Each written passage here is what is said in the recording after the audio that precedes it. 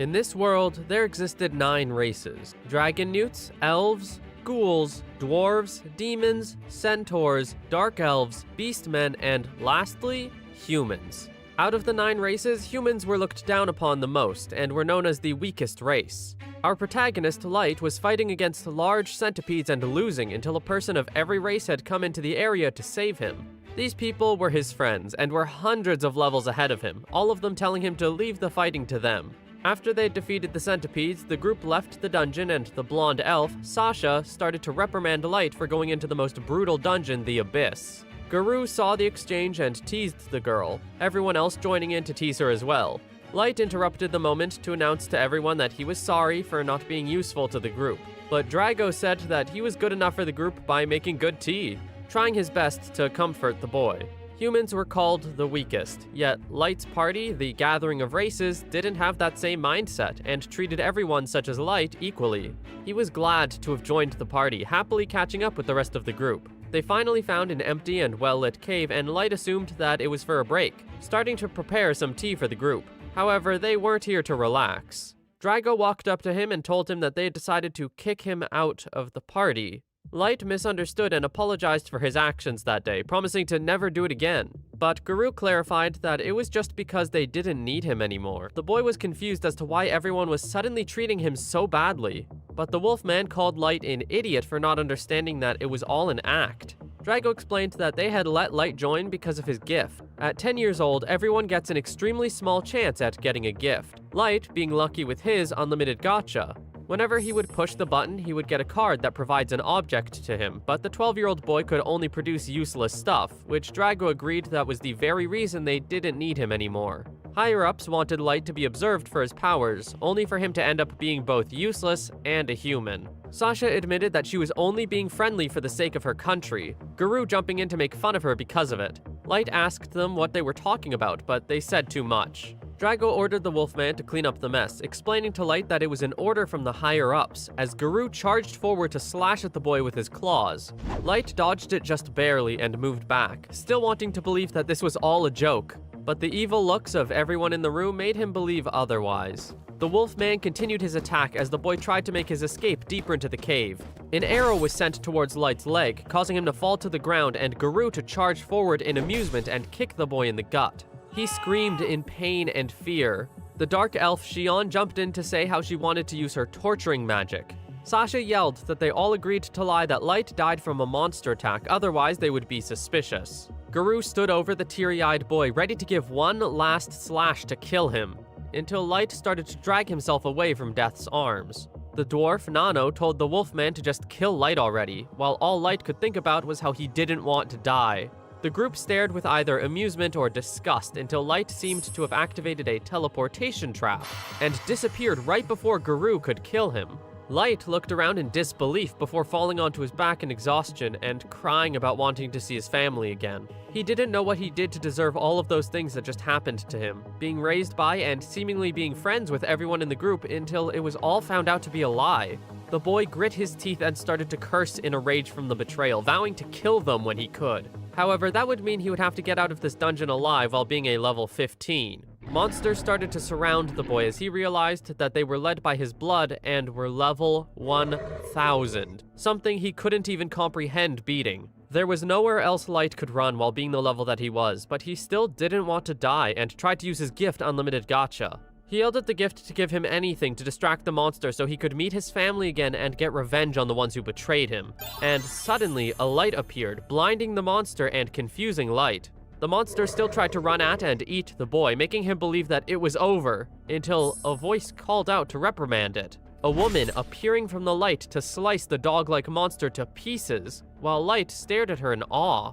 The mysterious woman that had defeated all the monsters in the area gracefully landed on the ground as pieces of the monster flew all over the place. She stood opposed to the boy who was sitting on the ground, shock covering his face as he stared in disbelief and silence at the woman who had saved him. The woman stared back with an unreadable expression until she suddenly kneeled before Light and looked at him with a worried look. Light stumbled over his words until the girl finally spoke. She started to compliment the boy's features, calling him her lord. and she explained to him that she had healed his injuries and apologized for being selfish because of it. Light looked down at his body and realized that all of his wounds were gone, and the pain had gone away like it was never there in the first place.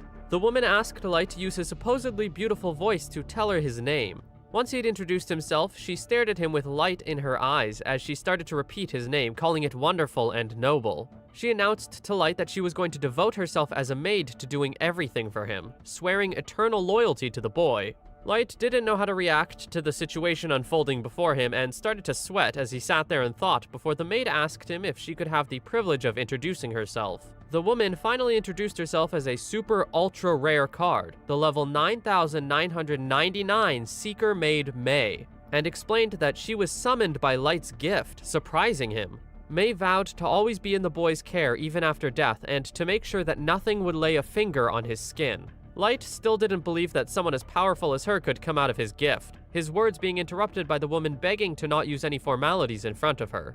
He did as told, and May immediately switched back to a serious expression, asking if she could use her identify ability to make sure his gift wasn't a defect. Light gave her permission and the woman inspected him, complimenting the boy for his powers and explaining how it worked. His gift, Unlimited Gacha, was affected by the thickness of the surrounding magic it absorbed to produce cards, meaning that while he was producing useless cards on the surface, it was understandable as to why he would have summoned someone like May in the deepest part of the dungeon. May was impressed that her master was able to come down to the lowest floor by himself just to summon her, but wondered why he didn't have any weapons. The boy knew her words were incorrect, as he started to cry and correct the woman, explaining to May how he had been betrayed by his teammates. The maid had hugged Light and comforted him, before asking him to order her to kill those who betrayed him. But he told her that she couldn't do that because he wanted to do it himself after he became stronger.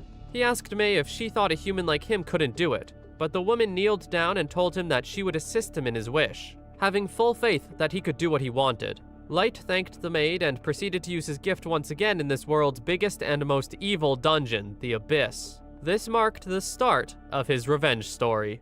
3 years later, in the deepest part of the Abyss, Light walked through the hall of a castle filled with many upon many maids as he complimented everyone on their good work. All the women thanked him, and when he left, started to scream in excitement at how the boy spoke to them.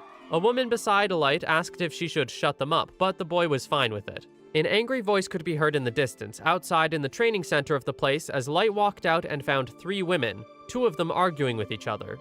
Light called out to them, and they all stared at him with happiness. These 3 women were known as Nizuna, the true vampire knight, Eri, the forbidden mage, and Aoyuki, the monster tamer.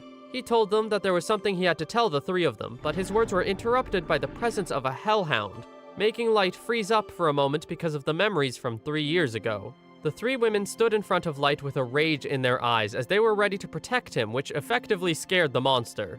Light told them that he was fine and started to pet the petrified monster, before it was announced that the prey had been caught. Everyone started to cheer as they walked off with evil looks on their faces, ready to enact the first part of the revenge. Garou was seen at the major city of the wolves, Akura. He was greeted by many people around him in excitement, while Garou loved all the praise that was being given to him. He sat in a bar and drank sake happily, still being complimented by the worker at the bar. Garou started to brag about his skill and how a person should complete their job with the best results, causing the wolf next to him to ask about the secret mission he did with the gathering of the races all those years ago. Garou couldn't say much since it was a job given by the country, but he was internally amused at how he had gotten so rich just by killing Light. A sudden, ominous feeling had coursed through the wolfman as he felt his senses smell death, and decided to focus his thoughts on how he was going to be at the top soon enough. May walked into the room and caught the interest of Garou as he asked what she wanted. The maid begged him to show her where Light last went to for a big compensation, surprising Garou since he didn't know that the boy had noble blood. He put the thoughts aside as he was too busy thinking about having some fun and selling the woman when he was done, telling May that he would accept the quest. Garou lied and said that he was good friends with Light and made a false promise that he would escort May to the dungeon safely. But the Wolfman knew what he wanted to do with the woman when they were there. Accompanied by 10 other beastmen, the 12 of them entered the same cave that Light was supposedly killed in. Garou explained how they were ambushed and Light had triggered a teleportation trap before they could save him. And May kneeled down with tears, praying. He nodded at the other wolves as they blocked the only exit in the cave as they all stared down the woman with evil looks, until May spoke about her anger of not being there for Light earlier when he was betrayed. Garou was shocked by her knowledge and jumped back in defense, asking her who she worked for. Mei reminded Garou about how she swore her loyalty to Light, and gave a powerful aura strong enough to make everyone in the room shiver and freeze, including Garou himself. Suddenly, a voice called out to Mei how it wasn't her turn, causing Garou to whip his body around at the familiar voice. Once Light had pulled down his hood, the Wolfman stared with shock at the man who he thought was dead. Light waved and gave a bright smile to Garou as he excitedly told the Wolfman that he was there for his revenge after 3 long years. Garou stood in shock before he composed himself and started to laugh, still believing that Light was level 15 and couldn't win against him. The Wolfman didn't know how Light survived out there, but believed that the Dragon Newts were going to owe him one if he brought Light's corpse back with him. The boy scoffed at how brash and ignorant Garou was being, but Garou still believed that him and his men were stronger than the two in the room, looking down on the two just because they were human. Garou laughed maniacally and called the boy naive for thinking that he could get his revenge against him even if Mei was there to protect him. The Wolfman ordered the others to block the exit and kill the boy. 2 beastmen immediately dashing toward Light with hungry looks, until their heads were suddenly cut clean off by Mei. Everyone started to shiver in fear, but Garou ordered them to calm down as he still believed they couldn't lose. Light sighed at the fact that Garou was still looking down on them after that scene, even after 3 whole years. Garou was offended and started to announce that they, as monsters, could easily raise their levels compared to humans who supposedly couldn't do the same. In this world, one's level determined their value in the world, and Garou felt that he was on top at level 158. Light didn't want to lose, even as a human who didn't naturally have specialties and high levels like other races. The boy asked why there were heads rolling on the ground, but Garou believed that it was a trick and ordered everyone to prepare themselves all at once to attack the small boy. In such a small amount of time, Light used his staff to swiftly beat up every single one of the beastmen, including Garou, sending them all flying, while Mei watched in the distance with adoring eyes. All of the beastmen coughed and groaned, trying to recover from the hits as they tried to get back up, but Light had no reaction at all to the situation, and instead was looking down at Garou with a cold look, asking him what was wrong. Garou looked up at Light with a rage until he suddenly threw up from being hit in the gut, coughing as he struggled to get back up onto his feet. He started to chant to himself, trying to remember his hate for humans while he was in disbelief that he, a monster, could lose to the inferior race. The Wolfman screamed at the boy to not look down on him and pulled something out from a bag, surprising Light as he watched Garou jump back and reveal a small pearl. He called out for a person named Fenrir to be summoned as Garou smashed the pearl into the ground, Light appearing and blinding everyone else. Garou grinned as he explained that the item was called a monster ball and could hold a high-level monster inside, meaning that it would release the monster once broken and follow his every order before disappearing in around an hour. He grit his fangs at the fact that he had to use such an expensive trump card against the boy,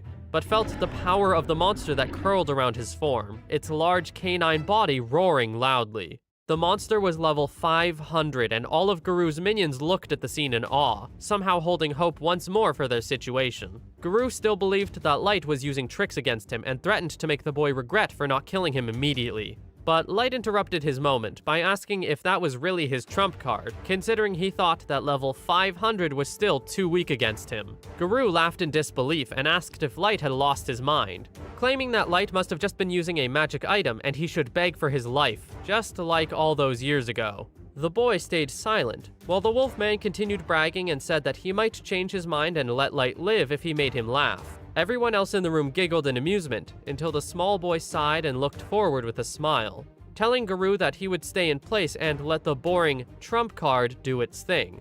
Garou felt offended and ordered Fenrir to turn Light into ashes as the canine monster used its breath as a cannon attack. Usually, it would be a one-hit kill, but Light just stood there and didn't get a scratch on him, wiping off the dust while Garou stared in shock. He knew that the only way to explain the situation was a huge gap of power, but he just couldn't believe that Light somehow had a far higher level, his thoughts interrupted by Light saying that it was his turn. Pulling out a card, the boy was ready to show Garou the real Fenrir at level 9,000.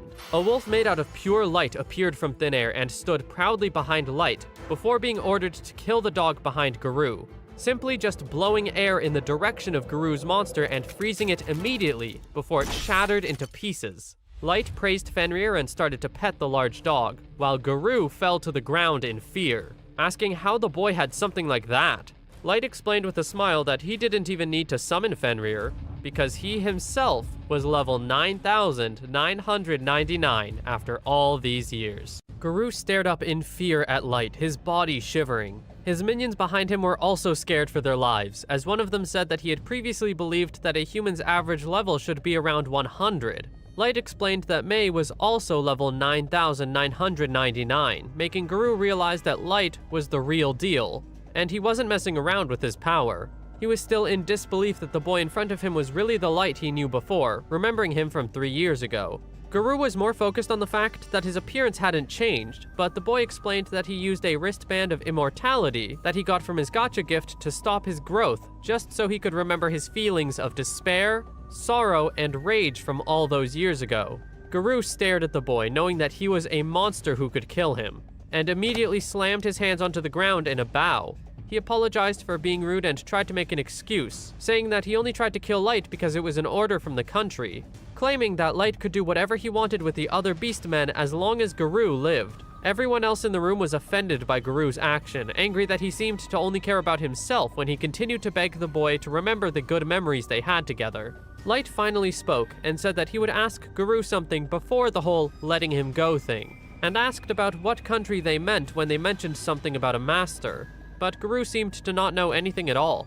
Garou said that the Beastmen didn't have as many skills as the other races, meaning they weren't told anything about the mission. The boy asked the other wolves if they seemed to know anything, everyone starting to jump up in the hope that telling Light would let them live. However, that wasn't the case, as Mei quickly sliced them all to pieces, knowing that all of their intentions were just to lie to Light. Their blood splattered all around Garou, while the Wolfman's body shook with terror as Light asked one last question: if he thought that Light could win against all the countries on the surface with how strong he was. Garou admitted that he truly believed Light was powerful, but it would be almost impossible to win against all of them, because of all of the years of history and legendary grade weapon and armor they possessed. Light hummed in thought, before smiling at how Garou had told the truth and agreed that they would definitely have limits despite their power. Suddenly, Light pulled out a teleportation card to use, and the light enveloped the group, confusing Garou until they disappeared and were sent somewhere else. Garou held his head in fear, eyes closed until he realized that he was still alive, and looked around in bewilderment, wondering where they were. An extremely large room with hundreds, if not thousands of people of all races who stood organized, leaving enough space for Light to walk toward a throne. He sat on the chair as everyone bowed in his presence, before they were asked by the boy to raise their heads and display their status boards. In seconds, the message boxes appeared all around the room, as everyone in that room were levels above what Garou could comprehend. Evil eyes from around the room were all staring at Garou, while Light explained that in the 3 years he was down there, he had raised all of these people just by using his own power. The boy then asked the same question from earlier of if he could win against all the people on the surface. But Garou couldn't answer and could only feel the life in him leave his body, making Light feel confident. The Wolfman managed to speak and asked if the boy was something like a god, causing Light to realize how the sound of that label felt good to him. He wondered what he should give to the world with his gift, and was about to decide based on what the truth was about why the other countries wanted him dead. Light was going to find out whether he should become a gift holder that bestowed happiness, or the one that gave death and despair. The boy stood up from his chair and announced to everyone in the room that they were going to rise up from the abyss and seek truth and revenge from the people on the surface. A few days later, after Light's revenge against Garou, before the team set off for their next plan, they came to the boy's former village to visit the graves made for his parents. Light stared at the graves with a saddened look, holding a bouquet of flowers before placing it on top of the dirt of the graves. The reason why the village was now Light's former village was because someone had destroyed it. This was also not the boy's first time coming to the surface, his first being half a year ago, way before his revenge against Garou. The abyss was deeper than what was originally thought, and Light's teleport skill was unable to be used to get quickly to the surface. After a long time of figuring out how to get around the restrictions, the group was finally able to get out of the abyss and went to Light's village. However, the boy would stare in horror at the remains of the village he once knew. Nothing was left behind, and there was no person left alive. Light falling to his knees while he wailed in grief. After burying everyone's bodies, he used the power of everyone with him to try to find out what happened to the village. But there was no sure trace of the truth to be found. The only positive that Light saw in the situation was that he couldn't find the bodies of his siblings, meaning that there was at least a chance of them being out there alive, causing Light to dispatch people to gather information and a culprit. A knight in gold armor walked up to the boy and asked if he was done so they could depart immediately and not have to sleep outside for their first day of traveling. A woman called out to the knight, who was known as Gold, and reprimanded him for speaking so casually to Light. This woman was named Nimumu, and she told him to watch his attitude and speak with respect toward the boy, but Gold explained that formalities sounded awkward, asking the girl if she wanted to sleep outside herself. Nimumu tried to claim that she didn't care where the group would sleep as long as she was with Light, but the knight tried to explain that it would probably be best for the sake of the boy that they should avoid camping outside, making the girl realize his point. Gold had also warned Nimumu that she should lessen her loyalty to Light in the case that he would come to dislike her, causing the girl to start crying in worry, but she still vowed to fulfill her duty as a servant. Light started to chuckle at the sight in front of him and reassured both of them that he would never hate any of them. These two people were Light's guards, while he acted as a traveling adventurer on the surface, being both level 5,000. The plan had started, and the three of them would set off for their journey to find information on things, and Light's next target was Sasha. Eri was already preparing for his revenge against the elf girl, but they would have to initiate this adventurer plan in the meantime. The reason for that was that he didn't want to start a war out of nowhere, instead choosing to investigate the strongest in every country to learn about the enemy and their potential gifts. Nimumu tried to tell him that there wouldn't be anyone else like Light to exist in the world, but the boy explained that because he existed, there was always a chance of another like him, meaning that they should be extra cautious, especially for this master that all of the countries are scared of. Even if Light's village's destruction was because of monsters or bandits, he knew that it had a connection with this master. A rage started to fill Light's small body as his fist tightened, knowing that he would burn the world down. Gold and Nimumu shivered in fear before the boy sighed and calmed down, putting on a clown mask and telling the others that it was time to go. All three of them started to fly through the air toward a certain direction.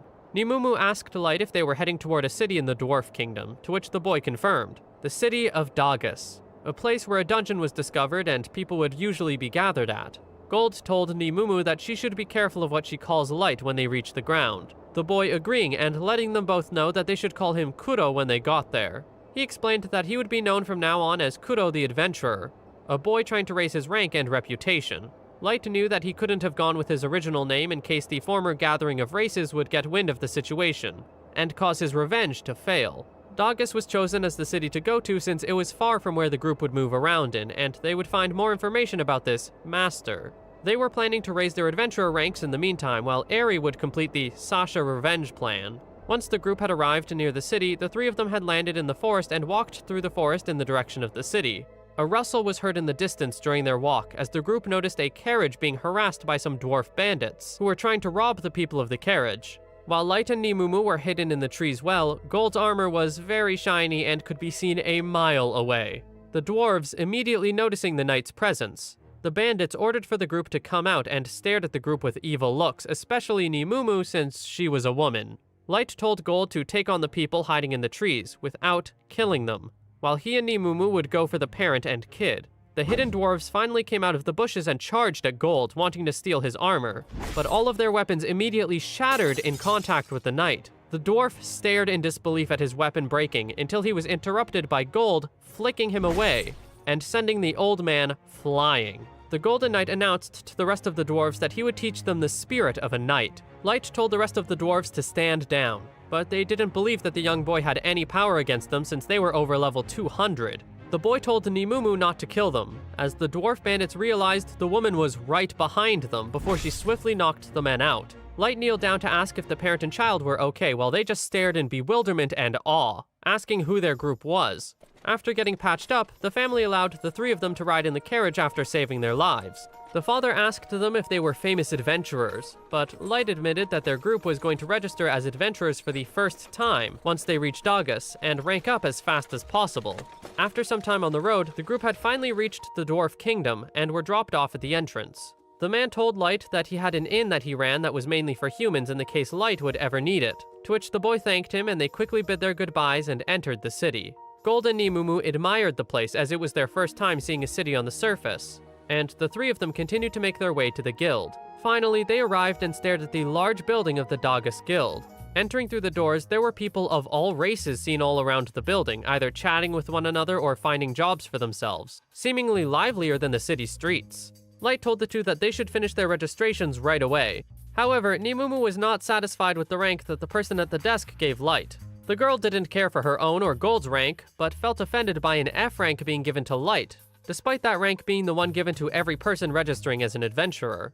Nimumu did not care for the logistics and slammed her hands on the counter, demanding that the person at the desk would make Light into a triple S rank, until the boy himself told her that he didn't mind starting from F, and apologized to the person at the desk for Nimumu's behavior. They went outside after registering, and Nimumu was on the floor in a defeat, feeling bad after making Light apologize for her actions, before the group had went off to find an inn. But not just any inn, they went to the inn that was owned by the person that they had saved earlier in the day, Carnal's Inn. The three of them were immediately greeted by the father and said that he would show them the best hospitality that he could. Carnal was interrupted by Light, saying that he had 3 selfish requests while they were to stay there. The first was to stay for 1 month. The second was to get the highest floor all to themselves, and the third was for not even one staff member to go up while they were there.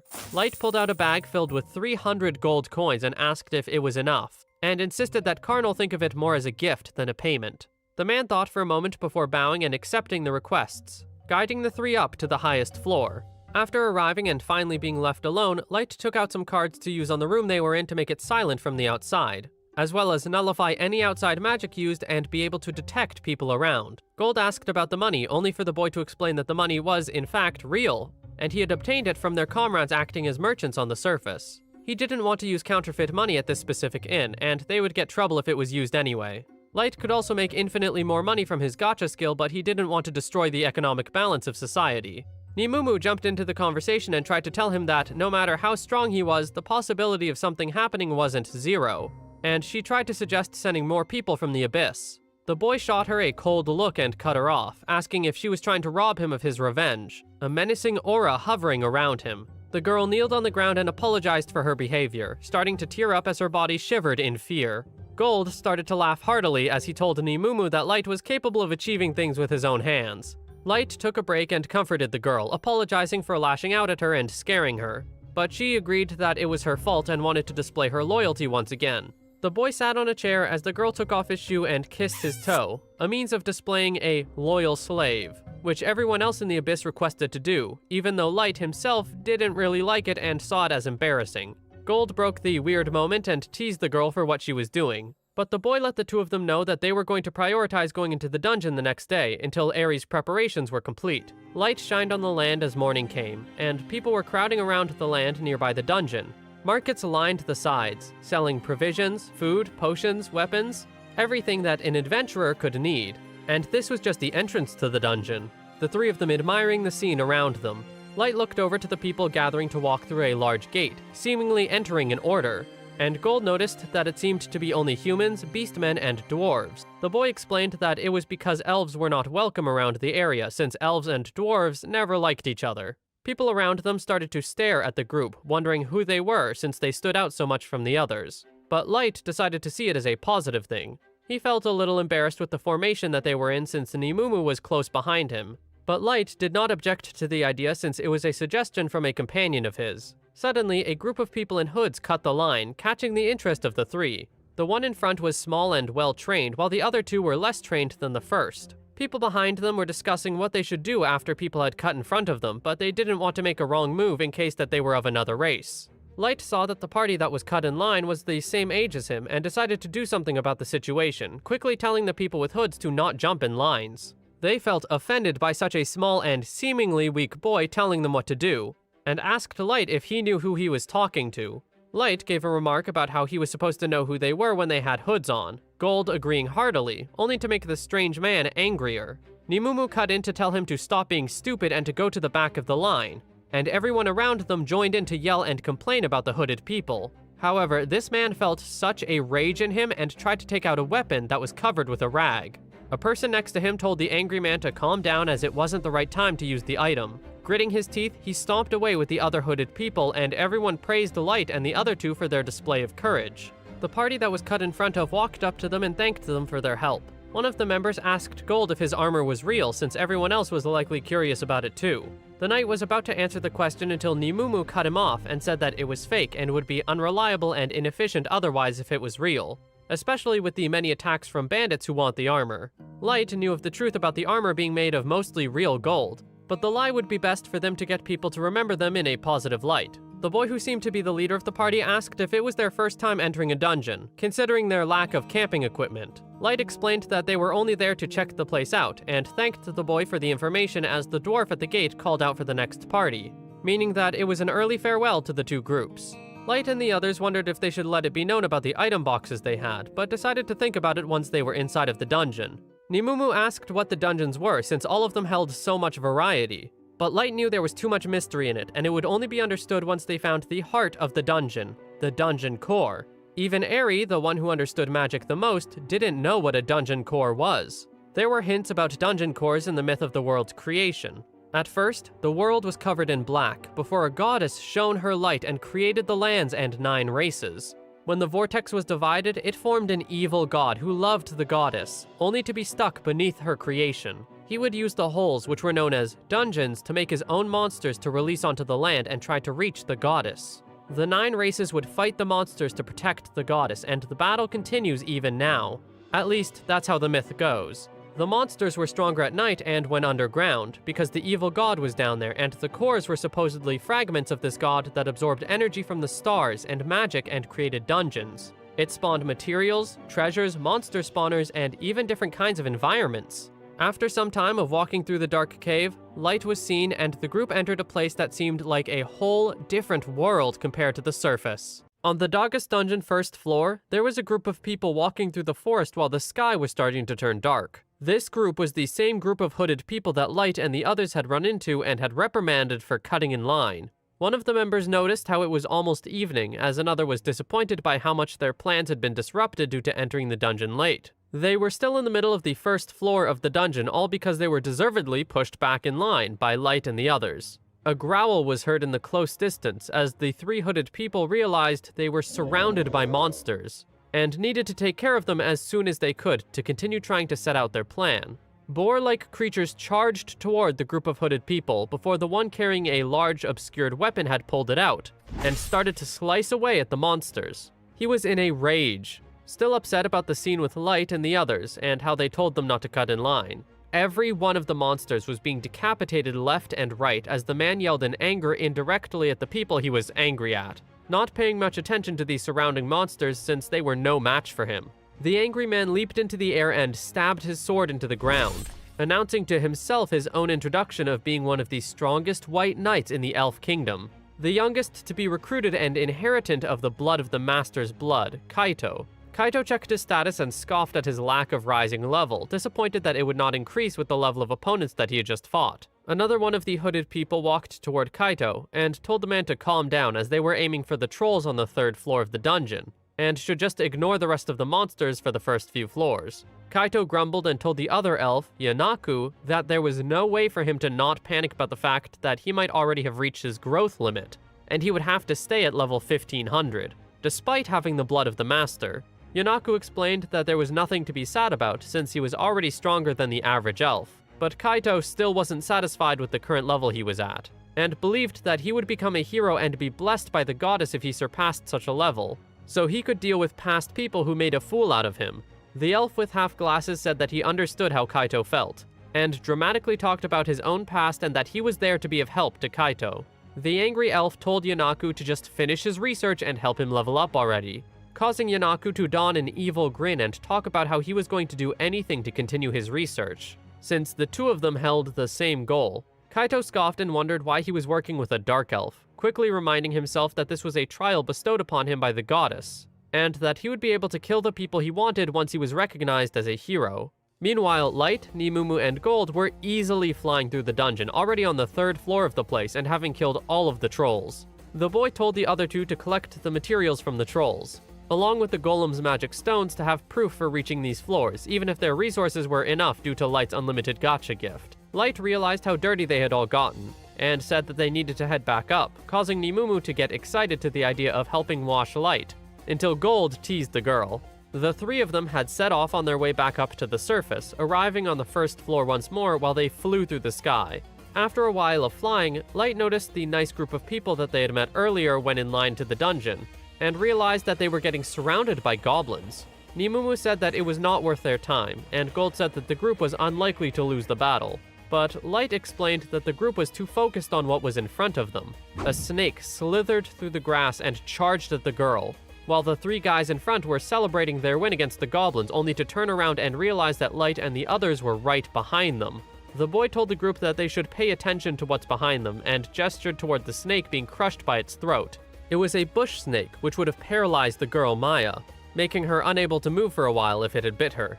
The whole group thanked Light, but their moment was interrupted by wolves running out of the forest. Everyone started to worry and run away, but the wolves were not there to attack. They were running away as well. And what were they running away from? Bursting out from behind the trees, a Forsyth mantis appears. The mantis roared, and the leader of the other group, Irio, explained that the monster was a rare one that only appeared once every 30 years. Irio suggested that they should all run away since the mantis was a level 500 monster, but it immediately started crawling at high speed toward everyone. The other group was ready to run away, but before they did, Light asked if that meant he and his group were free to kill it. Irio continued to beg them that they needed to run, but Light was confident that his group would be fine and stood tall as they looked up at the towering mantis. Gold slashed away at the mantis, but it had blocked all of his attacks and stood unscathed. Light decided to try and use a fire arrow, but it was easily deflected as well. Irio continued to stare in fear, explaining how the Forsyth mantis's blades had high magic resistance and were extremely sharp, and that their group may need to help.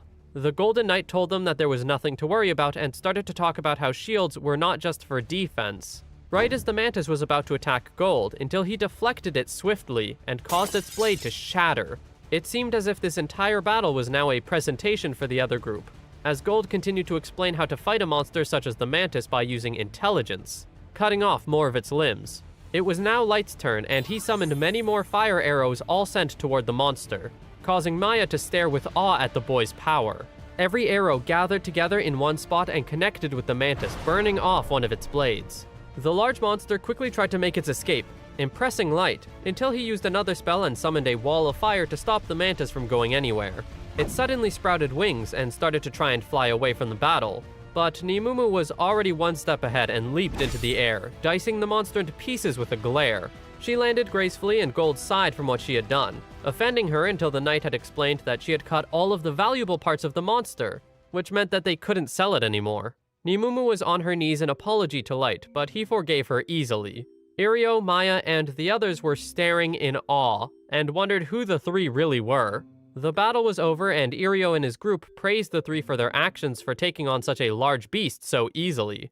Irio asked Light and the others if they were famous A-rank adventurers, quickly correcting himself and believing that they could even be S-rank. Light dismissed Irio's words of awe and just casually explained that they had just registered as adventurers, and that made them currently F-ranks. Gold told Light that they could talk later and should collect the magic stones, but the boy said that they needed to clean up the mess made by Nimumu. Irio's group decided to give a hand, and Maya summoned a ball of water for Gold and everyone else to wash their hands in. Clean water was very precious inside of a dungeon, but it was great that there was someone who was able to use their mana to create pure water, just for everyone to simply wash their hands. Light could feel this group's sincerity as adventurers, and thanked them for their help. Maya walked up to Light and apologized for her late gratitude for saving her from the bush snake, giving an enthusiastic thanks until she bit her tongue in the process, which she was extremely flustered and embarrassed about.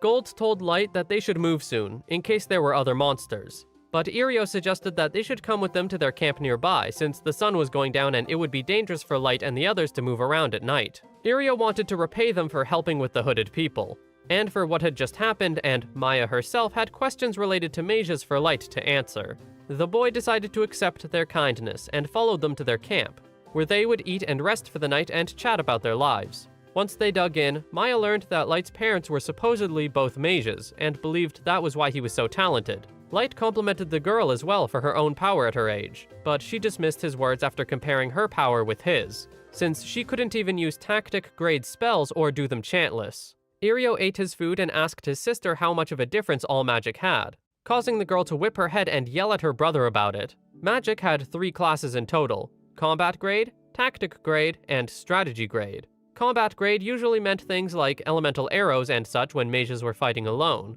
Tactic grade, such as the firewall that Light made, was used for enlarging the radius. And finally, strategy grade, which includes things such as meteors, tsunamis, earthquakes, and more that affected the world, requiring many mages to chant together and summon. Being able to use tactic-grade magic was proof of being a first class, and races such as dragon newts, dark elves, and demons were able to pass such a test, while humans were unable to climb that wall. Maya was both impressed but envious of Light's power in doing it all so easily without chanting, believing that they were witnessing a legend being carved into history. Nimumu stood up and laughed proudly, saying that Maya had good eyes for being able to understand the power of light. Banter had occurred between Nimumu and Gold, causing Irio and Light to apologize to each other for the noise. Irio himself agreed that his sister was talented, since she had gotten a recommendation from the Principality to enter their magic school. Light's eyes held interest when he asked about the Principality, if it was the joint nation supported by all 9 races. Irio confirmed and explained that the Principality's magic school was said to be the best place for those pursuing magic. Gold asked why they couldn't get into the school already, but Irio admitted that their parents had died and that they didn't have the income to pay for the tuition or even live on their own. This had led the 2 siblings to meet up with their childhood friends and work as adventurers for the time being until they would earn enough money, which would allow Maya to go to the magic school. Maya spoke and said that she was happy just being with everyone, begging her brother that she didn't want him to do anything reckless, to which Irio reassured her that he would. Light complimented the girl once again and said that she would reach her goal, but she thought that he was only flattering her. Light insisted, knowing that this is actually what he thought, since it was rare for a human to be able to use magic anyway. Even if Light were level 9,999, he could only use magic because of his cards, unlike Maya, who actually had potential due to her real abilities. The girl thanked Light for his words, and Irio proceeded to ask him about why he decided to become an adventurer. Light made up a lie and said that his parents died in a fire, Nimumu continuing by saying that the boy had gotten a heavy burn from said fire and was looking for a potion that could heal it. One of the members in Irio's group jumped into the conversation and asked if Gold and Nimumu were lovers. But this caused Nimumu to get angry and for Gold to laugh and agree with Nimumu that they would never get together. Gimura tried to ask if they had a chance with Nimumu, but she bluntly refused and said that she only liked Light, Maya staring in awe at the idea of an age gap love. Everyone continued the banter for the rest of the night, before they would have to sleep for the next day. Meanwhile, on the 3rd floor, Yanaku and Kaito were there looking for materials from trolls. Kaito asked how long he was going to be there hunting trolls, but the Dark Elf reassured the elf that the research was about breaking the limits of races, and that they were going to advance toward their next material soon, a human for their experiments. It had been 2 weeks since Light and the others had went into the dungeon, and now it was time for them to go back. The path to the entrance was crowded, meaning it would take a bit of time before the 3 could go back inside. People around had noticed them and recognized who they were as the party who was rumored to have defeated the Forsyth Mantis, being known as the Dark Clown Mask Party. Nimumu was surprised that there was already a name made for their party, and Light was excited to know that they were starting to stand out. Irio and his group had walked up and greeted the 3 after not having seen each other for so long. They had a gift of appreciation for Light and gave him a medicine for his supposed burn wound. Light was silent for a moment before thanking Maya for the gift and taking out something in return for the girl. A bracelet that would provide the user a small miracle when wishing strongly upon it. He insisted that she should take it, and Maya took it with gratitude, putting it on and admiring it before she turned around and thanked Light with a bright smile. Nimumu was jealous that she didn't get a gift from Light, but Gold told her to stop or else she would embarrass the boy. Once the 3 entered the dungeon, they immediately went on their flight through the air. Nimumu asked Light if it was truly okay for him to give such an item for a low-grade medicine. Light agreed that it wasn't a good trade, but he was happy that she cared for him. Once the group arrived on the 5th floor of the dungeon, a snowfield, Light told Nimumu and Gold that he was going to leave the Yetis to them, while the boy himself would head back to the Abyss. He took out a card and teleported out of the dungeon, knowing that he was safe to do so on the 5th floor of the dungeon due to its size. Everyone was there to greet Light as he had finally come back after not being there for such a long time. May brought some tea for the boy, as Light explained what had happened during the journey, and how he met some nice people, making May happy about the news. Eri walked in and told Light about there being progress in Sasha's revenge plan, and how it would be ready in 10 days. The boy praised Eri for her work and told her to advance with the preparations, while May would manage the Abyss, and Aoyuki would take care of the forest. Nazuna ran in excitedly to be put to a task, but Light hesitated since she was a person who didn't think before acting, and decided to just let her protect the Abyss from strong enemies. She agreed and excitedly told Eri to go finish the preparations, causing the blonde witch to scoff. As they left, Light continued to sit there while drinking his tea. excitement in his eyes as he wondered how Sasha's face would look when in despair. In the Daugus dungeon, 3rd floor, there were 2 men who sat by the fire chatting with each other. They were night guards for the time being, and one of the men, Subalon, asked Gilbert if he knew anything about the Dark Clown Mask Party. He did not, which made Subalon explain that they were the people who have reached the 5th floor within days, as well as defeated a Forsyth Mantis with just the 3 of them, and used tactic-grade magic without chanting. Gilbert was shocked and in disbelief, but Subalon insisted that it was true because of witnesses. It was too good to be true, as Gilbert wondered if the human leader of the group was a reincarnation of the hero or some legend. Subalon hoped that this would mean there would be a change in the world for humans to start being respected. After their moment, Subalon walked off and said that he was going to use the bathroom. However, when he would walk back, he would stumble upon a horrifying sight. Kaito was standing over his friend's decapitated head, causing Subalon to stare in shock before he quickly composed himself and tried to think about what to do next. He knew that he couldn't do anything against an elf, so he decided that he was going to run away and report the situation to the guild. Gritting his teeth, Subalon used a smokescreen and tried to sprint away into the swamp, thinking that his plan had succeeded, until something had hit him and sent him to the ground. He was in disbelief until the man was struck unconscious by Yanaku, who was disappointed by the whole situation of Kaito trying to kill everyone. The elf scoffed and said that humans were too annoying not to kill, and Yanaku agreed and would teach humans a lesson with his experiments, excited to gather more materials and replacements within the dungeon. Meanwhile, Maya was staring at the bracelet that Light had given her with a grin, and the others started to tease her about her feelings. The girl tried to complain, but they dismissed her and continued thinking about how they might be able to meet Light again in the next floor, making Maya blush even more. She tried to explain that she only admired the boy as a mage, and threatened to not give the group any more water or support if they kept teasing her, walking away with a grumble as the others tried to catch up while apologizing. Light and the others had brought back their loot from the dungeon and gave it to a woman at a shop. She enthusiastically thanked the group for their next big haul of Yeti magic stones from the 5th floor, grabbing handfuls of the stones with a look of joy. The woman asked if the boy would want some food or sake, but Light said that he was fine and that she should count the magic stones they collected. Gold and Nimumu stared with an unamused look as they knew that the woman had such a change of attitude compared to the first time they brought in their loot on the first day, remembering how she had accused them as frauds days ago and spat on them for their race. She flinched and quickly apologized for her behavior by bowing, telling Light that she would warn all staff to not make the same mistake again, and begged the boy to not tell anyone about the situation. They had even promoted the group from F ranks to D ranks, and pleaded for the 3 to not change where they would do their adventures, since they were bringing back such valuable items. Water stones were used to freeze items and for research, which meant they were in high demand, but it was already rare for people to reach the 5th floor where they were found, so it made sense as to why the people at the shop were so suspicious of the group when they brought back a huge amount of them during their first day. Nimumu demanded that they would rank them up more, but the woman explained that it was too early for them to have another rank up, and they would need another major achievement before they could do something about it. Light hummed and thought as the woman explained that there was a difficult quest being announced soon, catching the interest of the boy. Commotion that could be heard in the distance was a group of dwarves walking into the area holding up wanted posters, announcing that there was now an emergency quest in the name of the guild. In the dungeon, there were mysterious deaths of adventurers, which were soon identified to be murders. The group didn't know what their motives and goals were, but the group of murderers were targeting humans and were likely to start harming other races if left alone. Throwing all of the posters into the air, the dwarf told everyone that they would now put a bounty on this adventurer killer to protect everyone's safety inside the dungeon. There was no information on them, which would mean that the guild would pay people for any little information they would be able to get on them, gaining the interest of the 3. Light grabbed one of the posters and asked the woman if that was the quest she was talking about, to which she confirmed. They walked away and Nimumu asked Light if they were going to capture these killers, Gold responding for the boy.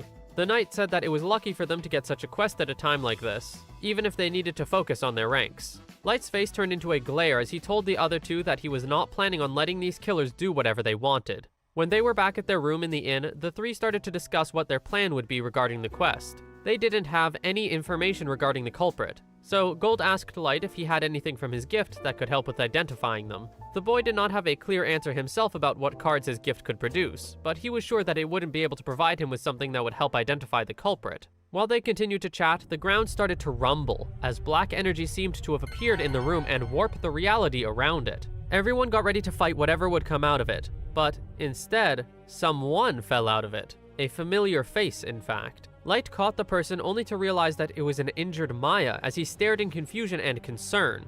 The bracelet that he had given her started to glow before it broke apart and fell to the ground. The girl was barely conscious as she choked out the words of having to tell him, but Light was too focused on trying to get Maya into a bed and giving her first aid. Light noticed that the bracelet he gave her was broken and wondered if her small miracle had activated and brought her to him. A few hours ago on the Dagus dungeon first floor, Irio and his group were shocked to hear about an adventurer murderer. They were told by another person that the culprit would make their move on the second floor, and recommended that the group leave as soon as possible.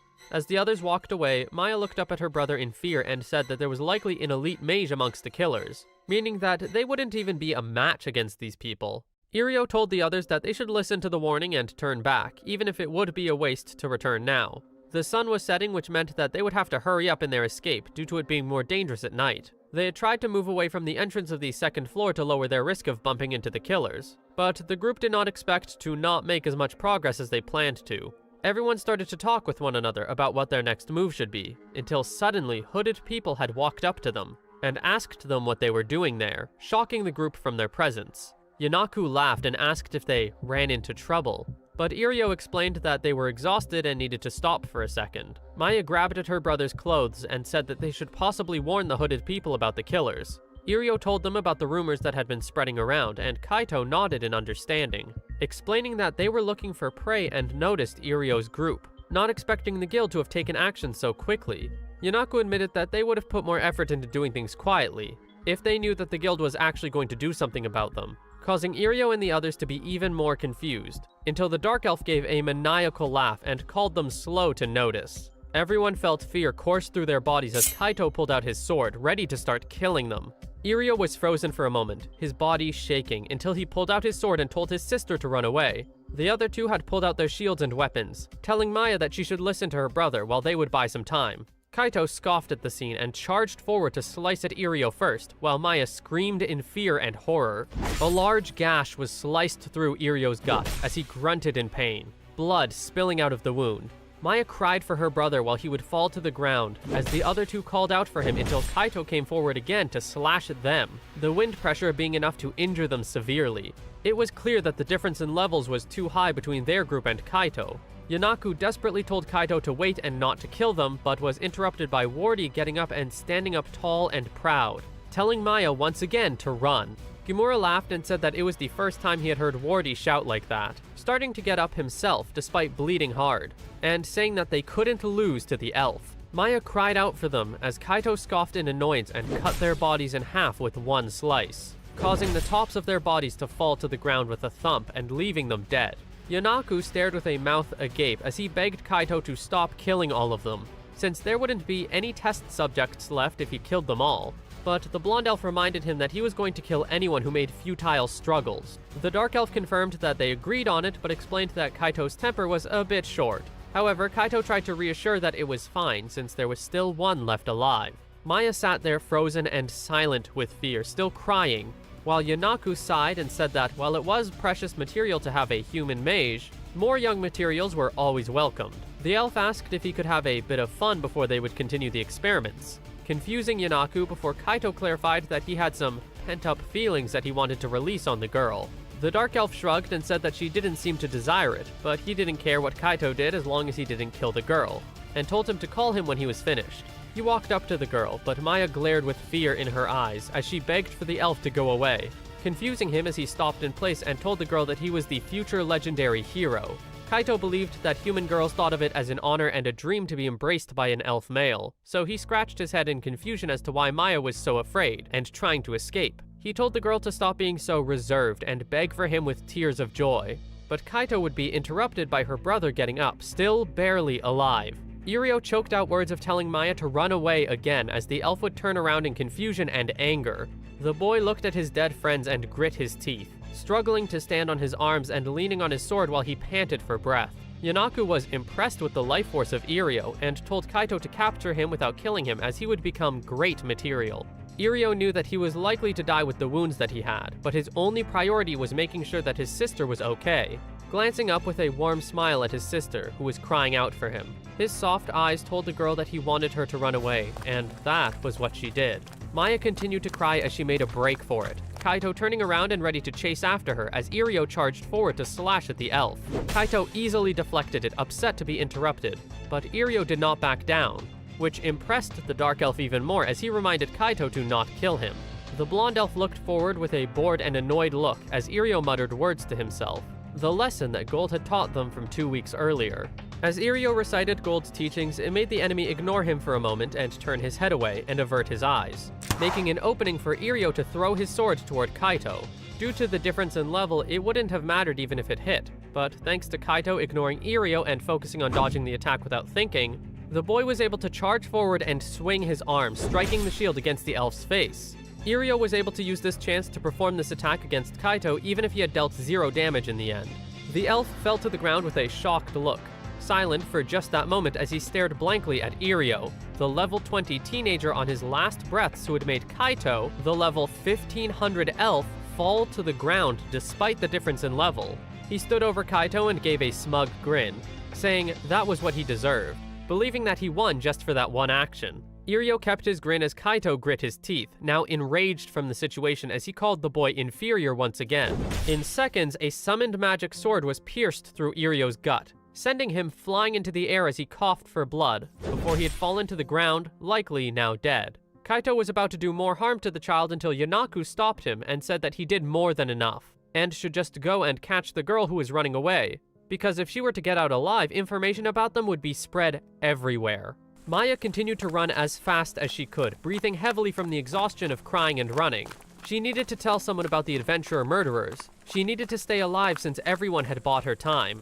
The girl believed that if she was fast enough, she might be able to make it out of the dungeon. However, that was not the case. Magical swords came flying toward her and stopped the girl in her tracks as she screamed in surprise and fell to the ground. Kaito flew in on one of the blades, and admitted that her and her brother really gave him a run for his money, telling Maya that he was going to teach her a proper attitude. She stared up in horror as Kaito looked proud by her surprise, explaining that the sword he held was a phantom-grade sword, once used by a master, the Grandius. It could freely create clones of itself and can fly when one would ride on it. Maya grit her teeth, knowing that she couldn't give up when everyone had given their lives for her to run away, which meant that she would also give her all to tell everyone about the murderers. Standing up, Maya had grabbed her staff and started to chant for blades of ice to manifest around her, and sent them toward the elf as a distraction while she would continue running. Kaito easily sliced through them and saw the situation as annoying from the goose chase. She kept running away as he followed close behind while she would send more and more icicles toward him.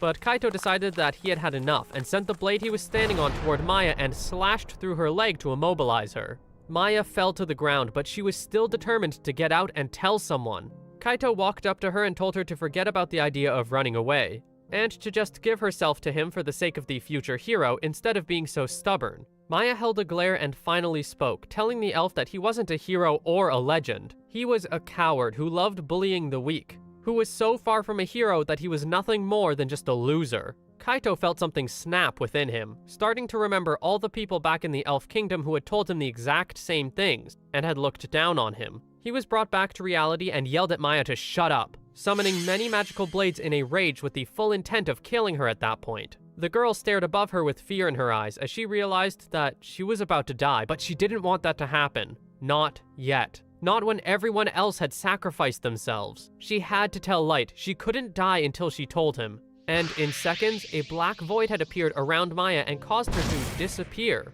right before she was about to be struck with the blades. Kaito was filled with confusion and anger as he wondered where the girl could have gone, since it was unlikely she was able to use a high-level magic spell such as teleportation. He cursed under his breath and flew away back to where Yanaku was waiting, confusing the Dark Elf when he didn't come back with the girl. When Kaito admitted that he flew back to see if Maya was around where Yanaku was, the Dark Elf held a face of horror when it was clear that Kaito had lost the girl. He started to sweat as he explained that the girl had even seen the Grandius and would likely report them to the guild, making the news reach the Elf Kingdom. If that were to happen, they would send the strongest warriors, the White Knights, in order to fix their reputation. Both of them started to look scared, knowing that the captain had surpassed level 3000, while the rest of the knights would likely be level 2000 and have similar weapons to the Grandius. Kaito stomped the ground in anger and wondered why he had to go through something like that. But Yanaku suggested that they should complete the research somewhere else and make distance from the kingdom.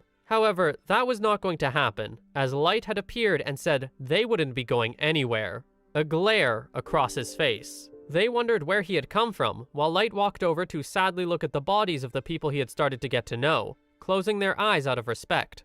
Gold walked toward the boy while holding Irio's body, as he explained that Irio was still alive and just needed proper treatment if they hurry. Yanaku whipped his head in confusion, as he realized that Gold had somehow snatched Irio away from them without them noticing.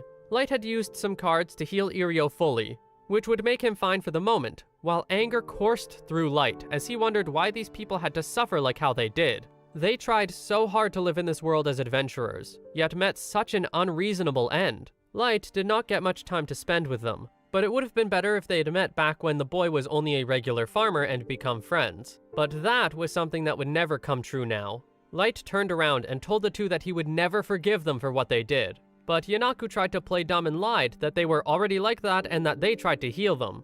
Light, however, knew that they were lying since Maya had told him everything. He had used hypnotism on the girl in order to make her tell him everything she knew, after he had healed her. And now she was resting in the abyss. Yanaku scoffed and assumed that Light had already reported them to the guild. But Light corrected them and said that they were his to hunt. Once Kaito heard those words, he started to laugh, believing that he was blessed by the goddess to become a legendary hero. Light scoffed at these words and explained that they would just become stepping stones in order for the boy to climb up in adventurer ranks, as Light wasn't going to let them out of this alive for the pain they had brought upon everyone. Light promised to kill the two of them with his own two hands, ordering Gold and Nimumu to not interfere. Kaito was offended being called a stepping stone for a human, and jumped into the air to bring his sword down on the boy in a rage. However, Light easily blocked it. Kaito continued to swing at Light, but every attack was being deflected as if Light was just waving off a simple bug. Yanaku stared in disbelief that a human kid was blocking attacks from Kaito, and Gold was disappointed that the elf was relying on his raw strength. Light called Kaito boring and gave a simple bump into the gut, which sent the elf flying toward the ground. The boy called Kaito too weak and asked if he could try a bit harder. Mocking his name as the legendary hero, Kaito grit his teeth and told Light to not make a fool out of him, getting up and calling upon the power of the sword as he told the boy that he would turn him into a beehive. Kaito sent all the magical blades flying toward Light, ready to show the boy the power of the Grandius. The blonde elf yelled in rage, calling Light an inferior, as the boy started to dodge each of the attacks. When the first blade hit the ground, it had exploded into flames, causing Light to be shocked by its magical usage. More had come toward the boy, which he easily dodged as well, and those had exploded into lightning when they struck the ground. Light had started to realize that each cloned sword was being given a different magical effect, but continued to evade them. Yanaku watched the battle from afar with a grin as he noticed how Kaito's attacks with the Grandius were starting to become ferocious, wondering how long Light was going to last considering he was a human.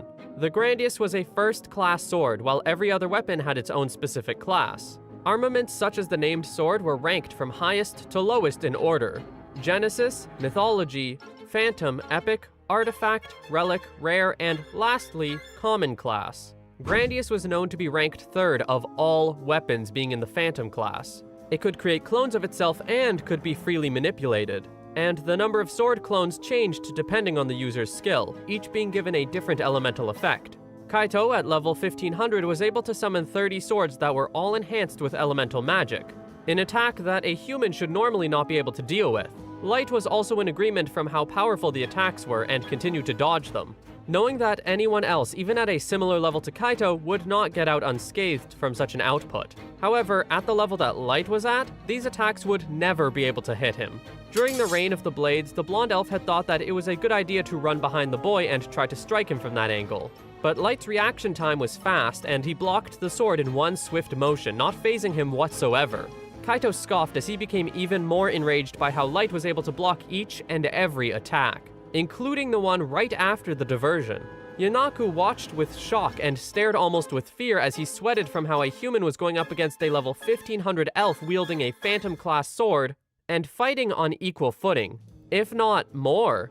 Kaito asked the boy if he was lying about being a magician and was secretly a first-class warrior, but Light continued to insist that he was a magician, which offended the elf even more from Light's supposed lies. However, the boy knew that he wasn't trying to play dumb.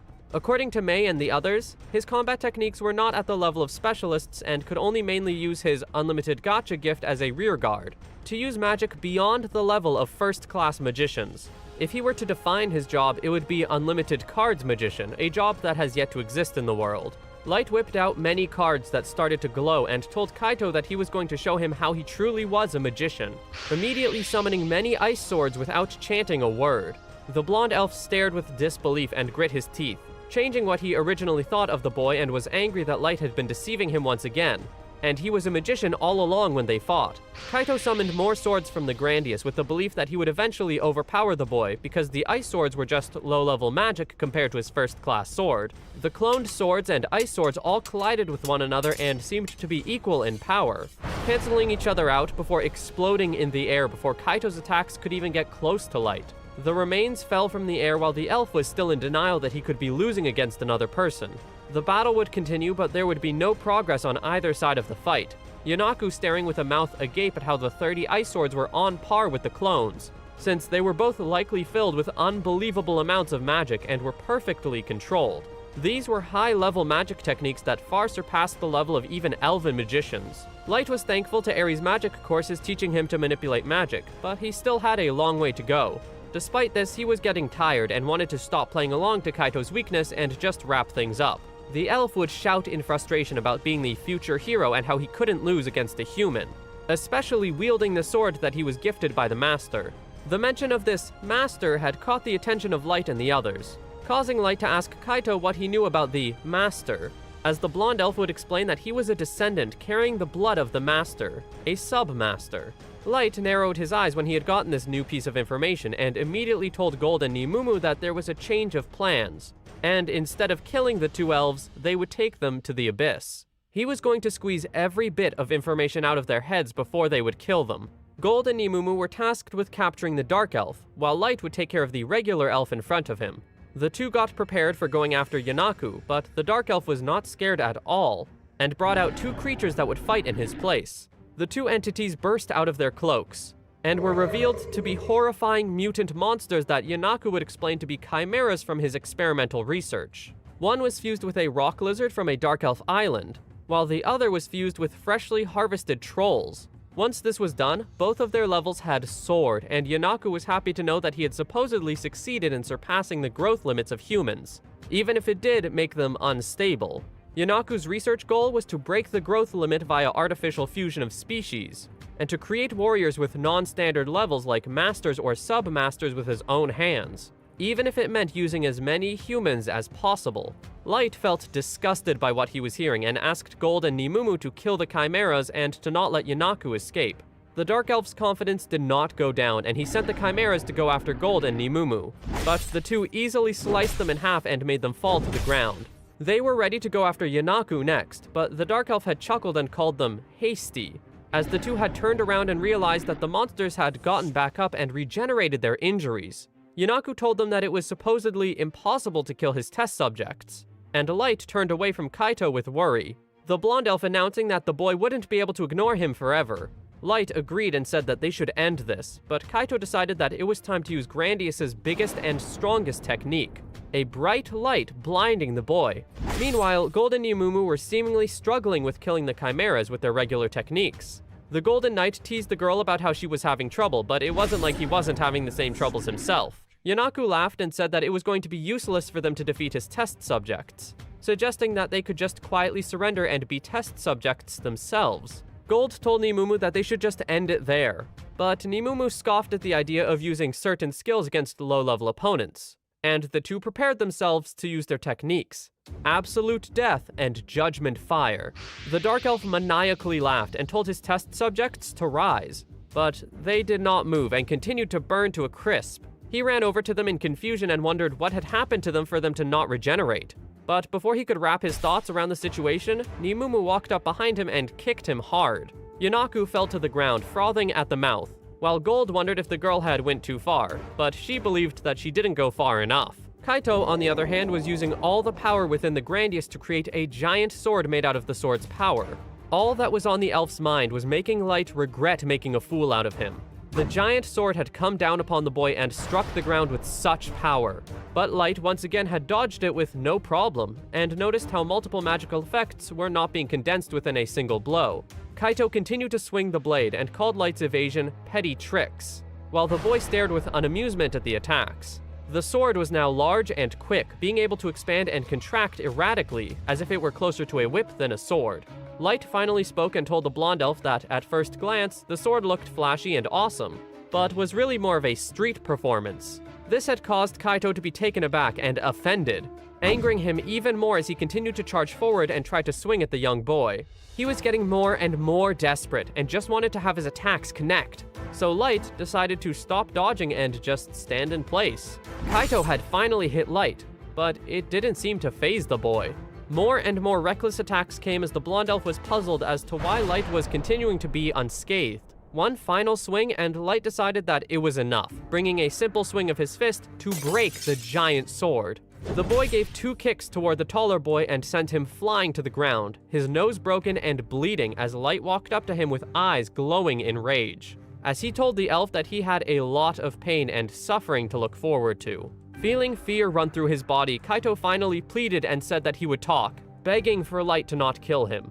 He started to explain how he was a member of the Elven Kingdom's White Order and would likely know a lot of information. But Light was not satisfied with the situation and asked the elf why he wasn't resisting anymore if he said that he was a hero. Even the inexperienced adventurers that Maya was with had fought all to their last breath, but Kaito wouldn't fight until the end like the hero he claimed to be. Kaito tried to give the excuse that it was impossible to win against someone like Light, and just wanted to negotiate as someone who was older than Light. The human boy asked for Nimumu to take the sword out of the ground so Light could toss it over to Kaito and ask for another round, so the elf could try to make even the slightest bit of damage and show him his true power. Kaito continued to refuse and argue that he was going to give the human boy all the information in return for his life, but Light was more focused on the idea of another battle. This had caused the blonde elf to believe that his next best course of action was to start running away while screaming in fear and frustration. Light stood there for a moment disappointed, before sending a beam of light through the elf's boy's leg, similar to the attack that Kaito had done on Maya before. He screamed in pain before falling to the ground and looking up at Light with fear, as Light agreed with Maya that Kaito was not a hero. He was just a loser running from reality. After everything had calmed down, Light had wrapped up the remains of the 2 childhood friends of Irio and Maya.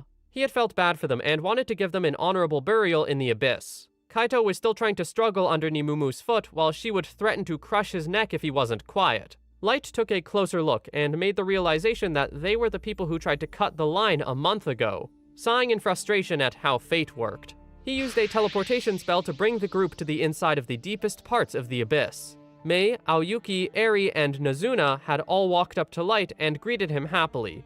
He greeted them back and said that the new people he had arrived with were the criminals who had attacked Maya, Irio, and countless other humans, and seemed to have information regarding the Master.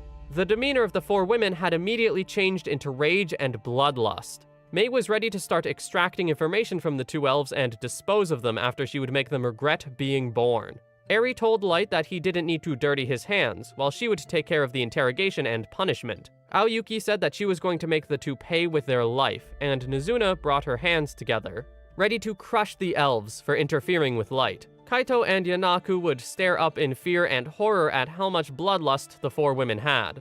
But Light told them that they needed to calm down and not touch the men until they got all of the information they needed. The boy then told Gold to continue treating Irio, while Nimumu and Light himself would bury Gamura and Wardy.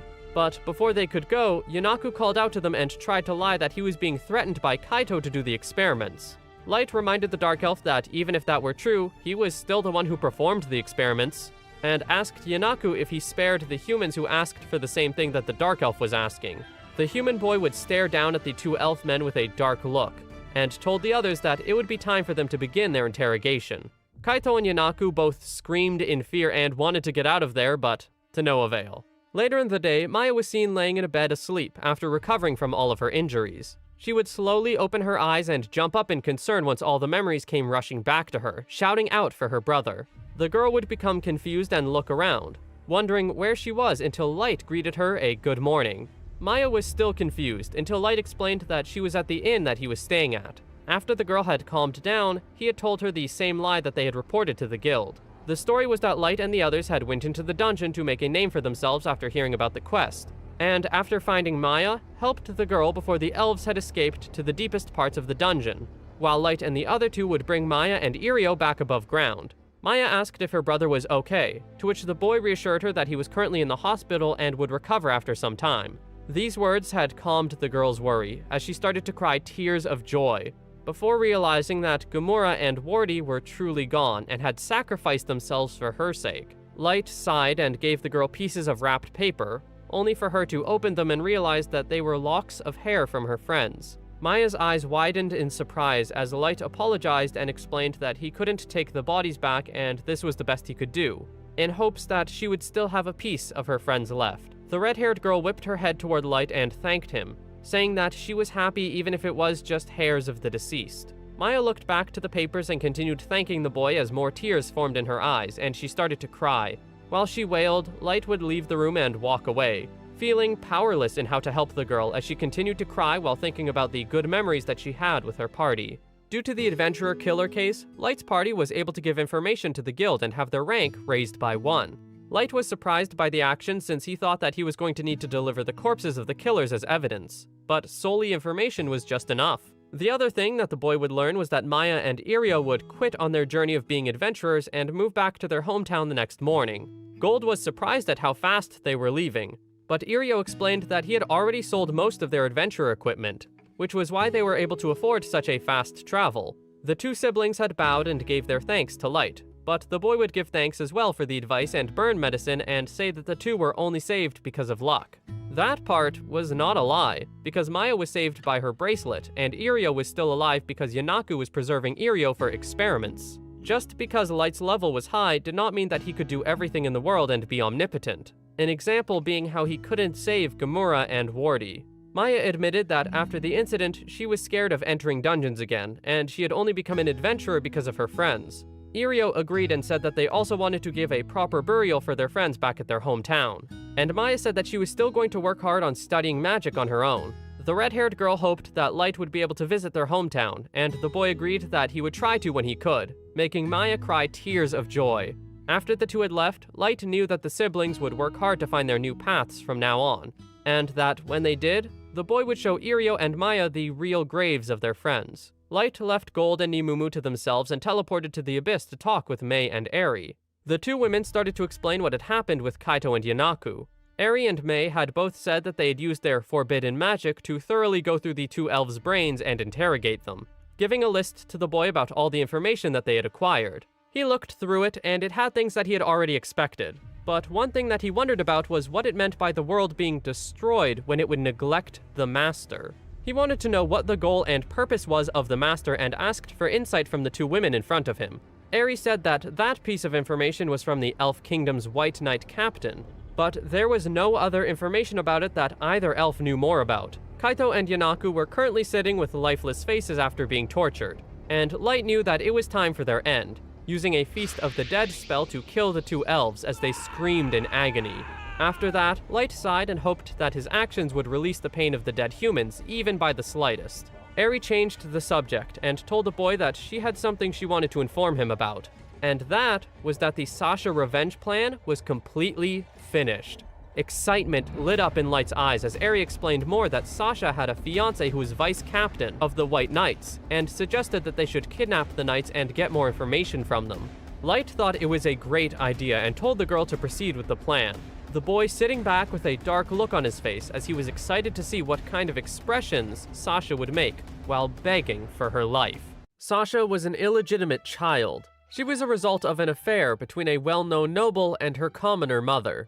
After Sasha's mother had died from an illness, she had decided to train as an adventurer when she had become an adult. All of her half-siblings and stepmother had seen Sasha as an inferior being, and always looked down on her and bullied her. But now they had stopped and abruptly changed their attitude. How?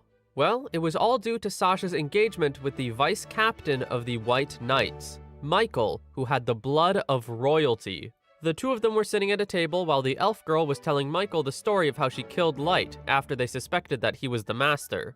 He would respond happily and say that he always thought listening to her stories was a pleasure. They both laughed together and drank their tea, as Michael explained how they had a plan where they had to destroy a human village and experienced the same excitement when killing the humans, similar to what Sasha had experienced. Michael told the girl that he was grateful to have met her, and she agreed, saying that she felt the same with him. After their chat was done, Sasha had left and went on her carriage to go back home, happily sighing to herself while she thought about that time she had with Michael. The other woman in the carriage had told the elf girl that the two of them were perfect for each other, and was excited to see them get married by the end of the year. Sasha was looking forward to it as well, but said it was pretty far away. But the woman insisted that the date would come by fast. Suddenly, the carriage stopped and interrupted their conversation, confusing the both of them, until the driver had apologized and explained that a human slave had dropped all of his belongings on the highway. The human was being whipped by an elf and being yelled at to put it back into the cargo. He tried to ask for forgiveness and begged for a small break to fix his exhaustion, but the elf did not care and believed that humans were only livestock. The woman in the carriage sighed and wondered why humans were so incompetent. And Sasha agreed, but she couldn't help but think about Light. If he was actually a master, the elf girl believed that she would have to use her body to keep him, causing Sasha to gag at the thought and smile with contentment that he was dead. Or so she thought. One look outside the carriage window. Her eyes widened when she saw a human boy walking down an alleyway, and the image of Light had appeared in her head. Sasha had suddenly ran out of the carriage and called out after the boy to wait for her while she would run after him, but the human boy did not stop. She continued to chase him while she would beg within her brain that it was not true and it was all a trick of the mind. The girl would slide down every alley in hopes of catching up with the boy until Sasha would end up at a dead end, with no one to be found. Sasha laughed to herself, still having a bit of a cold sweat, as she told herself that she has made a mistake thinking that Light was still alive. She believed that she had probably confused him with another kid. But when Sasha turned around, she was frozen with shock at the sight of a note from Light.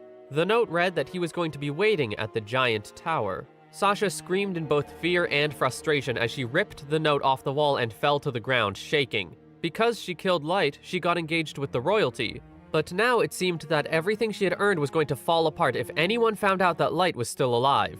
The girl shouted out loud in frustration, indirectly asking the boy why he couldn't just die, and believed that she was going to have to murder him with her own hands. However, her first priority was figuring out what the note meant, since she had no clue as to where the giant tower would be, and wondered if it was a code. As she continued to curse under her breath, Light and Airy stared with enjoyment at the scene, the boy praising the witch for her reliability, as the two knew that it was finally time for the Sasha revenge plan to ensue. There were several orders of knights in the Elven Queendom. There was one order of knights that stood out as the most powerful of them all. All the other knights in the order couldn't win against this order even if they were all to combine forces. This order of knights were the White Knights. Hardy was the commander of the White Knights, while some of its members were Sharfat, Mast, Kia, and Naya.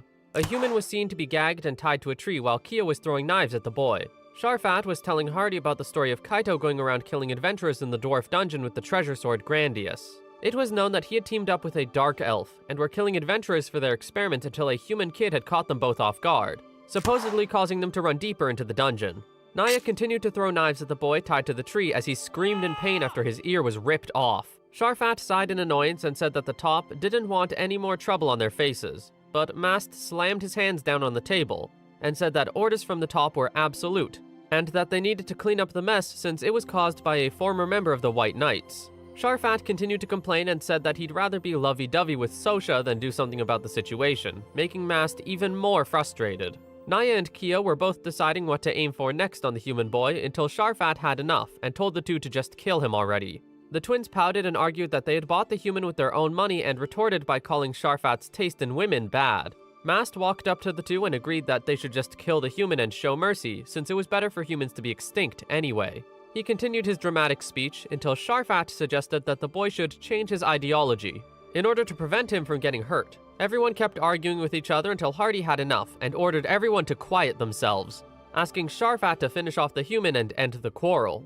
The head of the human boy, along with the tree he was tied to, had immediately exploded into pieces within seconds as the boy fell to the ground. Hardy ordered Naya and Kia to clean up the body while Mast would clean up the yard. Sharfat apologized to the shaken-up human girl and asked for more tea before she would go back to her room in the dormitory as Sosha quickly walked off.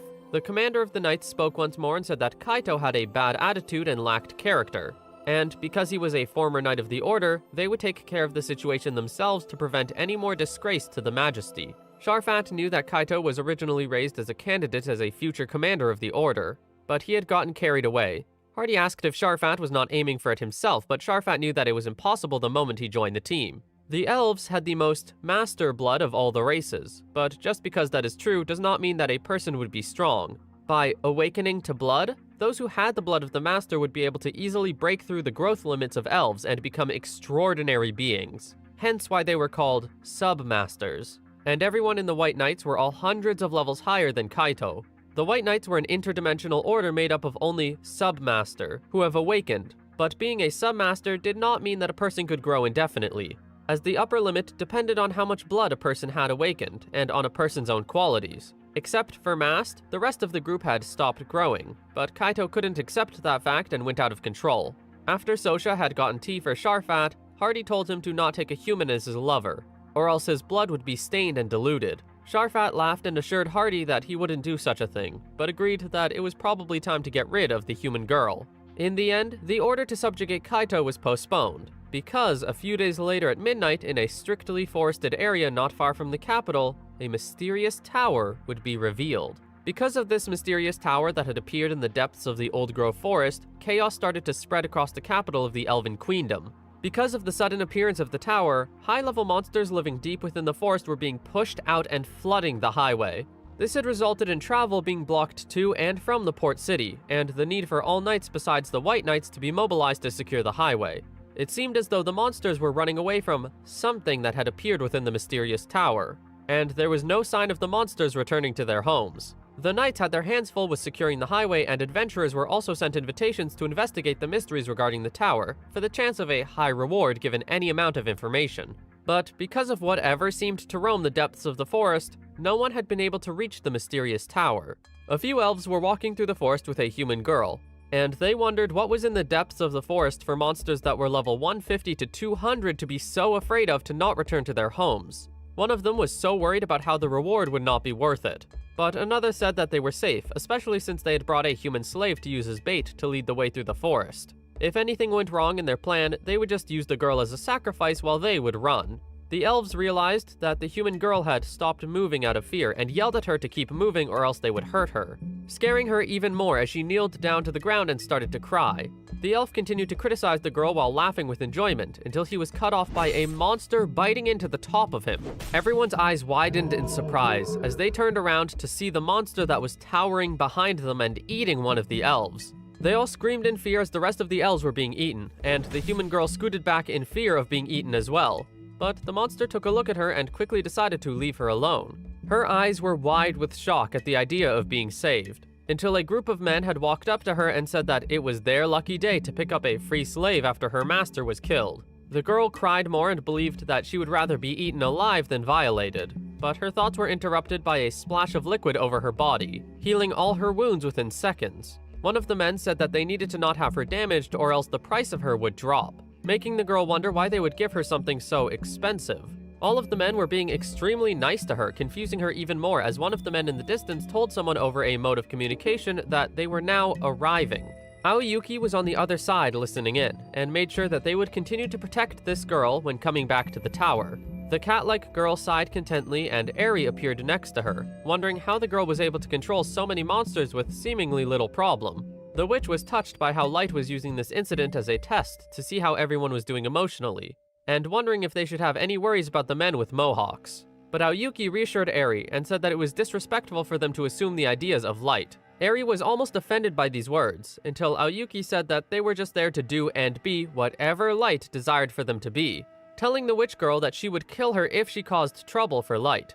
The two women glared at each other, until the Mohawk people had called for Aoyuki's attention, interrupting their mental battle. They both decided that they should not interfere with each other anymore and carried on with their tasks as Eri floated away. The men told the cat girl that the human was safely transferred back to a safety camp near the tower for her to recover, and they walked away to prepare for their next task, wondering why the other races treated humans so badly. These men were also Light's companions and were summoned from the Infinite Gacha cards, the Mohicans, and they were scattered across the surface like many other low-leveled companions in order to gather information. However, this time, they would be under the orders of Aoyuki and work together with the Snake Hellhound and monsters controlled by Aoyuki. Meanwhile, Sasha was looking at the information about the tower and started to sweat with worry at how she was supposed to get to the tower considering it was filled with monsters that would scare off level 200s. Despite this, she knew that she couldn't waste time and needed to do whatever she could to be able to kill Light with her own 2 hands. A man was seen speaking with Hardy and explaining the situation of the forest to the commander, telling him that the forest was flooded with high-level monsters that went around killing adventurers. Because of the lack of proper information, their elven people would suffer for the logistics. This old man had suggested for the White Knights to take responsibility and go to acquire information about the tower, since they were the most powerful order in the Elven Queendom. The Majesty did not want any more suffering to her people, and Hardy understood her pain. But he thought that it would be too reckless to send in the White Knights when there was no information. The man called the commander a weakling and started to question his judgment of his words. But Hardy continued and insisted that they were expecting too much of the White Knights, and said that accurate information was extremely important and would help significantly in such a dangerous situation. Hardy was not going to let this man, even if he was the Prime Minister, interfere with military affairs. They continued to argue with one another until the Queen had decided that that was enough, and told the Prime Minister that Hardy had a point, and said to increase the rewards of the quest to bring in more adventurers. Once the old man had left, not before giving a glare and scoff toward Hardy, the commander had walked away to another room, and he thanked the Queen for her efforts, especially since she was his mother. She didn't want to let her son do anything dangerous without information, and wondered if she needed to put the Prime Minister in his place, but knew that it would all be okay with Hardy around. However, their friendly demeanor changed to serious when they started to talk about the tower. If it was neglected, it would become an obstacle and shake the foundation of the country. But there was one thing that the two had a question about. Was this tower a sign of the return of the Demon King? They couldn't rule out that possibility, and the Queen theorized that it would mean that a human would have been born a hero. If that were true, it would also mean that human was a master and they would need to do all they could to capture and kill them. The Queen said that there was a candidate for master 3 years ago, but that he had been killed even after believing that it was a false alarm, and there was not another candidate since then. Hardy said that humans were just pests that did nothing but harm the world, wondering how ugly these masters and master candidates truly looked. Meanwhile, Light was walking around with Gold and Nimumu and looked at the amount of people who were resting near the forest before they would go and investigate the tower. People started to notice them and gossiped with one another about their power, but they continued on with their goal, and Light told the other two that they would need to have a meeting before entering the forest. This publicity stunt they were about to pull was part of Ares' plan, as well as part of the revenge on Sasha plan. There were elves who stared at them with anger because they were human, and believed that they were going to kill any of the elven adventurers if they went into the forest. Gold and Nimumu had some banter with one another until they noticed someone behind them, the person they had been looking for. Light immediately told them to not touch her, as she walked over to approach him and see who he was under the mask. Nimumu tried to tell Sasha to go away, but the elf girl continued to argue as Light stared at her with a rage behind his eyes. He insisted that he was not going to take off the mask due to his burn wounds, but Sasha was not having it, and she suddenly slapped the mask off of his face. And under that mask was a horrifying burn mark that brought a chill down Sasha's spine as she looked away with disgust. Light's clown mask was able to create illusions, which was why he had this wound on his face. The girl walked away from Light and knew that he was not the boy that she had known all those years before, believing that the real Light was inside the mysterious tower. She was going to get there no matter what. Light was disappointed to see the elf girl's true side, and wondered how she pretended to be a person that treated humans fairly before he was betrayed by her. The boy told the others that they were going to move quickly now since they had wasted time, and went into the forest in order to group up with Eri at a certain destination, but some elves had decided to follow them. They were warned that they were going to be killed if they kept following, but they didn't listen and persisted. Once they had arrived at the agreed-upon destination, everyone in Light's party sighed with disappointment at the situation, as Nimumu called upon a person called Mera to clean everything up. A giant woman had appeared from behind the trees, and grabbed them with her monstrous appendages, which slowly killed off the two elves. After the job was done, Light apologized for the unnecessary action, but the woman was okay with it since it was for the sake of Light. Some more people had arrived at the place that Light and the others were meant to meet at, people known as Iceheat, Suzu, and Jack, who Light had summoned long before with his gift. They had all happily greeted the boy and were ready to be at his service. Light apologized to the others for bringing back something unnecessary and strange to the rendezvous point, but Iceheat said that there was no need for him to. The boy insisted that he was the one who should be apologizing for not having used his wits, but he soon changed the subject by asking the girl to guide everyone to the giant tower. She enthusiastically agreed to the task and looked over to Suzu with a glare, telling her to respond appropriately to Light. Suzu did not respond. Instead, her gun had spoken for her, and told Light and Ice Heat that Suzu was too shy to speak, which the boy understood and told the gun, who was named Locke, to not worry about it. Everyone immediately set off in a certain direction, which was believed to be the way toward the giant tower. Gold was happily talking with Jack, while Jack himself asked the Golden Knight if he had been watching over Light properly. Everyone else in the group had stopped in their tracks and started to glare heavily at Jack with a killing intent in their eyes, surprising the man as he told them not to look at an ally like that. He smirked and explained that there was no need for honorifics, and that Light himself had said that there was no need for strictness all the time. Jack continued his words and accused the others that they were only treating Light like a lord because they were pushing their one-sided desires on him, starting to glare back at the women. Light sighed and told the women that Jack was given permission to call the boy by his regular name, while Light told Jack that he shouldn't provoke others. The walk continued and the mood was starting to look bad, but Light noticed that Ice Heat was wearing maid clothes outside of the abyss and asked her about it. She explained that she was learning from May, even if it was uncomfortable to wear, which caused Mare to joke about taking said clothes off of her if she was so uncomfortable in them. Ice Heat got upset over the comment and the two women bantered as Light watched the two, knowing that they were still friends, despite how it would seem at a glance, since they would still eat together in the dining hall. Suzu, on the other hand, would eat by herself and with her gun, Locke. She was known as a gunner and used a musket instead of a common bow and arrow used in the world. Along with those facts, her card said that Suzu was androgynous, something that Light seemed to not know the meaning of. They had now finally arrived at the giant tower, and Eri, Aoyuki, and Nizuna were all there waiting for him and jumped off from the tower to happily greet the boy. Once they had entered the tower and walked down the vast and empty hall, Light noticed that there was a dragon sitting in the room, to which Eri explained that it was her pet and would be necessary for the strategy. The boy sat down on a throne and everyone bowed as they were all teleported to the highest floor, in order to get ready for the next step of the Sasha revenge plan. Eri was excited as she explained that their primary objective was their grand revenge celebration for Sasha, and everyone asked Light to allow them to measure their true power against the elf country's strongest warriors. They were going to detain the White Knights and obtain information about the Master, before cutting them off from the strength of the Elf Kingdom and get a feel about how other kingdoms would react. The boy wondered if all of them were truly going to come to the tower, but Eri was confident about it, because of the dragon that Sasha was likely to come face with at the tower. This would make her realize how dangerous the situation really is, and cause the elf girl to go back to the Elf Kingdom to report the information to the guild. The queen was shocked to hear the news that a red dragon had settled near the tower, and Hardy asked the chancellor what witnesses were there to confirm it. And the old man said that one of the sources was an up-and-coming superior human party, the Black Clowns, which was Light's party, and the other source was Sasha, the fiancé of the White Knight's vice captain. Hardy hummed and thought about the situation before gritting his teeth in anger about it and announcing that he was absolutely going to defeat the dragon. Everything was going to play out perfectly. Everyone on Light's side was going to utilize their greatest battle strength possible at that time. Eri, Aoyuki, Nizuna, all people at level 9,999. Suzu, Mera, Jack, Ice Heat, all people at level 7,777. The Abyss's strongest warriors versus the Elf Country's strongest warriors, the White Knights. The White Knights, along with Sasha, had gathered around outside the forest that would lead to the tower.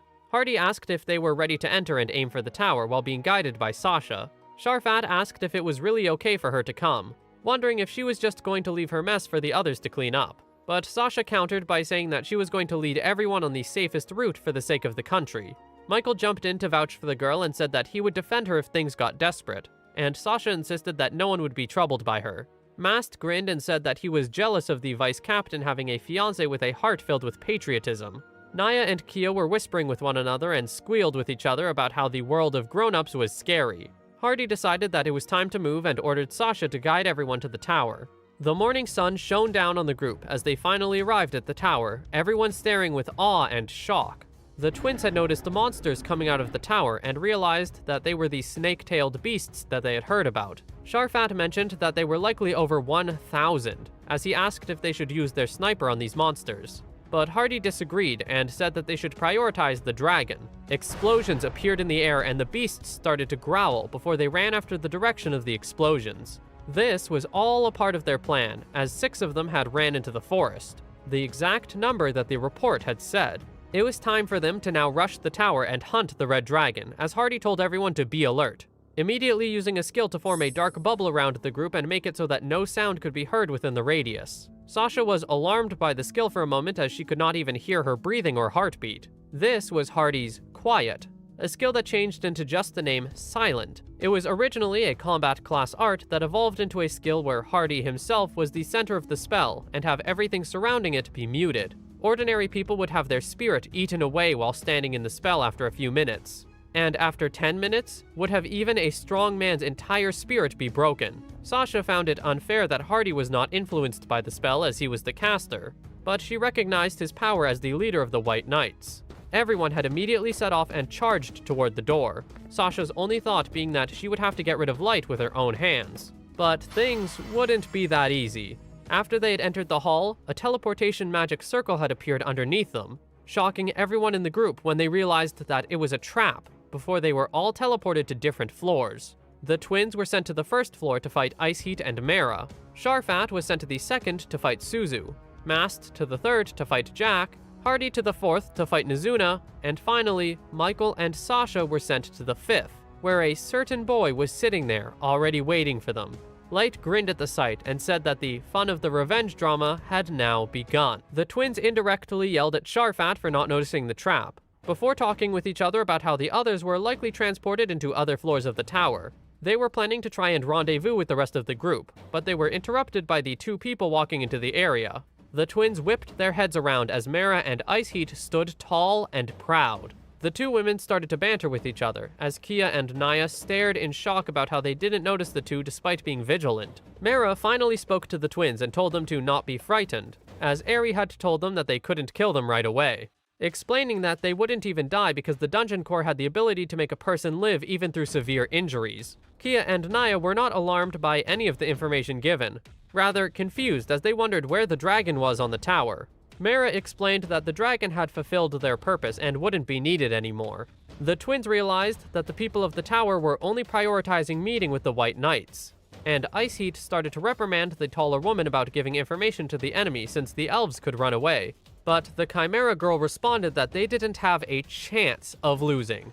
The two color-haired girls still tried to insist that they shouldn't let their guard down against inferior opponents, as they should respond with full power before their feet were swept out from underneath them. Kia and Naya were offended by being called inferior, frozen with silence before charging forward with anger in their eyes.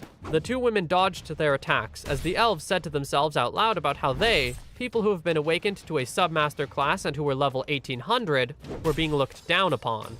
Both parties were looking down upon one another as everyone in the room was confident of their power, but Mera and Ice Heat were ready to entertain these elves. On another floor, Sharfat was talking out loud to himself and was disappointed that he couldn't see through the teleportation trap, knowing that Hardy would yell at him later. He looked around and knew that it wasn't the first floor, quickly noticing another person in the area and asking them to come out and tell him what floor they were on. Suzu had walked out from behind the pillar and stood tall and proud, ready to fight, but Sharfat was too busy being mesmerized by her beauty. The elf boy asked Suzu for her name and reasoning for being in the tower, but the girl did not respond as she wasn't able to talk. The gun spoke for her and introduced the both of them, saying that it wouldn't matter to remember as Sharfat was going to be killed by Suzu.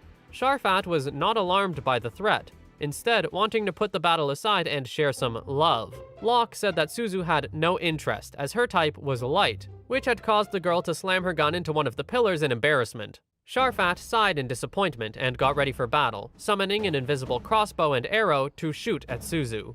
However, the girl was not alarmed and easily leapt into the air and kicked the arrow away from her, immediately getting her musket ready to shoot a bullet toward the elf. Sharfat shot another arrow to deflect the bullet and was impressed by the girl's skill, saying that he was starting to like her more and more, and that they were going to have some fun. Kia and Naya were still jumping around all the walls and pillars of the floor at high speeds. Mera and Ice Heat were watching the twins with no problem and did not seem alarmed whatsoever, instead just waiting for them to make a move. One of them asked Mera how long she was going to keep that relaxed attitude, not knowing what intentions the people of the tower had for building it. The other elf twin smiled and said that the woman had bad luck for giving them the advantage of such a large area. They finally attacked and sent a duo attack toward Mera and Ice Heat. It was dodged easily, but the twins had already jumped behind them and sent another attack. This had happened hundreds of more times, causing Ice Heat to tell Mera that they couldn't keep doing what they were doing. One of the twins sent a knife flying toward Mera's leg, and made the woman fall to the ground as her arm was sliced cleanly off. They leapt off with a laugh and wondered which limb they should cut off next.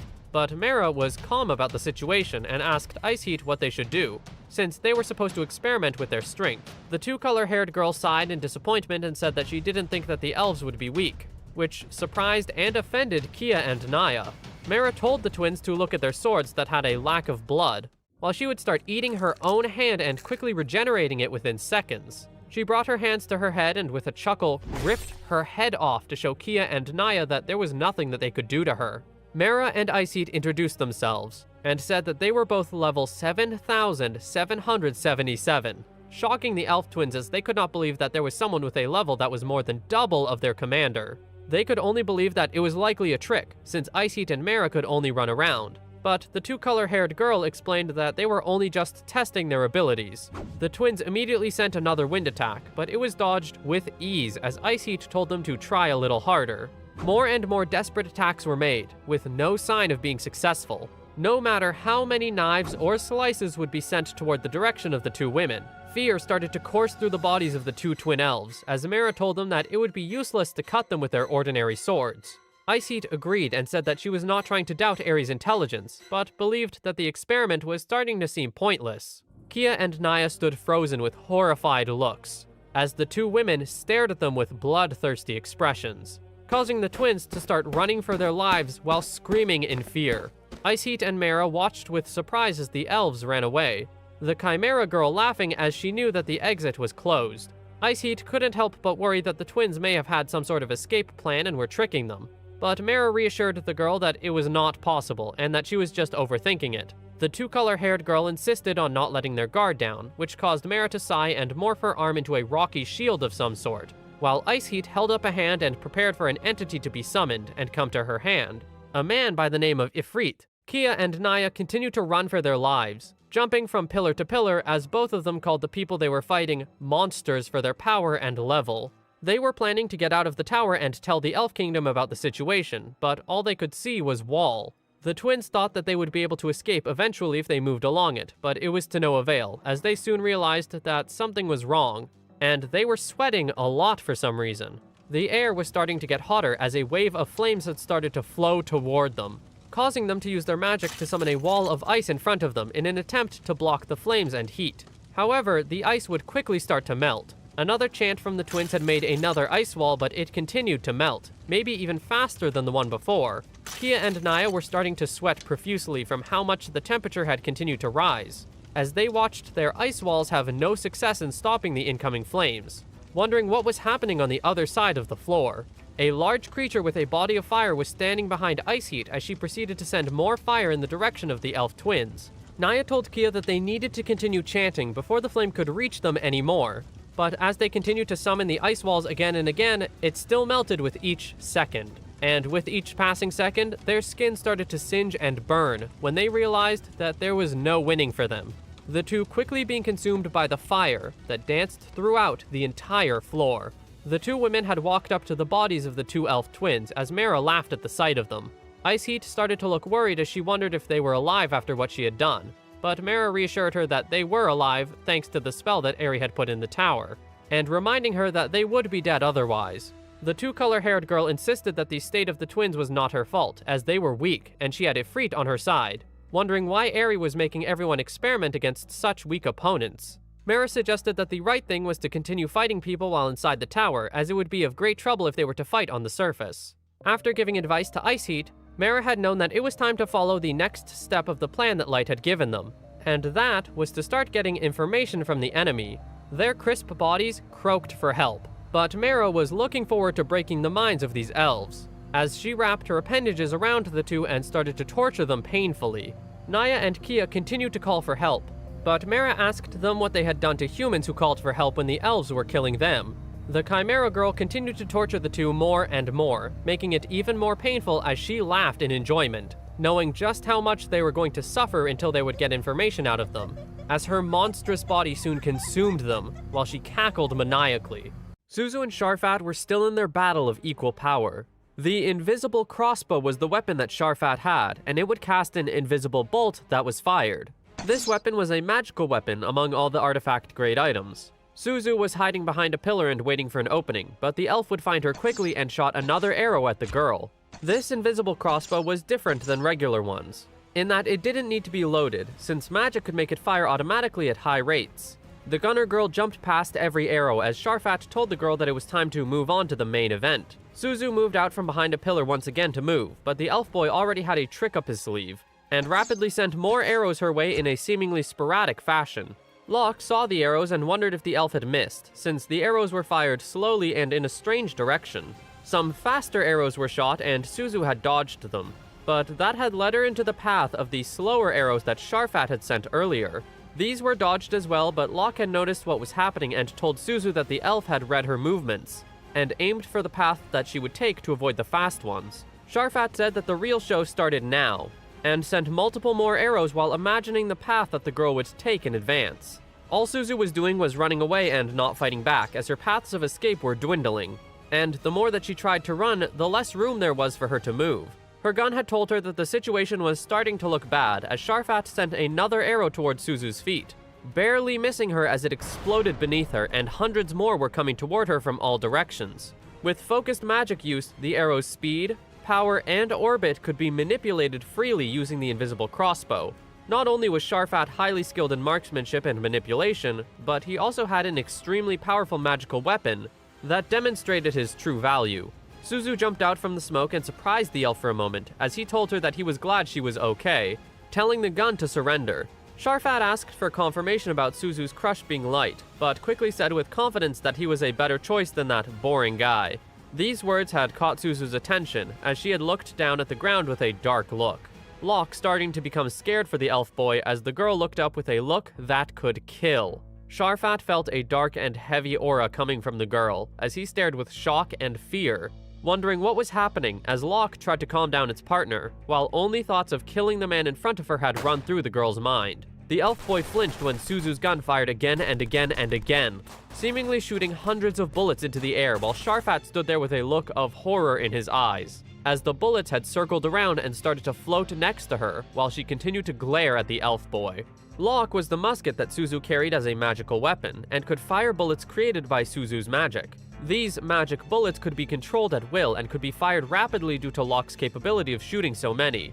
Its rapid fire rate was more than 1,000 rounds per minute. Sharfat scoffed in disbelief as Locke continued to try and calm down its partner, before Suzu would have sent all of the bullets flying toward the elf boy, rage coursing through her body. He would try to dodge and run away, while sweat dripped down his face as he tried to tell the girl to wait a second before continuing to run and calling Suzu names and cursing under his breath. The bullets would dart around the pillars as if they were locked onto Sharfat's form, and the elf boy believed that this was not a time to worry about the burden of the invisible crossbow. He quickly pulled out the weapon and used a skill: Magic Focus Maximum Rapid Fire, Samadare. Hundreds of arrows tried to fight against the bullets that were flying toward him, and he had no intention of stopping even if the crossbow got destroyed. Sharfat started to realize that his skill was not keeping up with the level of rapid fire, and believed that Suzu was a monster. A bullet finally connected and hit the elf boy's shoulder, shattering his shoulder piece, which caused him to run away once again. He thought that it was only a scratch, until Sharfat felt a sharp pain run through his body despite the bullet only grazing his shoulder. That was when he noticed that he had been poisoned, and it was affecting his body extremely quickly once he realized that each of the bullets had an abnormal status effect. Another bullet came straight for his head, fresh from Suzu's musket, as it hit and sent him flying. Blood spilled from the wound as more and more bullets had the opportunity to pierce through his body and give more status effects. Confusion, darkening vision, curse, paralysis, more and more status effects like it was a buffet. Sharfat grunted in pain with each bullet as he was sent to the ground, immobile after the rain of attacks. Suzu walked up to the elf boy, who twitched in pain, as Locke was impressed that he was still alive because of Aries' technique. The gunner girl raised her leg while towering over him with a blank face and stomped on his face. All she wanted to do was kill him after what he said about Light, stomping on his face more and more as Locke tried to tell the girl to calm down. The gun said that he wouldn't die because of the tower's properties, and that if she kept kicking him like that, he would see up her skirt. This had finally caused the girl to snap out of her rage as she became flustered and fell to the ground, holding her skirt down shyly. Locke sighed at the sight and asked her if she had forgotten what Light had told them and how they needed to test the strength of the enemy before beating them. The girl started to tear up and tried to use her healing magic on the elf boy, but Locke said that there was no need as it would be a waste. And even if Sharfat would have recovered, he wouldn't be able to fight properly. Locke reassured the girl and told her that Light was kind and wouldn't get mad at her or dump her, which seemed to calm her down significantly. But Locke would still have to continue comforting the girl for longer than the time it took to battle. Meanwhile, Mast stood in place and looked around with confusion, wondering where everyone else had been transported to. A man walked into the area and praised the short-haired elf for making it there. Jack introduced himself as the Body of Steel and that he was level 7,777. But Mast didn't respond to this and continued looking around for any other presence in the area. Jack explained that they were the only people on the 3rd floor of the tower and there were no traps. But Mast sighed and asked if Jack thought he would just believe him like that. Jack laughed and said that there was no need for boring tricks in a fight between men, and that they would simply just fight each other, and one would beat the other and be victorious. But he was confident that he would win against someone as weak as Mast. This caused the short-haired elf to glare and feel offended, as Jack continued to insist that the elf boy should surrender. But Mast scoffed and said that it was unrealistic for a human to have such a level. Jack was surprised and confused, asking the shorter man if he did not have an appraisal skill. Mast said that it was not necessary to appraise Jack, as it would be apparent in both parties' skills once the elf boy would supposedly beat Jack. The tall human man cracked his knuckles as he was ready to fight, saying that Mast would soon understand whether he was strong or weak. Mast scoffed once more and called Jack a stupid human, and told him to try not to suffer with the one hit that he would do to send Jack to meet his maker. However, Jack was not surprised or scared whatsoever, as he easily deflected the attack with a simple swipe of his hand. The elf boy landed and stared with shock, as Jack continued to urge the boy forward with a smug grin. And Mast did as so, charging forward to send more attacks toward the tall human man. Every single one of his attacks were being swatted away as if Jack were fighting against a fly, which confused Mast, as his skills would be impossible to get out unscathed, even for the leader of the White Knights. Mast was still in disbelief at the situation, and gathered up all of the energy in his body to use in one final blow, believing that it would reach even their leader. But Jack brought up one fist, which blocked the attack, and sent Mast flying back from the recoil. The elf boy struggled to get himself back onto his feet and grunted in pain and frustration from the counterattack, breathing heavily as he stared at the human in front of him who seemed so powerful and not breaking a sweat. Mast started to realize that he was likely to not stand a chance against someone of Jack's level, since Mast himself was only level 2100. But the elf boy still did not want to lose, as he was a member of the White Knights of the Elven Kingdom, and he needed to save a lot of people. Jack hummed in thought at hearing those words, wondering what Mast meant when he said that he would save humans from their suffering by killing them.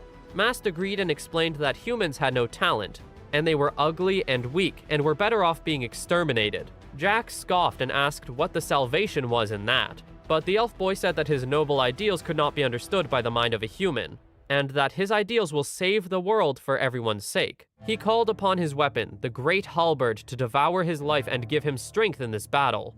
The weapon started to glow brightly as Mast continued to tell the weapon to devour as much life as it wanted, as long as it gave him the strength to defeat Jack. Jack was starting to get fired up and playfully praised the elf boy, insisting that he should squeeze out all of his power, as he would take care of him and crush him in the end anyway. A strong arm halberd, a weapon that could significantly raise the owner's ability for 3 minutes. An artifact-grade magical weapon that had been passed down from generation to generation in the House of Mast. When using this ability, Mast could acquire power comparable to the power of Hardy, but he needed more. The elf boy felt as though the power he felt was not enough, since Jack had played with his attacks with his bare hands, and he would need power that was stronger than Hardy's. Mast ordered the halberd to give him more and more power, that would push him beyond the limit of his soul and give him the power to defeat Jack. The elf boy started to scream in pain as Jack looked impressed by the spirit that Mast had, throwing off his jacket as a sign that he wouldn't hold back and would fight his opponent seriously. The jacket flew in the air for a moment as the both of them stared at each other in silence. And the moment the jacket hit the ground, Mast charged forward to swing his weapon with a loud battle cry. The halberd connected with Jack's fist and cracked slightly as Mast realized that the human man's body started to change after saying one phrase, a new material sprouting from his body and consuming it to transform Jack into a whole new being. He told the elf boy to come at him with 100 times more energy, as what he was wearing was pretty solid. Mast yelled in frustration and desperately sent more strikes toward Jack's iron body, but none of them had affected him, and the elf boy's bloodied eyes widened in surprise when his halberd had broken to pieces. Jack laughed and said that it wasn't as bad an attack, and pitied the boy for having him as an opponent, before sending a punch to Mast's face, and then another, and some more. One last punch and the elf boy was sent flying to hit his back against the pillar and fall to the floor immobile. Jack walked up and picked the boy up with a look of worry, wondering if he had killed Mast. But the elf boy had grunted, which made the human man's worries go away in seconds. He laughed to himself and was impressed by Ares' technique, before bringing Mast closer and criticizing the boy for his principles, and for not being able to do a thing to him in the battle. Once Jack's form had dissipated, he wondered if all elves were like Mast, and if his colleagues were done with their opponents. Meanwhile, on the 4th floor, the leader of the White Knights, Hardy, was going to be going up against Nizuna, who claimed to be the strongest amongst her master's subordinates. Hardy did not respond to the introduction, and instead looked around the floor similar as to what Mast had done, and ignored the girl. The short girl stood proudly, while Hardy noticed that the ambiance of this new floor was different from the 1st floor, and wondered if the teleportation trap had transported him there. Nizuna huffed with a pout and called for the old man's attention, and asked if he was listening, telling him that it was rude to not listen to a person talking to them. Hardy sighed and said that he heard her but recognized that they were enemies, as Nizuna confirmed the thought. The short girl asked the elf if he was the strongest amongst the elf race, and told him that she was told by her master to check how strong she was by fighting against him. Nizuna continued to smile proudly as Hardy hummed and thought, wondering if this master was the one who had set up the entire plan. He noticed that she appeared to be a young girl who was incredibly skilled by the strength radiating from her, and Hardy wanted to know if her master was even stronger. However, he felt as though she was just another obstacle and pulled his sword out, believing that nothing was a match to him. Hardy was planning to neutralize the girl quickly, and get some information out of her before regrouping with the rest of the squad, and then subjugating the dragon and capturing this master. After forming that entire plan within him, Hardy told the girl that it was time for them to fight, and Nizuna was excited for an enjoyable battle. The old elf man noticed how easily the girl was handling the sword, wondering if she was from the demon race instead of humans. He was going to watch her use her power and make a move after observing, and Nizuna took the silence and lack of action as a sign to make the first move, charging forward with one big slash. It was faster than Hardy could react to, as it flew past him and caused the wall of the tower to explode. Hardy's sword and shoulder were cleanly sliced before he could even realize the pain, and the blood spilled out as he screamed in pain and fell to the floor within seconds. Nizuna was confused by the scene and landed on the ground to investigate the situation, wondering why the battle was over so quickly. She started to sweat in worry and fear as a voice broke her out of her thoughts to get her attention. It was Aerie who was yelling at the girl, knowing that she has already broken one of the tower walls. Nizuna started to panic and lie to Aerie that it wasn't her that broke it, but it was obvious she was lying. Aerie reprimanded the short girl and reminded her that the mending of the tower was linked to her magic, and that she put Nizuna on a floor with stronger magic to prevent her magic from leaking out. The witch girl was disappointed that she lost magic over something as unnecessary as this, yelling even more at Nizuna for making her almost look like a fool in front of Light. Nizuna apologized profusely and Aerie sighed, knowing that the girl couldn't control her strength and likely already took out Hardy. She told the short girl to learn how to suppress her power a little more, as Light wanted her help, and they couldn't rely on her if she couldn't control it. Nizuna anxiously played with her fingers and understood that she would need to put in a little more effort next time, especially to not break the tower's wall. She apologized once again, and Aerie forgave the girl, but their telepathy communication would be interrupted. Hardy's body twitched, which showed that he was still alive, groaning in pain as he brought up a hand and used a healing magic on himself to heal his body. Nizuna whipped her head around as she noticed that the old man was reviving himself. Aerie was glad that due to her magic, Hardy was not dead and was trying to heal himself and stand up to continue fighting. The witch girl knew that there would be another round of fighting, and reminded Nizuna to keep her abilities in check and use just enough power to not break the walls. Nizuna's sweat dropped, but gave a determined look and swung a fist to her chest, agreeing and vowing that they could put their trust in leaving it to her. Hardy struggled to stand and thought himself to be pitiful for looking down on his opponent and underestimating them. He was so proud and overconfident in his own power, thinking that he was being vigilant. The old elf spat out blood as he realized that he had become soft, and apologized to the girl for treating her lightly, telling her that he was now going to put his whole body and spirit into being her opponent. Hardy believed that he was lucky for the girl not landing a finishing blow, which caused him to be able to heal himself, but he did not know that it was all intentional to keep him alive. Swiftly, the elf used his silent skill, which surprised the short girl, but it also had two special effects. The first was a debuff, which would cause an opponent's abilities to decrease, while the second effect was a trump card that no one knew about except for Hardy and his mother, the Queen. Hardy shouted a phrase and energy started to come from all directions and enter his body, an ability where he would stockpile the lowered status of the enemy to raise the limits of his own status. And now he was going to wager everything he had accumulated until now. A glow formed around his previously broken sword and formed a new blade, the Hermit's Sword, that could only be used by Hardy himself. A sword born of the dark magic skill Silent, the Silent Blade. There was a reason the old elf was called Silent Hardy, who cut down all foes, and he was ready to let the short girl have a taste of when he was at his best. Hardy noticed that Nizuna had put her claymore away and held up her fists with a focused expression, impressing him with the bold judgment and action. If Nizuna wasn't his adversary, he would have scouted her to join the White Knights. But for right now, she was an enemy to overthrow. Hardy was going to defeat her and find out the identity and intentions of everyone in the tower. The two stood opposed to one another, not moving 1 inch, and continuing to stare at one another before Hardy grinned at the lack of action from Nizuna. He was glad that the girl had supposedly neglected to come at him just a while ago, and that she was too afraid to fight him due to her lack of battle experience. Hardy was benefiting from the hundreds of years worth of power he had stored up because of his skill, knowing that he had already surpassed the power of the entire elf race, and believed that there was no way for the short girl to win.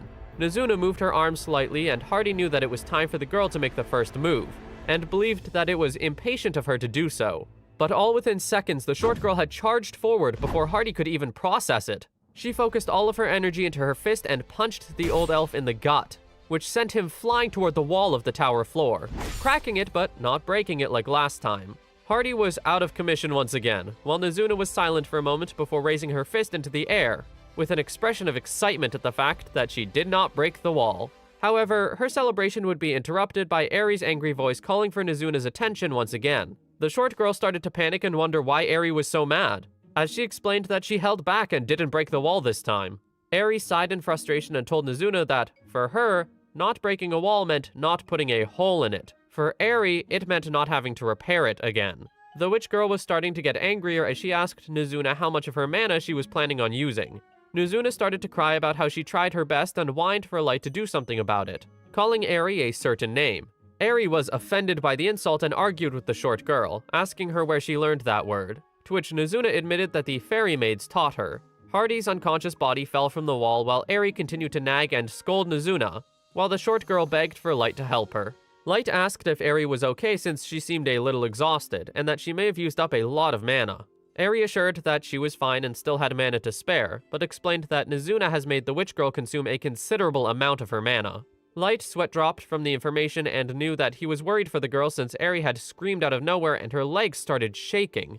The boy was content that Nizuna won the fight, but he was also disappointed from the fact that it ended quicker than he thought it would. Hardy's level might have risen to somewhere around 4,000, but it still wouldn't have been anything to Nizuna, as she was level 9,999. Eri suggested that the short girl needs to learn to hold back a lot more, despite the fact that she had won, and that Nizuna acts like a child. It seemed as though everyone had spoiled Nizuna due to her being the last super ultra rare card, but Eri suggested that they would need to fix that for Nizuna's sake. Light knew that Eri was right, remembering how he had made Aoyuki and Eri team up against Nizuna, but there was no true winner. However, it was true that the girl had a childish attitude, and everyone would spoil the girl without resistance. But he was worried that Nizuna would cause more trouble for Eri and be a burden.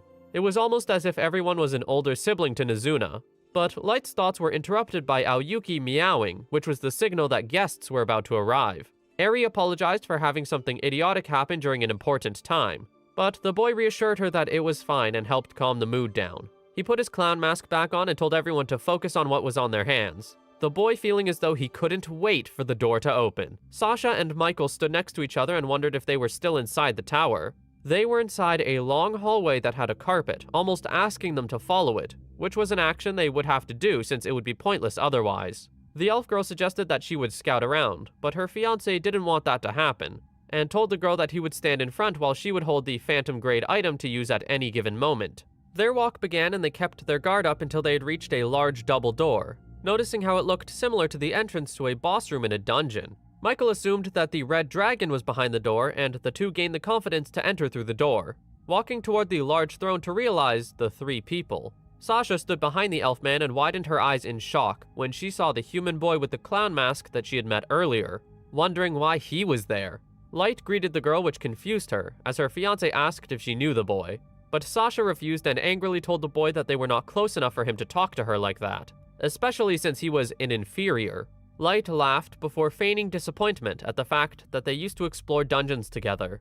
But Sasha thought that he had mistaken her for another elf and was about to call him an inferior again, until her words became quieter as her face turned into an expression of realization, while Light continued staring at her with a glint in his eyes. The boy took off his mask and revealed a sight that made Sasha freeze in place and stare with horror as he greeted her once again, telling her that he was there for his revenge after 3 whole years. Sasha started to sweat in fear as she now had figured out that Light was alive this entire time. She was almost in disbelief, wondering what happened to the burn mark and why his body and face didn't change from 3 years ago. But Light explained that the mask was an illusion and that he had stopped his growth to make him remember the feeling of their betrayal.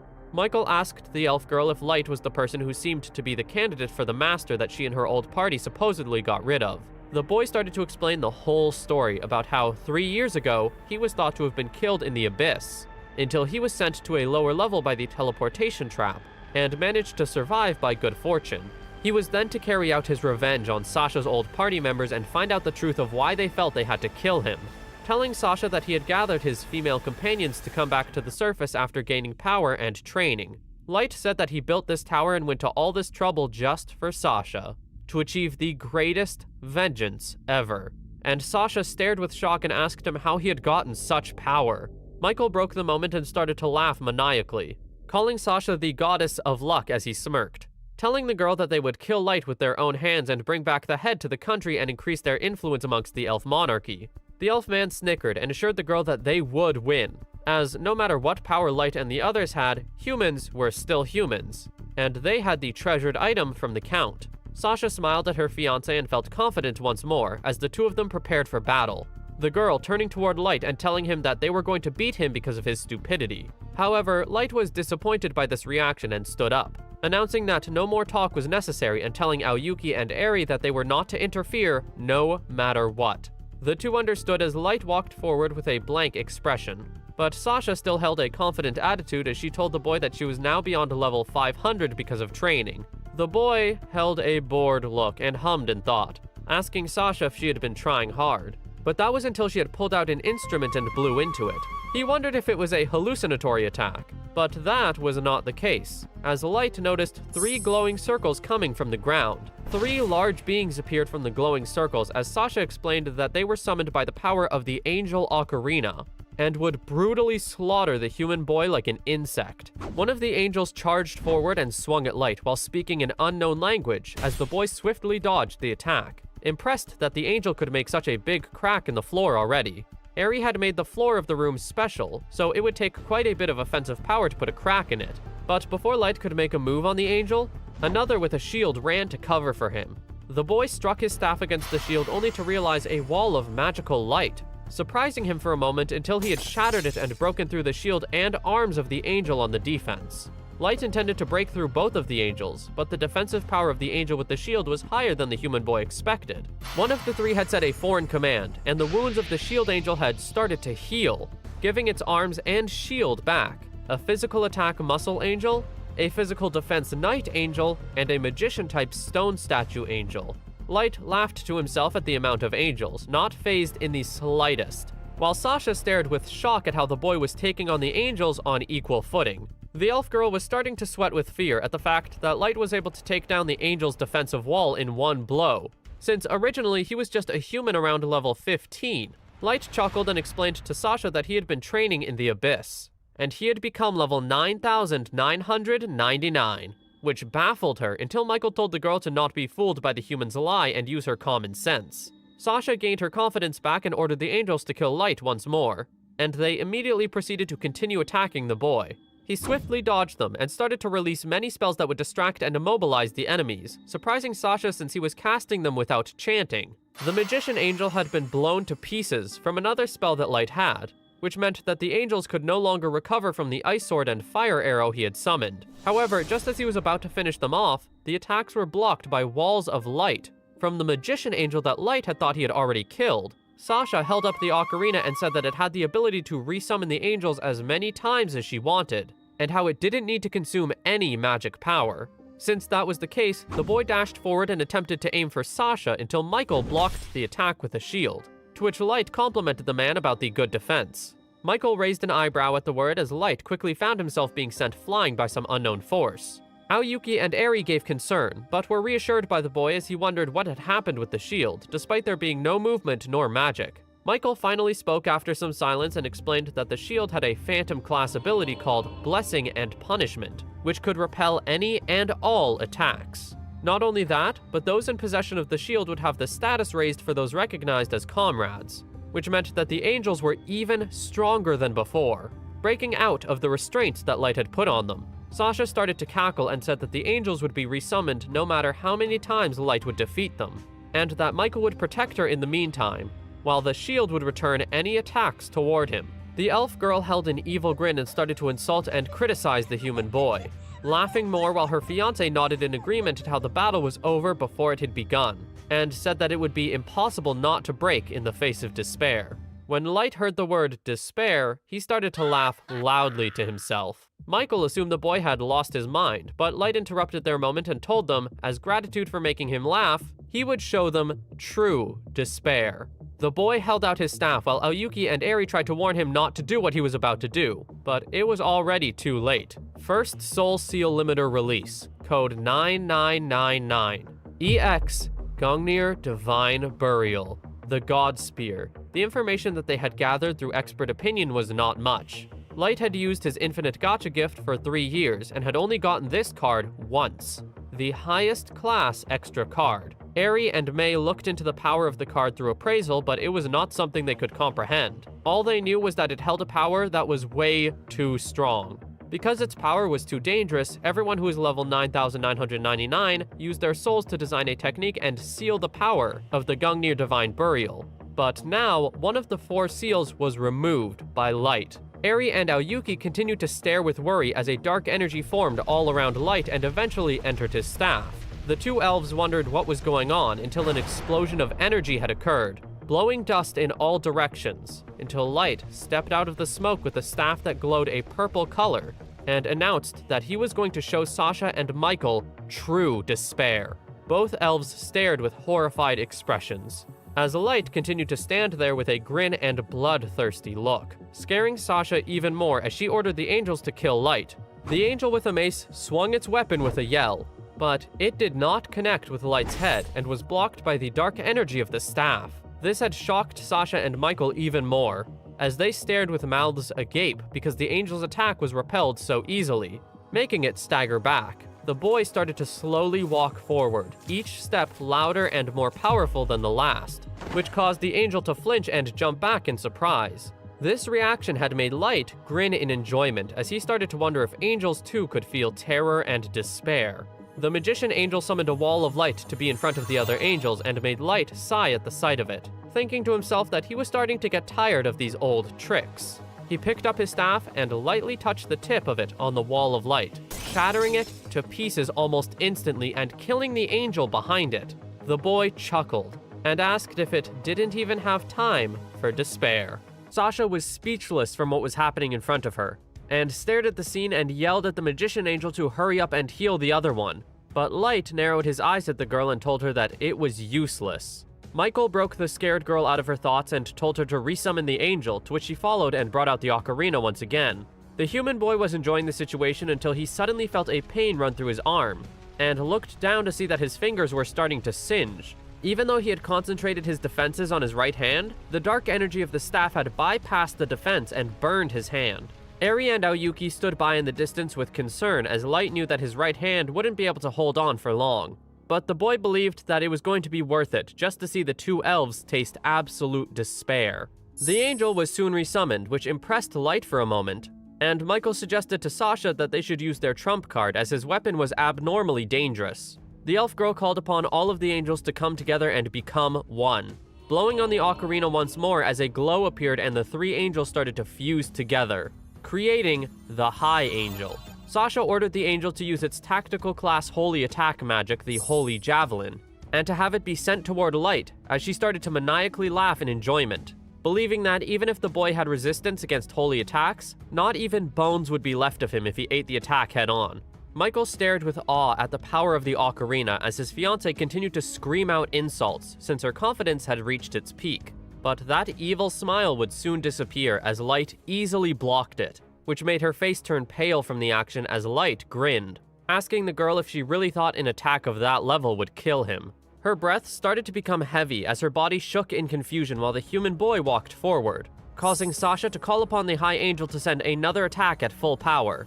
It did as told, but the dark energy of the staff had blocked it once more, completely covering the surrounding area around the small human boy.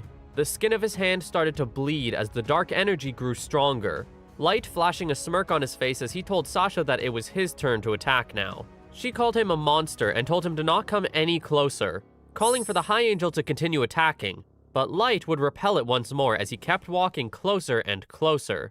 The elf girl violently shook in fear as she wondered why the attack of the High Angel wasn't working, ordering it to continue its actions toward the human boy, but he would continue getting closer and closer as Sasha became desperate. Light started to laugh, giving a bright smile and telling Sasha to do her best and work harder, because if she didn't, she would be killed by him. Light shouted at the two, wanting to know what they, especially Sasha, would do next against him. The dark energy that surrounded the boy's staff had formed almost a demonic wing at Light's side. Sasha squeaked in surprise and fear as she begged the High Angel to do something, and the large being had done something different from its previous efforts. As it was composed of all three angels that Sasha had previously summoned, it was trying to use all three of its moves simultaneously in a 3-in-1 attack. Light was almost impressed, before he grinned and manipulated the dark energy to wrap around the High Angel, charging forward as it was sliced into pieces. Michael and Sasha were even more worried as the being was crumbled to pieces, dissipating on the floor as the elf-man told Sasha to resurrect the angel. She attempted to do so, but it was not seeming to work for some reason, confusing her as she had never heard of such a thing happening. That was until the elf girl realized that the ocarina was starting to become corrupt and crumble to pieces as well, and Light explained that the Divine Burial Gungnir was a spear made to bury the gods, so it was expected to be effective enough on angels to prevent them from resurrecting. Michael was in disbelief and asked Light how he had a spear that had the power to destroy a Phantasm-class item. But the human boy explained that the Divine Burial Gungnir was a Genesis-class equipment, and how Phantasm-class could never hope to match such an item.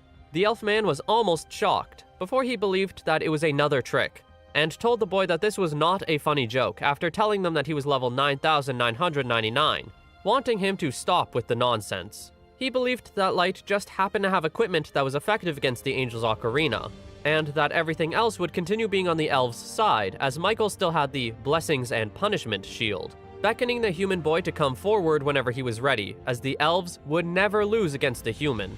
Light grinned once more before his expression turned into one of pure ecstasy, leaping forward while knowing that he just simply had to stop the power of these noble elves. The spear connected with the shield and the power of both items had seemed almost equal with one another, but there would only be one true winner in the end. After just a few seconds, the power of the spear's dark energy had overpowered the shield's reflectiveness and pierced through the shield, shattering it to pieces, as Michael and Sasha were hit with the dark energy and screamed as they were sent flying toward the tower wall. The couple were out of commission for the battle and fell to the floor, groaning in pain from their injuries. Light walked closer as Michael struggled to get back up, chuckling to himself while he was impressed that there was such a monster in the human race to destroy his shield. The elf man asked Light if he truly wasn't the master, but Light wondered the same and why the countries decided to kill him based on that notion. Michael wondered why a dangerous person like Light had not already been disposed of, looking down at his fiancée with a dark look and telling her that he was going to have to report this to the higher-ups,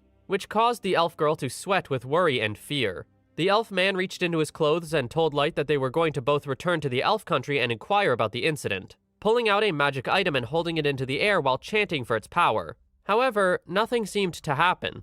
This had puzzled Michael greatly from the card not activating, as he knew it was an amulet passed down from generations in his family. A long-distance teleportation amulet that was inherited from the Master. Light explained that it was useless, as teleportation was impossible within the tower and was obstructed by magic. These words had made the Elfman appalled, as he believed that it was impossible for magic to obstruct teleportation to exist in the world.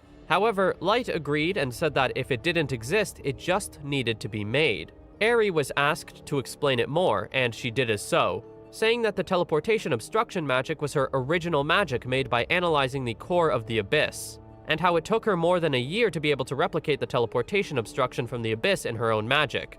Light asked the elf couple if there was anything else they wanted to do, and Michael wanted to keep the moment coming, preaching that there was still hope, as the captain and the others of the White Knights would come for them, as Hardy had powers beyond level 3000 and would kill everyone in a flash. He continued trying to threaten the human boy, warning him to let them out, but this didn't faze Light whatsoever, as he knew the truth of the situation.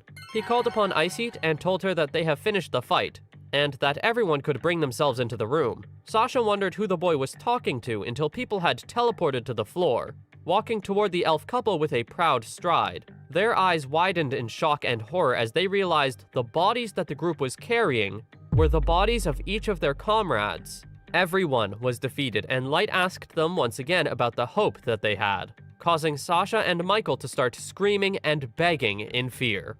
Light's companions bowed before him and apologized for arriving so late, but the boy said that they weren't late and were in fact perfectly timed. He glanced at the two elves and asked them what they were going to do now after their final sliver of hope was utterly destroyed. Michael grunted before getting up and telling the boy that he was going to offer a proposal to Light. He told Light that they could join forces and take over the elf queendom since he was so well informed in politics, and could help the boy be presented to the throne and even do as he wished with elven women. Light stayed silent for a moment, before asking if he ever said anything about wanting that, explaining that all he wanted was revenge and the truth. The elf man immediately said that he had no part in the situation and begged to be released, causing Sasha to stare in shock and disbelief as she reminded him about how they pledged their futures together as fiancés. Michael gave her a disgusted look, and told her not to touch him as he didn't want to be involved in her affairs, and Light watched the scene, knowing that this betrayal was a repeat of Light's betrayal at the Abyss. Sasha cried at the cruelty of her fiancé, admitting that all his love was a lie, the elf girl wailing and begging for Michael. Light had had enough and told the vice captain of the White Knights that Light had no intention of punishing him in regards to his revenge, which gave hope to Michael, until Light said that he would entrust the matter to the girls. Eri walked forward and towered over the elf male, holding a look of rage from the way Michael had treated Light. But Michael had tried to desperately lie and say that he had yet to understand Light's greatness and that it was different now. The witch girl's face lit up in excitement, giving more hope to Michael until Eri smirked once more and said that he could only understand Light's greatness if she carved it directly into his flesh. The elf man looked up in horror before he tried to run away in fear, but his body was stopped by thorny vines wrapping around his body and immobilizing him. He tried to fight out of it, but Eri explained that it was a magic that could restrain even ones of their level for a moment, ready to look through the inside of Michael's brain to check his memories while he would writhe in pain. A hand hovered over Michael's face as Eri started to look through his memories while torturing the elf man as repayment for trying to harm Light. Sasha stared back with mouth agape as Light told the girl that it was her turn, causing her to scoot back until her back hit the bodies of her comrades. She tried to remind Light of all the memories they had made together and how she had comforted him through hard times, to which Light agreed that Sasha had taught him many things in the past, until his smile grew cold, as he knew that it was all a lie and an act, as the truth was that Sasha was looking down on humans, and when she showed her true self, she gleefully tried to kill him. The elf girl tried to pin the blame on Drago and Diablo, saying that she couldn't have gone against them herself or else they would have killed her. After chanting to herself that it was not her fault, Sasha thought of another idea, and pulled off her top and put on a smile, reminding the boy about his previous crush on her and how she actually liked him back and could do whatever he wanted if he saved her. Aoyuki had jumped forward and landed in anger, having had enough of her lies and feeling enraged by the girl trying to falsely love the boy just for forgiveness. She was going to make Sasha regret being born, until Light calmly asked the girl if he gave her permission to act against Sasha, bringing a hint of fear through the cat girl in that moment before she backed away. Light told Sasha with a bright smile that he wasn't going to kill her, which gave her hope for a second, until he continued his words and said that he was just going to torture her for the truth, like what he did with Garou, and make her experience pain of the highest order while refusing to let her die. The happy look on the elf girl's face turned back to one of horror, as Light continued to explain the situation that she will be in, as the human boy called for Mara to come forward and take Sasha to the deepest floor of the abyss, along with the rest of the White Knights. Mara laughed and accepted the task, before wrapping her monstrous limbs around Sasha's body as she screamed in fear. Light remembered one last thing and told the Chimera girl to wait while he summoned an arrow from a card, throwing it and sending it toward Sasha's leg, just like how it went through his all those years ago. Sasha continued to wail, chanting apologies as she begged for Light to save her, and how she just wanted to be happy and get back to her parents and sisters. But Light reminded her that she tried to trick and kill him, and should have just thought of other ways to do what she wanted. More tears fell down the elf girl's face as Mara continued to wrap around and consume the screaming Sasha with her limbs, until she was unable to speak anymore, Light giving one last disappointed look and a final farewell to her. Out of anger, Light unleashed the first stage of Divine Burial Gungnir, but he was able to test it and realized how overkill it was. After healing his hand, he told the others that he would like to head back to the Abyss for now and retrieve information from the ones they captured. They all teleported back to the dungeon and days had passed. Eri had brought the human boy a list of information just like she did with the elves in the past. However, the contents of it were hard for him to believe. The most useful pieces of information were the ones obtained from Captain Hardy, and explained how if the Master was left on their own, it would accelerate civilization advancement to the point where the world would be destroyed. Society's plan to prevent such a thing would be to contain the Master and treat them like a caged bird to reduce influence from outside powers to a minimum. There was evidence of past civilizations that seemed to be destroyed from this exact information. Eri theorizing that it was likely just the Master bringing upon the advancement of civilization which prompted something to destroy it. Masters seemed to exist solely to advance civilizations, which confused Light, as he thought about how killing a Master candidate would be a more dangerous act in the end anyway. The witch girl told the boy that they needed to take into consideration information that none of the elves might be aware of, to which Light agreed with, and told Eri to proceed with the next stage of the plan. People at the castle were discussing what might have happened to the White Knights, and someone said that, according to the facts, it was likely that the White Knights were defeated. The Prime Minister said an idea like that was impossible, and the Queen jumped in to agree, as her son supposedly couldn't lose to anyone. The old man was sweating with denial and tried to convince himself about how there was not anything in the world that had the power to defeat the White Knights. Everyone started to argue with each other about what the next step would be, until another elf had ran into the room and warned everyone about how a swarm of dragons was flying around the capital, with a person riding on the back of the red one. That person was Eri, and she used telepathy to announce to the elves how she wanted them to hand over the ones responsible for attacking the tower. Otherwise, she would turn the town to ash. She snapped her fingers to provide a demonstration to the confused elves, and the dragons collectively spit out fire into the nearby forest at a large radius that was almost the size of the elven capital. Eri chuckled, and she threatened them once more, telling them that she would land in the palace's garden and wait for them to do as she asked in the next 3 minutes, or else the town would be blown away. Everyone started to argue once more, which made Eri sigh from their indecisiveness, until 3 minutes had passed and they all had arrived on the dot. Queen Leaf of the Elf Queendom had ordered the witch girl to turn back, but Eri insisted that she was there to take revenge on those who intruded her tower. She introduced herself as the Tower Witch, but the queen was more focused on what happened to Hardy and the rest of the knights. Eri knew that they had been executed, but she was going to play the situation like a game and feigned ignorance. Asking the queen why she had sent lowly robbers to the tower, Queen Leaf tried to explain that it was expected for people to investigate an unknown structure, especially if dragons dwelled there. However, Eri didn't believe her and said that she was going to look through the queen's head to confirm it. Once the witch girl walked closer, the knights sprouted into action and tried to kill Eri, until she used a tactical class spell to pierce through all of them, and turned them all into man-faced trees.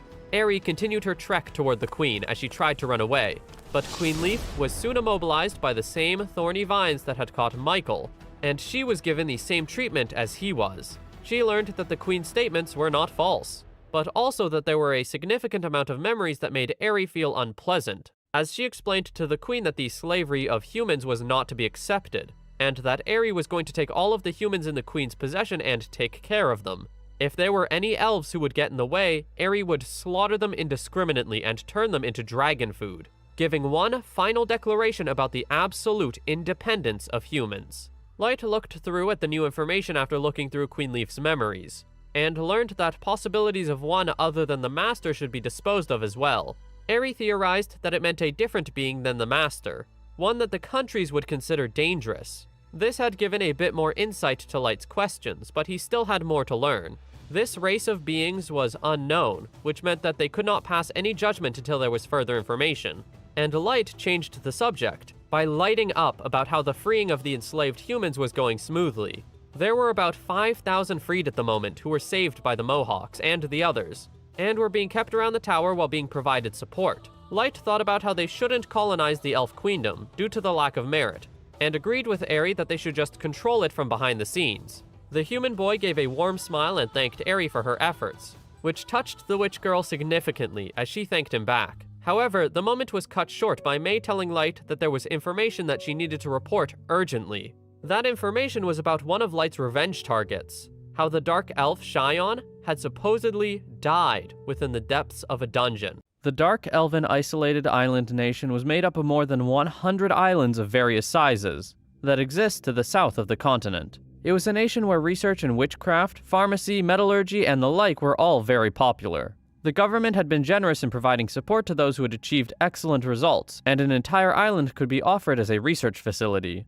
There was one such researcher who was given one of these isolated island research facilities, and that was Xion, one of Light's revenge targets. She was currently torturing a human for a research experiment of hers and had the man tied to a chair while towering over him, as other elves in the area drew a large magical symbol on the ground. Xion held up a dagger and, with a blank expression, started giving many lacerations to the man's body, while his screams of pain were muffled by the cloth that was tied around his mouth. The Dark Elf woman gave one last stab to the gut and walked away to clean the knife, but one of the scientists was alarmed by this action, as he couldn't believe that she had stabbed the man without a change in expression. He started to theorize this was one of the reasons why no one was courting a woman such as her, despite how talented and intelligent she was. She noticed his expression and lack of motion, causing her to ask if there was something wrong with the magic circle, but he quickly tried to save himself by making an excuse that he was just wondering if the act of stabbing was necessary for the research. Xion let the elf man off due to the fact that he was new, and this was his first experiment,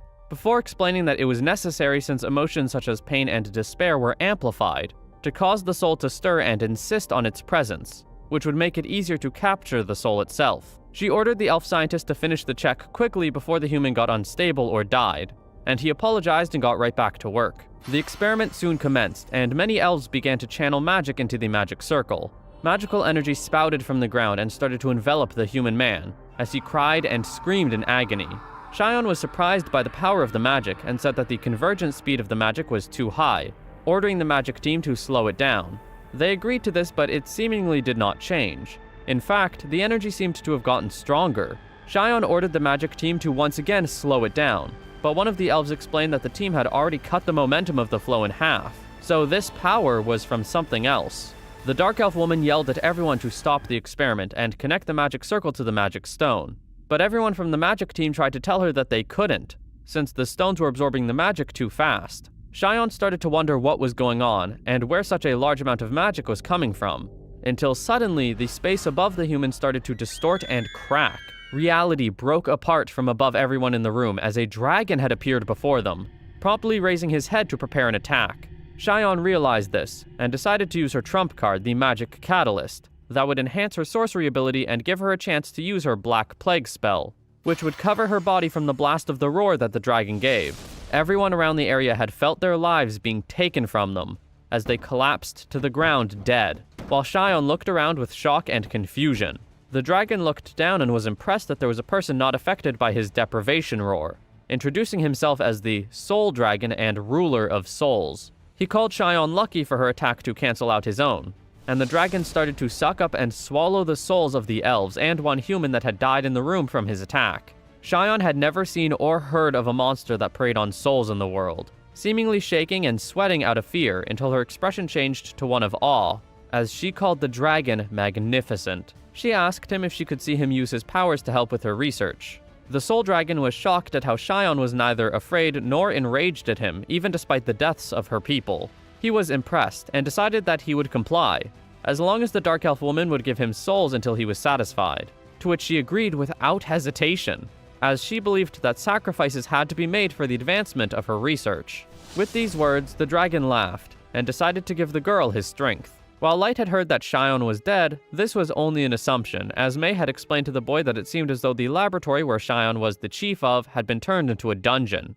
There were two main types of dungeons, except for exceptional ones. First were dungeons where monsters would live in the ruins of abandoned buildings from past civilizations, but no monster or valuable would be restored after it was completed. The other dungeons were ones created by the core that were almost infinitely replenished and could grow in size if left unchecked. The number of monsters on the ground was not decreasing, and some thought that it was because there were dungeons hidden from the public eye, giving them a chance to overflow.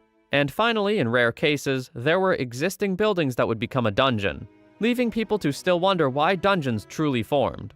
When Light was an adventurer, he would hear rumors of people going to bed and waking up to their house being turned into a dungeon, but he would have never thought it would happen to Xion. Mei said that it was unclear whether Xion's laboratory was a dungeon or how it came to be, but the island nation sent investigators to rescue the survivors. However, the dungeon appeared to be quite hard and difficult to explore. Due to the impacts of dungeonization, the island may experience underwater volcanic eruptions, so the island nation placed quests through guilds for an adventurer's party to destroy the dungeon without prioritizing money. Light thanked Mei for the information, and knew that they needed to depart soon, since he was not going to let a dungeon monster steal his revenge. Eri was confident that Light and the Black Clown Party's achievements in the Dwarf Kingdom and Elf Queendom would be of great assistance to get them accepted right away. The boy thanked the witch girl, but explained that if the island nation refused to take part, he would ask the Elf Queendom's highest-ranking officials to exert pressure. No matter what it would take, Light was going to get his revenge. In the Dark Elf isolated island nation, there was no clear head of state.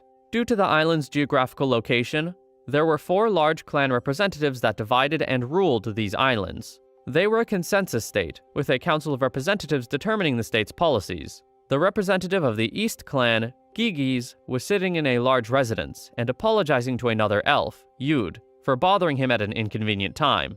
Yud was not upset, and asked if Gigis was getting enough sleep due to the dark circles under his eyes.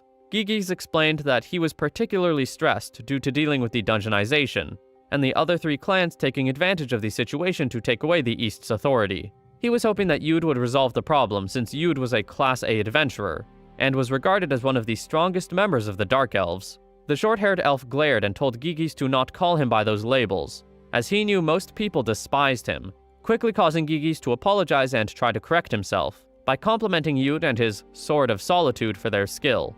Because of this, Yud started to talk about how he was going to crush the White Knights, which reminded Gigis of how Yud's father wished to do the same.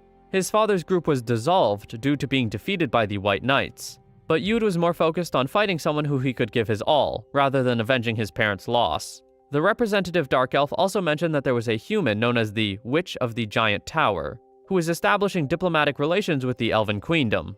They were both quite confused and conflicted on how to feel about such a situation, but Yud theorized that this witch most likely had the gift of being human. Gigis had heard of something like this before, since Xion had a subject where the extraction from a human soul was replaced with another race. Yud was the one kidnapping these human subjects, but he was disappointed that the laboratory and research had to be halted and given up because of the dungeonization.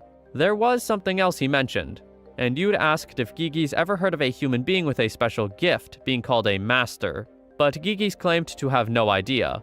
Yud apologized for the question and decided to make his leave back to his own residence, knowing that Gigis was likely hiding something from him about what masters were.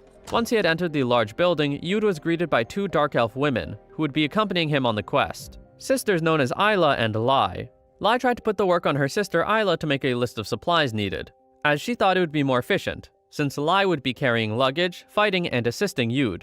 However, both sisters started to argue, as the truth of the situation was that they both wanted to win Yud's favor, and have his satisfaction all for themselves. Yud heard the commotion and told them to stop what they were doing, as they should get along as sisters. Lai tried to say that it was a woman's instinct to desire the favor of a capable man, but Yud told her to stop being a fool and just help Isla.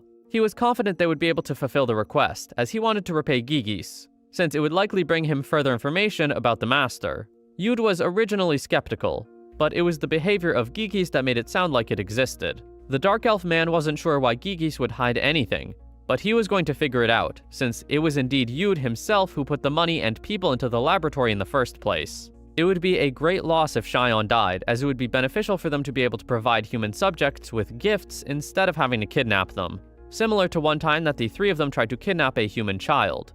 Their efforts led to the parents and other villagers trying to come together to protect everyone, but it was in vain since they had easily killed them off. However, with the thought that a human could become as strong as a monster, Yude was confident that they could become masters, and become more powerful than the White Knights after getting Shion out of the dungeon. Light, on the other hand, was not going to let anyone get in his way.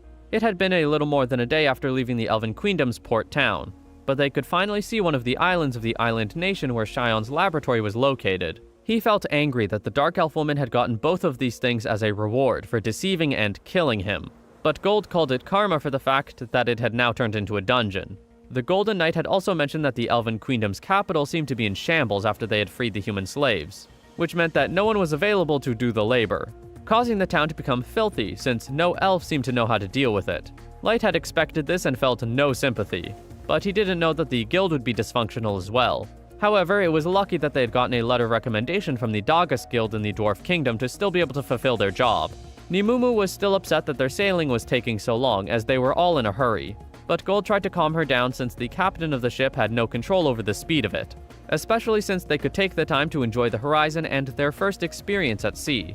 Gold asked Light if it was true that constantly being on guard would lead to not having the strength one needs when it counts, and the boy agreed, telling them both that they should at least be calm and precise. The Golden Knight continued to tease the small girl as she stubbornly argued back, causing Light to chuckle as he told them to be ready to disembark. When they finally arrived on the island, they realized it was not just a research island. It was a tourist resort island. Light had a dream where he felt the nostalgia and breeze of the hometown he had previously lost. He found the house that held his parents and two siblings, making him feel warm as he was finally home, but it was not reality since he soon woke up. The boy quickly sat up and wondered why he was having these dreams, believing that it may be a bad omen. But he soon dismissed these thoughts, as there was no point, since there were better things to worry about now. After the three of them arrived on the laboratory dungeon island, they were immediately guided to a cottage on the resort. Light was planning to sneak into the dungeon, but it was dangerous to jump right into it with no information, so they were going to carry on through the regular route. He greeted the others and asked how the preparations were going, but Gold and Nimumu said that they could leave at any time. They promptly left, and Light mentioned how the cottage prepared was dirty and worn out due to the discrimination of humans as usual, but they still had a nice view of the island that gave them the feeling of a vacation. Light had also noticed that the resort was a facility for the researchers' mental and physical well-being, impressing the boy with the effort being put into everything. Light's party, along with other adventurers, had gathered around the area where Yude stood and introduced himself. People were impressed to see Yude in the flesh due to his high status, but the Dark Elf man continued his speech and explained the details of the urgent quest at hand, as well as the worthwhile reward in the end. After the information was given, one of the adventurers in the crowd had a question and asked why there were supposedly incompetent humans when the quest was serious and urgent. Nimumu scoffed, but Yude said that there was no problem with the party's ability because of their species, because it was the Black Clown Party that had played an active part in the Dwarf Kingdom and Elven Queendom. People around were confused and in disbelief, as they had expected tougher-looking humans for the up-and-coming party they had heard so much about. After this scene, everyone else rode off in carriages provided for everyone to the laboratory dungeon. But before Light could walk off, Yude walked up to him and apologized for the people earlier, and said that he hoped Light would be able to collect information on how to get to the bottom of the dungeon. The boy agreed to this as Yude turned his head toward Nimumu and tried to flirt with her, trying to get the girl into his party, but she politely refused and said that she was best treated by Light. Gold sighed as the three Dark Elves walked away and teased the girl by asking what was so good about her, when she had no appealing character. But Light tried to get them back on topic and hurried toward the dungeon. They arrived at the dungeon and were told to not kill any adventurers they would meet inside. The information they learned from Yude earlier was that the laboratory had a basement that seemed to continue to expand. Inside were monsters that had never been seen before, and tended to attack with abnormal magic, along with having a special appearance. The three of them walked into the first room, and Light was hit with a sense of familiarity and discomfort that he couldn't place his finger on, apologizing to the others as they continued on into the dungeon. Nimumu would lead the way and look out for traps, while Gold would be alert to the surroundings and be ready to defend against any attacks. They entered a long hallway, and proceeded until there was suddenly a sign of the presence of a humanoid monster. However, that monster seemed to be Shion, causing Light to be filled with great shock and confusion. Everyone was alarmed and shocked as well, but Light quickly knew that this was not the true Shion and was only an imposter. or rather, multiple imposters. Light quickly incapacitated the 3 monsters and used his appraisal skill on them to learn that an otherworldly monster called the Soul Dragon had imitated Xion and created fakes. The boy soon remembered why the atmosphere of the dungeon was familiar, as it was the same feeling when one would invoke a Nightmare Summon, an extreme class of magic that was forbidden, since it would usually summon vicious monsters that would simply run amok. There were 3 ranks of magic known on Earth, and Eri could use the extreme classes that exist on top of them all. However, it could only be done once a day, even for someone as strong as her. Light wondered how something as high level as a Nightmare Summon was able to be used, making the boy wonder if there was a master there. Nimumu brought Light out of his thoughts to ask about what they should do with the monsters, and he apologized and told them that they could get rid of them now. Light now understood why the island nation was muddled about the details of the monsters, since it turned out to just be the Institute director, Xion, appearing as a horde of monsters, which would be a big problem for the dignity for some countries. The boy felt another presence and wondered if it was another false Xion, but it was different, and it seemed that Light saw his little sister Yume. Regardless of if it was true, he dashed forward and looked around the corner to where no one was. He apologized to his companions again, as he thought that he had saw someone he knew, and decided that it was best for them to leave. But regardless of whether that was truly his little sister or not, there was someone watching them from afar. Yude asked the party why they were leaving already, and Light only said that there were a few things on his mind and he had a situation he had to deal with, leaving the elves with confusion. The Dark Elf man knew that Light was hiding something, and was likely a holder of a gift, since his eyes held the same look as the humans in Xion's research, making Yude want to be able to steal Light's gift and make it his. Meanwhile, Light and the others were discussing what was going on in the dungeon. Eri explained that there was no master in the dungeon, and that the summon was likely an accident, as the laboratory was connected to another world. Xion must have somehow connected their lab to this other world, and summoned the Soul Dragon to their world, along with the fact that Eri explained that this meant Xion was guaranteed to still be alive. In order to gather souls to manifest itself, the dragon would kill any life form it encountered, but it would rarely collect information on specific life forms without absorbing their souls, meaning that the Soul Dragon was likely doing this with Xion. Eri was confident that Light would have the time to have his revenge, but she also explained that if the laboratory continued to be connected to other worlds, the island could be blown away, and in the worst case scenario, even the entire continent along with the abyss could disappear. Light was alarmed by this information, and felt exhausted by the thought of the situation getting more complex, as he had more to focus on than just his revenge on Xion. He told Eri and May that they would come along into the dungeon as well, to be able to close the gate to the other world, since he wouldn't let any event stand in the way of his revenge. By the end of the day, they were able to destroy the connection to the other world, defeat the Soul Dragon, and complete his revenge on Xion, as Light told them all that they would leave and do as so the instant they were all prepared. Light's gift, Unlimited Gacha, had the special ability to produce cards 24 hours a day, and the cards that were produced were kept and managed, and were distributed to those who needed them. It even had its own floor for its storage and was one of the busiest floors in the Abyss. The ones who managed this floor were Aniria and Eris, the 2 siblings, and they did their job well and happily. Eris told Mohokan that he did a good job for coming back to the Abyss safe, but he wondered if Mohokan should be replenished 1.5 times the usual due to the fact that he was using more arrows recently. Mohokan knew that it was right to do, but he felt as though he would be wasting Light's arrows if he did so. The blonde man reassured Mohokan that it was fine, since Light would likely be more happy to see Mohokan come back safe and sound, causing Mohokan to decide that he would indeed take 1.5 times more than the usual. Aniria was giving the consumables and items to a maid who was asking for them. However, she mentioned that the numbers on the list given for the items were wrong, and would be fixed by Aniria. The maid apologized for it, but was quickly reassured that anyone could make mistakes, and Aniria would fix any mistakes somehow anyway. Light suddenly called the girl and told her that he was on the way over, and needed some cards prepared for him. However, the cards he asked for made her eyes go wide in shock as she shouted in surprise. Light, along with May, arrived at the card storage floor and greeted both siblings, to which Aniria and Eris greeted them back. Eris heard the cards clearly, but wanted to confirm it with Light one more time, since the numbers seemed out of the ordinary. The boy chuckled and insisted that the cards were truly needed in order to deal with the Soul Dragon, deciding that it would probably be better for him to retrieve them himself using his card holder skill. Aniria wondered if there were truly a monster that needed that many cards, before she quickly held up a sword, and asked Light if he wanted her to take it down. But May said that there was no need, since the duty was given to her and Eri. Aniria was fine with this, especially since her level compared to them would make her a burden. But she gave a sickly sweet smile as she reminded May that she could refer to her as Big Sister. to which May sweat dropped and said that she would give it a try when she had the chance. Light jumped into the conversation and told the siblings that he wanted them to keep the lower floors of the abyss running while he was gone, and he promptly met back up with everyone and told them that they would be going back to the island. The boy told May and Eri to hide their presence, and they teleported back to the island, as Nimumu would lead him and Gold to the first underground floor using the shortest route. They ran down the hall and stumbled upon monsters other than the fake Shions, but they were ghostly monsters which only caused a bit of a struggle to the three. Light decided that they should continue on while trying to avoid them, but he was hit with another familiar feeling and turned around in confusion. It was quickly dismissed as the three proceeded onwards, while a child seemed to be following them. In the next hallway that they would have to move through, it was darker than normal, which meant that they would have to do their best to avoid stepping into the shadows. However, there was someone who was not aware of this fact and got grabbed by a monster.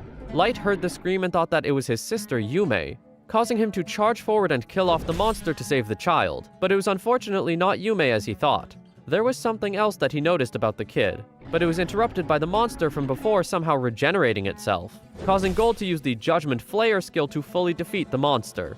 Nimumu wondered what a human child was doing in the dungeon, until they all realized that the crying child was a ghost. Soul Children were a type of monster that the Soul Dragon would be able to summon, but Nimumu believed that it was likely a trap, and asked if she should dispose of it. Light told Nimumu to hold back for a second, and asked the little girl her name while introducing himself, to which the ghost girl responded and said that her name was Momo. She was supposedly looking for her parents after she had woken up in the dungeon, and thought that her parents were likely in the lower floors, which was why she was following them. Momo started to cry once again about her parents, and Gold asked Light what they should do about the child. Soon enough, the three of them were dashing down the halls with Momo riding on Gold's back and calling him uncle. Light asked May if he made the wrong call, but the maid girl said that while the child was a ghost, it didn't seem like the type of monster to lie and deceive. The boy felt as though he was just trying to treat her like Yume, and May agreed, but reminded Light that they were just going to continue following what he wanted to do. It wasn't clear what the child was, but Light wanted to meet up with its supposed parents regardless of if it was a trap or not. They all reached the stairs, and Gold told the girl that while he could feel Momo's presence now, he was impressed that he couldn't even detect her when she was following them.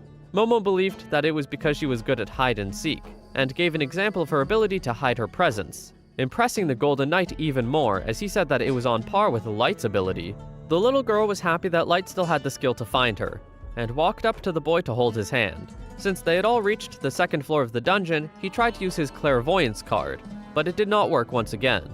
Eri theorized that it was likely because of how the physics and magics were mixed in the space, meaning that he wouldn't be able to use any room-related magic or use teleportation. Light told Nimumu that they were going to continue down the floor as planned, and she seemed to squat to the ground while taking a deep breath, before she would start to yell an extremely loud and high-pitched noise down the entire hall. Momo held her hand over her ears and had her mouth agape and eyes wide in shock at how loud the sound was, while Light was impressed that Momo could hear the sound at all, since it was supposed to be so high that a normal person wouldn't be able to hear it. Due to what Nimumu did, she was able to use the echoes from her voice to get a hold of the structures around her and make a map of the area. Once she was done, she told Light that there were no stairs nearby that would lead them to the next floor, and the boy decided that it was a good idea for them to continue moving. As they moved down the floor while stumbling onto many weird monsters from the other world, Nimumu would eventually be able to use the echoes to find the stairs to the third floor. Light praised the girl for her reliability as they found the stairs, but just before they went down them, Momo wanted to ask Nimumu why she had her belly button out. Gold tried to tease that it was because she needed to do something else to cover for her flat chest in order to look attractive, telling Momo to not do something like that. Light interrupted their bickering and told them to continue down the floor, until they would eventually stumble upon Yude and the other two Dark Elves. Yude was impressed by the speed that it took for Light to get to the next floor, and praised the gift the boy had. Light decided to not talk any further, but Yude would not let it go, and asked if Light was the rumored master they were looking for. This caused Light to whip his head around in shock, as Yude explained that he had heard rumors about an inferior human, who could ignore level limits. But these rumors happened in multiple areas, causing Light to wonder how many masters there truly were, and if one of them appeared near his hometown. He wanted to hear more about the masters, and Yude saw this as an opportunity to try and get intel out of Light. However, just before Light could say anything, he felt Momo shaking in fear behind him. She started to cry and say that Yude was the man who came to her village and captured her and killed everyone in her village, the memory of it starting to make her scream and cry with grief. As Yude continued his threats, Light told Gold and Nimumu to capture the three Dark Elves in order to be able to question them. Yude heard this and growled, finding humans with gifts to be annoying and not believing that Light and his party could beat them. Light asked the Dark Elf man if it was true that he would kill and kidnap humans, confusing Yude until he noticed the ghost child and chuckled to himself. He believed that the ghost was one of the dead humans that was used as a lab rat in the laboratory. Light wanted clarification on what Yude meant by rats, to which Yude explained that the chief of the lab wanted gift holders as experiment materials. But humans with gifts were hard to find in the slave market, which meant they would have to kidnap whatever they could find. As Light heard this, he felt sickened to know that Xion was working with a guy like this to kidnap humans with gifts. He asked if Yude kidnapped Momo, but the Dark Elf man started to cackle, and bet that Momo was one of the children who would cry for their parents and bring amusement to the Dark Elves. Light tightened his fist, as Ayla and Lai planned to take on Gold and Nimumu, while Yude would take on Light. Ayla was up against Nimumu, and the Dark Elf woman tossed her clothing into the air before it suddenly extended and tried to attack Nimumu. The human girl was shocked by the flexibility and power of the shawl, and the fact that it was a magic weapon rather than just normal clothing. The Dark Elf woman praised the dodge, but believed that it was a fluke, and continued trying to attack Nimumu, while calling her insulting labels. Lai felt disappointed that she was fighting against Gold instead of Nimumu, who she claimed was interested in Yude. The Dark Elf girl slammed her axe into the ground while shouting that all the girls who would bundle up around Yude should die. But Gold tried to explain that in fact, it was Yude who tried to hit on Nimumu out of his own volition. Lai didn't want to believe this, and the Golden Knight didn't understand what was attractive about Yude, and said that Yude didn't look charming or seem popular. But these words only angered the small Dark Elf girl more, and caused her to charge forward with bloodlust in her eyes. Yude was up against Light, and the Dark Elf man believed that humans only existed to be one-sidedly hunted, telling Light that he should blame himself for being born in the same species as that weak race. Yude charged forward and tried to swing his sword with the intention of immobilizing Light before torturing him, but the boy was faster, as he quickly used his staff to tip the sword down onto the ground and stop the attack. The Dark Elf man felt the heavy aura and glare of Light, as Light repelled the attack, sending Yude flying back. Meanwhile, Ayla was still using her shawl to attack Nimumu, bragging about how it was hard as steel and had the ability to cut through anything, as she believed that the human girl would not be able to dodge the attacks. Surprisingly enough for the Dark Elf woman, Nimumu was able to dodge each and every attack with ease and precision, as if it were a graceful dance.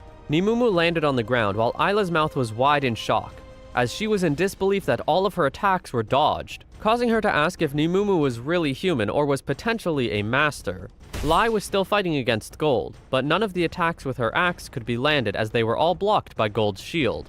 Veins started to become visible on Lai's face as she was enraged by the fact that there was possibly a human that was stronger than her.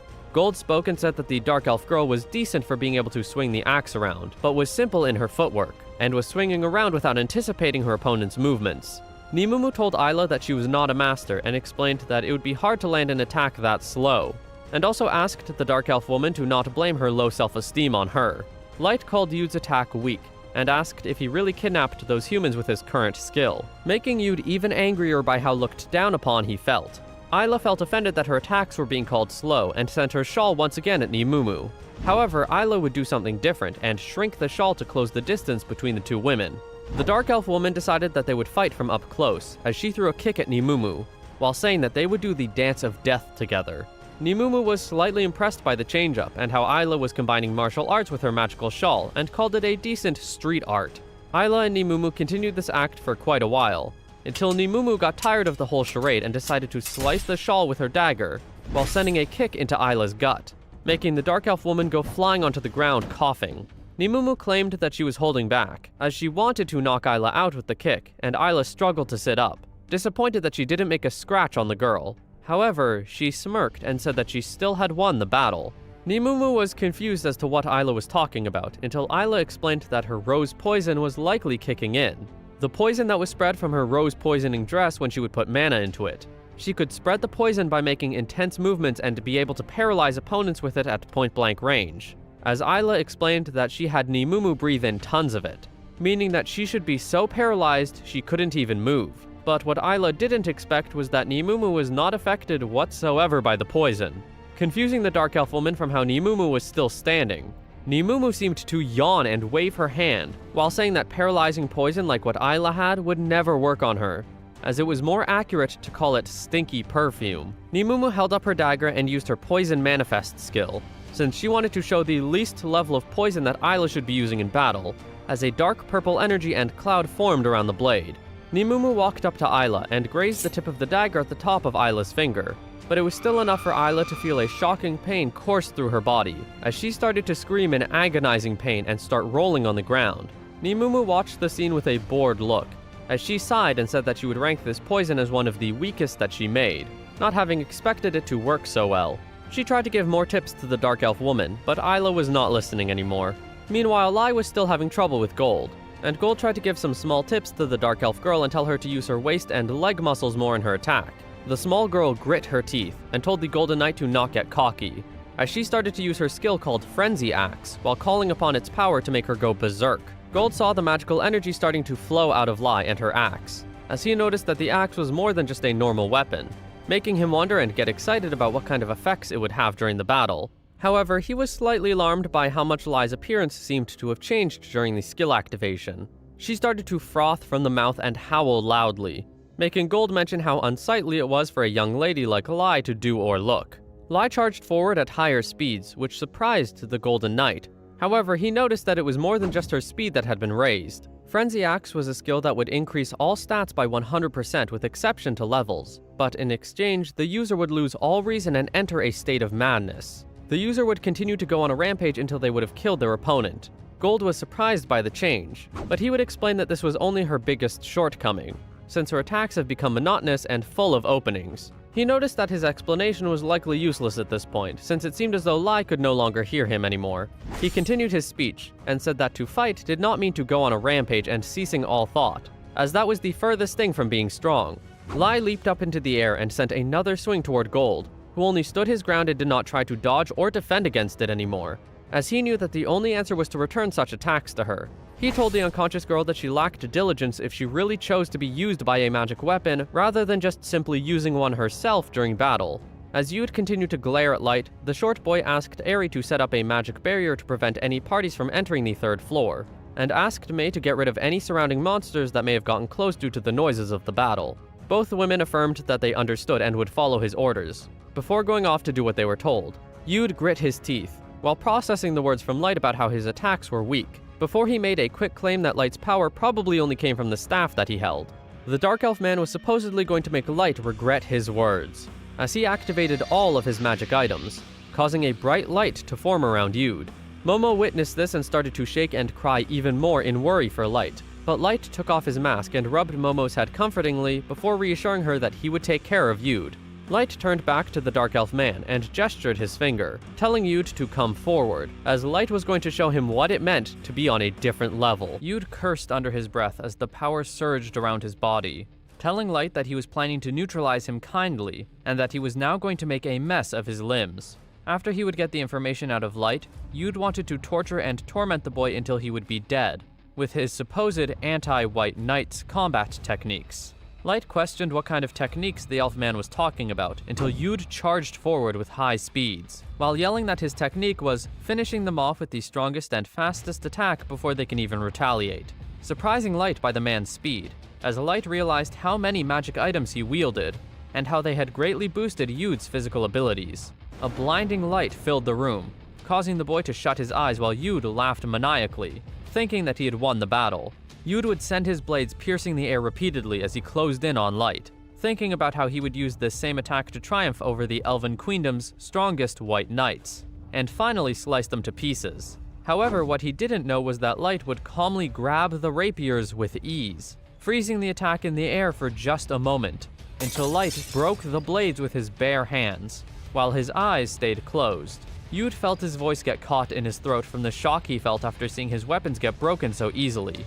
But before Yude could think any more, Light had given a simple tap to Yude's gut with his wooden staff. The elf man grunted loudly before he was sent flying across the floor, struggling to compose himself. Light finally spoke, and admitted that Yude said his words in a cool way, but told the elf man that he had only simply just blinded his opponent with a flash of light and attacking, making the attack sly or small-minded and leaving many openings. Yude was still conscious and slowly got up from the floor, chanting about how he was going to kill Light, as veins popped on his face while rage flashed in the elf man's eyes. He didn't care anymore about getting information about the Master from Light, All Yude cared about was making Light taste the humiliation he had endured and more. Suddenly, Yude had pulled out a very small staff with a skull at the top of it. He said it was a Phantasm-class item that was obtained from the bottommost floor of a dungeon. The Magic Eye of Instant Death. The Eye of Balork. It would break after multiple uses, and was a devastating magic weapon that would instantly kill any living thing. And Yude activated it right after he finished his explanation. A dark energy cloud poured out of the staff and filled the area, wrapping itself around Light and Momo, while Yude continued to yell threats. He laughed with an evil smile while chanting for Light to die. However, Light just stood there with closed eyes, and let the dark energy around him slowly dissipate, as Yude started to sweat in confusion and frustration. He asked the boy why he wasn't dying despite being covered with energy from the staff, and Light decided to use his appraisal on the item to get an answer to this question himself, agreeing that it was certainly an item with the power of instant death, but then explaining to Yude that it only worked on targets up to level 3000, which would never affect Light, since he was level 9999. Light told Momo to wait while he would beat up and capture Yude, but Yude was still appalled by the entire situation, and attempted to use the item multiple times, until it eventually broke from exceeding the usage limit. The boy kept walking closer to Yude, causing the elf man to dash away in fear while screaming for help. But that wouldn't stop Light from keeping up with Yude and swiftly knocking him out. He wasn't going to kill Yude right away, as he wanted information and for the elf man to be given a fitting retribution. Momo brightly smiled and cheered about Light's strength before the little girl jumped into his arms, while Light gave a sad smile, thinking about how it pained him from the bottom of his heart to see the persecution of humans in the world. After everyone's battles, everyone gathered up the bodies and Light put a hand to his chin, while wondering how they were going to carry the 3 Dark Elves to the Abyss. Light knew that it would be difficult, since the dungeon being under the influence of another world meant that he couldn't use teleportation. Gold gave a suggestion, and asked if he and Nimumu should bring the 3 Dark Elves outside and then teleport to the Abyss, while Light and the others would continue moving downwards. However, Nimumu was not up for that suggestion. She felt offended, and insisted that she had the most divine duty of guiding Light around the dungeon.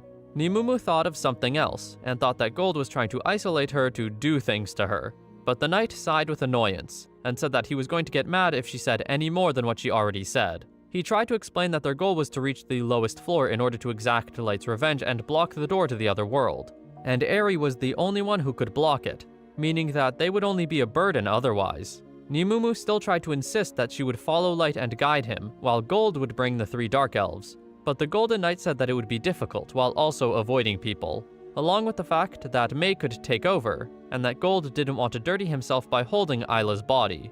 Light thought about Gold's suggestion and believed that it was likely the best solution they had at that moment, and called out for May and Eri to show themselves. Once they were not invisible anymore, Light asked May if she could get a hold of the interior of the dungeon like Nimumu, to which the maid woman affirmed that would not be a problem. The boy told Nimumu and Gold to bring Yude and the others up to teleport to the Abyss, while he, Eri, and May would continue moving downwards. Momo walked up to the Golden Knight with a sad look, and asked if she was going to see him again. But fortunately, Gold reassured her that he would be back someday, before promptly leaving with Nimumu. May proceeded to use a similar skill to Nimumu to investigate the surroundings of the dungeon, and immediately knew where to go, bringing excitement within Momo as she stared at May with awe. Everyone walked to the stairs that led to the 4th floor of the dungeon, while the girl kept complimenting the maid woman, and said that she would become a maid as well when she grew up. When they walked down the stairs, they were met with a straight corridor with a clear end, which was a big difference compared to anything else they had experienced before. Both women could not sense any traps, meaning that they could just walk on through the big doors that led into a large room that seemed empty at the moment. However, all of them knew that there was a monster that was hiding near the door. Suddenly, a Sphinx appeared out of thin air, the Fallen Sphinx, who was level 2000 and could display strong illusions. It started to telepathically speak to everyone else, and said that it was summoned by the Soul Dragon and claimed that everyone would be imprisoned forever by its power.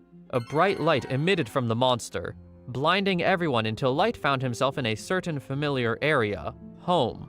Light looked around the area with his guard up, impressed about how strong the illusion was, and was about to try and get out of it, except for the fact that a girl walked up to him and called out for him. That girl was Yume, and the rest of Light's family seemed to also walk outside and ask what he was doing. Light grit his teeth and felt conflicted, because he knew that this world was fake, and yet he couldn't help but want to believe it. He felt the clothes on his body change, while a tear ran down his face, as Light's thoughts continued to race through his mind. The fallen Sphinx chuckled, while everyone stood still with their eyes closed due to being stuck in the illusions. It spoke out loud, explaining how it was impossible to escape from its illusions, and how it was going to devote their souls to its king. Momo was confused about what was going on, pulling at Light's clothing while trying to wake the boy up. The little girl's presence surprised the Sphinx, as it realized she was not trapped by its power, and how it seemed as though she had the same powers as it, making it wonder if it was a prank from the Soul Dragon. It decided that there was no point in thinking about it, and proceeded to tower over all 4 of them, raising its claws with the intention of killing Light and the others. But Momo jumped in front of them and stretched out her arms while yelling at the monster to stop. Meanwhile, inside Light's illusion, his brother was trying to cheer the boy up, and asking why he was crying. He told Light that there was no need for him to carry everything by himself, and that Else would always be by Light's side no matter what.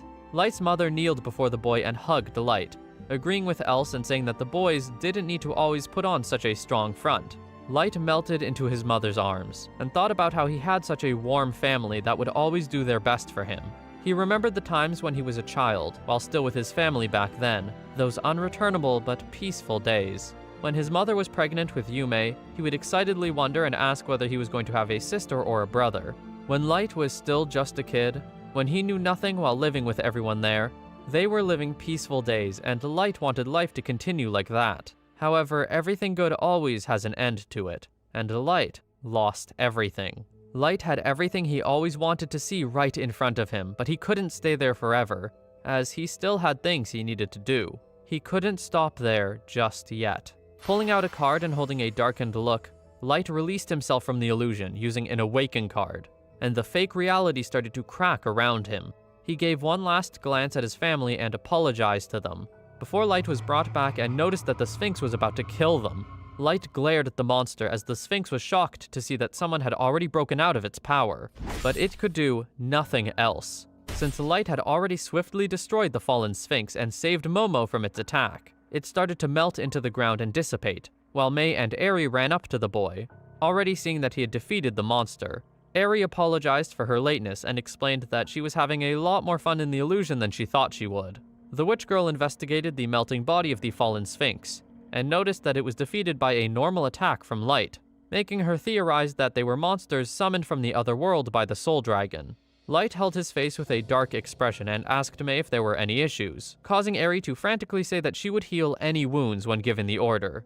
The boy reassured them that there was nothing to worry about, but Mei, Eri, and Momo all insisted that they could tell them anything when he would like, since they were there for him to rely on. He thanked them, but the priority at that moment was to continue forward. Light knew he couldn't save his parents, but his siblings might still be out there somewhere, meaning that he was going to save them no matter what. They entered the room, and there stood the Soul Dragon along with the woman he was looking for, Xion. The Dark Elf woman looked over her shoulder at the boy who took off his mask, and said that he was there to get his revenge after 3 whole years. Xion the Dark Elf was a genius. She was the daughter of 2 researchers. Magic theory, pharmacy, magic construction theory, and every other topic, she had read everything. Xion possessed knowledge that not even a regular researcher could compare to. Her parents invested everything into her, to draw out every bit of her talent, but they had suddenly died one day in an accident from one of their experiments, leaving her all by herself. Xion was not even a little bit sad after learning of the death of her parents, and by age 13, Xion had entered one of the most prestigious academies, the Nine Academy. The Dark Elf girl had broken the record held ever since the academy was founded by graduating within a year. By 14, she was acknowledged by her nation, and many researchers tried to recruit her, but all she wanted was to bury herself in a laboratory and research souls. She wanted to know more about the gifts that the goddess gives to humans, wondering if she could freely control these gifts to create something like a god. One day, the Academy fired Xion, as it couldn't continue to tolerate the girl who was using human slaves as experimental objects. Xion felt confused and frustrated by the action, wondering what she did wrong, but the principal of the institution said that there was to be no discrimination on the school grounds. He told her that if she abandoned her project and worked on an actual topic, he would let her back in, but she decided that she was going to do things her way. Xion returned home and asked for support from her country, but it was still not granted, which made her decide that it was time to make her own money by working as an adventurer. In order to secure time for her research, she finished quests quickly, but none of the money ever was enough for the lab she envisioned. However, one day, there was an opportunity knocking at her door from the country, asking about the investigation of the Master. She immediately took the request and joined the gathering of races, and had the fortune to meet Light, who was killed in the Abyss all for the reason of fulfilling her research. Yet Light stood there alive in the flesh with a smile, while Xion would look at him with a disappointed expression. Light was surprised to see that she didn't hold an ounce of shock, but Xion found no reason to, as the life of an inferior meant nothing to her, and she had already met her destiny anyway. The boy was confused, until the Dark Elf woman explained that the Soul Dragon was willing to exchange information with her, as she wanted to know how to rob a human's gift from its soul and move it to another race. The dragon called Xion his chosen one, and said that he had the honor of meeting her, telling Light that it was thanks to her that he now knew that there were plenty of souls out in the world, and that he could kill and devour as much as he would like. Light tried to explain that there were tons of dark elves out there as well, and asked if she intended to let the dragon eat them, but Xion did not care for her own people, since all she wanted in life was to gather and research on more souls. Light grit his teeth with a glare, until he heard Momo crying behind him while bleeding from her stomach. Light ran to the little girl's side and yelled for Eri to do something. The witch girl walked up to inspect, only to say that Momo was a ghost, and that this was pain that was inflicted on the girl's soul before her death, meaning that they would not be able to heal Momo with their magic. Light stood back up, and asked if Xion really experimented on humans such as children in the lab, and Xion said that it didn't matter, since research called for sacrifices. Eri and May started to glare at the woman as well, wondering what was truly wrong with Xion, since the Dark Elf woman was a disgrace to all researchers. Light turned around and said that he was going to beat both Xion and the Soul Dragon, yet both the dragon and Xion had no belief that they would be beaten by Light. May and Eri told Light that they would stay in the back while keeping an eye on Momo, but Xion tried to say that there was no reason to go easy on them, since all of their souls had been demanded. The Soul Dragon roared. However, there was no effect on them, as May noticed that it was an attack that was likely one that would take over one's soul. Light explained to the dragon that thanks to Eri, their defenses were impenetrable, and that he may let him escape if he handed over Xion and fled back to the other world. The dragon laughed and sent a claw toward Light and the others, but it was quickly stopped by Light's wooden staff. This had only angered the large beast, as it continued throwing more attacks at the boy, but to no avail.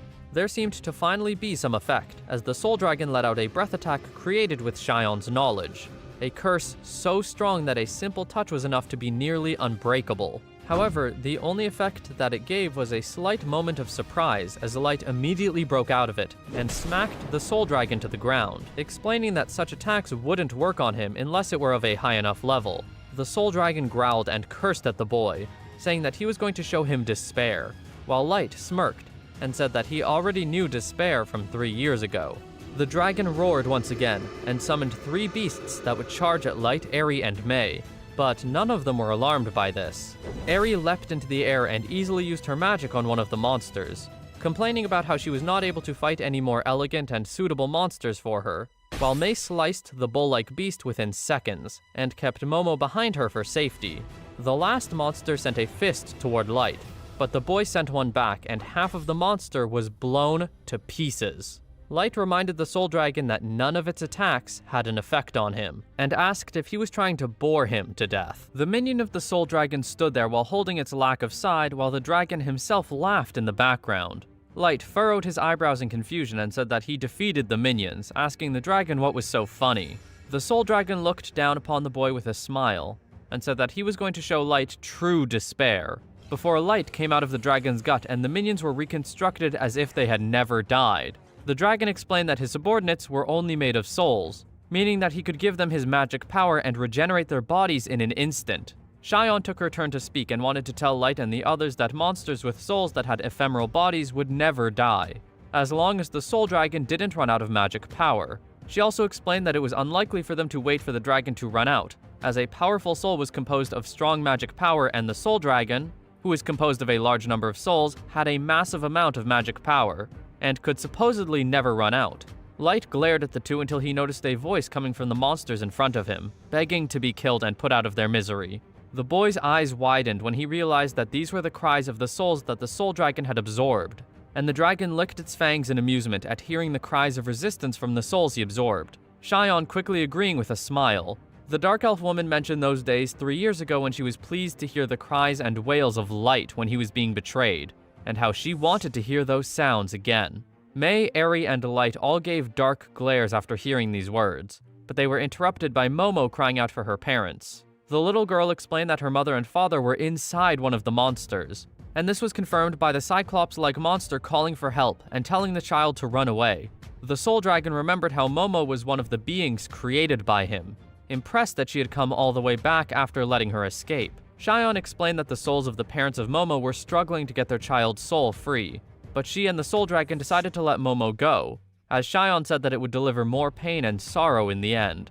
As the monsters continued to beg for the children to be saved and freed, the Soul Dragon decided that it was time for the tables to be turned, and ordered Momo to kill Light and the others. Something changed within her body, and she started to transform, while Momo looked at her hands with confusion and tears in her eyes, while Light yelled at the dragon to stop what he was doing. But the Soul Dragon only laughed, and said that he was looking forward to the screams of pain and sorrow that would ensue.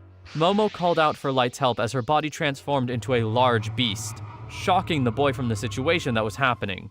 Momo, or at least what used to be the girl, roared with anger and slammed its fists into the ground, Light swiftly dodging the strike, and yelling at Momo to stop what she was doing. All that was in response was the sounds of multiple children's voices who all screamed for help, making Light realize that Momo was not alone, and that the monster had at least tens of dozens of souls all belonging to children within it. Eri realized what was happening, and explained that Momo was born of the souls of many children, and that it seemed that it was simply a monster taking the shape of Momo. All of the monsters charged toward the three, while continuing to cry and wail about getting help and being freed. The Soul Dragon smiled in delight and called the cries of pain pleasant, while Light grit his teeth in anger, asking Eri if there was another way around the situation.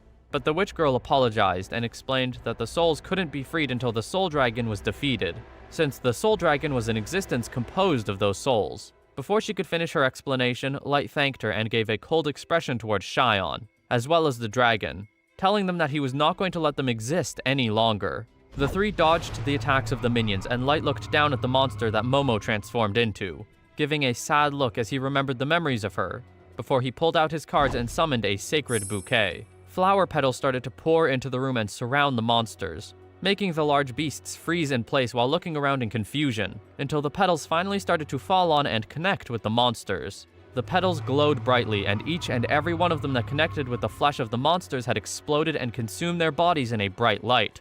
Light had used a card that was able to purify malicious things, and the Cyclops-like monster looked up at the sad boy and started to cry tears of joy, thanking Light for what he had done. Light's eyes widened at the words and turned even sadder as he watched the bodies of the monsters start to dissipate.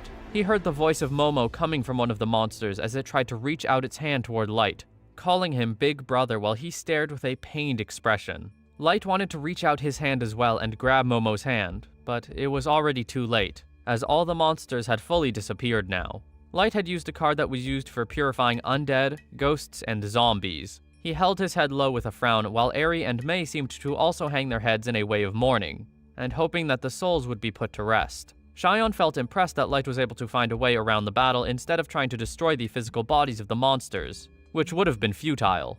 The Soul Dragon shouted and summoned minions once more, saying that they were summoned from a different soul than the ones just purified. The dragon reminded the boy that he would still be able to summon souls even if they were purified, since he was made up of 100 million souls. He ruled over as many souls as there are stars, and believed that Light would not be able to purify all of them no matter how hard he tried, telling the boy that he was completely alone and lost from the start. Light did not answer nor make eye contact with the dragon, only making the Soul Dragon start to maniacally laugh and order the boy to be more desperate. Xion laughed as well and told Light and the others to show off their faces of despair in order to entertain the Soul Dragon, but no one answered or moved. They laughed and laughed until Light finally spoke and said that he knew about all of this from the start and came prepared. He said that he was wary of other unknown powers, but felt glad that there was nothing more for the two to show him, meaning that he could finally pull off what he had planned. The boy said that he was disgusted by Xion and the Soul Dragon's actions, and Mei and Eri agreed, before Light would soon raise his hand that held a card holder and summoned all of the cards that were held within, causing millions of cards to appear in the sky. Both Xion and the dragon stared at the sky with mouths agape, while they were both in disbelief that all these cards had the ability to purify souls. Xion asked about its amount, and Light decided that he would take the time to explain, saying that the amount of cards he had been collecting from his gift for the last 3 years, all totaling 99,999,999 cards. The dragon started to shake in shock and fear, trying to deny the situation, and say that a single being such as Light could not have such power. Light agreed about being one being, but corrected and said that his gift is what made the impossible possible. His power, unlimited gacha. Light narrowed his eyes and stared directly at Xion and the Soul Dragon with anger, telling all of the deployed cards to release. Beams of light shot out of the cards and started to strike through the Soul Dragon's body, causing the large beast to shout and scream in pain. Not only was the dragon in pain, but he had also yelled out in frustration and annoyance that all he had worked so hard to accumulate was being taken away so easily in seconds. Xion looked up with confusion, shock, and fear, calling out to the dragon and wondering if he was going to be okay.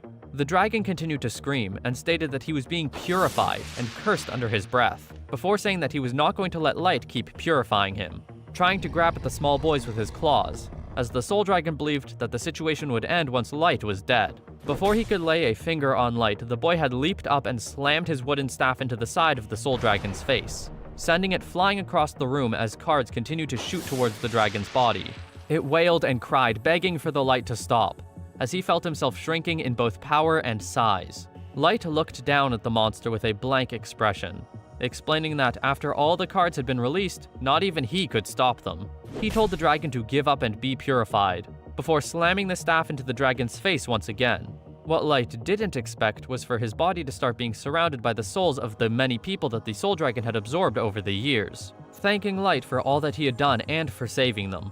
He noticed and was explained to by Eri that it seemed as though the forms of the souls had manifested, making the witch girl wonder if it was purification that made the mana of souls release. Thanks continued to fill the air from each and every soul that was purified, but the Soul Dragon did not want to perish in a place like where it currently was, trying to fly into the air and escape back to his realm. Suddenly, Light leapt in front of the Soul Dragon and hit the large beast once more, while saying that he would disappear right here. The dragon was sent flying to the ground, while this whole cycle of running away and being knocked down would continue for quite a while. The Soul Dragon screaming about how he didn't want his souls and powers to be taken away. He could feel himself starting to disappear with each blow as he realized that the light of despair was causing him to purify into oblivion. After the rapid fire had ended, all that was left was a cloud of dust, with Xion lying on the floor and the Soul Dragon's small form struggling to get up. The dragon started to laugh and said that it seemed he had more souls than he thought, saying that he was now going to take his time to torture Light to death. Light agreed that he had used up all of his purification cards, but he felt bewildered that the Soul Dragon would assume that Light did not have anything else at his disposal. And that was when Light activated the Divine Burial Gungnir once again, while Mei and Eri watched with worried expressions, a dark flame coming out of Light's staff and enveloping his hands. The large dark cloud of ominous energy surged into tall heights, while the Soul Dragon stared and wondered what that was. Xion finally woke up and looked over her shoulder, until she broke out in a cold sweat and her eyes filled with fear, while the dragon would sweat as well and claim that the power that Light had was impossible, making him ask what Light truly was. Light did not answer that question, and instead said that it was thanks to the dragon shriveling up that he could see the soul that acted as the core of the Soul Dragon's body. When the beast heard that, he yelped in fear and saw Light taking a step forward. The Soul Dragon tried to run away and begged for Light to not come any closer. However, it was futile, as Light charged forward and hit the exact spot on the Soul Dragon's back that held the soul that the boy was looking to hit. The dark energy of the staff started to fill the Soul Dragon's body, as Light told the small beast that it was the end of the line, explaining that he was going to annihilate the soul that made the dragon's body in order to prevent him from being able to reincarnate. The monster screamed in pain and tried to ask for forgiveness, claiming that it would leave the land alone and give Xion, since he supposedly had no use for the Dark Elf woman. Xion felt betrayed and stared with shock and confusion, trying to ask the Soul Dragon what it was talking about, until the small beast tried to attempt to coerce Light into letting him live, as long as he would serve under the boy. The dragon had tried to claim that he would even kill Xion for him, but that crossed the line with Light as he grit his teeth and glared at the dragon. Light asked if the dragon was trying to steal the target of his revenge, and told the beast that he was done with him, immediately using the last of the dark energy to fully kill the Soul Dragon. The last soul that was purified and freed from the dragon's grasp happened to be one of a baby, that soon reunited with its mother as all of the souls gave warm smiles toward Light. Suddenly, he felt a hand grab his own, and looked down to see Momo smiling at him. She let go and ran into the arms of her parents with tears in her eyes, and the little girl apologized that it was her fault that they died. But the couple had reassured Momo that there was no need to be apologetic, and gave their own apologies. They felt that it was their own fault as well for not being able to protect the small girl, and only watching on while Momo went through painful things. But Momo reassured her parents back that she was okay now, and that she didn't want to hide anymore and rather just be with her mother and father. They both agreed and said that they would never part again, causing a bright smile to appear on Momo's face as her father turned toward Light and knew that it was thanks to him that Momo was brought there. The little girl was set down on the ground and told to give a goodbye to Light, to which she did, as all of the ghosts started to slowly disappear. Light watched it all with a small smile, and wondered if he would meet his parents again if he died, or if he had sooner realized the power of unlimited gacha, or if he had never used the power at all and quietly lived his days out in the village. He wondered if anyone would have lived by doing that, continuing to think about all the hypotheticals, until a couple of familiar voices called out to the dark-haired boy. It was his parents. They told Light to not think of such stupid things and to stop his habit of overthinking. Light was confused to see his mother and father standing right in front of him, despite having died all those 3 years ago, making him believe that there was no way for them to be there and that he was probably just seeing an illusion. His eyes were wide in shock and confusion, wondering how he had been trapped again by illusions, until his thoughts were interrupted by his parents hugging him tightly. They told the boy that their deaths were not his fault and to not blame himself, as they were always watching over him and were always by his side. And the short boy melted once again into the arms of his parents' touch, grabbing onto their clothing and leaning into the warmth. Light could see and feel everything clearly. This wasn't like the previous illusions. He admitted that he just wanted to see everyone happy, and to become an adventurer to be able to let his parents take it easy. But he felt as though everything had gone wrong because of him, and that it was he who had caused the destruction of his village and everyone's happiness. His parents caressed his hair comfortingly, and gave the story about when Light was born, saying about how it was a snowy day and how it was tough to even make it through the night. But the day that he was born, the sun rose and shone onto him. Light from the sun consumed the child's body, and his mother had only one thought after Light was born, and that was for him to be happy. His father flashed a smile and told Light that even in this kind of world, he was glad that Light was born, and that no one was born more blessed by the world than Light himself. They both reminded the boy to go and be happy for their sake, as being safe and happy was all that they could ask for, hugging the boy one last time before Light felt his parents' touch and warmth fading.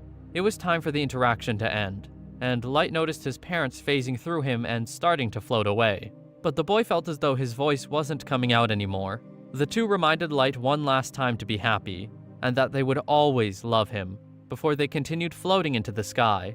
Light tried to run after them despite not seeming to move whatsoever, causing him to cry and apologize frantically in his head for not doing enough for them and for being foolish. He thanked them for all that they had done, and tried to tell them that he would always love them as well. Suddenly, Light had awakened and Mei was by his side, asking if he could recall everything that had happened. The dark-haired boy held his face and remembered that the damage from Gungnir made him lose consciousness. He wondered if what he saw was an illusion formed by his desire, but he knew that it felt too real. Light winced in pain from the staff, and Mei told Eri to focus and help her with healing Light, and working with Mei on the seal for Gungnir. With Mei's threads and Eri's purification, Light was graciously treated, but he knew that the wounds were worse than last time, making him wonder if the damage increased the more he used it. He looked over and saw the two using all of their effort to seal the power of Gungnir into the staff once again, but it would take some time and Light still had things to do. The boy looked back over to the dark elf woman sitting on the ground and stared at her with a cold glare, telling Xion that it was time to end things. Light told Xion that it was her turn, but she was still lying on the ground, trying to process everything that had happened along with her loss. It was not clear whether she was talking to herself or Light, but the dark elf woman started talking about how she had thought that the Soul Dragon was an existence that could not be defeated and was practically immortal. being shocked that someone like Light could completely annihilate it. You would think that she would be disappointed, but Xion was surprisingly excited about this information. She started to hum in thought and wonder how he was able to create such a powerful card, beginning to ask many questions to the boy, and wanting him to tell her more about his gift. However, Light got angry with her behavior and asked her what she was talking about. He told her not to mess with him, since he knew that she had kidnapped and killed a lot of humans for her research, and also had betrayed him and left him to die, meaning that he was unlikely to cooperate with her, especially since he was there to take revenge. Xion brushed him off, and said that revenge was whatever in the face of research, believing that Light could help her give more humans gifts, in order to even help them escape discrimination. The Dark Elf woman thought that he wanted to get rid of discrimination since that was why he joined the Gathering of Races, and tried to say that it couldn't be helped if some humans were sacrificed. Light stayed silent for a moment, before agreeing with her that he did wish for a world without discrimination, and started to remember that, despite the many troubles, he did have some of his most precious and fun days with the Gathering of Races. Xion tried to agree and said that they could start again, but Light interrupted her and said that she was unforgivable for what she had done in regard with her research, and stealing the futures of many people. He gave a cold glare at the woman, and said that it was too late to place trust in them, while saying that Xion must be put to death along with her research since it was trash. Hearing the boy call her research trash made Xion grit her teeth, and angrily yell many insults and brag about her research being the best. But Eri cut in and said that her research was nothing but Xion being a child playing house. The Dark Elf woman continued to try and defend her research, saying that she could just change her direction if there weren't results at first, and said that those killed would rejoice once she advances. Light insisted once again that it was trash, and pulled out a card, activating Hell's Gate, which created a large door made out of bones behind Xion. She whipped her head around and stared with confusion, until the doors opened and monsters started to pour out of it and bite chunks off of Xion's body, making her scream in pain before realizing that her wounds had already healed up. The Dark Elf woman was confused until they continued biting at her body, causing a cycle of agony, while Light explained that the number of sins a target had was equal to the number of monsters that would try to devour the target. The inflicted wounds would immediately recover, but the sensations of pain and suffering would remain despite that. And depending on the hatred of the Avenger, the intensity of the torture would change. Xion cried out and called out for Light to save her, but the boy said that this was what her research brought her to, and told her to bask in the suffering. Her screams of agony filled the room as monsters continued to devour her body, until all that was left was a cube that Light picked up and stared at, knowing that Xion would eventually be spit out and join alongside Guru and Sasha in the depths of the abyss with eternal suffering. With this, the remaining targets for revenge was 5. Mei walked up to the boy and told him that the temporary seal of the Divine Burial Gungnir had been completed, meaning that she and Eri would proceed to close the underworld. He looked over at Eri, knowing that it would be troublesome right after doing the seal, but he still counted on the witch girl, who gave a determined smile. A few days later in the abyss, Eri came to Light, and told him that Xion was safely captured and taken to the deepest floor of the abyss. In regards to the laboratory dungeon after closing the underworld, the distorted space was restored after a few days, and the incident had become an achievement for the adventurer that Light was acting as. Light was glad that it had all worked out in the end, considering that they were not able to immediately convince the guild that the dungeon had been destroyed. It had also been known that Yude and the rest of the Sword of Solitude along with Xion were all presumed dead by the guild, but Light and the others knew the truth about them being transported to the lowest floor of the abyss. Eri mentioned the information that Yude said about the Master, and explained that there was a human kingdom up north, where incredible individuals existed regardless of their appearance. Light put a hand to his chin in thought, and remembered how his hometown was in this human country, making him wonder if it was the Master that destroyed his hometown and parents. He didn't want to believe that the Master was a human, due to it not making any sense, but he still didn't have enough information to make a clear decision about it. Eri apologized for the lack of information, but Light reassured her, and said that they had still gotten some intriguing information from Yude and the others. Another thing she had mentioned was that Yude was supposedly obtaining secret intel from other countries, and giving it to a person named Gigis, a representative of the Eastern tribes, who seemed to have information about the Master. Eri said that she was going to approach this Dark Elf man and extract the info, causing Light to smile and say that he wanted to do something for her as thanks for all that she does. This shocked the witch girl and she blushed, before trying to suggest a reward from him, until Mei interrupted the girl and barged into the office and said that she had something important to report. Eri tried to complain and said that there was no way she had so much important news that it was worth interrupting her, telling Mei that Eri would eat her own words if whatever Mei said was more important than the intel on the master. Suddenly, the maid girl told Light that there were eyewitnesses of his sister, Yume, and everyone went silent. The boy slammed his hands on the desk and told Mei to tell him everything she knew, to which she explained that Yume was supposedly located in the royal palace of the human kingdom, and was living as an apprentice maid. Eri tried to cut in and say that they should atone for making Light's sister a maid, but Light told the witch girl to be quiet as the report wasn't done. Mei said that the first princess of the human kingdom, Lilith, found Yume fainted nearby, and healed her before giving her a job under the pretext of saving her life. Light asked Mei if that was really Yume, but all she could say was that they shared really similar characteristics. The boy was heavily in thought, and wondered how Yume was able to get somewhere as far as the capital of the human kingdom, but he decided to ask about his older brother as well, to which Mei was unable to give any info. He felt disappointed because of that, wondering if his brother had been separated, but he decided to dismiss this for now and just thank Mei for the report. Light was going to send people to protect Yume in the shadows and bring her back to the abyss, and Eri tried to put the work onto her, until Mei immediately disagreed since Eri already had too much work. Mei took the task upon herself, before Light started to think about the plan to specifically bring Yume home, as they couldn't forcefully do that.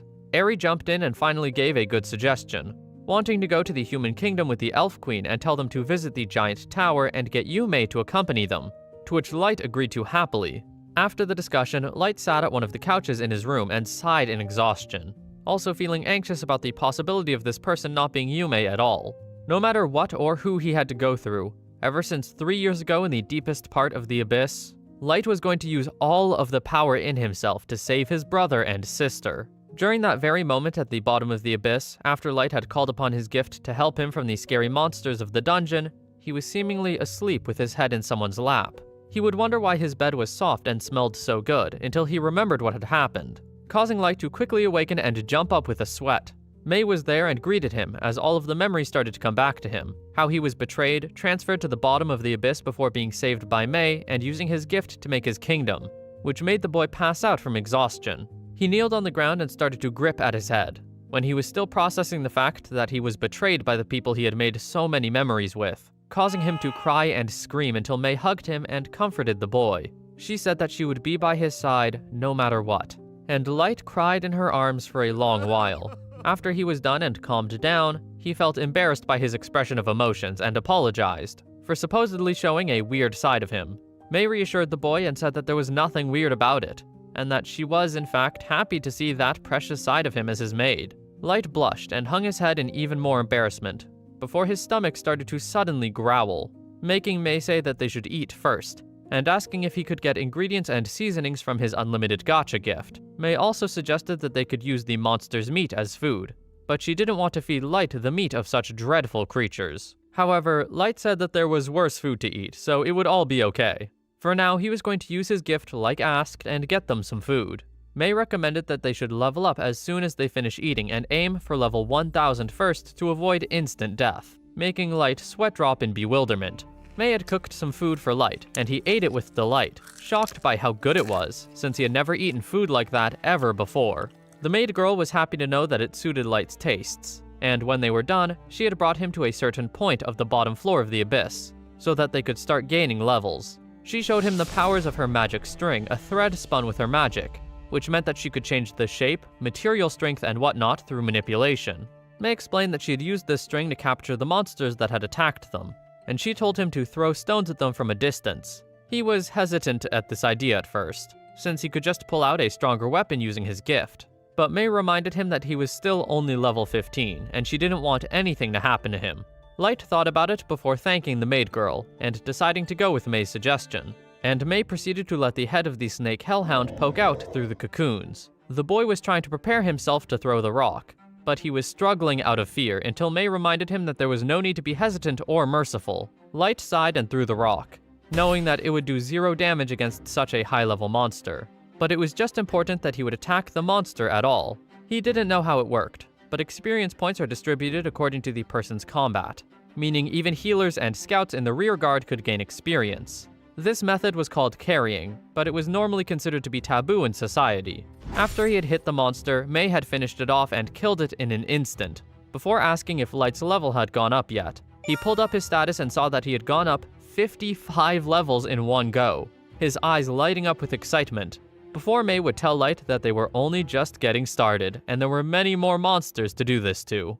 When he wasn't sleeping, all Light was doing was throwing rocks at monsters. He would hit the monsters and ask if it dealt damage, to which May would say that it was only a little bit, but that was still more than Light had ever done on monsters compared to his past. It wasn't much, but he was slowly getting stronger. However, he still needed more. Status was everything in order to survive, and Light was still going to die even if May was a high level. He didn't want to be a burden on May in the future, and while this was a cheesy way to level up, he was going to get stronger no matter what. Light was up against his first true battle against a monster, and through a lot of effort and support from May, he was able to defeat it and finally reach level 1000.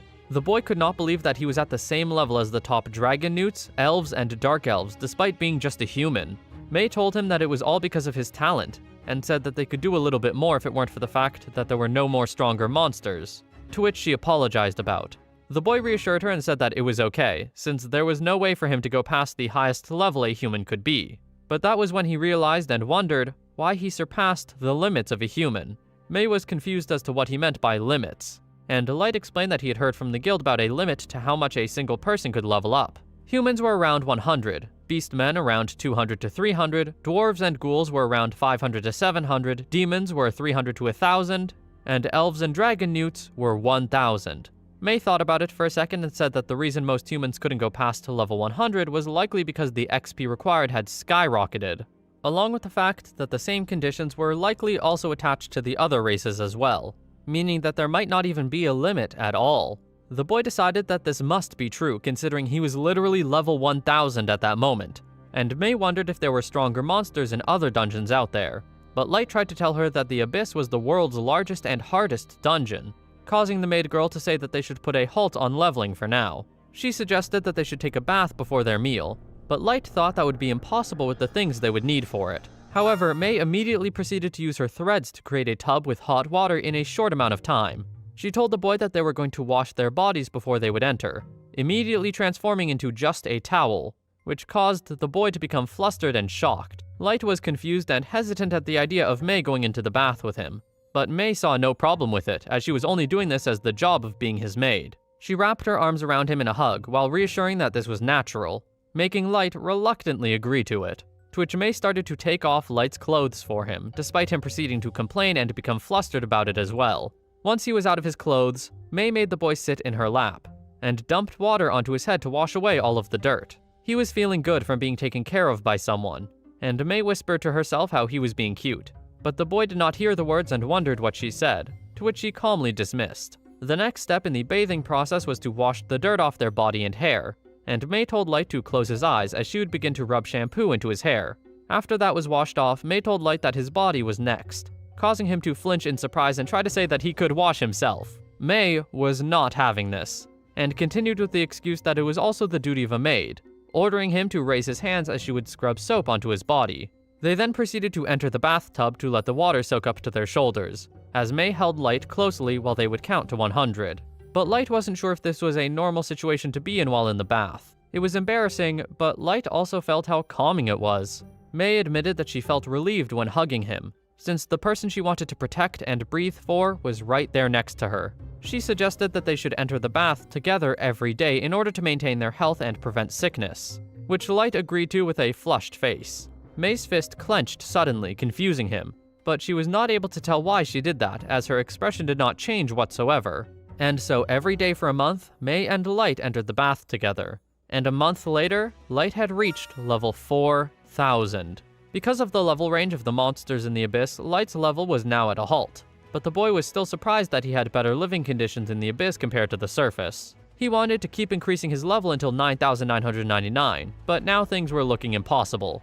May gave the suggestion that he could use his gift to summon sentient beings, that he could use as he wished as sustenance for his growth, but she was cut off by Light shouting and asking if she wanted him to do the same thing as the Gathering of Races and betray people. The maid girl immediately fell to the floor and apologized for her words, asking for forgiveness. but the boy hugged her and said that he would not be able to hold on if she were no longer by his side. She hugged him back and insisted that she would always be by his side, and the two eventually calmed down before trying to figure out another plan to level up, to which the boy suggested that it was time for them to defeat the guardian monster of the Abyss. It protected the dungeon core and was about level 5,000, but there was no chance of them losing while Mei was there. However, Light still tried to tell her to not immediately turn the monster into pieces. She still said that she would intervene if he was in danger, and Light sighed at how protective she was. As the two entered through the large doors and looked at the strongest being that reigned over the Abyss, Orochi. As expected, it was 1,000 levels above Light, so he was trying to figure out a plan to defeat the monster without too much problem. But he was immediately interrupted by Orochi sending a molten attack without warning. Light had his Phantasm-grade spear, Ergen, that would raise its user's speed, which he was able to use to dodge the attack. Despite the level gap, he knew that he had all the things he needed to defeat the monster, and pulled out a card that would activate an explosion on the monster. However, it did no damage whatsoever. Another molten attack was sent Light's way as the boy tried to think of more ways to try and defeat the monster. Mei tried to suggest that she should help him, but Light was stubborn, and told her to stay there since he couldn't give up that easily. For his revenge against the gathering of races and to figure out the truth, he wouldn't be able to do anything if he couldn't even beat this monster. In one swift move, he had pierced through the neck of one of the heads of the monster, making the boy think that he was starting to get somewhere, until Orochi immediately regenerated its head in a second. Not only that, but he saw that the decapitated head was turning into bug monsters. Mei worriedly suggested that she help once again, but Light insisted that she would stay there as the fight had only begun, as he activated another card, the Blue Rose. Light swiftly swept through all of the bug monsters without hesitation, standing up with a determined smile, as he knew that the only thing that he would have any worries about was Orochi itself. The large seven-headed monster roared loudly and threw many more attacks at the boy, as Light realized that his Blue Rose did not work on the monster, just like how the Grand Explosion didn't. He dodged the attacks and landed, when he noticed that 3 of the heads of Orochi were looking at him while the other 4 were wary of Mei, who was only just standing in the distance. The reason Light was able to fight with this level 1000 gap was only because Mei was more dangerous to them, which was why he couldn't afford any more help from her and had to defeat the monster himself. But how? Light knew that the Orochi could regrow its head in a second and a weak attack would only spawn more of the bugs. So Light planned to just kill it in one go before it could heal. He summoned another card and activated Whirlwind Dance, with the intention of cutting Orochi open, seeing how it was starting to succeed, which meant that it was time for Light's next action. The boy activated Thunder and burned the monster to ash. However, a growl still came from the remains, and as the rocks started to move and turn into more worms, the Orochi soon combined with the rocks and regrew as the monster roared loudly again. Light's eyes widened in shock when he realized that more heads had grown on the monster, but his thoughts were interrupted by 2 of the heads of the Orochi preparing its next breath attack, sending a whirlwind and thunder attack in Light's direction. He successfully dodged it using the power of his spear, but realized that the monster seemed to learn whatever it was attacked with, making this battle even more troublesome for him. The bugs started to surround the boy, and he would try to use Blue Rose on them again, but it did not seem to work, causing Light to make an ice prison around him as he wondered what was going on. Mei spoke up and explained that it seemed as though the worms had acquired resistance towards fire, wind, and lightning, due to the Orochi being able to give resistances to its summons. Light started to feel bad that he could not be able to shatter the monster to pieces like Mei could at his current level, nor did he have an attack that could kill it instantly, making him wonder how to change his approach. Mei spoke once again with a frustrated and anxious expression, asking one more time if she should intervene. But all Light did was turn around to give a soft smile to the maid girl, and reassure her that he figured out how to defeat the Orochi.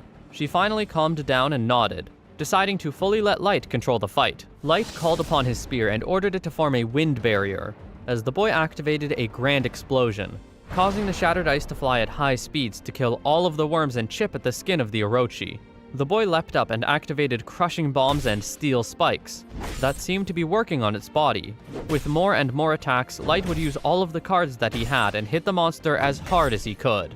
After some time, Light was panting heavily, while Mei watched in the distance with a slightly worried look. Hundreds of thousands of bugs were swarming and crawling around Light, while the Orochi growled and seemingly smiled in the enjoyment that Light was seemingly getting exhausted. But this was all part of the boy's plan. He smirked and knew that this number would mean that he would be able to use a card specifically in such a situation where he was outnumbered. a card that would turn the tables if he wasn't able to win against the monster's abilities. When he pulled out the card, the Orochi reacted and roared, but it was too late for it, as Light activated his Venom card. It glowed brightly before a magical substance started to fly around and stick onto every part of the Orochi, as well as all of the surrounding bugs, as Light explained that the venom would devour away whatever it stuck on. It was not a poison attack, meaning that it could not be cleansed. And even if Orochi were to try and regenerate or grow, the venom would continue growing just to defeat and fully consume it. The boy felt almost apologetic and said that he held no grudge against the large beast. But in order to exact his revenge, he told Orochi to rot and wither. The Orochi cut its own flesh in an attempt to stop the venom from growing. However, the summon that spawned from its cut flesh kept generating the venom, creating a vicious cycle. In the end, it finally lost the strength to even raise its voice and just decided to fall to the ground. Light called upon his spear to show its power as he pointed it at the last remains of the monster, finishing off the job as he finally defeated Orochi and gained its experience, now making the boy level 4200. He looked around and realized that the entire ground was covered with the venom's mold, making him think about how he was going to have to clean it up with a card, if it weren't for the fact that Mei had already finished the job in an instant and collected it all in large bags. Mei walked up to the boy and wiped his face with a handkerchief, telling him that she told him to not be reckless. He tried to reassure the maid girl that he wasn't, since he was confident in his ability to win thanks to the cards that he had gotten from his unlimited gacha gift. Now that he had defeated the boss monster of the Abyss, it was time for the two of them to continue their trek and enter through the doors at the end of the pathway. The doors opened and all that was in the room was the dungeon core, being bigger than the both of them had imagined. Light walked up and touched it softly, telling Mei that he wasn't going to break it as it was necessary for his goal.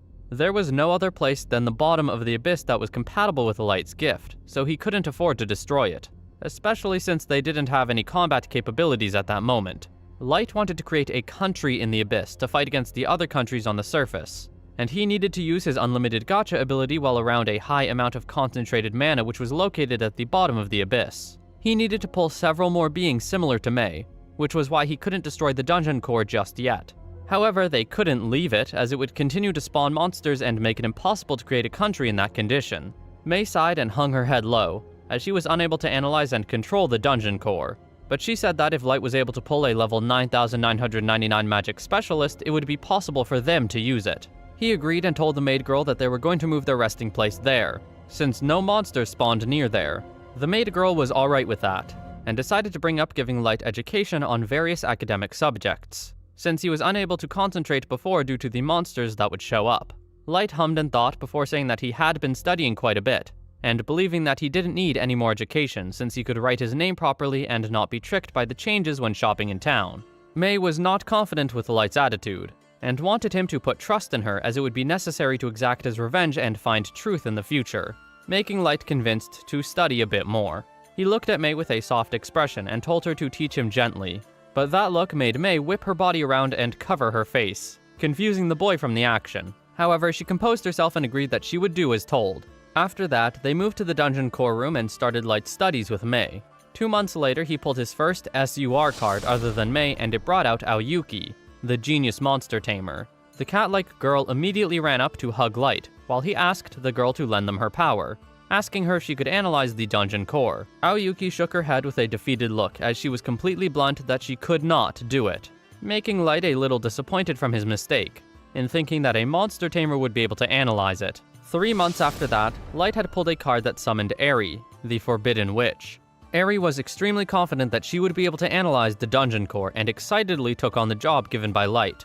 But 1 month later, the blonde witch girl would be seen on the ground with disappointment, wondering why she couldn't understand the core or accomplish the first job that Light had given her. During that past month, Light had also pulled another SUR card, Nizuna the True Vampire Knight. Her existence had become a mood maker that he was really thankful for, even if everyone wanted her to act more mature. After so much time, a year had passed since Light had fallen to the bottom of the abyss. Other than the Great Sword, Nizuna also had proficiency in other weapons, but it was really hard for him to understand her teachings. The weapon with the highest aptitude was the spear, followed by the bow, and the worst being the sword. Eri barged into the room and said that she'd finally been able to analyze and control part of the dungeon core, meaning that they could control the spawning of monsters and the traps around the dungeon. Everyone started to praise the witch girl, but she said that she would still need more time to release the restriction on teleportation, something that Light was not too worried about at the moment. With this, the danger of the low-level cards being killed by monsters was gone, and they could increase their force. Their next step was to raise Light's level for that day, and the boy asked Eri to prepare the Nightmare Summon so that Light could begin his path to level 9,999 as fast as possible. A Nightmare Summon was the summon of many rampaging monsters from another world, a forbidden magic that Eri could only do once per day. He kept working together with everyone to continue defeating level 9,000 monsters and demons that were summoned by the Nightmare Summon, and after some time, Light had finally reached level 9,999. He was praised by May, while he thanked everyone for their help in bringing him to this point, after more than 2 years since he had been betrayed and thrown into the deepest floor of the abyss. Later, Light was in his office, and May was there to tell him that the residential areas and card vault were being done at a good pace. He was glad that their combat strength was gradually increasing, but they still had the problem of the route to the surface. Despite their efforts, the abyss seemed to be too huge and complex for them to make their way out of it easily. Suddenly, Eri barged into the room with excitement and said that she had finally unlocked the teleportation restriction on the abyss, causing everyone to become excited. Light praised the blonde witch girl, and was thankful to know that they could use teleportation cards now, meaning that they could start their activities on the surface. May explained that they could use the merchant and human cards to begin their information gathering, but Light hummed in thought and asked if he could say something selfish. The maid girl was confused as to what he meant, until Light explained that he wanted to see his hometown for once, as he wondered how his family was doing at that moment. And May reassured that his request was not selfish at all, since it was a natural feeling for humans. Eri was excited to be able to greet Light's family, but Light explained that he was not going to meet his family, since he knew it would be troublesome for him to suddenly show up. May and Eri were fine with that, and said that they would accompany the boy as bodyguards for safety purposes. To which Light thanked them for doing so, and went to prepare himself before going to the surface to check on the village's condition. When they were about to set off on their journey, Eri was about to go back to change her clothes into a certain dress, but May stopped her, as it would not matter since they were going to become invisible. Aoyuki agreed, but noticed and asked why May was fixing up her clothes so much, causing May to become flustered before she tried to turn it back on the cat-like girl who didn't respond.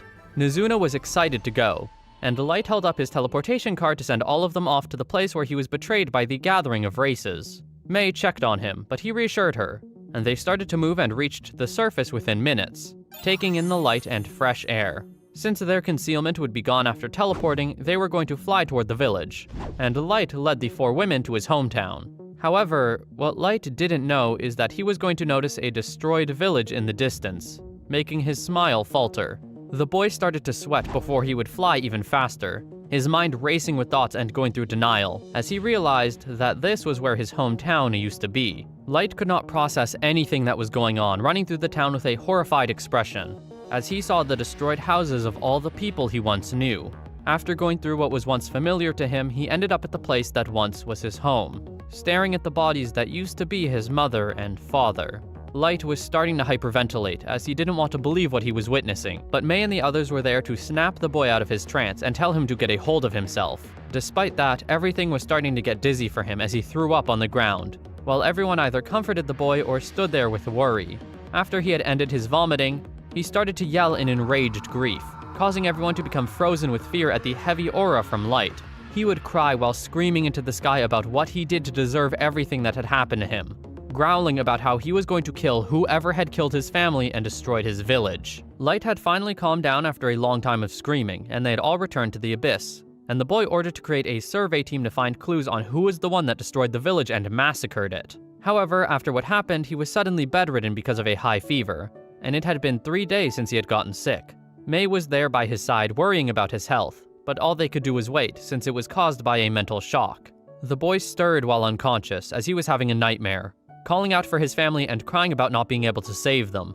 The maid girl reached out and grabbed his hand, trying to comfort Light even though he was unconscious, and said that she would always be by his side no matter what. Through some miracle, Light had started to calm down and went back into a peaceful sleep.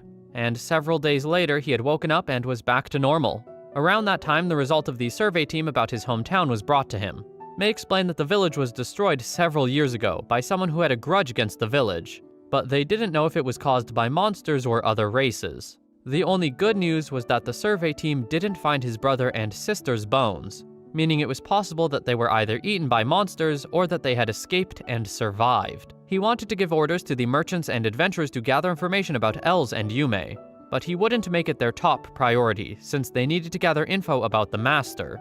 Light wanted to find his siblings first, but their resources were limited, and it would make things confusing if they did everything at once. And Light believed that the info about the Master would lead him to information about his hometown's destruction. However, he didn't intend to stop his revenge, and half a year later he finally did take his revenge on Garou. They came from the abyss and shook the surface world with their power. At the present time, Light was seen at his parents' graves and was praying for them, while Mei was standing patiently in the background. She told him that the preparation of their plan to pick up Yume was finished, and Light thanked her and gave one last glance at his parents' graves, before flying off with the maid girl. At the capital of the human kingdom, the Princess Lilith was trying to convince her father to let her see the giant tower that brought the elves to their knees. Her father continued trying to deny her of this, since he didn't want to cause suspicion or misunderstanding, but she insisted on it as she was tired of excessively considering other races just because they were human. She tried to tell her father that they needed to join hands in diplomacy with the giant tower, and the one who declared absolute independence of humans, and freed them from the slavery of the elves' queendom. Lilith was set for this goal, and wanted to fight for her resolution. However, her father still didn't believe that humans could fight against other races. He didn't want to bring any danger to humans and told his daughter to leave, causing the girl to leave with a dejected expression. She walked up to her brother and persuaded him to ask their father if they could join hands with the Witch of the Giant Tower. But her brother was also against the idea, since he didn't believe that the people of the Giant Tower had time to pay attention to their country. Lilith had great belief that there would be enough dragons to be lent to the humans, but her brother said that even if they had military force, it would be over for humans the moment that their access to salt was taken away from them, since humans needed salt to live. Lilith felt even more angry by her brother's words, and tried to say that it felt as though they were just a nation of livestock, tears welling up in her eyes. Her brother understood what she wanted to say and agreed with her words, but he insisted that it was reality that they couldn't go against the other races, and they, as the royal family, had to make the coldest decisions for the sake of the majority to survive. Lilith's brother walked away without another word, and she walked off as well, entering her room where she was greeted by her maids. The princess asked for tea and sat down in her chair, thanking Yume for pulling out the seat, who smiled brightly at the kind words. Yume was praised for how she was getting used to being a maid, but they were interrupted by someone walking in and giving a letter from the elves' queendom. Lilith opened the letter and saw that it was from the Witch of the Giant Tower requesting her to visit it, causing her to laugh with excitement and determination, as she was going to meet with her father again. Since she knew that they couldn't reject her anymore, she wasn't going to waste this chance, since it would open up the future of the human race after she would meet with the Witch of the Giant Tower. Princess Lilith laughed and drank her tea with a confident smile, as she knew that neither her father nor her brother could decline the Great Tower investigation request, as it now had gone through the Elven Queendom. Her maid, Nono, seemed to be hesitant to the entire thing, and admitted that she was more than against the visit, since it felt too good to be true and could be suspicious. Nono knew that the other party was capable of using magic that surpassed even elves, along with the power of dragons, and believed that the objective could possibly just be brainwashing instead of anything positive. But Lilith didn't want to pass up on the possibility, especially since it was through the Elven Queendom. She was going to do the inspection as if she was jumping into the Demon Lord's mouth, and proceeded to tell Nono to inform the maid accompanying them to volunteer out of her own decision in the case of the worst scenario. Nono agreed to do so, but also asked if she could accompany the princess, to which Lilith hesitated, before eventually agreeing to prevent the woman from saying any more things that treated Lilith like a child, since she had turned 15 that year. Nono said that no matter how much time had passed, Lilith would always be the cute princess to her. These words caused the blonde elf to scoff and pout, before eventually chuckling, that chuckle turning into a full laughter. On the day of the departure to the Giant Tower, people were gathered up near the king's residence of the human kingdom. Citizens who watched in the distance had wondered if the people of the letter were actually coming, especially since it had said that a dragon would be coming as well. The workers of the residence started to walk out into the area, with Lilith's brother in the front, as he saw the spectators gathering up, saying that they were only allowed to watch as they had to save face in front of the envoy of the Giant Tower. One of the butlers flinched in surprise as he looked up with shock, everyone else following the direction of the stare to see something coming from the sky. Lilith had also looked up, and everyone watched as a dragon flew down onto the ground with a person standing on top of its head. Mei jumped down from its head and walked up to Lilith and her brother, while the two siblings stood frozen with shock and disbelief. The maid girl introduced herself as the representative of the Witch of the Giant Tower, and expressed gratitude for accepting the request. Lilith greeted May and said that it would be an honor to visit the tower, but her brother interrupted the situation and said that there was something he wanted to ask. He introduced himself as the first prince, Crow, and said that he was there to greet in place of the king and wanted to accompany his sister, claiming the king was ill at the moment.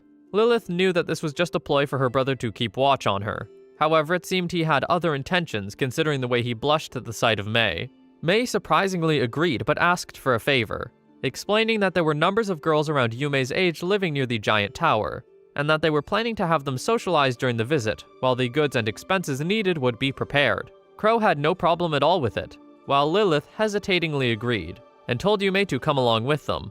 It was time for them to depart, and everyone stared at the dragon, wondering if they were going to ride it and worried that it would not work out well even if it were decently large. May told the dragon to return to the tower and turned back to everyone before raising a card that would teleport everyone to the first floor of the giant tower. Lilith's brother was completely appalled and wondered how many resources the Witch of the Giant Tower had, while Lilith herself stared with awe at the strength of the witch. Everyone was led to the third floor of the tower, where the prince and princess could both go inside to talk with the Witch of the Giant Tower, while the knights and servants would patiently wait in another room.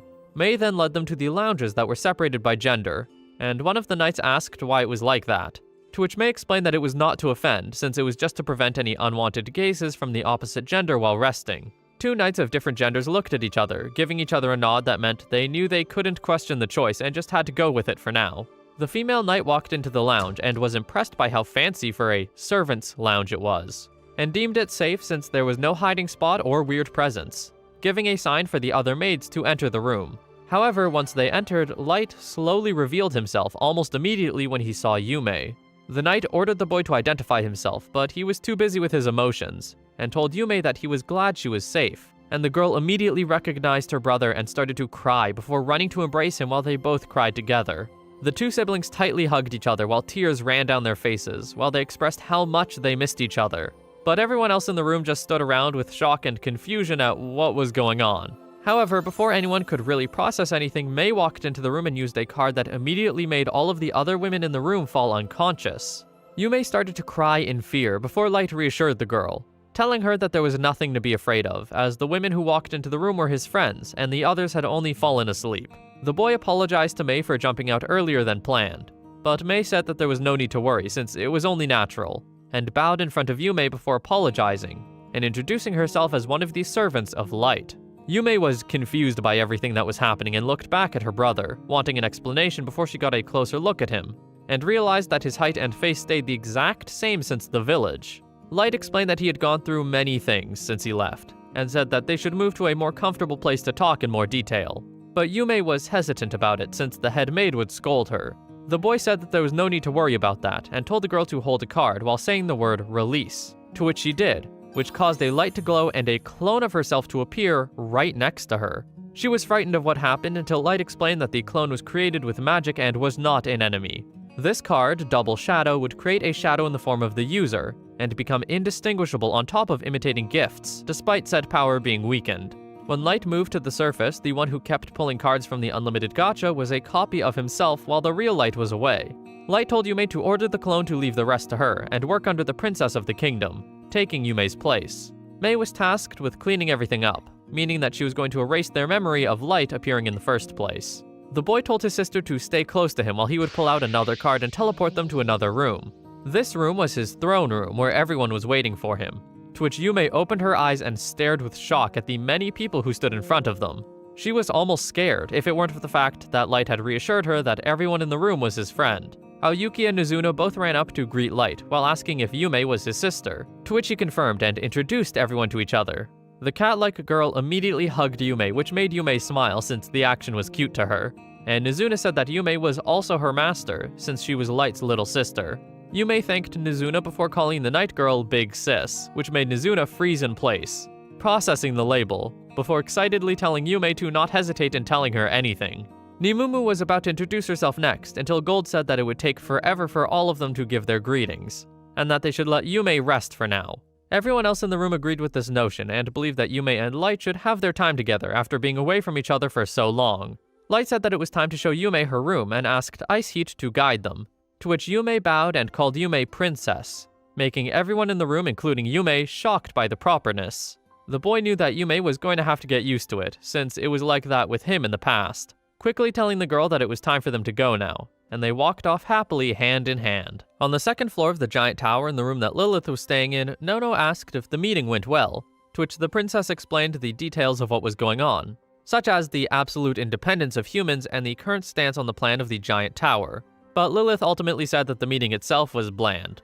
Nono chuckled and asked what kind of person the Witch of the Giant Tower was, and Lilith explained that the witch's face was covered by a hood, while her personality made the witch seem like a person of intellect, perception, and graciousness. The room that the meeting was in was larger and more luxurious than Lilith's own room, and the princess spoke in awe about the witch being the real deal with the power and resources she held. Lilith wanted to find a way to bring that power to the human kingdom, and wanted to take care of her brother first, changing the topic for a moment to ask what happened with Nono and the others. The maid said that she had seemingly fallen asleep for a moment in the resting room, but there was nothing else to mention.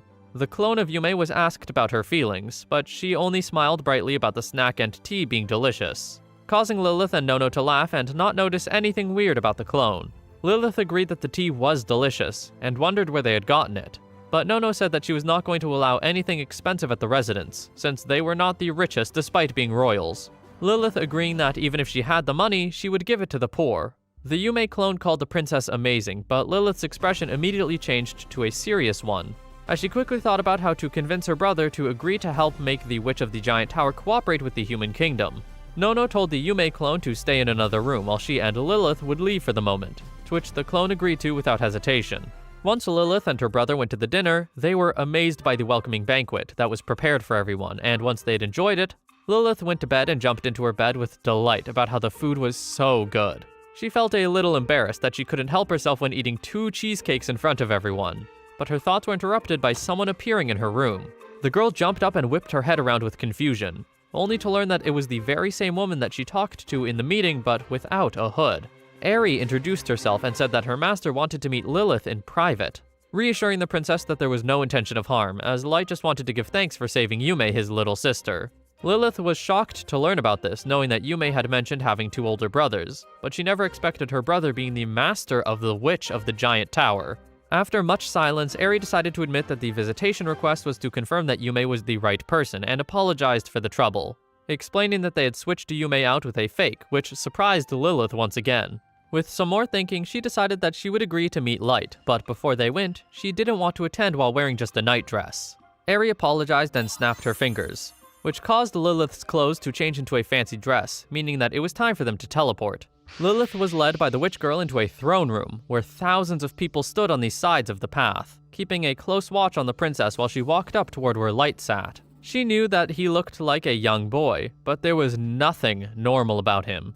A heavy aura coming upon the princess while she stared at someone who was an incarnation of true strength. Lilith almost felt as though she was walking up to a god, but as she walked down the path, she could feel the intense gaze of everyone around her, making her know that she would be killed if she acted rude even just a little.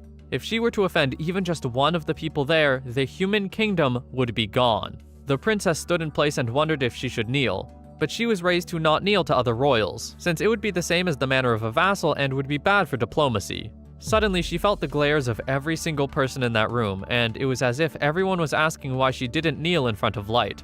But fortunately, Light got the attention of everyone and told them that he would not tolerate any rudeness to a guest he invited. In just seconds, all of the weight of the hostility was gone, and Light apologized for calling her this late at night. He introduced himself and thanked the girl for saving Yume, bowing before her, which caused everyone else in the room to start bowing as well. Lilith panicked from the properness of everyone and told Light to raise his head, to which Light did as so and smiled brightly, causing her to blush. He had also prepared a reward for saving his sister, and May walked up to summon a barrel full of money and 3 high-level potions, shocking the princess greatly. Lilith felt as though the amount given surpassed the human kingdom's national budget, making her feel as though a princess like her couldn't accept the reward. Light noticed her behavior, and said that she should take the potions as assurance, while the reward money would be her personal funds, and that he could leave the barrel to a merchant on the surface that she could contact if she needed the money. He asked if there was anything else that she wished for, summoning a few items that were extremely useful or grandiose. But Lilith only wanted one thing from him, something that wasn't a magic item. She felt bad for her desire since it seemed like a big deal to ask him, but it would bring so many changes to the country. With hesitation, Lilith asked the boy to lend his strength for the future of the human race, not caring if she was making a deal with the devil. His expression turned serious, before agreeing without hesitation, making the princess wonder if the choice would be a divine blessing or a divine punishment. Either way, she couldn't turn back now. The next day, Lilith and her brother were walking through the outside of the tower, being introduced to the residencies and such. Eri was explaining how the steel houses were temporary, while they would slowly build the wooden houses where the human children were given the opportunity to move in.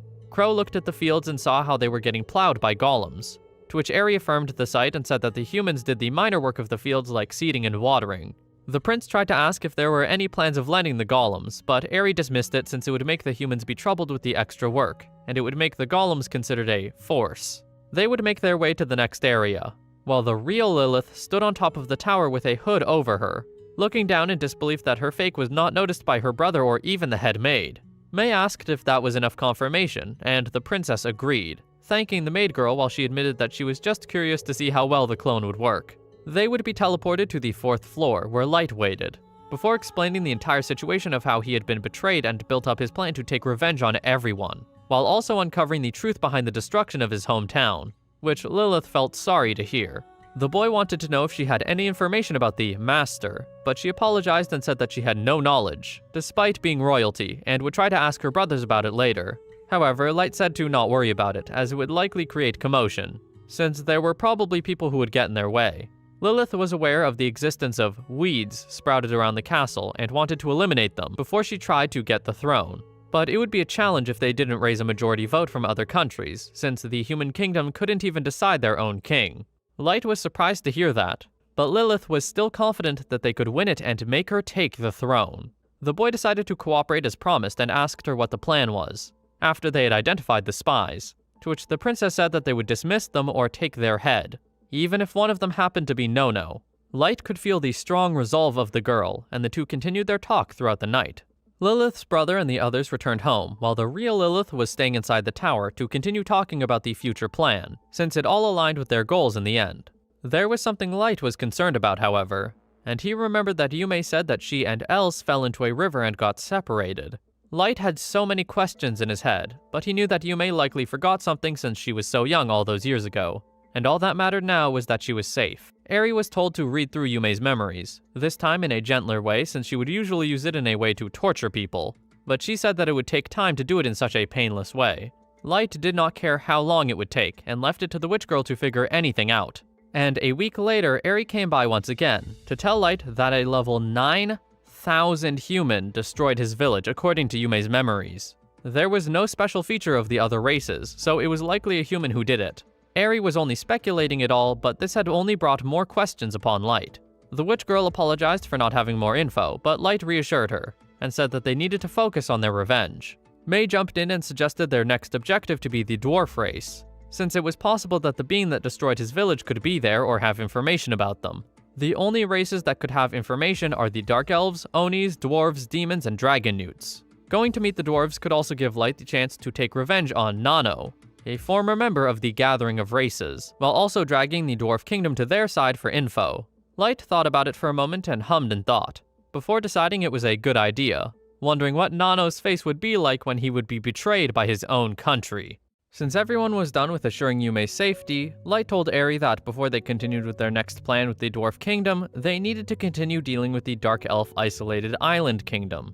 Eri was going to contact the upper echelons to confirm information about the Master on the ground that the Sword of Solitude was spying on other countries. The Dark Elf Isolated Island Nation was a nation governed by a council of representatives of the 4 clans, and whenever a major problem arose, the clan representatives would gather and hold a meeting to decide the nation's policy. This time they had met up, and Gigis was there to thank everyone for coming on short notice. The people who arrived were Diane from the north, Madone from the west, and Tico from the south. Gigis brought out some papers and passed it out to the other representatives, who stared at it with shock, letting them all know that the meeting was definitely an important one. Madone said that it was unfortunate to lose research time, but agreed with Diane that the situation was bad enough to have to do so. The Witch of the Giant Tower had confronted them with evidence that Yude's party had been spying on various countries under their command, and asked for a response. but Gigis felt as though it was a threat more than information. Diane wondered if Yude betrayed them and joined the witch's side, but that was impossible since Yude was completely on the belief that humans were inferior, and would not hesitate to kidnap or murder them. There was no reason for Yude to join the human side, and Madone wondered where the information leaked out, but Gigi said that there was no time to think about something like that. Rather, their priority was to prevent the information from getting out to the public. They all knew that the information getting out to the public would stain the name of the kingdom, and have every country condemn them. However, Gigi said that it was still possible that the evidence was just a shield to collar them and gain an upper hand. Diane and Tico both agreed that they didn't want an inferior race to put them down. And even if the Witch of the Giant Tower had a force of 100 dragons, they believed it wouldn't be hard to kill one human woman. They all decided that they would just make a meeting to discuss the matter and assassinate her there, even planning to use something called Anbu just to do it. Anbu was a combat group that only the top 4 of the clan and very few people knew. There was an incident in the past where the Spear of Solitude got crushed by the White Knights of the Elf Queendom, without being able to inflict a wound on them, leading to the island nation of the Dark Elves to secretly start developing resources focused on combat skills. In terms of combat ability alone, these people created were a group that surpassed even the strongest adventurers in the present time, as well as Yude. In another area, there was a hooded person who asked if everyone was there, to which people in very different appearances responded with affirmation. In the past, there was a Phantasm class magic item found on the island nation, an item that produced enormous mana under certain conditions, and that condition was to be connected to the user's body. For a long time, no person compatible with it was found, and anyone who was incompatible with it would become a victim. Beyond the piles of corpses, the island nation finally created a compatible user called One. With the power of this item, One became unparalleled in offensive and defensive ability. His body was also implanted by many various magic weapons, created solely for the One compatible with the magic item. Because of his ability to produce massive amounts of mana, it was possible for him to operate the items at the same time, while ignoring the possibility of mana running out. There were also 3 others who could equip themselves with the magic weapon, all 4 of them being called by number in order of how powerful they were. The hooded person said that there was a meeting with the Witch of the Giant Tower, and that their mission was to assassinate this witch. But 4 wondered why they needed all of them, to which the hooded person explained that it was requested for all 4 of them to come. 2 said that it couldn't be helped, and they were given the location of the meeting, while the 4 would hide somewhere and kill the witch by all means, even if they had to stab each other in the back. The 4 representatives sat at their desk while waiting for the witch to come, but Gigis was already stressing about the damages that 1 and 3 would do when attacking with all their strength. Diane said that it was acceptable, since it was all to make sure that they assassinated the witch. And as expected, someone came in to let them know that the witch had arrived. Gigis knew that the attendants would be taken care of by 2, while the witch would be killed by 1 and 3. And if by some chance it didn't work, 2 and 4 would finish her off. The attendants were told to wait in the lounge, while Eri was there to greet the 4 representatives. But they made fun of her for still having her hood on and assumed that she was not physically attractive.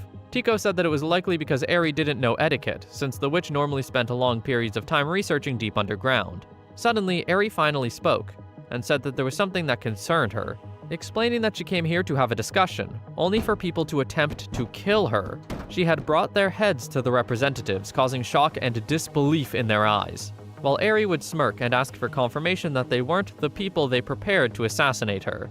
Gigis wondered how Eri had killed Anbu, but she herself felt almost disappointed that Anbu were almost killed immediately in her magic trap set up around the place. She was surprised to see the fortress's anti-magic security was weak, and decided to play along with their incompetence, explaining that the dragons, to her, were just one of her methods of transportation. The witch girl said that she was offended by their actions, sending shivers down the spines of everyone in that room, while she said that it was a shame they didn't comply with the request. Before she could speak any more, Gigis had interrupted her and pretended to not know who the assassins were, claiming that it might have been a subordinate acting on their own. The other 3 Dark Elf representatives also were sweating and trying to continue their lie, while claiming that they were all looking forward to her arrival, pretending that it must have been the elves. Eri knew that they were lying, but it was all part of her plan and changed her attitude, apologizing for almost trying to kill them, as they said that there was a welcome party in another room. However, there was something that Eri needed to check, and that was everyone's memories, just to make sure that they didn't order the assassins to kill them, and she would make them face consequences if they were lying. Suddenly, Eri summoned vines to wrap around all of the Dark Elves, before activating Silent, which made them unable to make noise so their screams wouldn't leak outside the room. Madone tried to use magic against the witch, but Eri broke Madone's arm and told everyone to try not to struggle, to not suffer unnecessary pain. Finally, Eri had read through everyone's memories one by one, and she had them promptly executed for planning to assassinate her and for the oppression of the human race for research. She told Light that the representatives had now been replaced, while he would read over all of the information she had gotten, learning that there was a powerful human in Onijuma in the past, but other than that, it was all similar to the information from the Elf Queendom. Onijuma was an island country on the West Sea, where the Oni race lived and where one of Light's revenge targets, Oboro, came from. They couldn't change their current objective of contacting the Dwarf Kingdom, and Light said that they should just stick with their original plan, while others could collect information on the island in the meantime. Eri left and Light grinned with delight, imagining how Nano will react to the boy showing up alive to take revenge. Speaking of Nano, it seemed as though the dwarf man was sharpening his blade while walking up to a crying girl, who was staring at him with fear.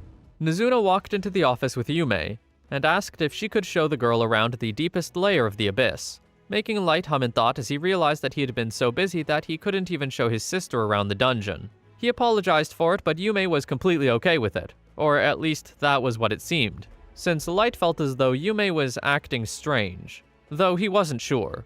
Iceheat asked if there was something wrong, but Light reassured her that everything was fine and just told her to look after Nizuna and Yume. Every place that Nizuna would introduce would lead with Iceheat explaining the real name of each area, and eventually they ended up in the room where Light kept all of his cards from his gift. Anelia greeted them and immediately hugged Yume, causing Ars to flinch in surprise and tell his sister to stop being rude. She said that there was nothing rude about hugging her supposed little sister, since Anelia was Light's big sis. These words caused Yume to become shocked, and think that Anelia was somehow actually related to Light. After that, they told Yume that Anelia just always called herself Big Sis to anyone she adored, and he properly introduced himself and his sister to the girl.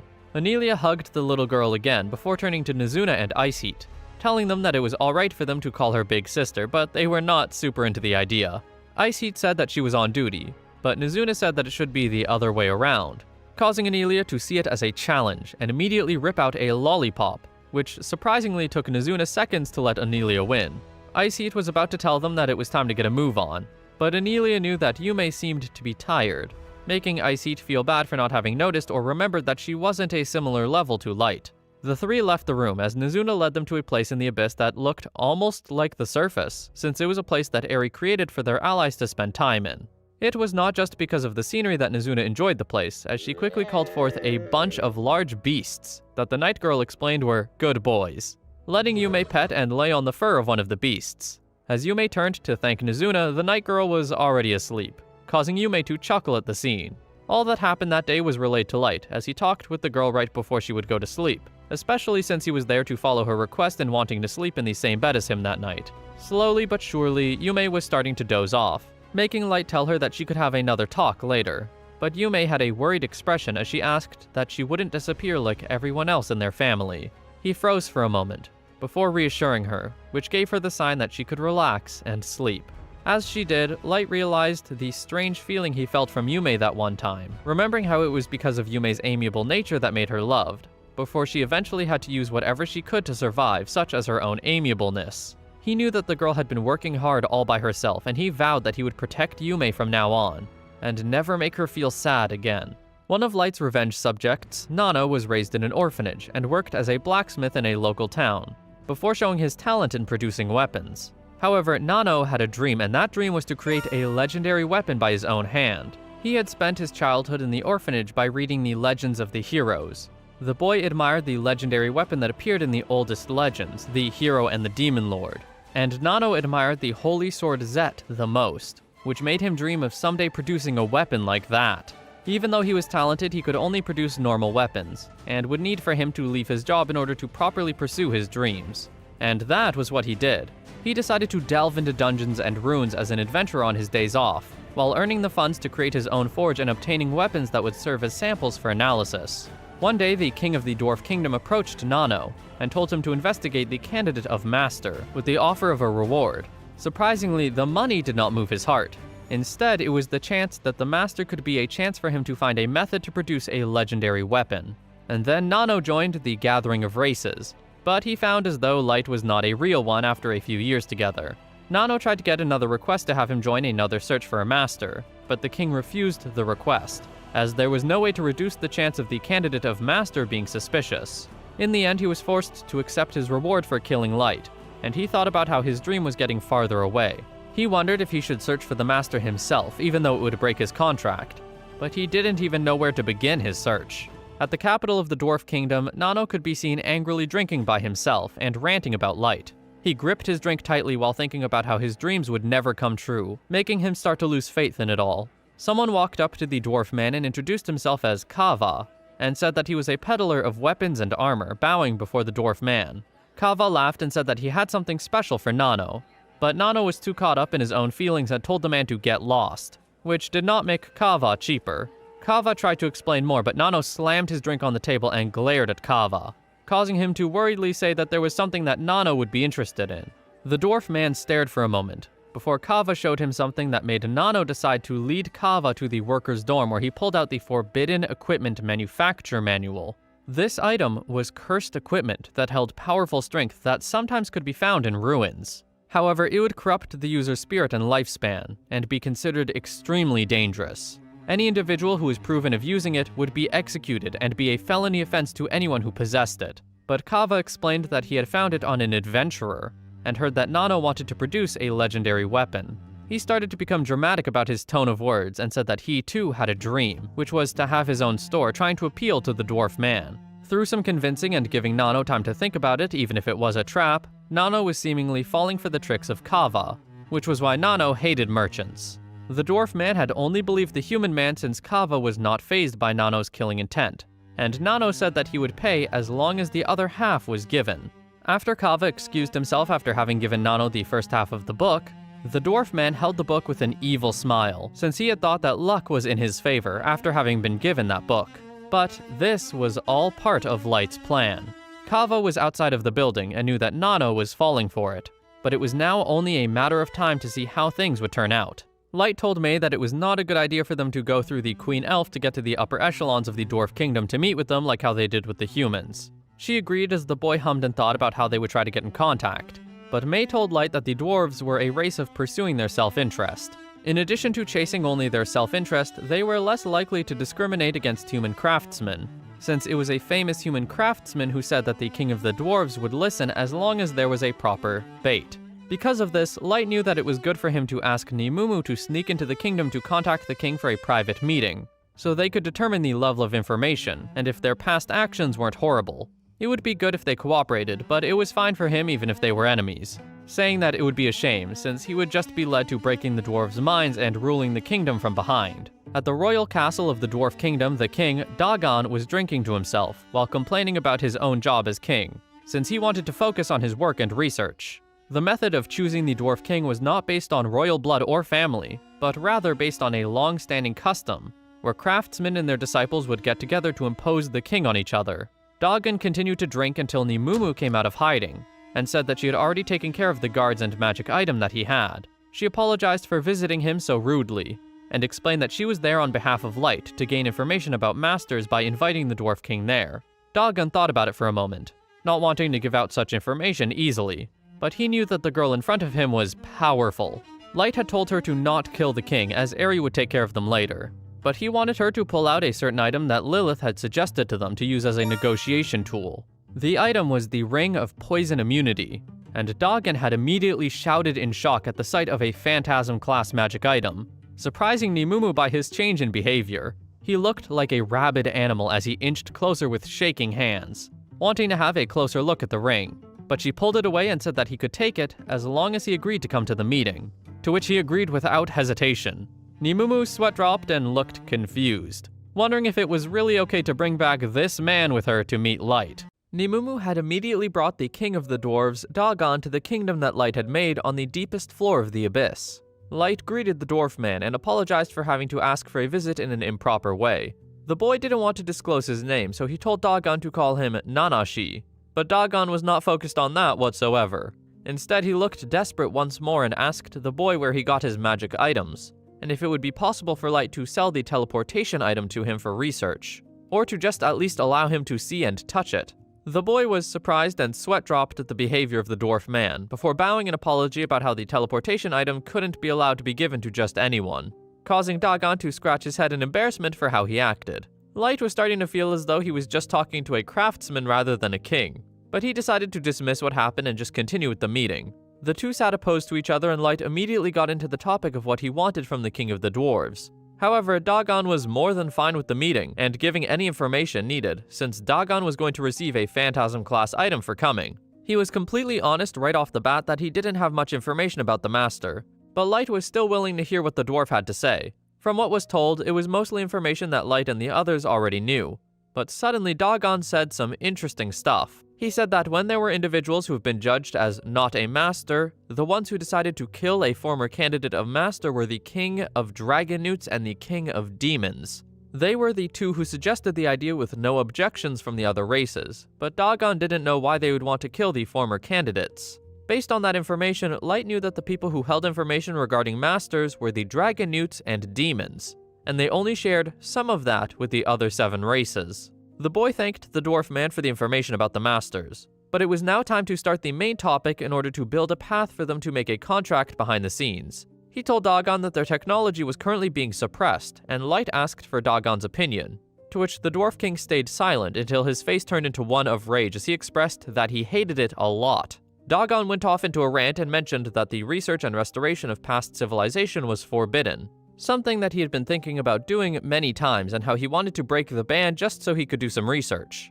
Light sweat dropped and asked if it was that dangerous to break the Treaty of the 9 Countries, and Dagon answered that it did get people such as his acquaintances being later found dead or missing without a trace. Light wanted to know why these people would try to research something forbidden, but Dagon seemed to agree with their efforts, since it was an interesting subject that had all the reasons to be secretly researched.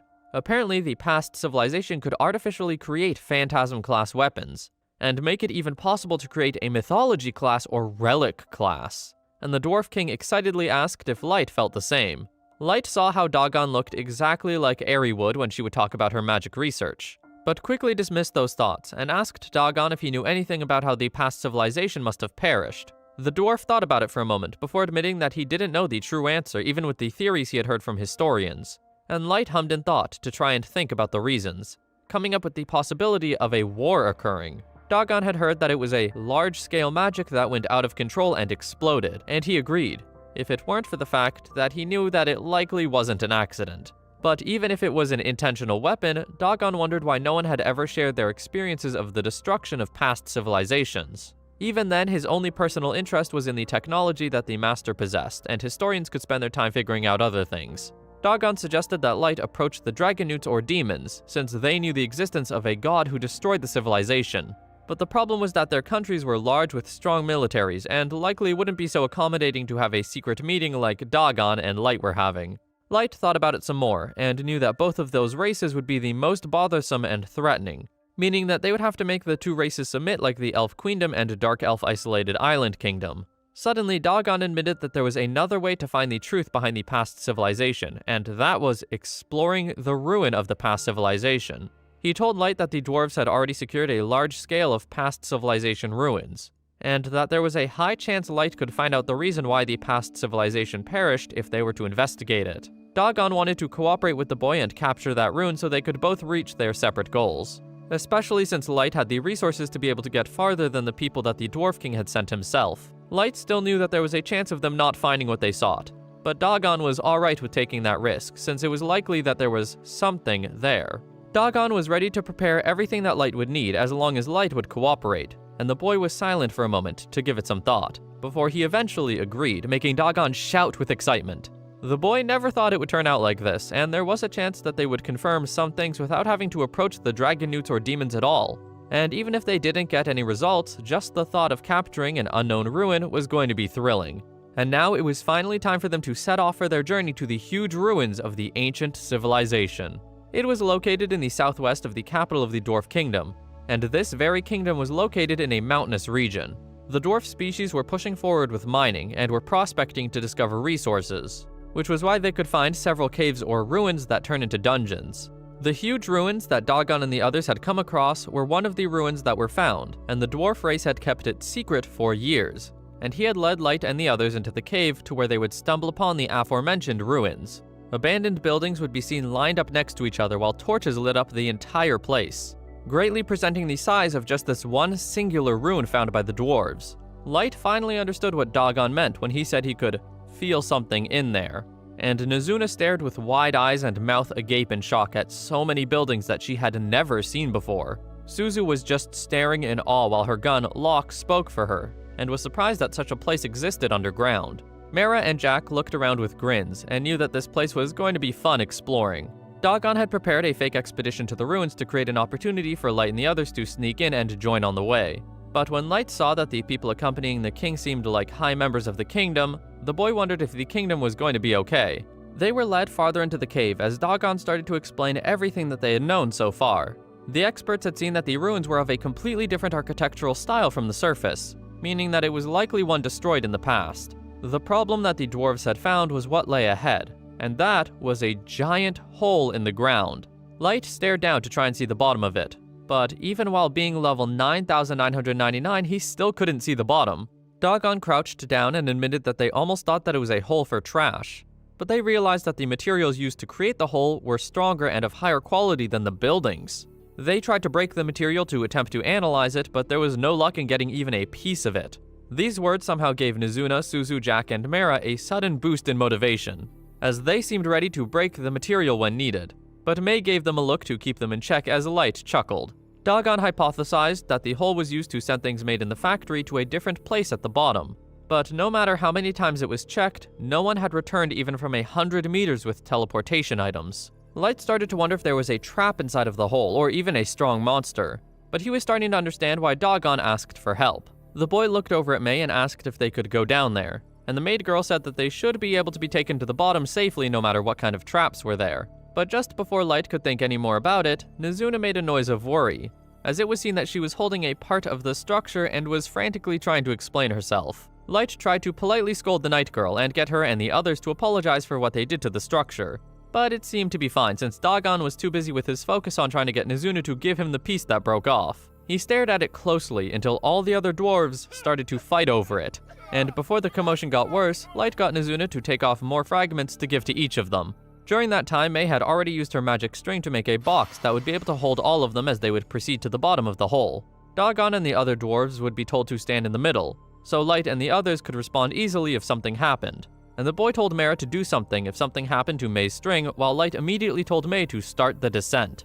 He knew that May was about to ask him to stand in the middle as well so she could guard him, but he ignored it as he didn't want to increase her burden.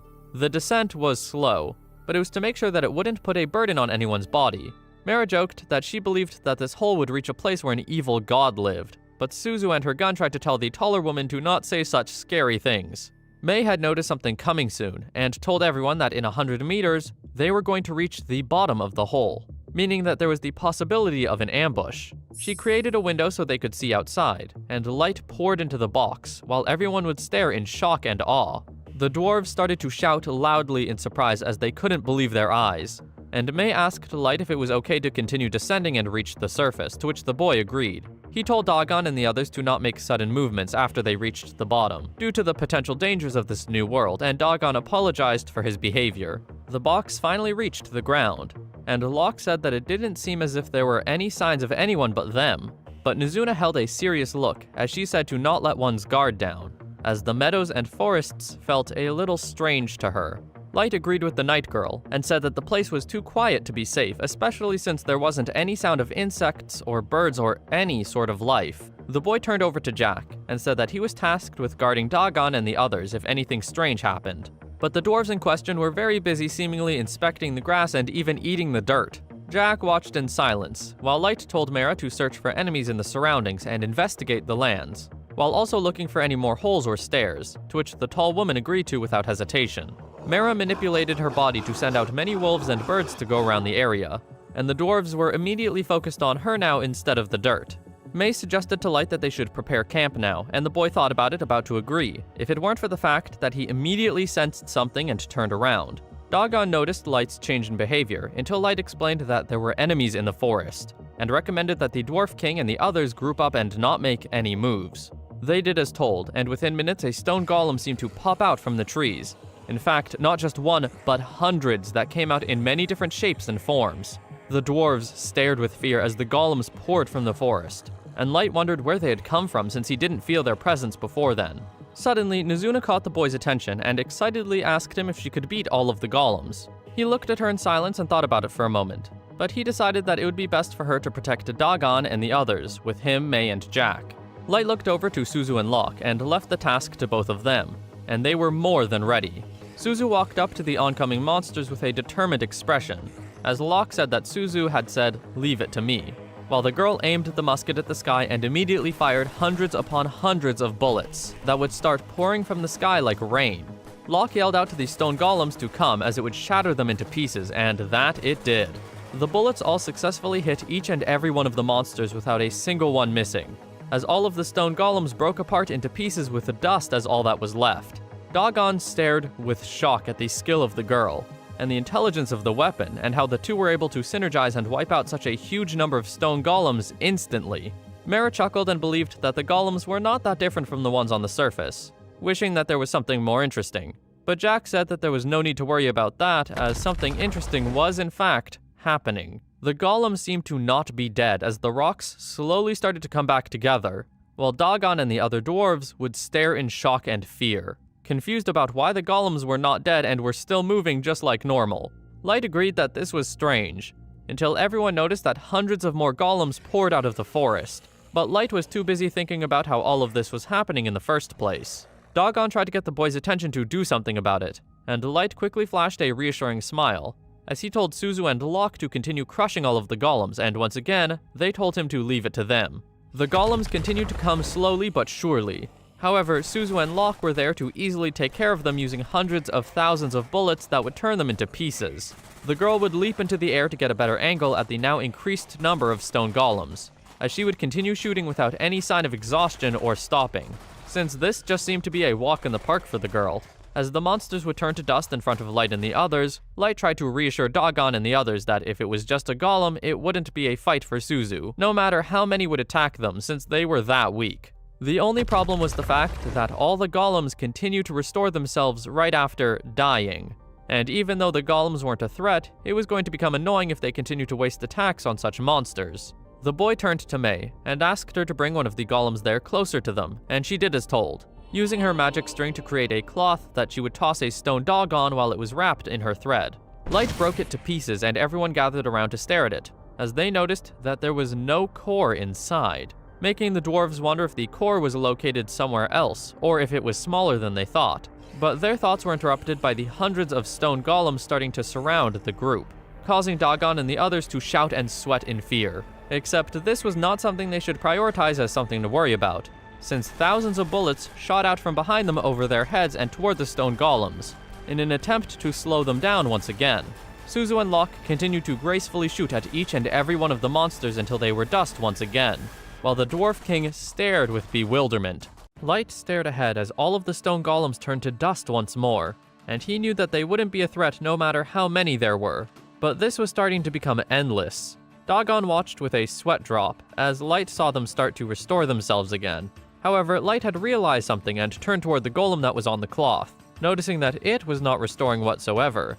The Dwarf King agreed that it was quite strange, and the boy wondered what the difference was between the golem they had and the ones that came from the forest. It couldn't have been the blocked mana around Light because the ones around Suzu would have stopped moving as well.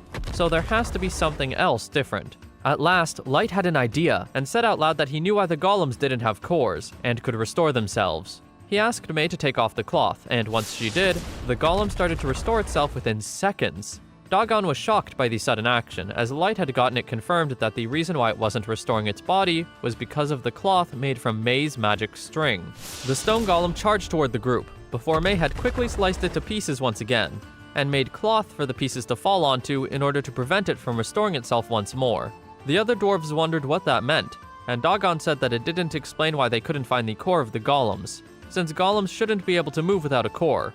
Light agreed with the Dwarf King, and knew that the golems in the area they were in worked the same as the ones on the surface. The boy explained that the cloth made from Mei's magic string had severed the golem's connection to its core, making it unable to move or restore, but the dwarves still wondered where the core was. With a grin, Light explained that the whole underground served as the core of the golems, and this information caused Dagon, along with the other dwarves, to start shouting in shock and disbelief, Suzu and Locke continued their efforts and shot thousands of more bullets to the incoming stone golems, that seemed to increase in number with each second. One of the old dwarf experts was still in disbelief at the words that Light had said, and didn't think that it was possible for the whole underground world to be the core of the stone golems. And another one agreed. Dagon thought about it for a moment, and while it should normally be impossible, he started to think that it might be true, since it would explain many things, such as how the stone golems suddenly appeared with such huge numbers and why there was no core inside of the bodies. The rest of the dwarves started to think about it as well, and agreed, before Dagon asked if they could try to reproduce the golems with their technology, the dwarves proceeding to inspect and tinker with it. Light looked back at the battle ahead and thought to himself in silence, believing that if his analysis was true, and as long as they didn't destroy the underground, the stone golems could continuously repair themselves, so they needed to find a way to temporarily stop them. If Aerie or Ice Heat were there, they could easily cover the land with ice. But all they could do at that moment without more information was let Suzu and Locke handle it. And Light wondered if he should teleport and bring one of the two girls he thought about. Suddenly, Mara noticed something in the distance, and everyone turned toward where she was, looking to see a wolf running toward her. It was one of her fissions, and it had come back because it had found something and returned to be absorbed back into her and be checked for its memories, which she thought was one of her drawbacks as one of Light's helpers. Once it was absorbed, Mara had told Light that she found the smell of water under two of the spiral structures, and another hole to descend from. This information had caused Dagon to have his jaw hang in shock, while Light was also surprised, humming in thought at the idea of there being another layer to this entire underground world. He thanked the tall woman for finding the hole for descending, as it gave him the ability to be able to decide what to do with the golems. The boy quickly pulled out a card with a dark grin on his face, and proceeded to release it, which activated an ultra-wide adhesive that exploded in the air and wrapped around each and every one of the golems. Suzu and Locke stopped their attack, as everyone saw that the golems struggled to move in the adhesive, and were now completely incapacitated. Eventually, all of the monsters gave up moving, as Dagon saw the adhesive as similar to a spider's web. And Light explained that with this, the stone golems wouldn't be able to move for a while, which meant that they could use the chance to go into the hole that Mara found. Light turned to the Dwarf King and asked if he was okay with the plan, and Dagon agreed without hesitation, even despite the fact that he was sweating with bewilderment and a little fear. But he trusted Light and his instruction. Light affirmed that it was best to leave the golems that way, since they weren't going to end their attack and they did not need to waste their energy fighting them. He asked Mara to lead the way, and the Chimera woman agreed. However, there was one last thing she wanted to do before they went, raising her arm to the sky as something started to come down from above. Dagon was confused, until Light explained that it was a sign of her fission returning, and Mara said that it was time for them to go. Even if hundreds of things from the sky seemed to shoot down like bullets and hit all of the stone golems, breaking them into pieces. An hour later, Light and the others had finally arrived near the spiral structure, and stumbled upon the hole that Mara had found. It seemed to be similar to the first one they witnessed, but there was a cover over it, and there was a hole in the cover to show that it was torn and forcefully opened. Light wondered if it was opened by the adventurers the dwarves had sent in the past. What was unfortunate was the fact that Light still couldn't see anything due to the darkness of the hole, and he decided to leave it all to May once again.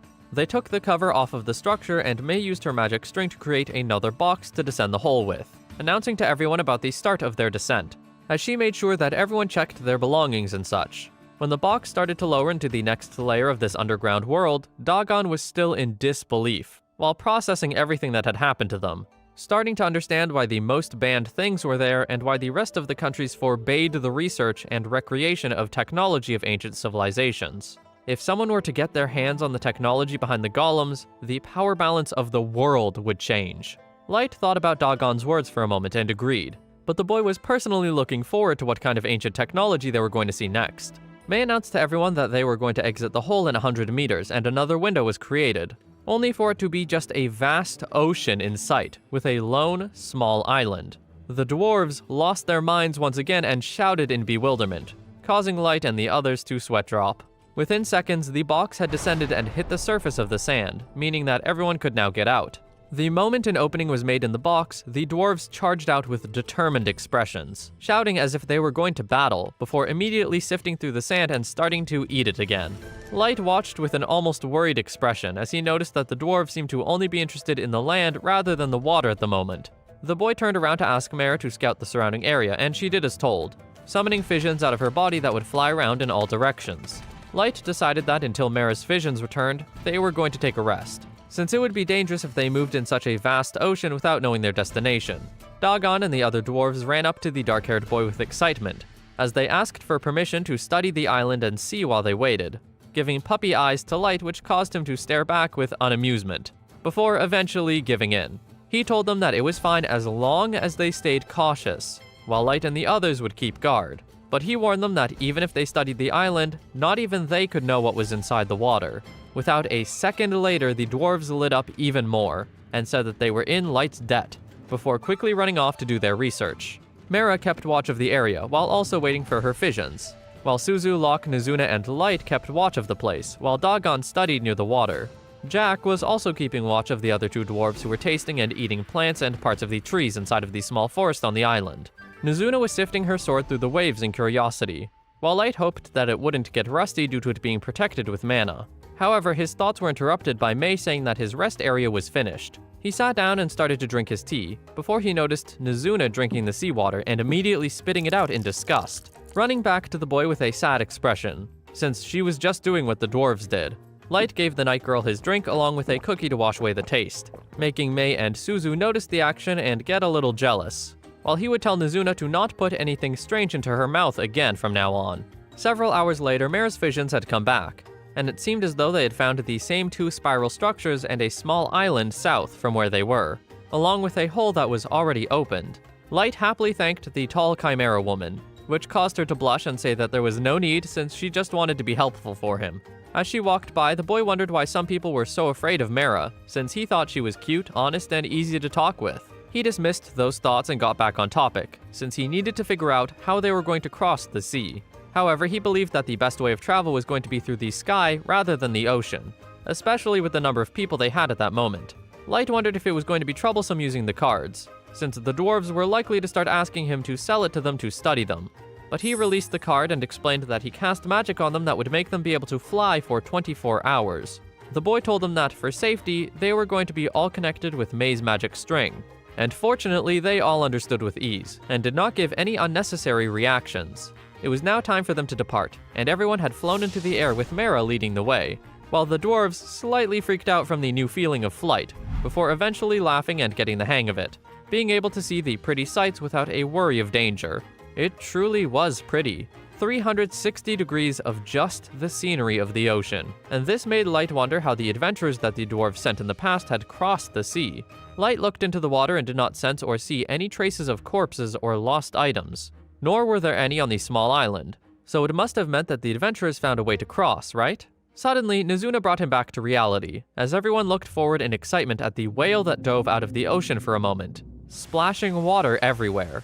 Everyone was amazed by this happening, and Light started to feel bad about how he wasn't able to show such a sight to Yume, as well as everyone else in the abyss. But those thoughts and feelings went away fast, since the whale came back once again, this time with an aura of hostility that Light quickly sensed. The boy immediately asked for Jack's support, and Jack activated his iron body to repel the attack from the whale. It was powerful, but Jack knew that an attack at such a level wouldn't give him any damage. Light knew that there was hostility from the large fish, but he never would have thought that the whale monster was also the same as the stone golems, a monster that chased off intruders. Mei analyzed it using her appraisal, and explained that the monster was called a long-finned pilot whale, and was level 3000. Light knew that it was weaker than Orochi, the monster that protected the abyss, but he felt as though it was on par with Hardy and the other White Knights. He started to wonder how many resources the ancient civilization had for them to be able to create such a huge fish monster. And if they had such advanced technology, how did they perish? Either way, the thoughts had to be interrupted since the whale was preparing another attack, and Light told Mei and Jack to protect Dagon and the others, while Suzu and Locke would deal with it, and cause it to turn away from its attack. Light was disappointed at the monster having attacked them, since it made the boy change his mind on showing the place to Yume and the others. But he quickly turned to Mera and Suzu and asked if they could kill it. They were confident in their abilities, and the Chimera woman looked towards Suzu and apologized, asking for her to buy Mera some time while she would spawn an aquatic chimera to fight against the whale. Locke said to leave it to them, and Suzu got near the water before shooting hundreds of bullets into the water at the whale. It was capable of swimming quickly, but they were still not going to miss just because it was underwater. The pilot whale tried to shoot back at Suzu before she would shoot even more back in response. It sent the whirlpool-like attack from before at the musket girl, to which she dodged with a pout from how sturdy the fish seemed to be. It was also because of how huge the monster was that they needed to shoot even more magic bullets in order to make them debuff it at all. What they did had bought them time, like Mara asked. Mara sarcastically apologized to the fish for making it wait, as she summoned an orca with a horn on its head that fell into the water, and started to swim at the pilot whale at high speeds. The horn connected with the gut of the whale as the orca brought the monster out of the water, and in range for Suzu to be able to shoot even more bullets at it than before. It fell back into the ocean and tried to swim away, until Mara made the orca do the same thing and bring it out of the water, as Suzu shot at it again, finally activating poison and blindness on the fish. While this happened, Nozuna pointed in another direction, and it seemed as though the small fish group that they'd seen from before were flying out of the water and toward their direction.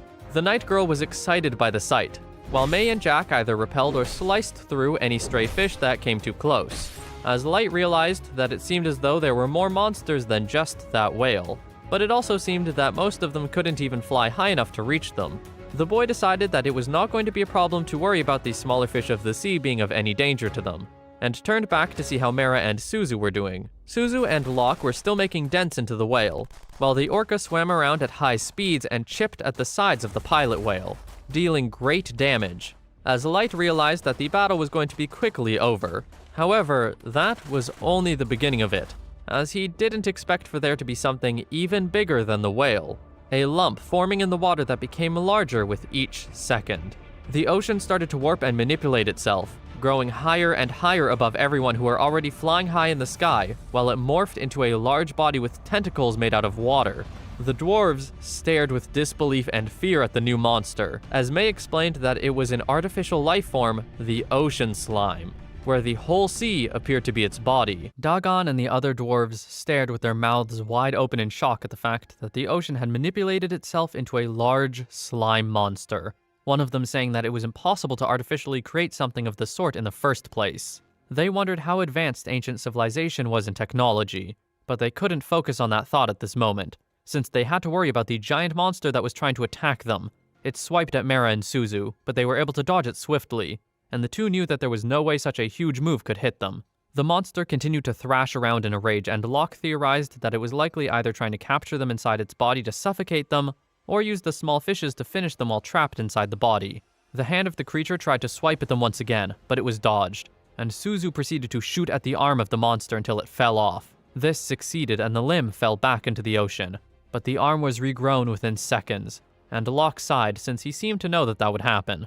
The dwarves sweat dropped and were bewildered at the sight of the battle, and how the monster was able to regrow its limbs instantly, which wasn't much of a surprise, since its body parts were made of water. Its hand was starting to swell up, and everyone could see the flying fishes from earlier gathering inside of it, making everyone confused about what it was trying to do with them. Suddenly, the fish were thrown out of its hand like projectiles at Suzu and Mara, causing the dwarves to stare with worry at the speed and number of the fish, since they thought that the two women were not going to be able to evade it. Luckily, Suzu and Locke were able to immediately shoot through the thousands of fish with her bullets, and Mara was able to eat a good amount of the fish with her body manipulation.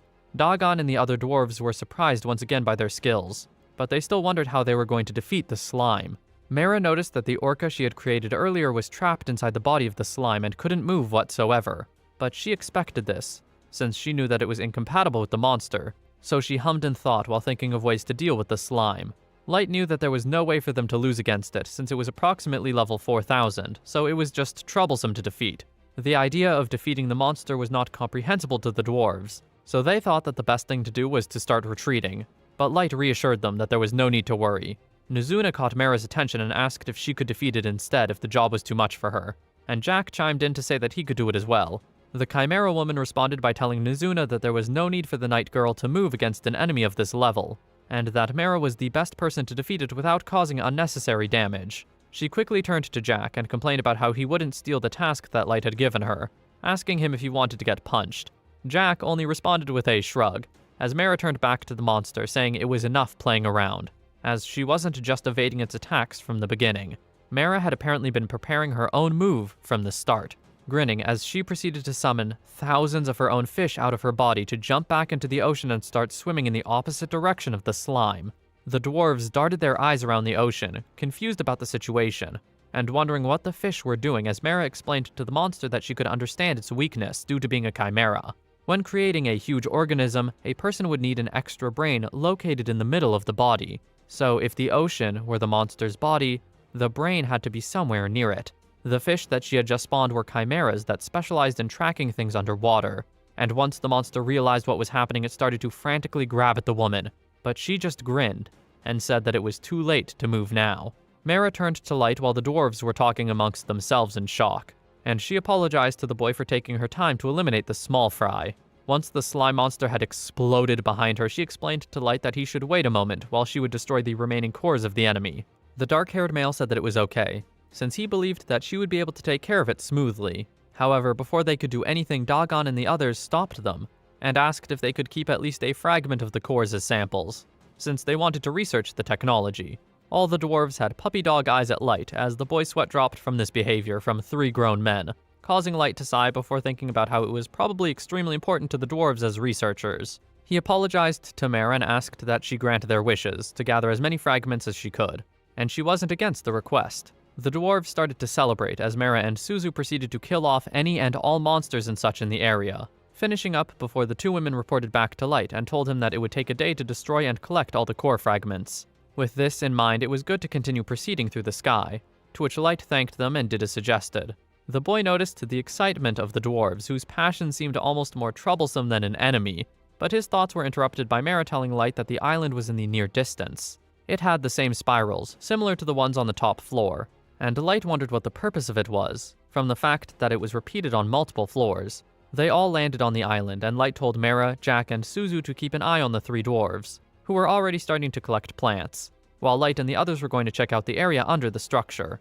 The boy noticed it was the exact same hole as the one before, and also had its cover destroyed, so it seemed as though they could still descend. May asked if they were going to descend again, but Light said that was enough for the day, and they should all rest for the night. The maid woman said that she would decide the turn for night watch, and Light tried to say that he could be added to the list, but May only chuckled and brushed off his offer. The boy remembered that they all needed beds to sleep in and used magic to summon a cottage from thin air, causing the dwarves to turn around in shock and run to the building to ask Light about where it came from. Light only casually explained that it was just something he did with magic, surprising Dagon and the others even more, as they fought each other to get inside and explore. The dark-haired boy's sweat dropped at the sight, and was about to create another cottage before he noticed Nizuna staring into the hole, something she had been doing for quite some time. Light was confused as to why she wasn't jumping around innocently like Dagon and the others, but he found out why she was acting this way when she turned to him and said that she had a bad feeling about what they were going to experience on the next floor. May and Light nodded at each other, and reassured the girl that they would keep their heads up for when they descended. Meanwhile, in the plains on the border of the Dwarven Kingdom and the Human Kingdom, there was a merchant man, who was waiting for another merchant who rode in with a carriage. They greeted each other, and the other male let Kava know about the meat he prepared according to the request, that being barrels of 4 young men or women. One of them looked more limp than wanted, but the bearded man said that it was okay, since that one had just lost its mind because of the drugs they used on the captured people. After confirming the others, the bearded man was paid, and the 2 exchanged a laugh before making their way off in opposite directions. Kava was glad that the exchange went smoothly, and knew that Nano would agree with him, that they would not have to go all the way to kidnap people and could just get them with money. The merchant man looked back at the barrels and remembered the limp girl who was in one of them, starting to salivate from his mouth until he realized how he was behaving. He felt embarrassed and wiped the saliva away, wondering if it was about time for a certain thing, since it seemed as though his body really wanted a human. He knew that it wouldn't be a problem if he only delivered 3 bodies, so Kava wanted to find a time to eat one of them without getting attacked. However, it had been several days, and Nano was likely running out of humans soon. Kava sighed and wondered if he should just play it safe by killing one of them and eating it. Light, among others, knew that Nizuna was a strong girl who would still win even when fighting against Eri and Aoyuki together. She was the strongest, being in the lowest layer of the abyss, and that same Nizuna was the one who told everyone to be cautious. Just what was inside the next layer? That was what all of them were going to find out, since it was now the next day and was time to move, and Light told everyone to be careful. Light remembered Nizuna's words, and these same words made everyone feel on edge. The boy could feel the tension in the air. May told the dark-haired male that they were going to reach the bottom of the hole soon, and it seemed as though Nizuna's instincts were true, since once they landed in this weird area, it truly did seem like a trace of a battle. Light told Mara to survey from the sky and land, and to order her spawn to be wary of any enemy, to which she did without hesitation, while Dagon and the others asked the boy if they could survey the lair. The boy paused and thought for a moment, before deciding to allow it as long as they were all in groups, knowing that Light couldn't ask the dwarves to hold back, along with the fact that Light himself was curious about several things about the lair as well. The surface seemed to be made with the same material that only Nizuna could break, and there were many craters in many places, meaning that there was something there that could easily break the material. The dwarves were discussing with each other about what could have possibly created the craters, and Light himself was confused about it as well, due to it being shaved so cleanly. He continued making theories in his head until he sensed something, and looked up before shouting at everyone to get down. May immediately used her string to create a shield wall between them and the glowing ball. However, it was completely repelled by the ball. Jack tried to protect everyone by pushing them behind him, but Nizuna told Jack that he shouldn't try to take it and should just leave it to her, proceeding to swing her large sword against the ball, which sent it flying through one of the many walls on the floor before vanishing.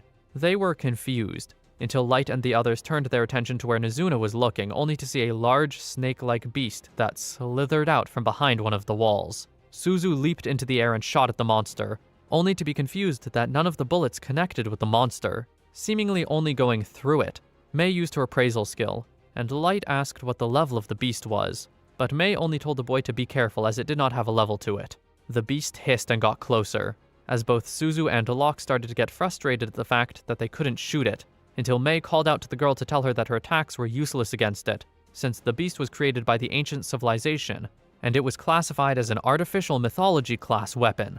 Because of this, it was all up to Nizuna, who immediately leapt into the air and slashed at the monster, sending it flying. It was still alive and standing, and the girl was impressed at its ability to hold against one of her attacks, making her believe that she was up against an opponent where she could get a little serious. Even though Suzu's magic bullets could pass through the beast, it didn't phase through Nizuna's greatsword, and instead tried to block it. Dagon stared with shock and fear at the fact that there was an artificially created mythology-class weapon, something created by the ancient civilization. Light was sure that this was the one, and he figured out the reason why May's appraisal said that the beast didn't have a level, and that was because it was not considered a beast, it was an object. For example, if a person were to try and appraise a sword, it wouldn't show any level, because weapons and equipment didn't have levels at all. The boy felt as though the snake beast was closer to an autonomous weapon than a creature, and he also realized why Suzu's attacks didn't affect the monster. That being the ability that mythology-class objects have, Isolate. In general, weapons and equipment have ranks that ranged from Genesis class, which created the world, to the well-known Common class, which were just normal weapons and equipment. Genesis and Mythology class were classes that were still not things that were known by even experts who handled countless magic items. Its existence was almost like a legend to the dwarves, but they could still vaguely interpret that Phantasm class or lower exerted some effect on the enemy or object that a person could see. Based on that, weapons and equipment in Mythology class or higher had some kind of isolate ability that could interfere with the world itself. If this snake beast was an artificial mythology class created by the ancient civilization, then the reason why Suzu's attack passed through it was because of this very isolate ability, which was strong enough to interfere with the world. Though there was something else on Dagon's mind, and that was the fact that Nizuna's attacks were not nullified, and instead caused the monster to defend itself, which meant only one thing. The one who could fight the artificial mythology class was someone who held the same rank or higher, which meant the weapon that Light had, the Genesis class Divine Spear Gungnir, or the weapon that Nizuna had, the mythology class Prometheus. As all the dwarves stared with their mouths agape in shock, Light turned to them and was surprised that they didn't recognize it. But Dagon realized that Nizuna had been using that same weapon to play with the waves in the water and dig holes with it, along with even touching the blade with her hands after snacking. Dagon was appalled to learn that she was using such a strong and rare weapon so casually, and Light could understand why the dwarven man had this attitude, staring forward with a sweat drop. May walked up to the girl and said that it was still unclear how the enemy was hindering their attacks, telling her that she was the only one who could move and fight against it. Nizuna bumped her fist against her chest and said to leave it to her, as she was confident that she would be able to protect Light and the others. She lifted her sword and charged forward to smash it against the snake beast, who blocked it once again, seemingly struggling to fully repel the attacks before it was eventually sent flying once again. The girl was seemingly having fun with the struggle that she herself was having against the monster, and said that the last person she fought was just easily blown away by a light swing, so she felt glad that she could fight seriously outside of the training that she had with Light and the others. Nizuna lifted her sword once again and said a phrase, calling upon the power of her sword, which made her and her weapon glow brightly. Dagon slowly opened his eyes in confusion and stared with a puzzled expression when he saw 5 different Nizunas floating in the air, wondering if this was a technique that made a person move so fast that it looked as though a person was splitting. However, Light said it was a different technique, one that made Nizuna completely clone herself, and each clone has the exact same level and equipment. All 5 of the Nizunas prepared their attacks, and called for the snake beast's attention as they all charged toward it, each with their own respective grins. The mythology class greatsword Prometheus. Its ability was Twisting the Providence. What that ability could do was cause events that were fundamentally impossible. With that ability, it was possible to materialize several copies of oneself with the same level and equipment, and that was what Nizuna did. However, the sword wasn't omnipotent and had its limits, meaning that she could only create 4 copies at max with the same level and equipment before it would dull itself in the many other copies, and eventually kill the user if they were reckless with it. The easiest target to influence was Nizuna herself, and her own items, while other beings were harder since it would need the other being to consent, or else there would be recoil. Because of this, the most efficient way to use the ability was to copy Nizuna and attack enemies all at once with these copies. The multiple Nizunas continued to swing their swords at the snake beast, and almost played tennis with it, before one of them eventually cut off its arm, seemingly exciting them. One of the Nizunas said it was going to be a match for who could bring down the enemy first, and all of them charged at the beast with excitement, until it started to shoot hundreds of smaller balls at the 5 copies. Because Nizuna couldn't take the hit, all of the copies had to either deflect the balls or dodge. Nizuna knew that while she was the toughest one in the abyss, the snake beast could still easily erase her. And Dagon started to worry about the status of Nizuna, given how her defenses were not able to do anything against the beast's attacks. Something that Light knew. The boy wondered what kind of power the monster truly had and noticed it hissing again, before he told the dwarven men that there was no need to worry, since despite the beast letting out a victory cry, the monster was naive for thinking it could defeat Nizuna. The copies raised their swords and said a phrase to call upon the sword, and it seemed as though her wounds and equipment were fixed. But Light knew that it was just Nizuna using the sword to return her wounds to before they were there, and then recopying herself, since if there was even one Nizuna left, the sword could continue materializing her infinitely. The combination of this great sword and the strongest being of the abyss was something that would truly be a force to be reckoned with, and this beast would not be able to win against the girl. The Nizunas continued running at the snake beast, which tried to use the same attack against her, but the copies were able to easily defuse the situation and deflect or dodge the attack, since it would not work twice on her. When it seemed as though the copies of Nizuna were able to corner the snake beast, one of them was about to make a slash into its body, only to realize that it had seemed to disappear. The 5 of them were confused and saw that it had seemingly made its distance away from the copies, making them attempt to attack it again, until the beast went through the wall once again. The Nizuna started to get angry from its actions, as Light noticed that the beast had stopped fighting Nizuna directly, and instead changed its strategy to keep a distance. He was surprised that the beast was able to change its tactics, when mere weapons shouldn't be able to do so, so the technology it was made with must have been high-tech. It continued to phase through walls, and Light was thinking about the beast's abilities, knowing that mythology-class weapons had the ability to isolate themselves, but this beast was sure able to create distance from Nizuna. The copies were starting to become upset and were insulting the monster, before the snake beast turned towards Light's direction and aimed at him, shooting the balls at him, which caused Nizuna to go out of her way to protect Light. The copy started to focus on protecting Light, and the boy realized that the monster was smart enough to separate Nizuna's copies, another flaw of the sword, since the method was easy to figure out, and was able to mess with Nizuna's head. If only Nizuna could use her head a little bit when using her sword, it would not be that hard to stop the beast completely. However, thanks to the girl, Light could already guess the ability of the snake beast due to it showing too many of its tricks. Light told the girl that he was going to stop its movement while she would use the gap to get closer and attack it, and she affirmed that she understood before Light pulled out a card that would cause an explosion around the beast. It seemed to have been affected by this attack and was stopped for a moment, giving the Nizunas the ability to start chipping away at it.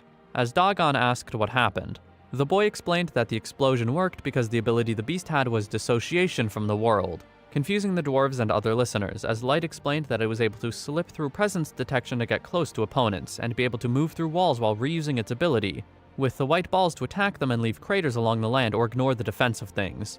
Anything that the balls touched would use the ability that the snake beast had, and Light was able to figure it out because anything it touched would disappear rather than get blown away. Dagon asked why Light's attack worked, and that was simply because the beast's ability couldn't be used continuously, and was easy to fight against through predicting the beast's movements. The Dwarven King discussed this with the others, before eventually agreeing that even mythology-class weapons weren't perfect, something Light agreed with. Light's subordinates praised him for his intelligence before the boy told Nizuna that it was time to end things, as the girl continued slashing at the creature. When it phased through a wall again, Light would use another explosion attack to stop it, and give Nizuna the opportunity to give the final attack and simultaneously slash the copied swords at it, successfully killing it. The pieces of the monster flew everywhere and started destroying everything in the surrounding area, coming toward the dwarves as Jack jumped in to shield them from the debris. Light thanked him for the action, as Jack said his time to shine had to come eventually, since he couldn't do anything against the snake beast, but Light said that it couldn't be helped, since it was mythology class. The boy casually said that he was glad that Jack was there to block it, since the dwarves would have become minced meat, causing the three to squeak in fear at the thought. Nizuna certainly was strong, but she didn't know how to hold back, making Light think back on their previous battle in the giant tower. Another thing Light thought about was Nizuna's #1 flaw, and he was able to see it in real time as the girl would try to run back to get praise from the boy. Because of her happy-go-lucky attitude, she was unable to realize that the arm she cut off earlier was still trying to shoot at her, but Light was luckily able to throw his spear at it and destroy it. Light theorized that it was cut on purpose and used for an ambush, and he knew that the bullets would have killed her now that she was back to just one copy. The one flaw that Nizuna had was that she was so powerful it made her careless. He started to reprimand her for letting her guard down, and the happy girl started to tear up and sob, making Light panic as he tried to calm her down by patting and pampering her. After that was done, the dwarves wanted to inspect the remains of the weapon, but Light told them to keep their guard up and not put anything in their mouths, in order to prevent Nizuna from imitating them. They gave a thumbs up and started to desperately look at the remains, as Light was told by Mera that there was another hole to descend, along with a beast of a sword, likely from the adventurers that the dwarves sent in the past. It was unfortunate that they died, but it was still fortunate that there was even a tip of a blade left given what the adventurers had to deal with. Light thanked the Chimera woman before saying that they should wait until the dwarves calmed down before they would descend again. It would take a whole day for the dwarves to calm down and all night for them to inspect the weapon after it was cleaned up and gathered, but they ended up deciding that there was nothing they could understand with their current skills. Light chuckled at the sight, and after some more rest, they descended once again, only to find out that there were houses. They all had normal furniture and such, breaking Light's expectations, and almost disappointing the dwarves from the lack of amazing technology. They continued forward as Nizuna showed them to a different shaped building that was similar to the church on the surface, making them all stumble upon a painting on one of the walls. On one side of the painting it held a drawing of the snake beast they had fought, along with drawings of the 9 races, and a group of black-haired humans that felt different than regular humans, seeming as though these could be the masters that everyone had been talking about. On the other side, they were fighting against many monsters and the large mouth of a giant creature that seemed to be spawning the monsters. He couldn't see the whole body of the creature since some of the painting had already crumbled, and the others thought that the painting was creepy, but Light saw it was worth something. The reasons he had gone on this expedition was to learn what the Dragonute and demon races were hiding, info about the masters, and info about the ancient civilization. He thought that the creature was likely a deity of some sort, but his thoughts were interrupted by Mera having one of her summons come back and say it found places that could be archives and treasuries. They found a building that seemed to be a library, and the dwarves went crazy at the sight, as Light skimmed the books, disappointed that he couldn't read it with his current knowledge. They went off to check the treasuries and saw that it was just small rectangular boxes with no entrance or exit, so they made Nizuna cut holes into them. Light was surprised that she didn't do anything more flashy, but they dismissed the thought as they found out that the boxes held riches, and a lot of equipment that caught the attention of the dwarves. Dagon thanked Light for taking them to these layers, and he was already thinking about how these discoveries could shake history, saying that he was looking forward to the research from then on. The boy was glad the dwarf was enjoying it, and as thanks, Dagon gave him a small hammer that was the national seal of the kingdom, and it was a seal of approval that would give Light the ability to do anything in the dwarf's territory. Not only that, it also gave Light the right for succession, but the boy wasn't interested in that, making Dagon sigh in disappointment, since he was just trying to find a way to get out of the throne himself. While Light wasn't interested in the throne, the boy knew that this seal could help him in his plan to make Lilith sit on the throne of the human kingdom and investigate the crime of Nano. Dagon was worried about Light's expression, to which the boy told him it wasn't something to worry about, before remembering something and giving the tip of the blade to Dagon, explaining that it was likely from the adventurers that were sent in the past. Light said that it was likely just for his own self-satisfaction, but Dagon reassured the boy that he was glad the adventurers still had someone to think about them.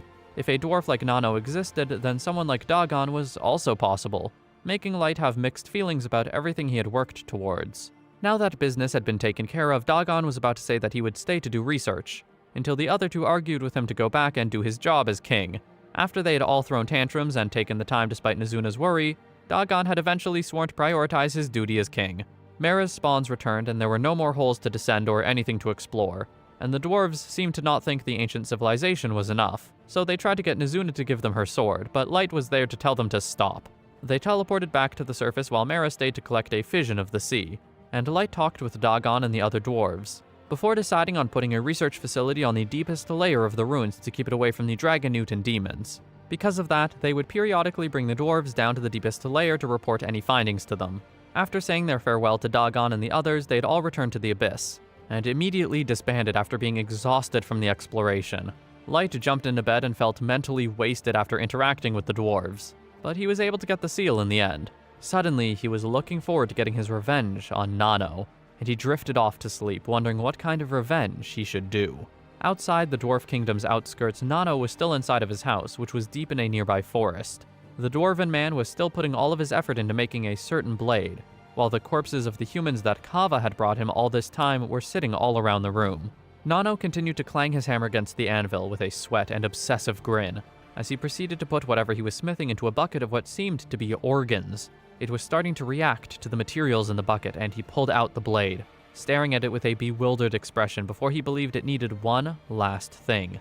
There was a woman who was still bound to the work table that he had in the room, squirming and trying to scream and cry in fear as the Dwarven man picked up a butcher's knife and proceeded to remove the woman's heart.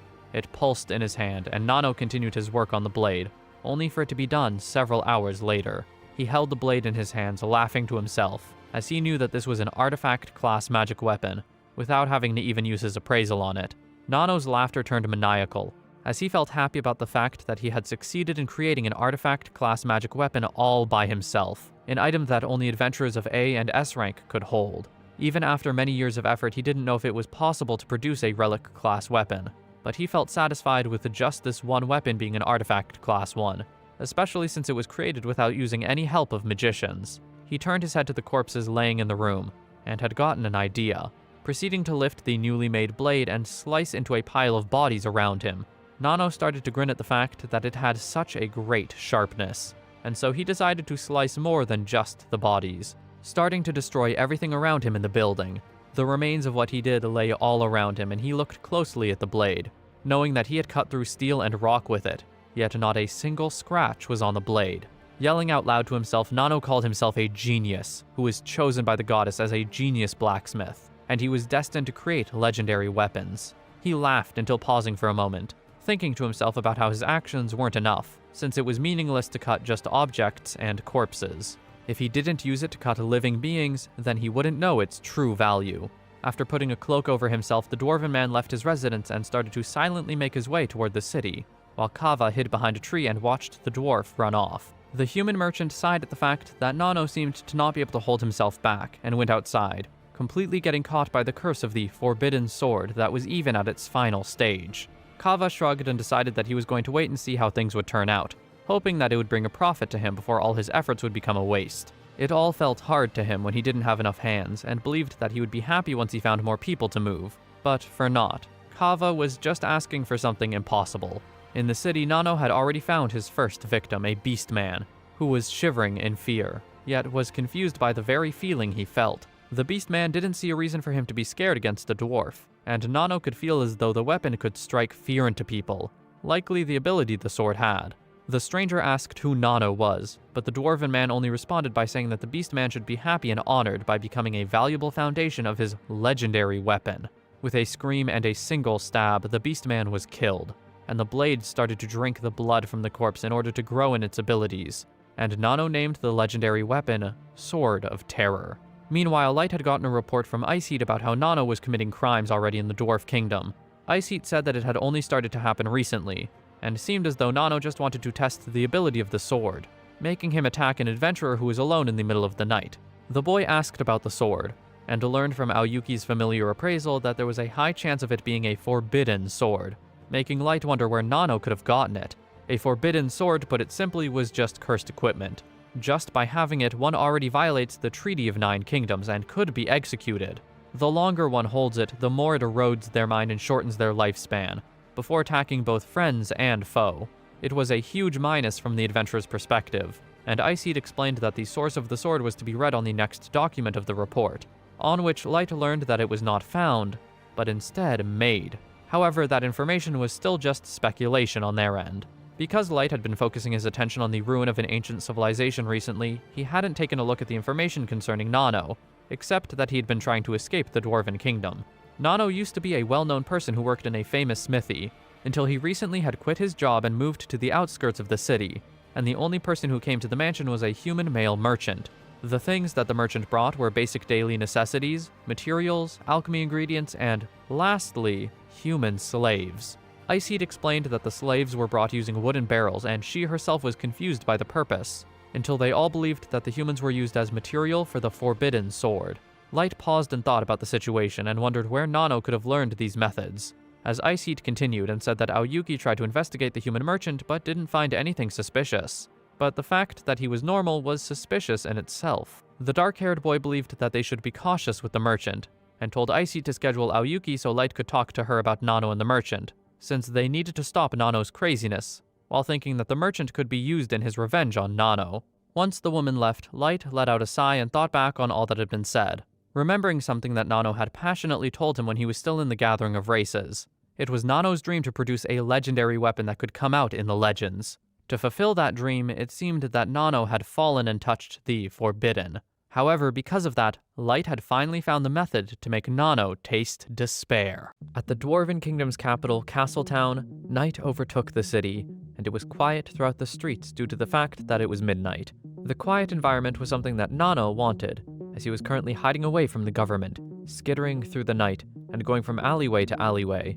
His cloaked form could be seen peeking over the side of a building, standing in silence before he grinned and looked back at the blade that he had recently created, the Sword of Terror. Nano chuckled to himself and was excited to feed it fresh blood that night, and the dwarf's thoughts were interrupted by the sounds of another dwarf walking out into the night, letting out a sigh of contentment about the great drinks they had. Some other dwarves told this one and his friends to not go home alone, and to go home immediately, as it was dangerous to drink and wander around this late. The guards recommended to not walk by themselves, as there had been many incidents of the killer who targeted people who walked alone, making the dwarves drunkenly agree before walking off. Nano watched his targets walk off, making him click his tongue quietly, as he was upset by the situation and not being able to kill those people.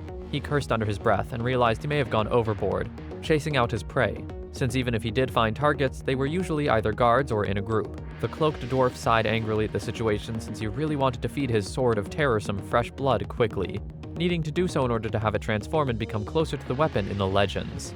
This night felt like the worst night for Nano, making him wonder if he should hunt some vagrants in the slum. As Nano was about to start walking elsewhere, he heard the footsteps of another person, and glanced over to see another hooded figure walking down the street alone at night while holding a staff.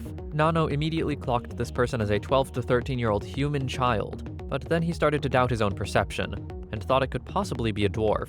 Regardless of the race of this hooded person, the cloaked dwarf knew that he seemed trained in martial arts from his movement, and seemed confident even if he got ambushed. There was no way in Nano's mind for this hooded figure to be a human child, as it would be weird for a human child to be walking alone at night, and due to the height and characteristics, Nano believed it must be a dwarven adventurer. The dwarf started to lick at his lips, feeling the thirst for blood run through his body, as he quietly said to himself that it seemed like he had finally found that night's sacrifice. With that, Nano started to follow and stalk behind in the distance, realizing this figure was heading his way to the slums, which confused Nano as to why this figure was going there. That was when Nano realized this route led to the residential area, meaning that this figure was trying to reach such an area by passing through the boundary of the slum. He started to grin to himself, since the boundary of the slums was where no civilians or slum dwellers would ever get close to his place, because they were trying to stay away from trouble, making this the perfect location. The dwarf started to feel as though this was a sign from the goddess giving him a push, waiting until he felt it was the perfect moment for him to pull out his blade. As Nano walked out from the shadows, the hooded figure stopped, and Nano was surprised to see that this figure was in fact a human child and not a fellow dwarf. He asked the kid if a senior adventurer ordered him to buy something, saying that humans were really messed up if that was the case of letting a child wander alone at midnight. The dwarf continued his speech, and said that being in the city didn't protect against people who would try to attack him. People such as him, which he mentioned while in the middle of his charge at the dark-haired boy. The hooded figure went into a blocking stance, which Nano felt was useless, as the ability of his blade was one that would inflict the target with fear and terror, and just getting close to the sword would make people drown in fear. After that, when these people were frozen in fear, the dwarf would just cut these people to end it, as his blade was also able to cut through most equipment due to its class. Nano was in the middle of his slash before it was blocked with ease by the hooded figure's staff, confusing and surprising the dwarven male before he was kicked in the gut. Nano grunted in pain and was sent flying before landing with a frustrated expression at how his blade wasn't able to cut through the staff, making him wonder if this hooded figure was actually that strong.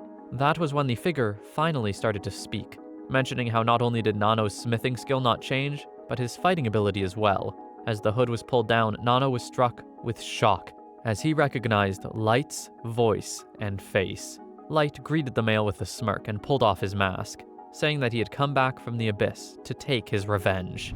During Nano's moment of shock, he couldn't help but be struck with the disbelief at the fact that Light was really alive, standing there in front of him. The dwarven male asked if the boy was really Light, and the dark-haired boy confirmed the situation, saying he was not a fake nor hallucination, and that he didn't have any twin brothers. Nano still couldn't believe this, since it had been 3 years since the incident, and Light should have changed in appearance over those years. However, Light interrupted the dwarf, and explained that it was because he had stopped his growth so he wouldn't forget the betrayal that everyone did to him, throwing him out like trash and leaving him to die. Nano's jaw dropped and hung open in silence, starting to sweat when he finally started to process the situation. The dwarven male put a hand to his face, saying he had been dreaming of that very scene for the past 3 years, and had supposedly been haunted by the memories, as he wondered why he just stood there at the time, and why he didn't try to stop everyone. Light was surprised by the words for a moment, until Nano continued his words, wondering why he didn't stop everyone and give the boy a more cruel death with his own hands. That was what the dwarf regretted until now, saying that he couldn't participate in searching for a candidate of master anymore because of Light, and that his dream of creating the weapon of legend was crushed. Nano hoped that the dark-haired boy didn't die by getting eaten by those monster dogs, as the dwarf wanted Light dead from the most painful suffering he could imagine, and then make Light regret that he was ever born. This rant kept going and going, the dwarf shouting about how his genius blacksmithing talent was almost buried because of Light, and that everything bad that happened to Nano was all Light's fault. He asked why Light was even born or alive, and why he didn't die before getting Nano into all of these troubles, and that was when Nano started to pant heavily from letting out all of these thoughts and feelings. He believed that the goddess didn't forget about his genius talent, taking a breath before turning to his blade and mentioning that the Forbidden Equipment Manufacturer manual he got would help fulfill his dream of creating a legendary weapon.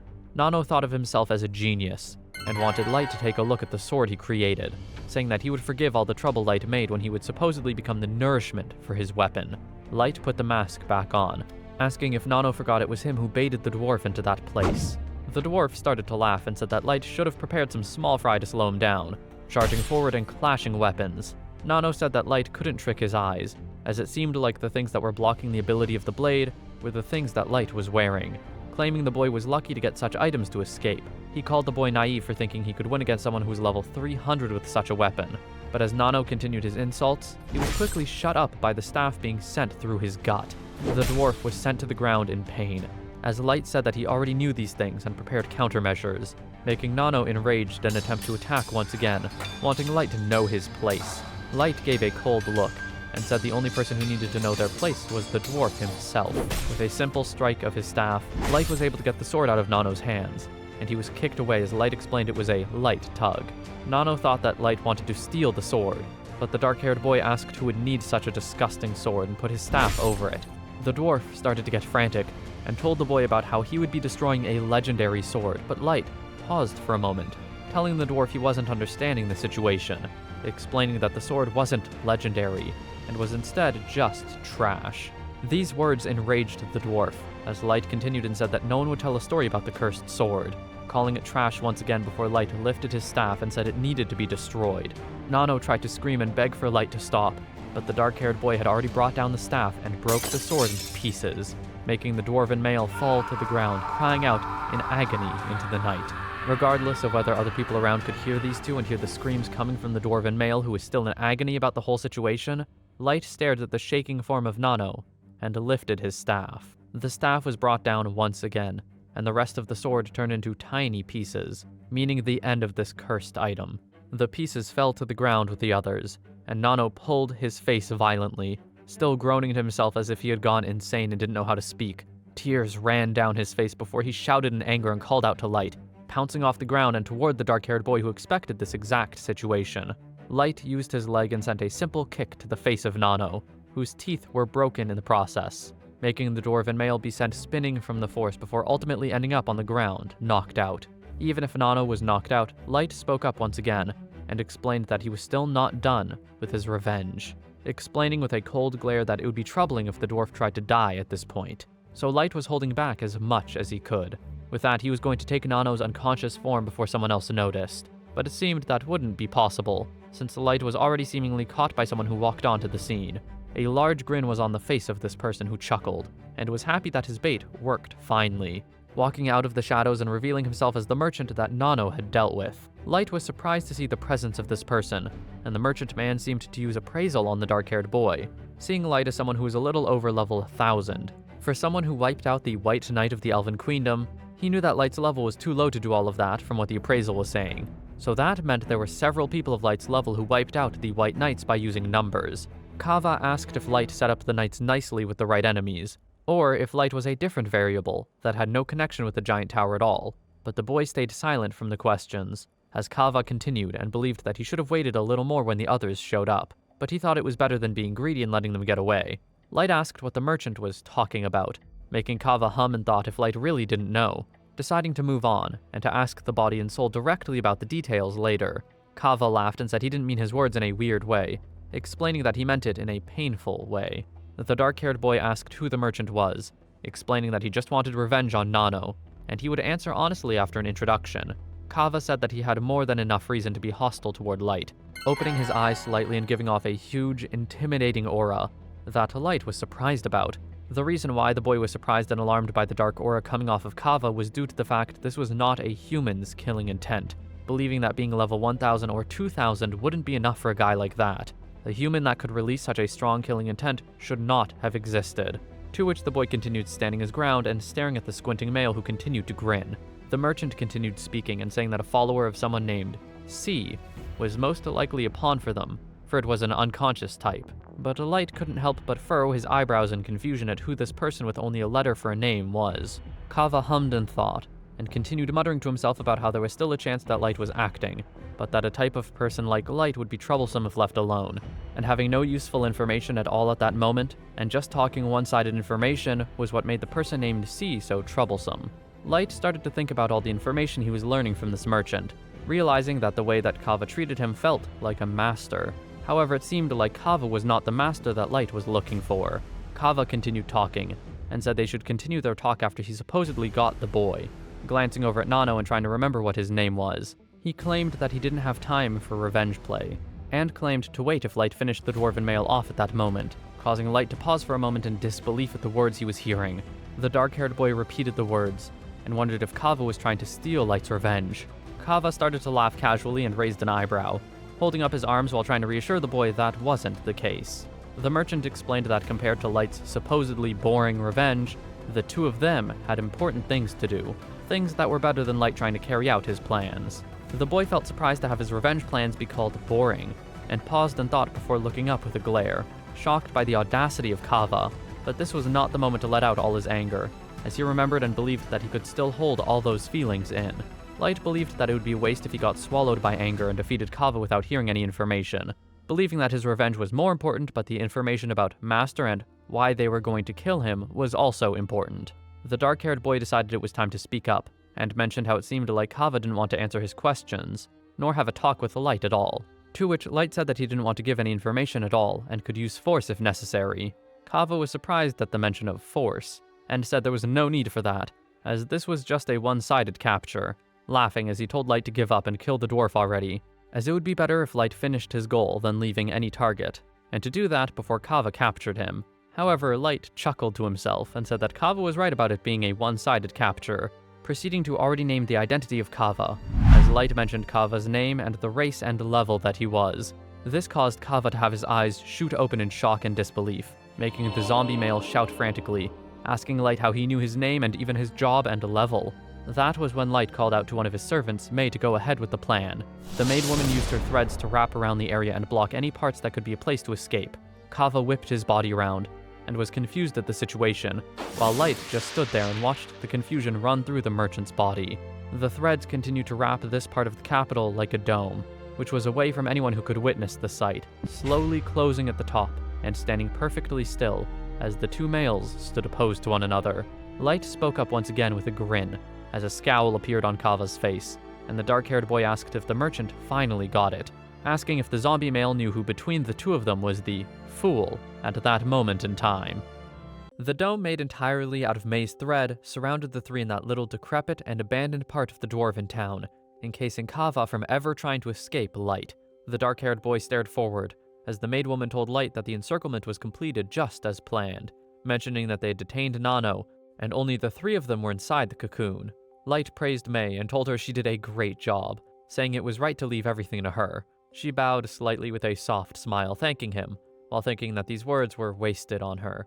Kava paused for a moment before putting a hand to his head, surprised when the tables were turned on him, since he was planning to do the trapping, and now he was the one trapped instead, which made him believe that they were targeting him from the start. But Light said that this was only a bonus. If Light was being honest, he didn't discover the true identity of Kava until the very last minute of the operation, since he looked like just a normal human from observation, so the dark-haired boy wanted to avoid using the card before taking cover inside the cocoon.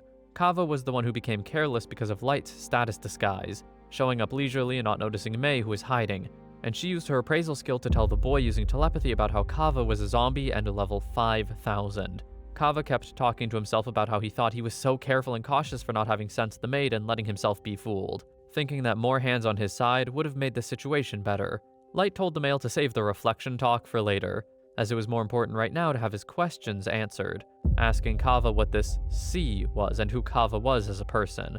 The zombie man paused for a moment before taking his hands off his head and glaring intensely, telling Light not to get cocky, which was ironic, considering he believed that a mere two people who were level 1,000 couldn't trap him in a dome such as what was put up at that moment. Suddenly, Kava seemed to activate a power of his which surprised Light and May, as they watched the clothes of the zombie man start to rip and tear off his body, as Kava's body started to transform into something larger, and with more muscles at every limb. He grinned widely and let out a breath, stretching his body while thinking that it was their turn to be surprised. Even so, they didn't respond with any words, which made Kava continue, and explain his flesh zombie job made him able to transform the flesh on his body, while the form that he was in at that moment was his true form.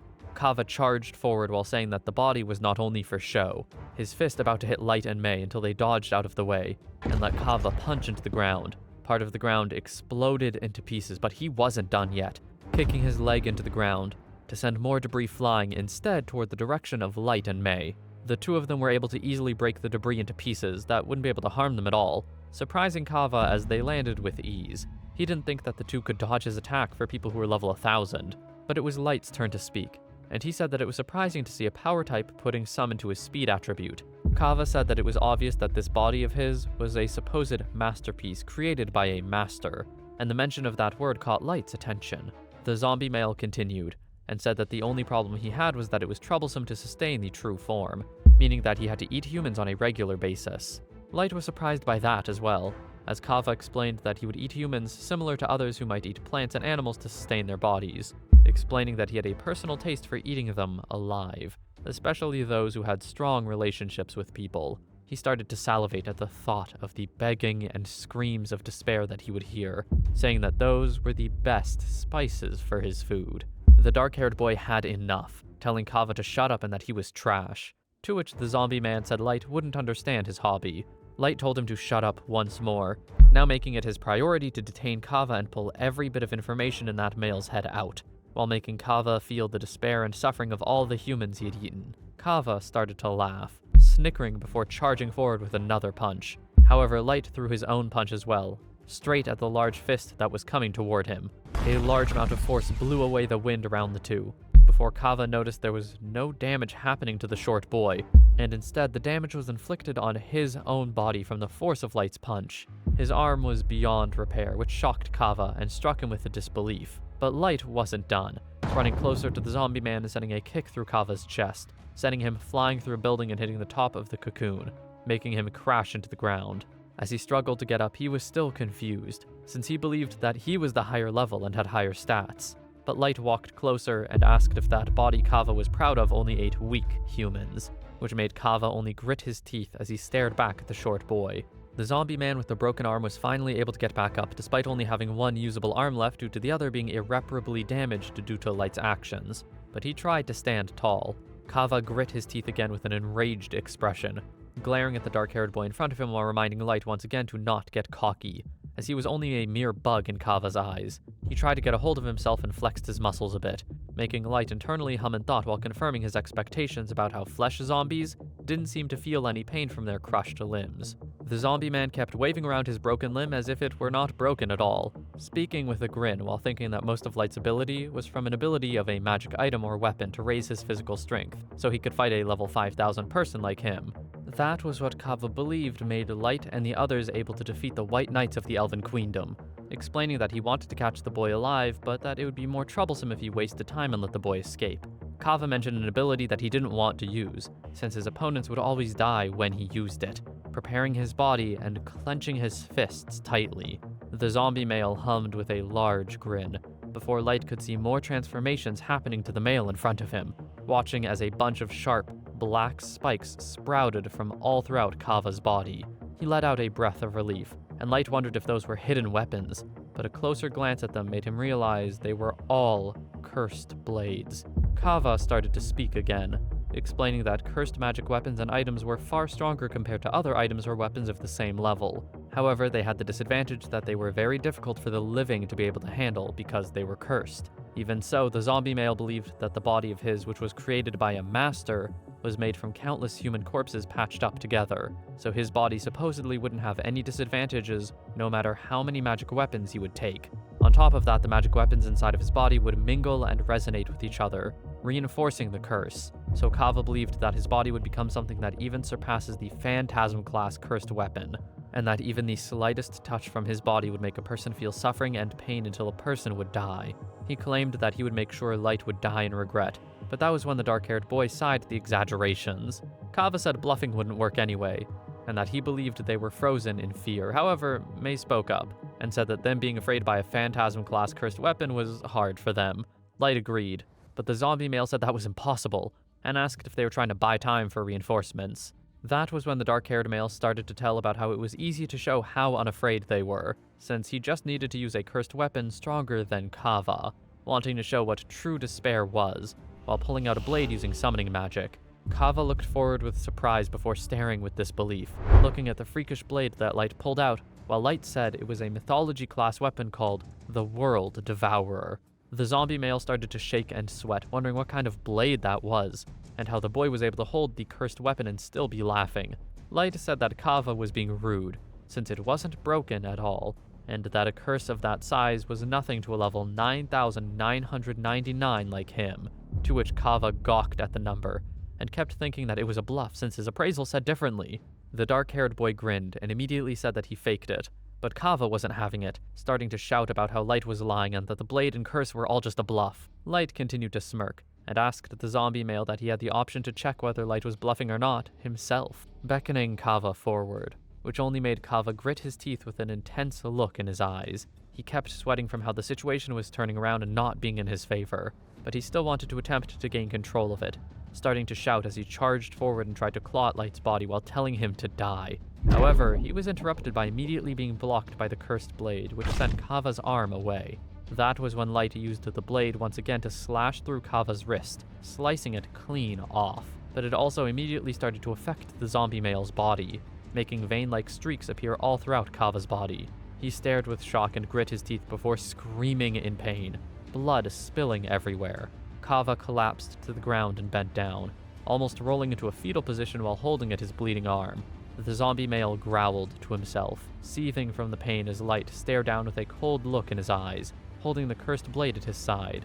He brought it up to his face to examine it with a neutral expression, mentioning that he knew about how he was not good with a sword at all ever since he was training with May in the past. Light intended to cut off Kava's whole arm but crushed his wrist instead. However, May wanted to praise the boy still, telling him his swings were doing better now compared to the past. The dark-haired boy smiled at the words and glanced over at the maidwoman, before hearing the screams of confusion coming from the zombie male, wondering what was happening since he was a flesh zombie and shouldn't feel pain at all, and yet right now, he was feeling so much indescribable pain coming from the place that Light cut him.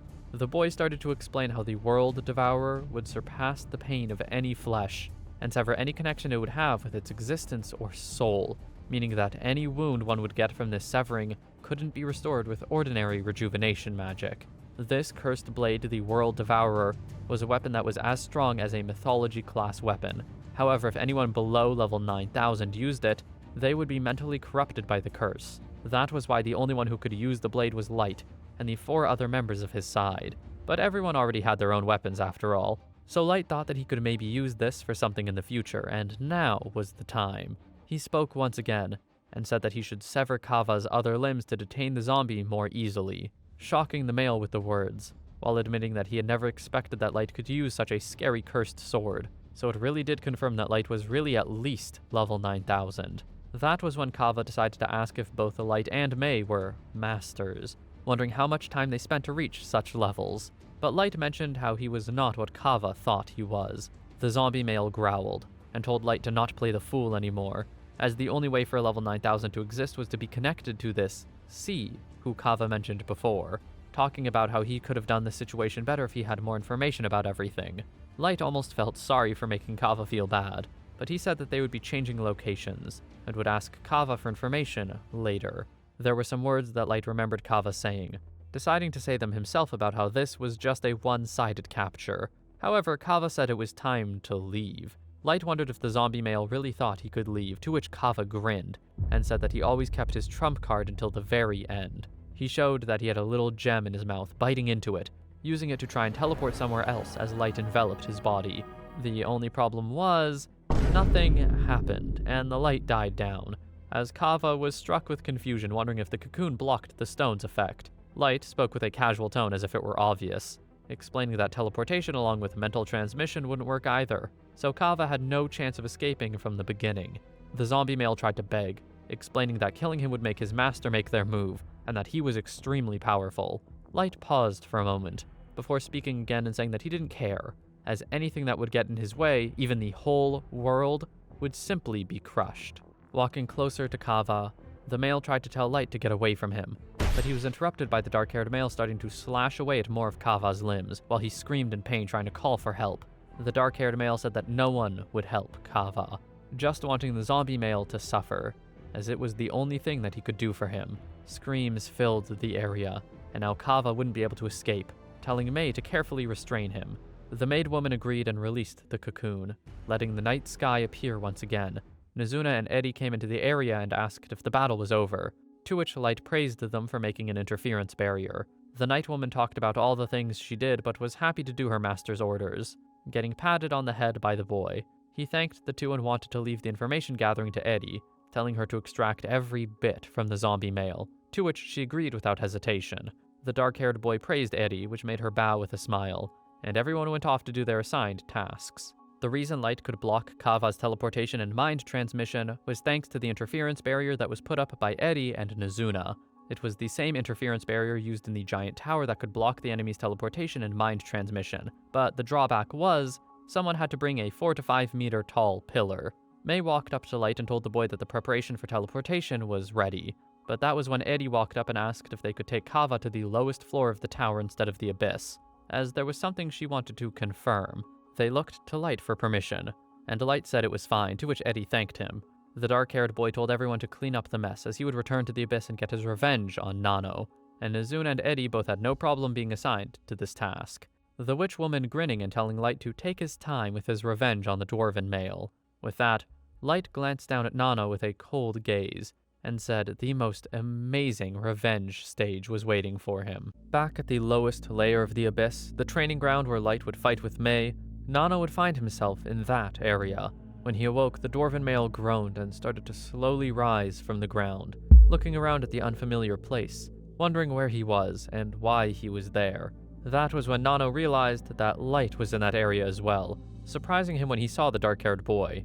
Nano shouted at Light for having the audacity to destroy his creation, which was supposedly going to become a legendary weapon, but Light was still in his own thoughts. He thought about the first words that came out of Nano's mouth, showing how much attachment that dwarf had to such an inferior cursed weapon, instead of worrying about what would happen to him.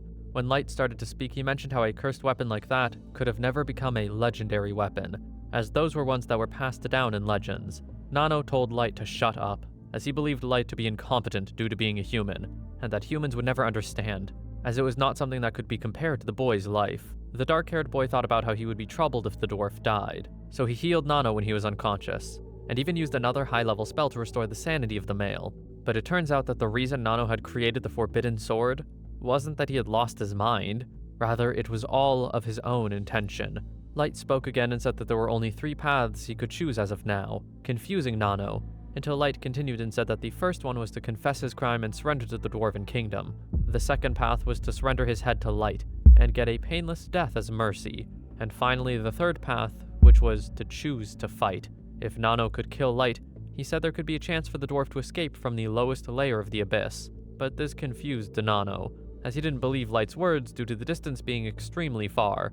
On top of that, the lowest layer of the abyss was an area that no one had reached before, calling Light a liar. But the boy interrupted, insisting he only spoke the truth regardless of the dwarf's belief, asking once again what his choice was. Nano couldn't understand what was happening and didn't even understand the choices, not believing that he had done any crimes. But Light couldn't help but be offended at this dwarf's audacity, since he was the one who used humans as material for his cursed blade, along with killing several people to test it.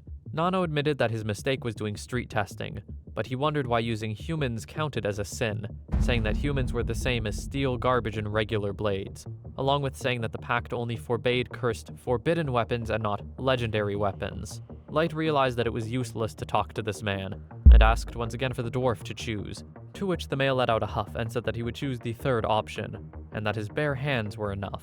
The dark-haired boy asked once again if Nano was going to choose the third option, and Nano insisted, as if it were obvious, to which the boy decided that he was going to give a handicap to Nano for choosing that one, saying that it would be Nano's win if he would move even one step from where he was standing. The dwarf let out a scoff and started to get angry, telling Light that he was incompetent and that he was getting cocky for winning against him once.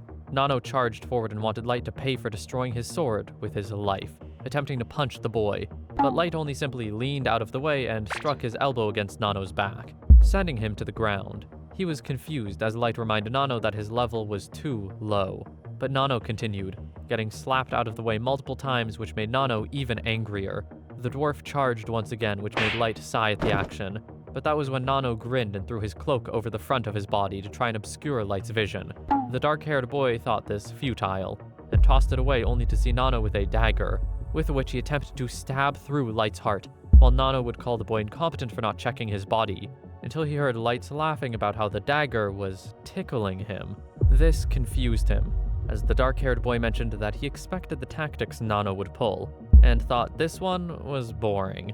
Looking down at the dwarf, who held a dumbfounded expression, Nano couldn't believe the situation and wondered why the blade couldn't stab through the boy, as it was an artifact-class knife, asking Light if he was still hiding a magic item. The dark-haired boy insisted there was nothing on him, making the dwarf even more confused, until the boy explained it was because of his high level, which shocked the dwarf, as Light mentioned that he was currently level 9,999.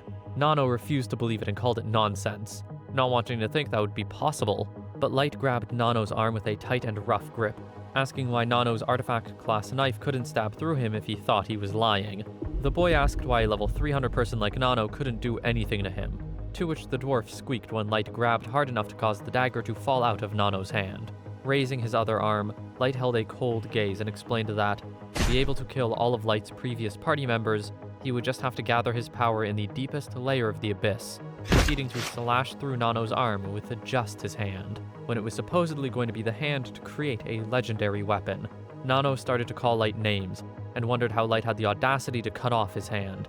But that was when Light explained that for him to take revenge on the members of the Gathering of Races, he had to use his gift, Unlimited Gacha, which the others called Trash, and this caused the Light to be able to gather an army of people in the deepest layer of the abyss, which was now Light's power.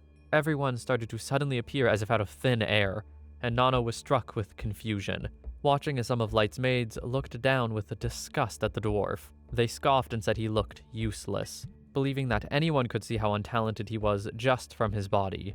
They continued their insults, saying that they shouldn't have expected much from a blacksmith, especially when Nano would get so happy from creating just some trash weapon. Nano looked around and started to sweat even more, wondering where all of these people happened to come from, when he didn't feel any presence at all until now. Everyone else started to join in this, and stare down with expressions of disgust and boredom, talking amongst themselves about how they didn't like the dwarf. They heard that the blade Nano had used was an artifact-class weapon, which was trash in their eyes. They also stared with hatred at the fact that Nano had used forbidden knowledge and sacrificed human life for the blade.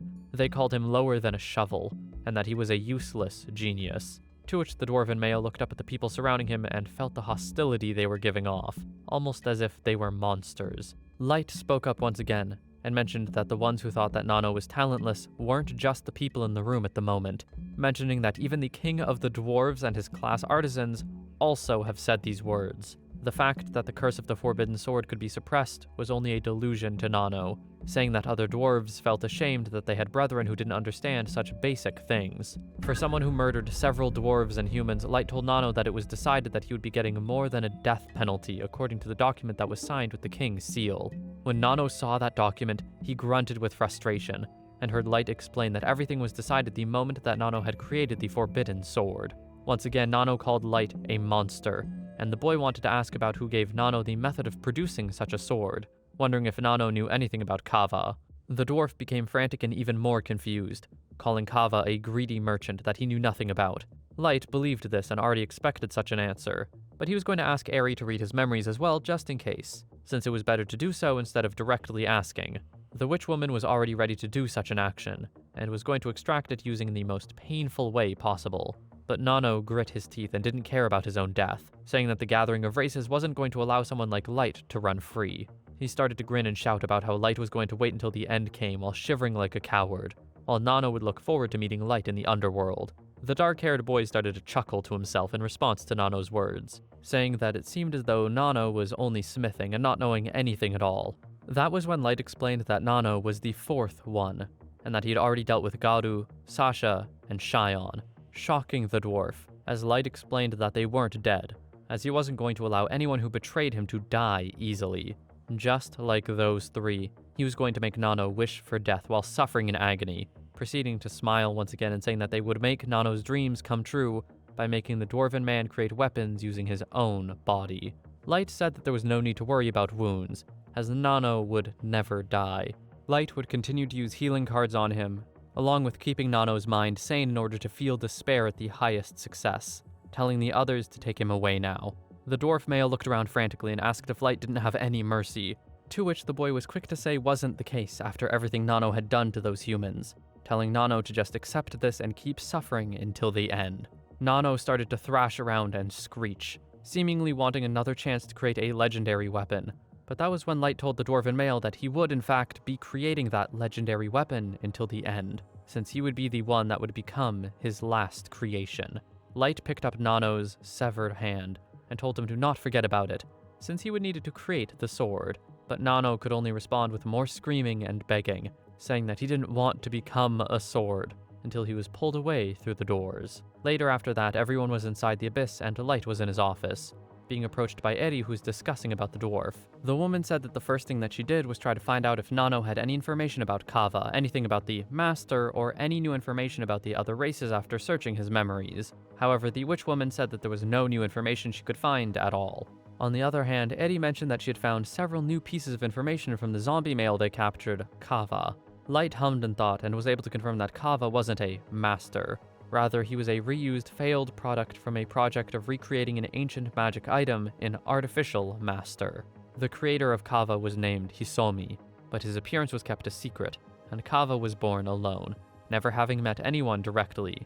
There was also a high chance that several Masters existed in the world, and that made the dark-haired boy worried about the existence of these Masters. However, these Masters currently only had 3 huge projects as of now, one of them called the Avatar Project. This was a project to create magic items that existed in ancient times, the goal being to shift one's consciousness to a doll while in a different place and controlling it. But the production ended in failure and the Avatar Project was stalled.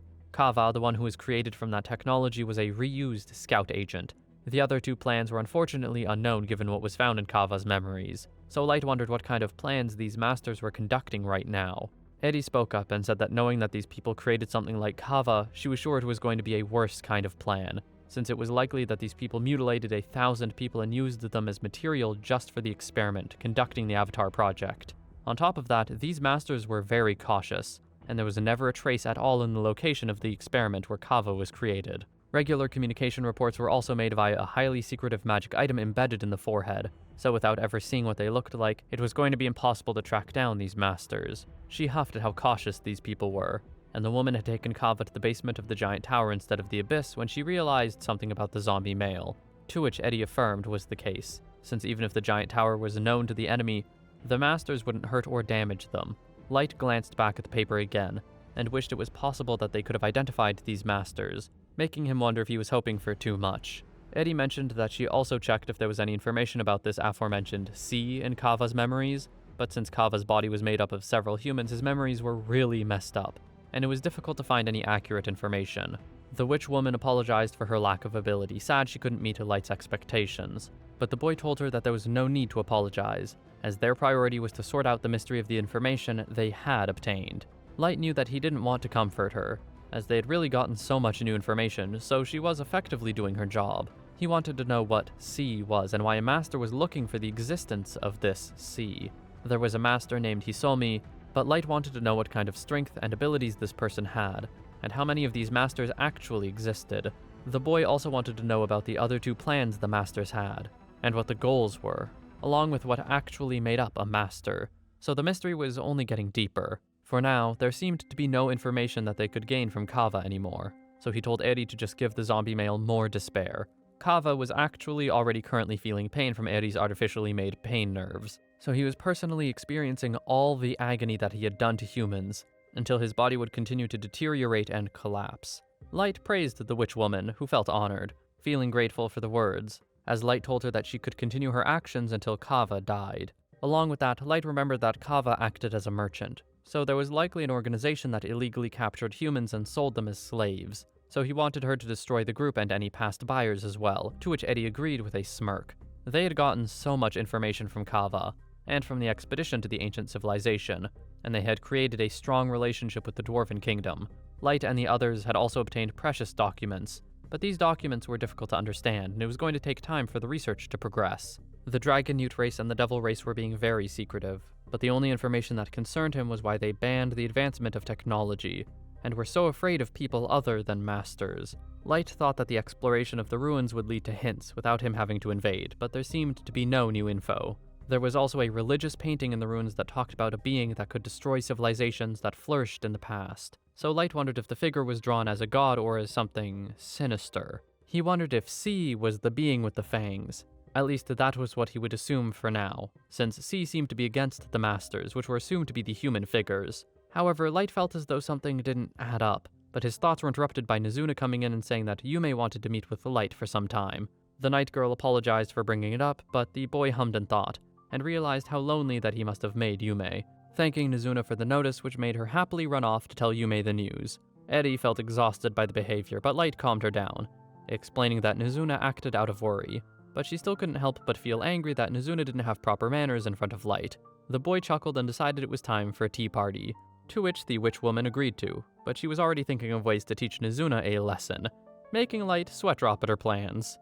The Dragon Newt Empire was located on the east of the continent, and even though the area was large, they were surrounded by sea and primeval forests. Due to its topographical secrecy, there was so little information about the Dragon Newt Empire among the 9 countries. In the Dragon Newt Empire, there were people sitting in a meeting room at a certain place. 3 people sat at the table, while one person, one in a blindfold, stood behind one of the men. One of the men finally spoke up, and started off the discussion about how regular reports from Kava had seemed to stop, making him furrow his eyebrows as he explained that there was a high chance that the zombie male had failed his task and got killed. The male with a flower decorating his chest had his head leaning on his arm, believing that it was possible that Kava had either forgotten to report or gotten attacked by the local race or monsters. The first man referred to the other as Hiro, dismissing this possibility, as there was a 0% chance of something like that happening, mentioning how Kava would do a regular report even if a little late. Even if Kava was a failed product of the Avatar Project, the zombie male was still created from many parts of high-level adventurers, and the body parts of men who could heal themselves on top of this man using his gift to share his level to Kava. With that, he believed that it was impossible for the local race or a monster to defeat a level 5,000 familiar of himself. Hiro hummed in thought, and wondered if their original target was the real one in the first place, remembering that they had heard Nano disappearing. The first male said that it was unlikely that it was their first target, saying that they couldn't rule out the possibility that the worshippers were still misleading them. But that was when the more rugged male spoke up, telling the narrow-eyed male to not talk so highly about those people. He said that these worshippers were just catastrophists, or people blind to reality.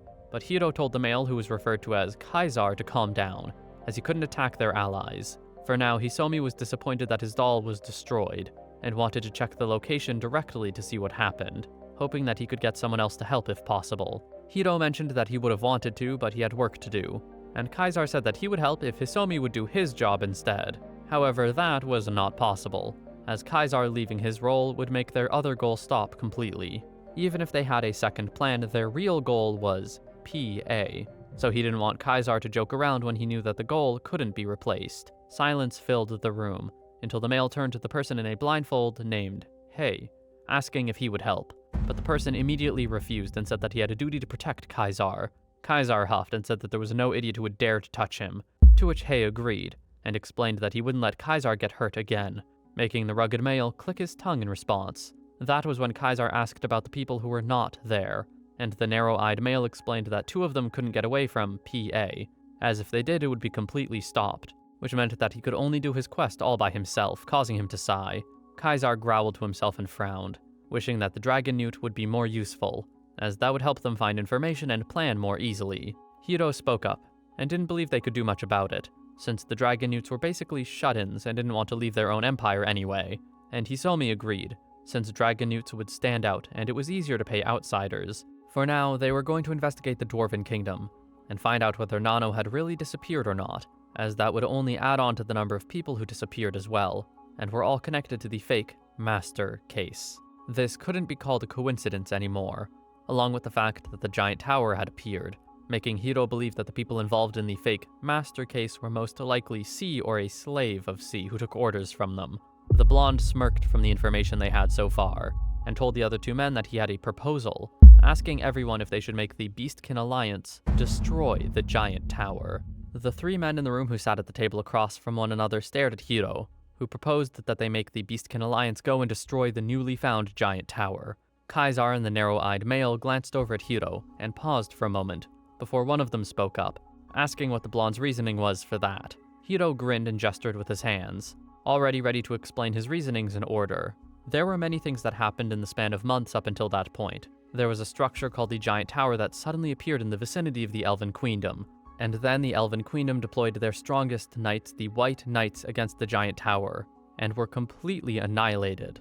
After that, a young woman who called herself the Witch of the Giant Tower came to the Elven Queendom with an army of dragons, making the Queen of the Elves accept her Humanity Absolute Independence Declaration, with the woman who even made the Dark Elf Island Kingdom into their vassal. Because of such suspicious individuals appearing, Hiro and some others have decided to begin investigating whether this woman was a slave of C or not. But that was when they found something interesting in the information collected by Hisomi's double scattered around the world. There was an elf woman who was not a member of the Order of the White Knights when the Giant Tower appeared, but she was believed to have died after riding into the Giant Tower with them.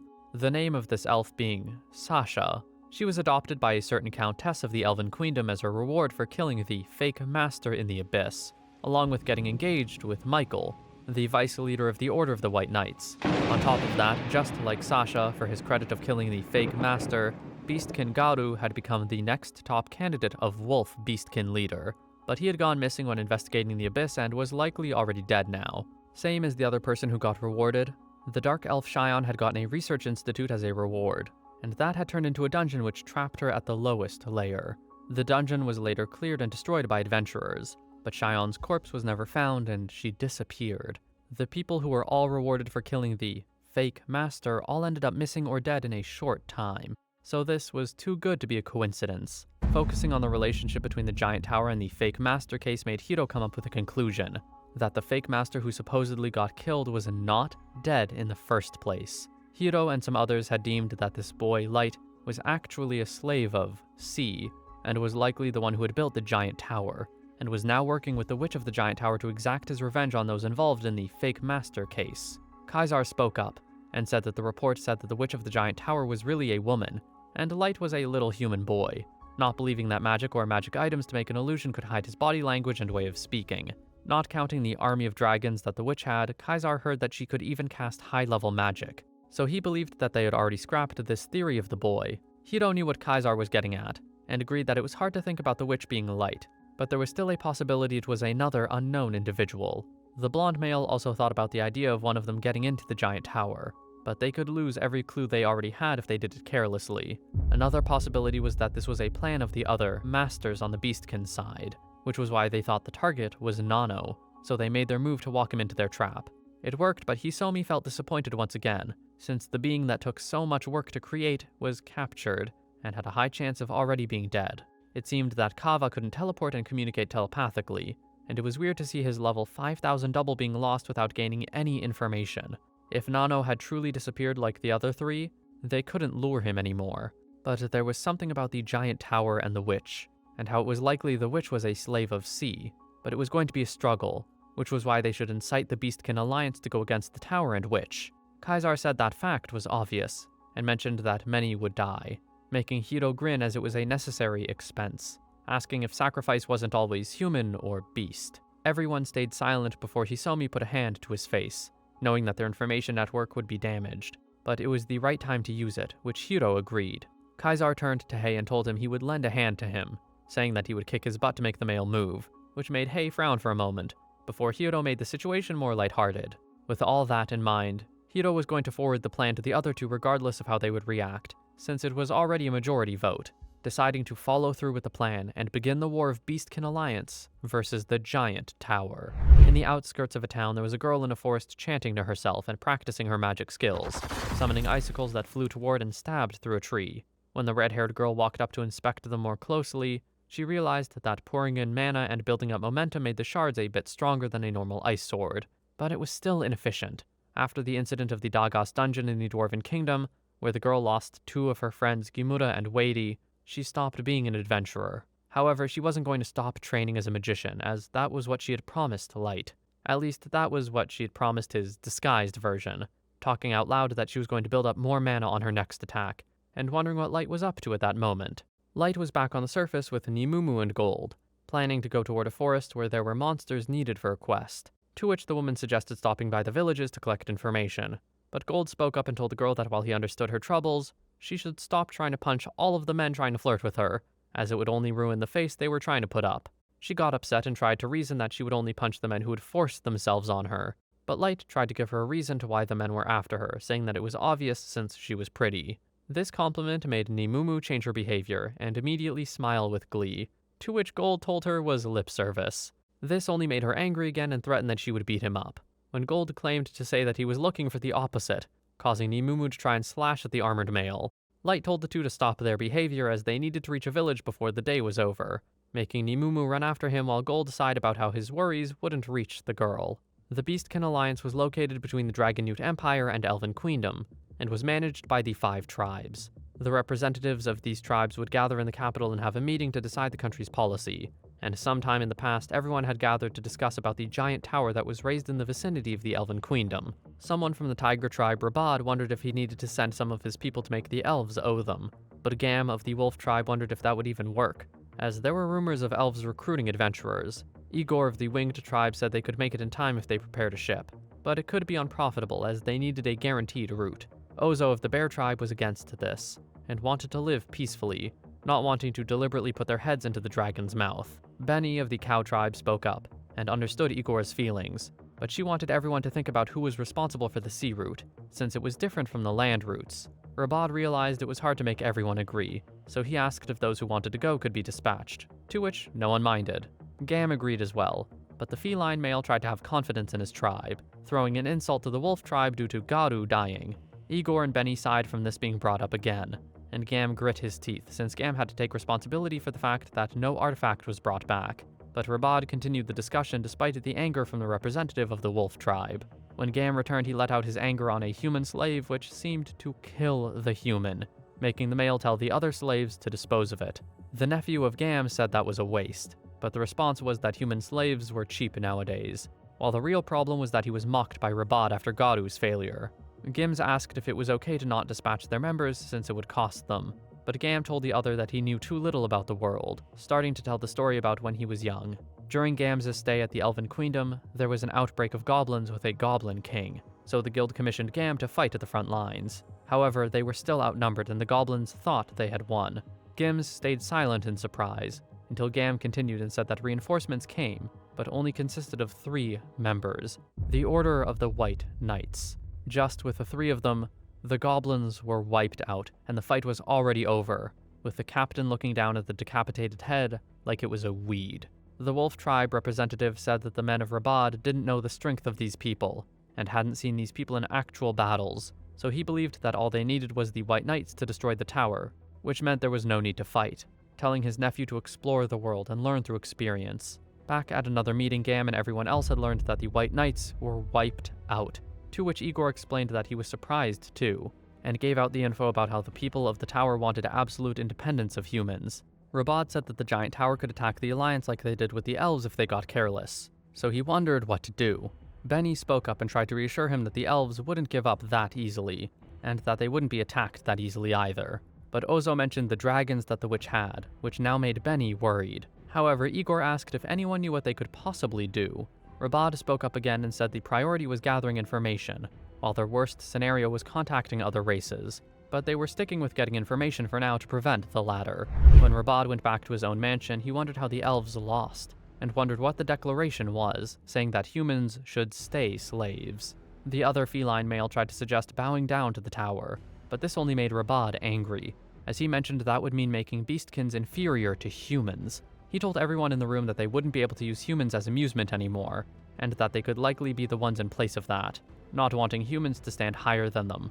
To not bring the tribe into danger, he wanted to gather any information, as it could save their lives. At the Wolf Tribe area, Gim said the usual human merchant was there, to which Gam allowed him in and greeted the male, referring to him as Faye. The narrow-eyed male claimed to have missed Gam, and the Wolf Tribe representative told Gims that they were going to talk about important things, letting his nephew leave as he asked what the business was. With that, the other male grinned, and said that he had an order from above, explaining that they wanted the Beastkin Alliance to use force and crush the giant tower. Hisomi, or rather Faye, told Gam that he had an order from above about how they wanted the Beastkin Alliance to move and crush the giant tower. However, the representative of the Wolf Tribe couldn't accept this, and told the narrow-eyed male to not screw with him. Gam shouted, and asked if he was asking them to die, since it was the Witch of the Giant Tower who had many dragons under her wing, and was the one who wiped out the White Knights.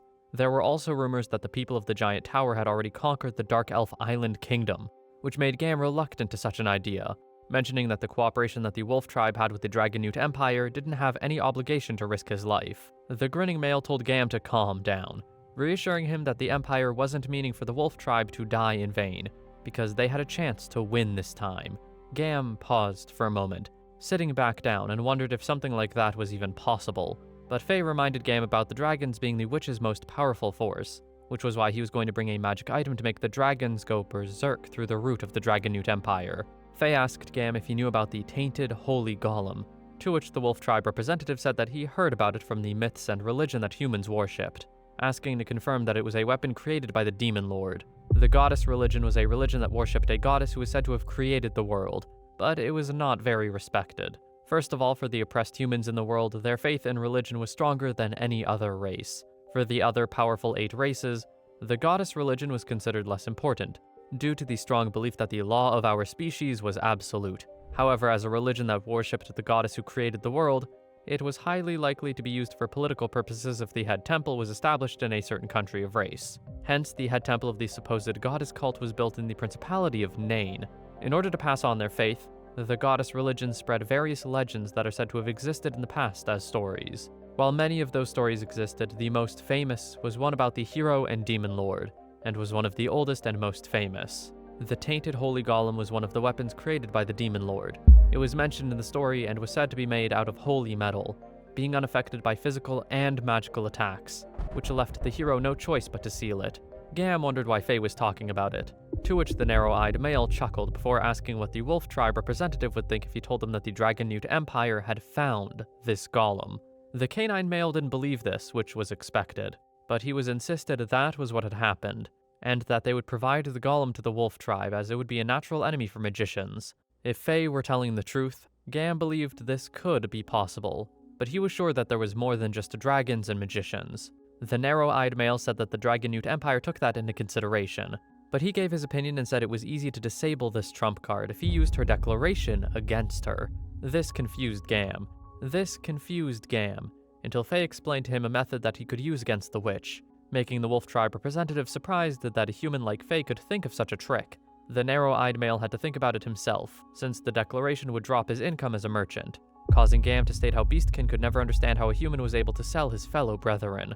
Faye spoke up again, and insisted that the giant tower needed to be crushed before more human forces came, but mentioned that acting careless meant a high chance of being beaten. It was unlikely, but if the Demon Kingdom sides with the tower, it would become a great mess, as the chances weren't zero. The worst-case scenario was failing to defeat the witch, to which the Dragon Newt Empire prepared a magic item to save Gam at the very least, an item called the Teleportation Magatama. If even a little mana flowed into it, that would teleport Gam to the Dragon Newt Empire no matter what was blocking it. Gam stared at the item, while Faye hoped that it would only be used in the worst situation and returned if not used. But the Wolf Tribe representative wondered how a war against the witch would go. Faye spoke up again and heard that the influence of the Wolf Tribe was dropping due to Garu's failure, while Gam took responsibility. But he mentioned that the Dragon Newt Empire felt it would be troublesome if the influence got weaker, so he promised money if needed for any preparation as it would bring profit. When everything was over, they were going to give away a few more magic items. Gam couldn't help but be stuck in his thoughts, feeling as though he was being forced, but if he turned it down, they would likely bring it to the Tiger Tribe and would put them at their mercy if the Tiger Tribe succeeded. With that in mind, he wasn't going to let that happen, as he had many other plan Bs, hoping for more profit, which caused him to agree to listen to the plan, and for Faye to go off to deliver the message to the Dragon Newt Empire. At the Beastkin Alliance's capital, Gam suggested war against the tower, and said that they needed to crush them before they would gather more forces. But everyone was silent in surprise, as the Wolf Tribe representative continued. Rabad chuckled at the idea, as Gam continued and explained that the tower had one weakness: the declaration that was made, as he was sure that they wouldn't use force against humans, which was why the plan was to use humans as their soldiers and crush them with them. The other Beastkin representatives were surprised at the idea of using humans as soldiers, and Ozo let out a puff of smoke from his pipe, asking what Gam was going to do if the witch used her dragons to take the slaves instead, along with how he was going to get to the tower himself. Above all that, there was also no guarantee that the human slaves would follow their orders, since they still had free will despite being slaves. Gam chuckled, and said that all they needed to do was declare war on the giant tower, and let the witch come to the place they designated, along with mentioning that there was a way to make the humans abide by their wishes, explaining that they could just kidnap those with the loved ones and hold the loved ones hostage until they complied. The bear male paused for a moment before shouting angrily, asking if Gam was crazy and wanted to put their name in the mud. But Igor spoke up and told the bear male that he was exaggerating. Igor explained that he agreed with Gam, having already talked about it beforehand, and that all they needed was anti-dragon magic items to disturb the dragons, along with other weapons to fight the witch with. Gam asked everyone what they thought about the plan, and Rabad said it was going to be difficult to gather that many people, to which the Wolf Tribe representative agreed, but said it wasn't impossible as he could just use his youngsters to raid the villages as they were more talented than people scared of the giant tower. The feline male grit his teeth before ultimately agreeing to the plan, although reluctant and angry due to the insult, but he tried to convince himself due to the fact that the plan would help make the elves and dark elves owe them. He agreed with the plan, and was also going to send his youngsters without holding the Wolf Tribe back, but Gam was worried that his own tribe would hold the Tiger Tribe back. Ozo shouted once again and reminded everyone how he was still against it, saying that everyone was taking this too lightly and that the plan was too rough. Benny sweat-dropped at how quickly the decisions were being made, and agreed with Ozo, saying that the plan was rough as well. First of all, it could be possible to secretly hunt humans near the Beastkin Alliance border, but if they hunted from the human island, she wondered if they would be caught immediately. Gam scratched at his face and told Benny to use her head a little more, asking if she didn't already have a route to transport humans safely. She was surprised by his question, and asked if he was talking about wanting to use the sea route, but she didn't want to put her sailors in danger just because they wanted to smuggle humans. The Wolf Tribe representative asked if Benny wanted humans to prosper while her future generation would be taken as slaves, making her feel conflicted, since that wasn't what she meant. But Gam said that they should just vote and go with whatever the majority was. 3 people agreed and 2 people disagreed, thus meaning it was decided they would proceed with the plan. Light was in his office and was checking on the report from May, seeing that they could finally cooperate with the Dwarven Kingdom even if it would not be made public yet. The maid woman smiled and said it was all thanks to the dark-haired boy and the Dwarf King, Dagon. who conquered the ruins of the ancient civilization together despite all of the monsters and new areas they encountered. Light chuckled at that, and said that if she said it like that, it was also thanks to May and the others, not just because of him. May said that she was honored to receive his praise, smiling with contentment as she said the others would be happy to hear his words. Light sipped at the tea he had and mentioned that the Dwarven Kingdom was the first city that he, Nimumu, and Gold visited on the surface of the earth, along with the dungeon being on the Dwarven territory. That was also where they met Elio and Mia, making him smile at the nostalgic memory as he remembered they'd both stopped being adventurers and returned to their hometowns, which made him hope that the two of them were doing well, and that their new lifestyle wasn't too difficult for them. May asked if she should order someone to check on them, but Light told her there was no need, to which the maid woman asked for forgiveness for being rude. The dark-haired boy reassured her that it was okay, and just asked for another cup of tea, making her smile and agree to do it. However, Light was going to regret his decision in the future. Back at the hometown of the two that Light met in the past, a yawn was heard in the house where Elio and Mia lived together, and the young girl told her older brother to wake up, opening the window to enjoy the nice breeze. The boy greeted her, as the red-haired girl smiled at the outside, greeting him back while saying that it was going to be another beautiful day. However, no one could have known what was going to happen next. In the hometown of the two siblings, a bunch of people seemed to be gathered either around or near a well, where the adults were likely getting water for their daily tasks. 3 girls stood a few feet away from the well and were talking with each other about things that Mia and her brother had experienced, saying that the person she had met was an amazing person. The red-haired girl excitedly told the others about how Light, rather Dark as his disguised name, could even use tactic class magic without even having to chant words, and had feats so amazing that his name should go down in the history of human adventurers. Despite that, the boy was also humble and gentle even when he was so talented, not forgetting to be diligent and pressing on.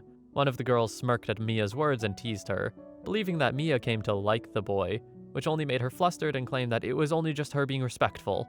There were some boys in the distance who were witnessing Mia seemingly getting worked up about this boy, turning to Elio and asking who this guy named Dark was, while wondering what happened to their village's goddess. The mention of his own sister being called the village goddess confused him, but Elio brushed it off, and reminded the 3 boys that Dark had saved the 2 of them, and that he was a hero.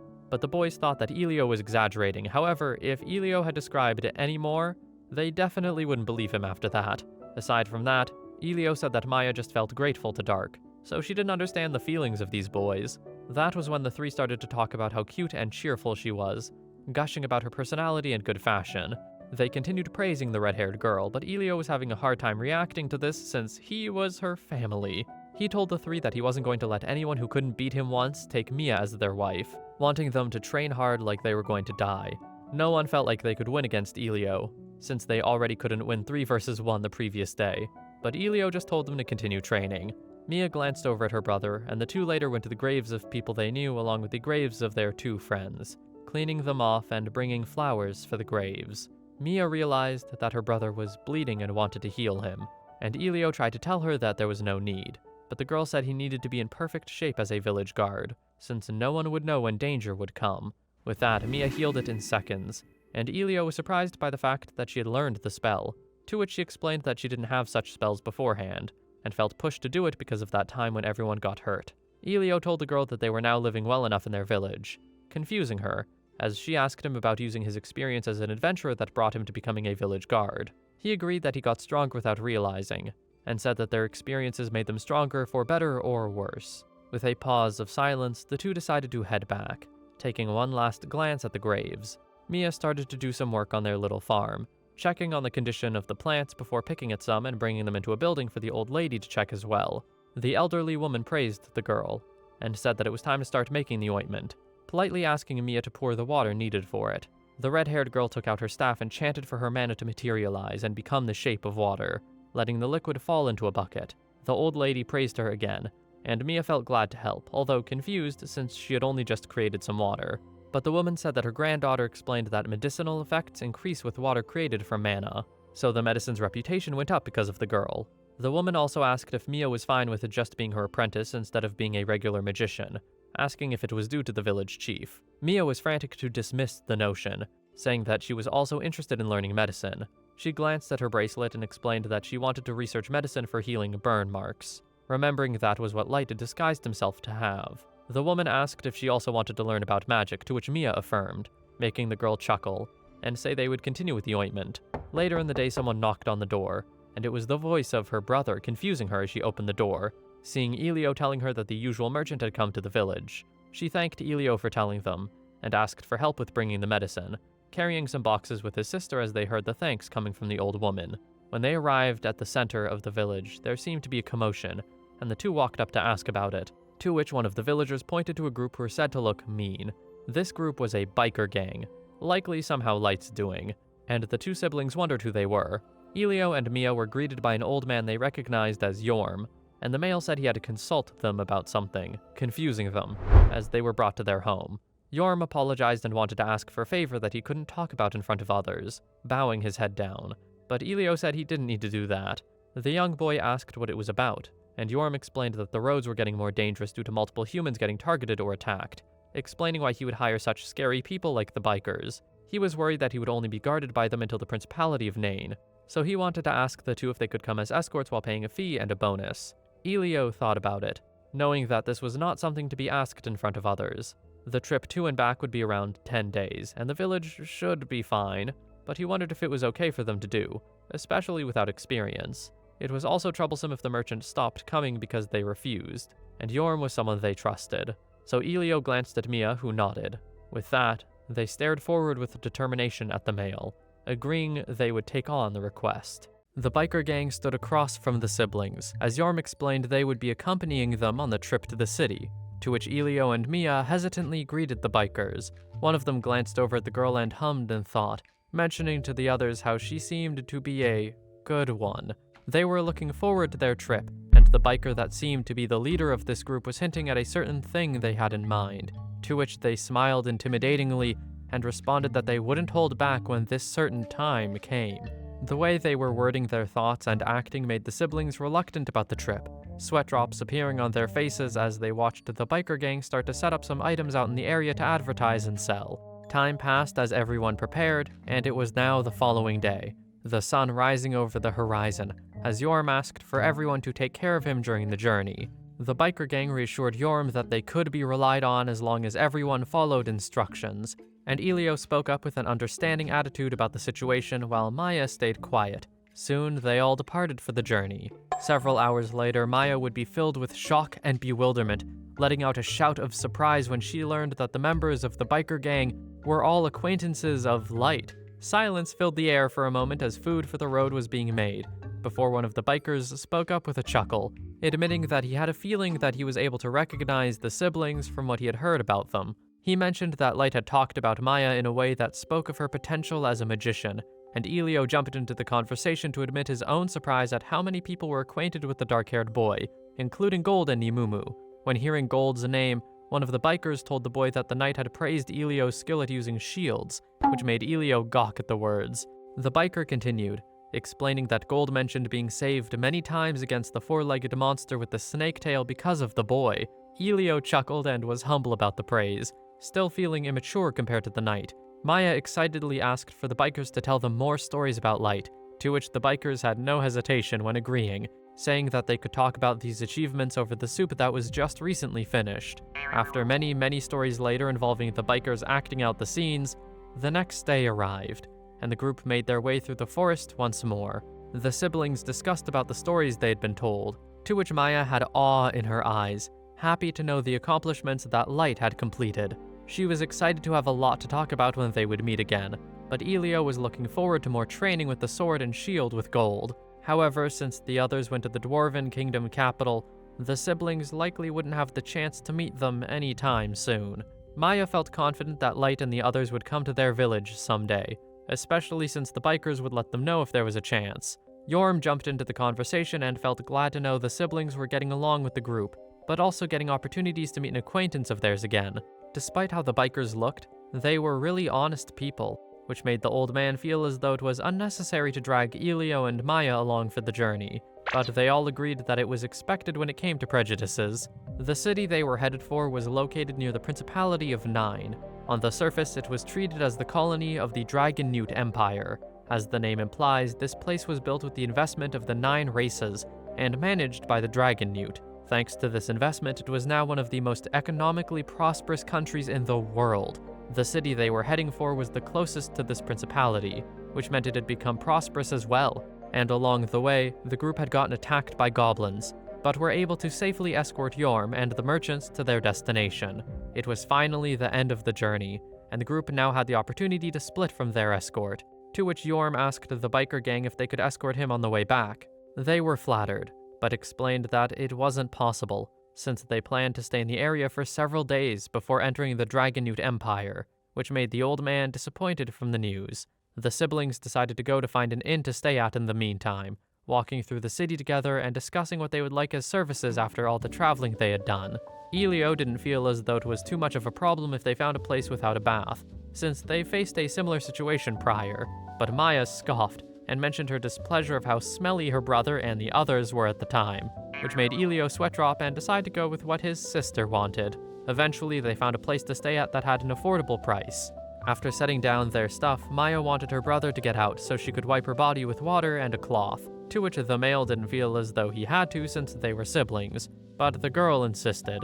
He complied and went outside to wipe his body using the well, enjoying the temperature even though it wasn't winter. This moment reminded him of the time he used to bathe near the well with his two friends, the three forgetting to bring their clean clothes and returning with only towels, which had Maya yell at them. The memory made the boy pause for a moment, gazing down with sadness before wiping at his face and deciding that he was done with his bathing. When returning to the inn, Elio asked his sister if she wanted to explore the city before it was time for them to have dinner with the biker gang.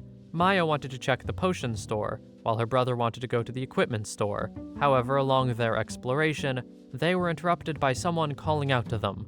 This woman took a glance at the bracelet that Maya was wearing, saying she would pay them a good price if it were sold to her. Without hesitation, the magician girl turned away and declined the offer, saying the bracelet wasn't for sale nor could be priced. The reason being is it being a present. The woman still tried to insist her desire for the bracelet, saying it was of her nature to get anything she wanted. She introduced herself as Kuone, the Violet Fallen Angel, as she says.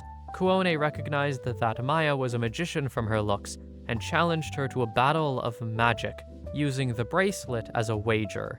The siblings stood there with confusion as Kuone insisted that they should battle and put the bracelet on the line. They would supposedly have their duel outside the city, with the decision based on the number of monsters hunted. In the Mage Academy of the Principality of Nine, strength was categorized in ranks from grade 1 to grade 5. Kuone was grade 4, and likely possessed power that was at least somewhat decent. She held a confident expression, telling Maya she would help recommend the girl into the academy if she won. Without hesitation, Maya refused again, explaining the bracelet was a gift and would never be given to someone else. The girl quickly turned to walk off again, while Elio stared with bewilderment at his sister treating someone coldly. Kuone desperately tried to get Maya to stop and hear more of her spiel, but Maya wasn't having it.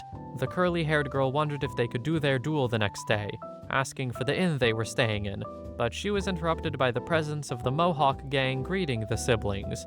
Maya said her friends were there, which would mean she was leaving, but Kuone was struck with disbelief and could not fathom that these men were friends of Maya.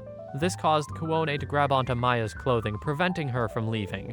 Maya was confused and said that they were about to have lunch, but Kuone leaned close and warned the girl that she was going to get tricked and be sold after the men would do perverted things with her. These horrible things were immediately dismissed, as Maya explained who they were and that they just looked scary. Two of them started to talk to one another, happy to see Maya making friends, before starting to laugh and discussing about some girls they previously caught and sold to the giant tower. Kuone was shocked once again, trembling and starting to shake Maya's body with her returned fear about them being bad people. Maya still defended them, and said they wouldn't aim for young girls, the words being misunderstood, as Kuone wondered if the Mohawk-haired men were going after Maya's brother. This was also dismissed and brought confusion as to why Kuone looked happy when saying such a claim. But the commotion brought on a crowd that included Yorm, who recognized the siblings, the men, and even the new girl. The next day, the siblings would find themselves in a building where the father of Kuone apologized for his daughter's behavior. Kuone's father blamed the immaturity on the girl being a late child and their first daughter, as she had brothers who spoil her. Elio reassured the father that it all ended with Kuone just being concerned over Maya's safety, to which the father agreed that Kuone was a kind girl despite her loud behavior. He He turned to look at the mage girl and said that Kuone likely wasn't even interested in the bracelet, and just wanted an excuse to befriend Maya. Maya was confused by the theory, which had the father explain that all that they had done for Kuone couldn't fix the fact that her talents could never surpass other races, likely making her feel too hopeless to go to school anymore. There are rarely human mages, especially those who are girls and of the same age, so Kuone was most likely ecstatic to see Maya, to which the father asked Maya to be his daughter's friend. After a moment of thinking about it, Maya had no hesitation to agree, which made Kuone's father relieved. The curly-haired girl was called into the room and she apologized for her behavior, even though Maya assured her it wasn't a new thing and was likely to happen with how the group of men looked and acted, to which Elio and Yorm agreed. Maya asked Kuone to be her friend and to tell her more about the academy, causing Kuone to seem happier, as she went back to her confident attitude and suggested they should go to her room to discuss it. Elio said that it was okay for Maya to go off with the girl, making him return to the inn by himself, as Maya would stay over at Kuone's place. This situation brought a warmth to the boy's heart, since Maya never had a mage friend. When it was the next day, the two girls ventured off to the outskirts of the city, since Kuone wanted to show off her magic and fight monsters together.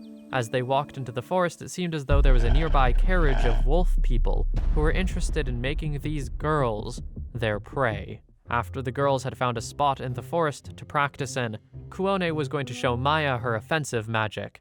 She grabbed her wand and manifested her mana to create multiple flame lances out of her spell, sending them forward at the tree and setting it on fire a small bit. Maya watched intently and noticed that the chanting speed, casting speed, and amount of mana used were barely passable, but Kuone seemed to mostly have a problem with too much unnecessary movement. Either way, Kuone was great at controlling her magic after it was manifested. The curly-haired girl looked for compliments, and Maya gave what she wanted, praising the good control, also mentioning that she herself could probably only control 2 lances at once. Kuone felt her ego rise, but still called Maya a good rival, confusing the girl, as the decision seemed abrupt. But the curly-haired girl pushed the other girl to have her own turn of showing talents. With that, Maya focused on her mana to manifest into a blade of ice that pierced through a nearby tree. Kuone stared with bewilderment, putting a hand to her chin in thought. The curly-haired girl believed that everything had been performed at a high level, even surprised that the firepower of the ice sword was heightened due to focusing on just a singular one instead of multiple. She had to make sure that Maya had not already tried the Magic Academy, but such a question only made the girl chuckle happily.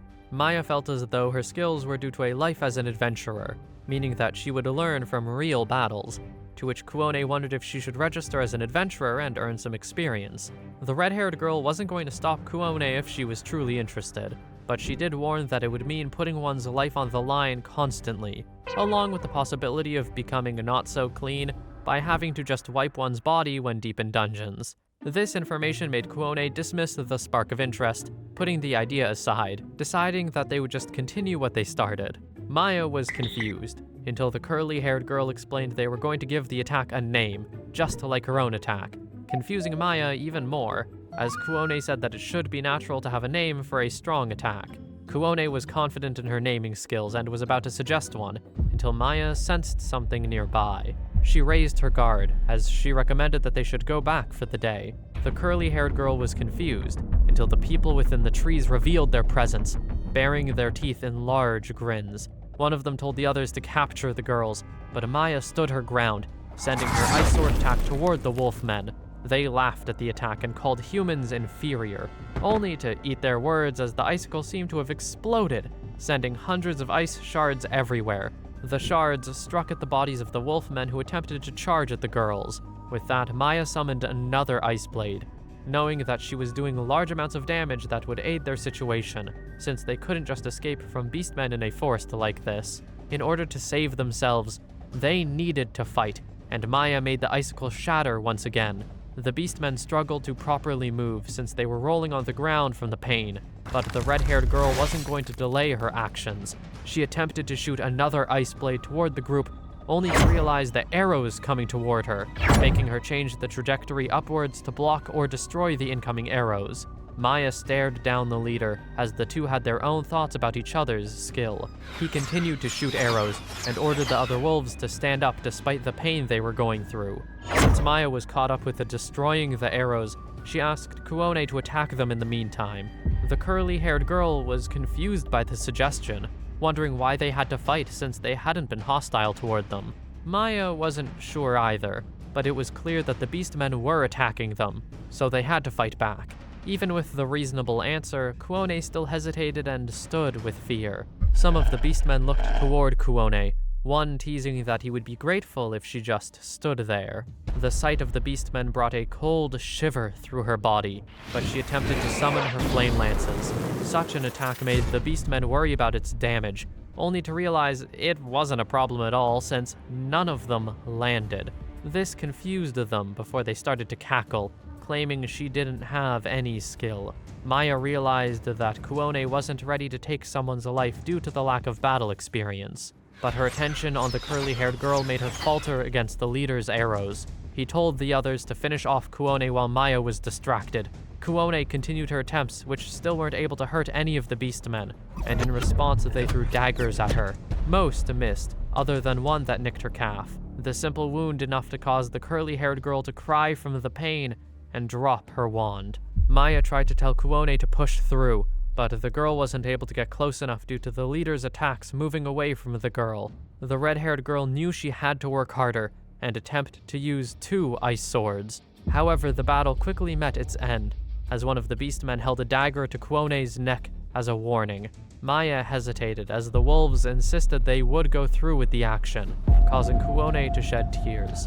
With that, Maya dropped her staff and ended the spell. The 2 girls were tied up as the beastmen were still surprised by the strength of Maya, but their leader told them to hurry up in case someone saw them. Maya demanded to know what the beastmen were doing with them, an intense gaze impressing the leader, but he did not give an answer. The girl noticed Kuone collapsing to the ground before a rag was put around her face, making her realize they were being drugged. She tried to use stubbornness and determination to fight off the drug, but unfortunately, it was too effective and eventually led to her going unconscious. Elio made his way through the dense forest outside the walls of the city, realizing that there were traces of a battle deep within the trees. He started to sweat, wondering if Maya was involved with these traces and possibly kidnapped. The red-haired boy quickly went to Geto's mansion, learning that Kuone hadn't returned either. Kuone's father knew that the curly-haired girl was wanting to show Maya her magic near the forest, and Elio felt alarmed by the fact that Maya hadn't returned in the time frame mentioned prior. Geto was starting to sweat from the mystery of the situation, to which the red-haired boy theorized it was possible the 2 mage girls had run into some problems. The old man was appalled to hear such a worrying theory, but Elio came to such a thought since he went to check on them and found traces of a battle between a magician and beastkin. He hoped it was just baseless fear, but he was going to search for the girls one last time, while Geto would be told to search the town and streets. As Elio ran off desperately, the mohawk-haired group of men noticed him, calling for his attention. They inquired as to what the hurry was about. Elio told the situation to them, causing them to feel urged to help with it. They all went to the forest together, confirming the traces of battle. One of the men whispered to another that they could likely find info using birds who kept in contact with the abyss. So they asked the bird what it saw, and heard it relay that there was a red-haired human and a blonde-haired human fighting beasts before they were dragged into the forest. That was enough info for them to know that the worst-case scenario was the reality, but this also meant that the situation involved someone directly related to Light. They were going to keep this matter a secret from Elio for now, waiting for instructions after contacting May. Once the maid woman relayed the information to the dark-haired boy, he was shocked to hear the news of Maya getting kidnapped. Even if it technically wasn't confirmed, this was the highly likely situation based on what was said by the Mohawks. Right now, that group was still searching the forest with Elio, so if they find anything they would then report it via Aoyuki. Light hummed and thought, and knew there was more to the situation given the fact that the girls were kidnapped instead of killed. But he couldn't quite figure out why they would be kidnapped. While it was rare for humans to wield magic, it wasn't that rare as to kidnap them. He wondered if it was similar to the Nano situation, where sacrifices would be needed to create something like the Forbidden Sword. But that theory was immediately dismissed, since the Beastkin was a race that focused on strength and intelligence. Mei spoke up once again to add more, not sure if it was connected, but mentioning that there had been a number of recent incidents with humans getting attacked and disappearing while on the road. Those who survived would all mention getting attacked by beastkin, to which Light felt that the Maya situation was hard to call a coincidence. Despite all the incidents, it wasn't very believable that the beastkin could do all of this and not get caught, so the boy asked Aoyuki if there was information about that. The cat-like girl relayed with a gloomy expression about how there were no sightings at checkpoints, to which Light wondered even more about how the kidnapped girls could be hidden. It should be impossible for this kind of thing to go under the radar with Aoyuki, so there had to be a way for the beastkin to move discreetly. Suddenly it came to Light, and it was obvious that it had to be the river used, likely using the forest as a cover, and going to the river to take a boat to the Beastkin Alliance's port. The dark-haired boy asked Aoyuki if she could use a monster to track down the girls and to send Nimumu after the location was found. He also wanted her to find out why the Beastkin were kidnapping humans, but to remember to prioritize lives over information. She accepted the task without hesitation as Light's eyes darkened, knowing there was a chance of either Kava or a master being behind all of this. So he warned Aoyuki to be as careful as possible. Several days later, the location was found, and they had figured out the reasons for all of the incidents. All of these kidnappings were with the intention of going against the Witch of the Giant Tower, which raised the Declaration of Independence of Humans. The Beastkin wanted to use the humans as troops, but it was done meticulously, since it would mean fighting against people's loved ones, which would make it difficult to fight them. Such a horrible plan to take loved ones hostage and manipulate them into throwing away their lives, trampling the dignity of humans, and treating them like trash. After learning all of this, the dark-haired boy felt enraged, raising his arm and slamming it into the desk, which broke it in half. He continued to let out his stress, shouting with frustration, as he couldn't fathom how the Beastkin could do such devious acts just because it involved humans. Light ordered Aoyuki to crush the Beastkin plan from the very root, getting the location of each and every human, even if it means putting a hold on the information network they'd built. Aoyuki affirmed that she would do anything that she was given as an order, bowing before the boy. Light felt sorry for Maya, since they were going to have to let her endure captivity for a little longer, since acting recklessly would alert the Beastkin. With that, he told the cat-like girl to just keep watch and save people if anything happened. The dark-haired boy turned to Mei and explained that they would be taking the humans they rescued to the giant tower, giving Mei permission to use whatever is available. He wondered if she would be able to handle this, to which she affirmed quickly. Eri bowed as well, waiting for her own instruction, as Light said that she should focus on planning a rescue mission for the humans on the battlefield. Along with that, she was told to make the Beastkin pay for their sins, not to let even one of them escape, which was why he was giving her permission to use a mythology-class weapon for the war. Inside the treasure of the deepest layer of the abyss, there were 9 mythology-class items that were pulled from his gift. Each of them were powerful but difficult to use, and there was one with a price too large to be used, so they were securely stored. Eri was hesitant, since she felt as though she could handle them just by herself. She believed it would be a waste to use the mythology-class items. Light knew that this was true. However, he still didn't want to have even a sliver of a chance for any escape, so he was going to do everything possible to make sure they all paid for their sins. Once again, the boy asked if Eri could do it, to which she confirmed so. Light reminded them all to make sure to save every human and leave no beastkin behind, but his gaze softened as he believed that everyone could pull it off. In that moment, the future of Beastkin and Beastkin Alliance had been decided. As they all walked out of the office, Eri would tell the others how the curiosity within Light made her skin crawl, enough that it apparently made her feel hot and bothered. After hearing these weird thoughts confessed by the witch woman, the other two were going to ignore what was said. Something they could all agree on, though, was that they all felt and empathized with the boys' frustrations, willing to do whatever it took to make the Beastkin pay for their sins. They weren't going to disobey orders given by Light, to which Aoyuki jumped in, believing that Light's words were the absolute truth. Mei didn't mind the anger flowing through the other two, but she did want to remind them to not forget the direct orders they'd been given. During their intense moment, Nizuna found them and greeted them happily, wondering if they were going to go eat, which was something she was interested in joining. Mei and Terry sweat dropped and didn't know what to do, since they were worried about how Nizuna would react to being the only person without an order. But Aoyuki either didn't read the room or spoke with mischievous intention, telling Nizuna they had gotten back after getting instructions directly from Light. The swordswoman froze up as the other women felt shocked at Aoyuki, watching as Nizuna slowly became meek and sad. Her happy attitude was now sulky, tears welling up in her eyes as she wondered if Light hated her. Aoyuki clearly intended this, snickering at the response, as Eri knew that this was likely the cat-like girl releasing her stress from being with Nizuna too much lately. The witch woman tried to reassure Nizuna that Light didn't hate her, even if she didn't know why she wasn't called to the operation, but it seemed as though Nizuna was still depressed. Mei made an attempt of her own to try and calm her down, but alas, to no avail. As the two continued trying, Aoyuki walked off with a pleased expression, and later the situation was relayed to Light, who now had to fix everything.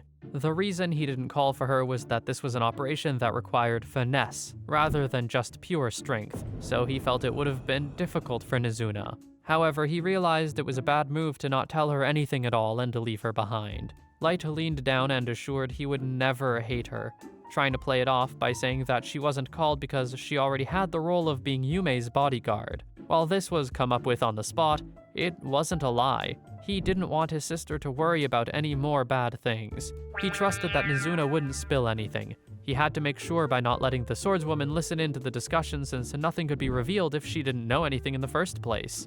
All this explanation did make Nizuna feel better. Her usual self sparked a flame as she understood the situation. With that, Light asked and made sure that Nizuna would devote herself to protect Yumei and everyone in the Abyss, to which she affirmed heartily. That earned her head pats, which made her greatly happy. But meanwhile, there were preparations being made by the Beastkin as well. They were going to declare war against the giant tower with the intention of crushing the witch with the humans they gathered. The Beastkin supposedly had approximately 2,000 humans that were able to fight, while 1,000 were hostages. They stopped attacking the village since the humans had become too cautious recently, so it felt as though it were time for their main goal. 2 people in the room agreed with Rabad, but the other 2 were against it, since they felt as though it was too crazy. The leader of the wolf tribe was unhappy with their responses, reminding them that they had no opportunity to turn back on their choices, since they had already attacked many humans. Rabad agreed as well, and wasn't pleased that they disrespected the matters decided in the chief's meeting, explaining that their survival was tied to them putting their differences aside and helping each other. Ozo and Benny remembered this reason, to which the leader of the wolf tribe insisted this was why they should declare war against the witch after this union of theirs. Later, that wolf tribe leader went home and celebrated by drinking with Gims. Gims felt glad that everything went smoothly even with the initial tension from the bear chief and cow chief. The wolf tribe leader wanted Gims to remember that meetings and wars were the same, that one should prepare before the fight, since looking for a win right as the battle starts would lead to death. He felt as though everyone in that room were cowards for taking so long, believing that it is best to learn through experience. Suddenly, an epiphany came to the wolf tribe leader, who went silent before telling Gims to put a few of the human children they captured into barrels as part of their preparations. Gims was confused, but was reminded that they needed to take whatever action they could. However, Gims still felt as though they had enough resources in order to take down the witch. The wolf tribe leader huffed and called the kids insurance, saying that the kids could be thrown away later if they didn't need them. A bit of thinking made Gims realize how they could make use of the kids as a trump card, since one should always prepare for the worst in advance, making the wolf tribe leader's nephew feel happy to learn so much. What the two didn't know was that they were being watched and overheard. Meanwhile, the masters were discussing about how they heard that the Beastkin Alliance and Giant Tower were going to clash. The blonde male wondered if things were going to be okay, but Kava's creator believed that there would be no problem. Hisomi truly had faith in the Beastkin and gave them magic items for the war. But even if the Beastkin lost, it would be enough to pull off useful information. The other one hummed and hoped that things would work out, since the tower could be connected to the person they were looking for. Hisomi wondered if there were anyone else involved in observing things, but the blonde male couldn't think of an answer. Kava's creator wondered if Hei could help, but that man was guarding Kaisar. Hisomi still believed Hei could assist, since it was likely that Hei was not doing much to guard Kaisar anyway. They were short on hands, and Hiro felt bad about how much they were always burdening the other male. But Hisomi didn't mind too much, other than just wishing that Hei could be a little more flexible in his whereabouts, since Hei was strong enough to fight a couple times against Hiro. For now, Hisomi was going to observe the situation directly on that day, and would hope that Hiro could take some of his work. With that, they gave their farewells. In the abyss, Eri asked Light if they could prepare a new force, since it would help bring more attention to the image of the Witch of the Giant Tower, instead of letting there be a chance for anyone to try and look for Light or the abyss. She hoped to assign 2 subordinates to her, wanting one of them to look similar to the dark-haired boy. Eri reminded him about the double he used during his adventuring and how it was able to pull cards as well, so they needed a stronger double. Light was starting to see Eri's point, allowing the suggestion, as he asked if she had cards decided already. The witch woman had no hesitation when affirming so, holding them up even if she mentioned that it took quite a while to take the cards from Anelia. Holding the cards in the air, Light summoned the people, the orca person bowing within seconds. But the other person only stood with a glare and said he wouldn't accept working for someone weaker than him. After hearing such words, Eri felt a cold rage coursing through her body. But Light tried to quickly calm her down, asking her to let him explain the situation first. She obeyed, as the dark-haired boy didn't care too much about people worshipping him as long as they didn't get in his way of revenge and could ensure their allies' safety. Orca reacted dramatically to the information, seemingly making a song out of his response and implying that he would work with Light as long as Chaos did. Chaos, while he didn't care about what he would do, still wasn't going to work under someone weaker than him, even if Light was their summoner. If Light wanted them to follow his orders, he needed to show his power. Eri was starting to have enough, her eyes filled with a cold glare, as she felt the need to dispose of these people immediately, since she felt as though it were what Chaos was asking for anyway.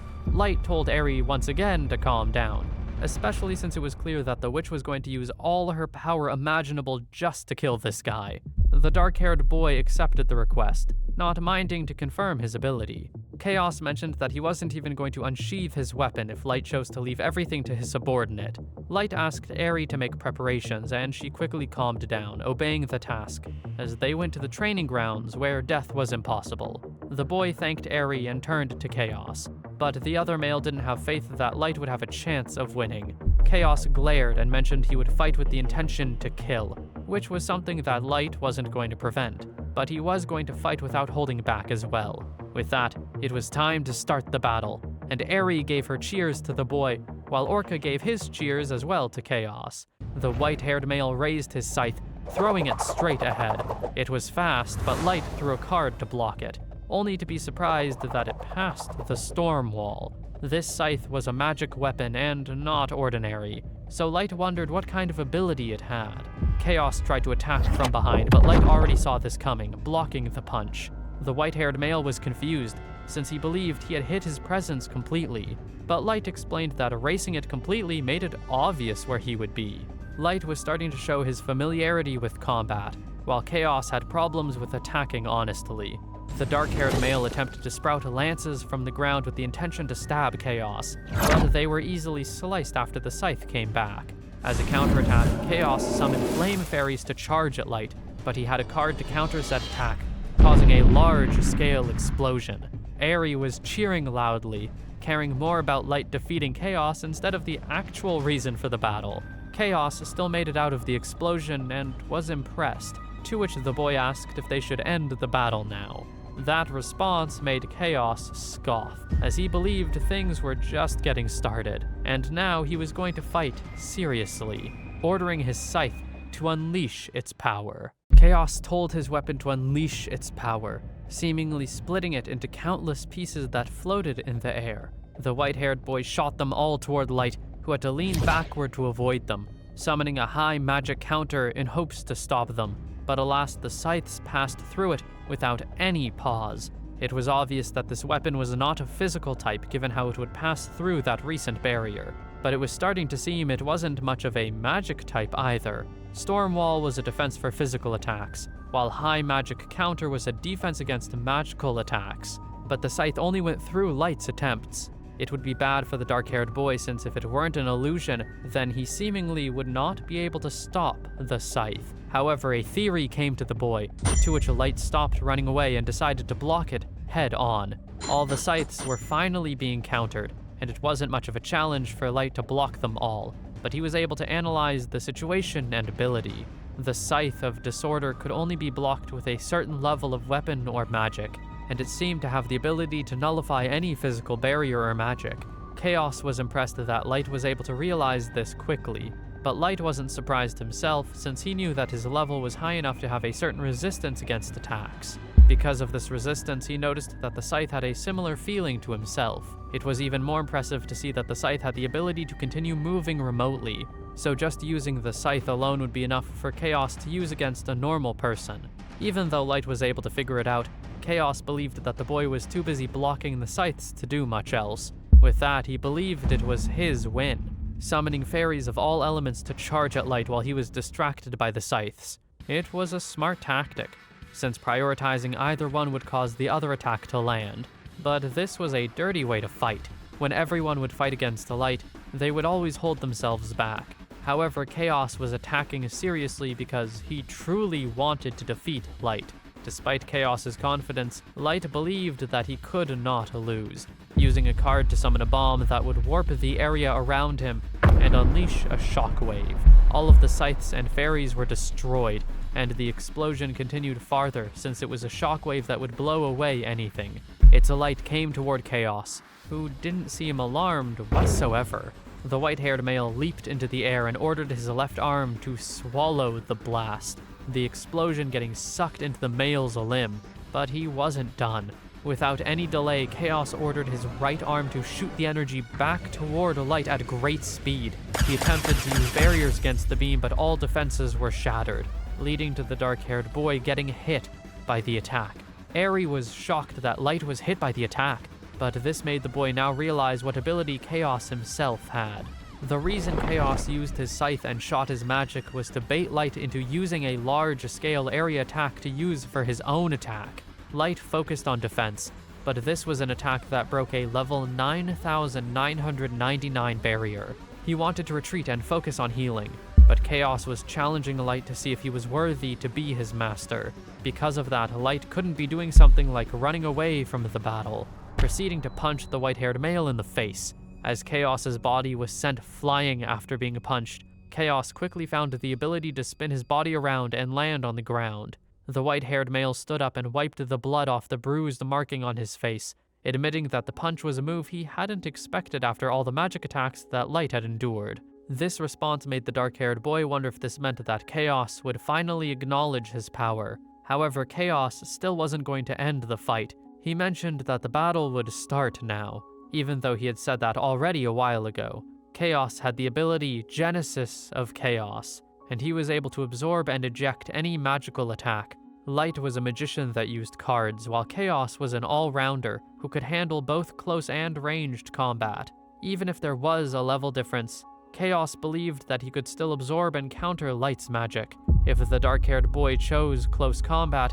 it seemed to still present Chaos with the advantage, but Light only agreed that would be the case if Light were the average magician. Since he could infinitely pull cards, he didn't have limits. After summoning multiple cards to boost his stats, Light mentioned that his gift wasn't just offensive magic, and could easily aid the boy in releasing multiple deadly magics that would drown Chaos and kill him. However, this was not a match where they would kill each other. Raising his fists, Light smiled with determination and said that he would face Chaos head-on. Seeing a magician choosing to fight with his bare hands made the white-haired male compliment Light on his commendable action, but only because he believed that Light was at a disadvantage. The two stared at each other intently before suddenly charging forward, throwing a punch at each other's faces at the same time.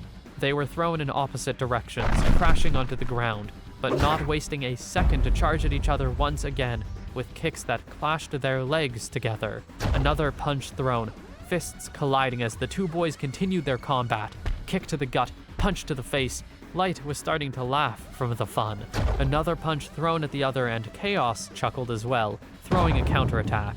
The two smiled at each other as the battle continued, while Eri would stare with bewilderment. In disbelief that her master was fighting in such a way, Orca hummed and believed the two were seemingly having fun, calling the sounds a pleasant tone.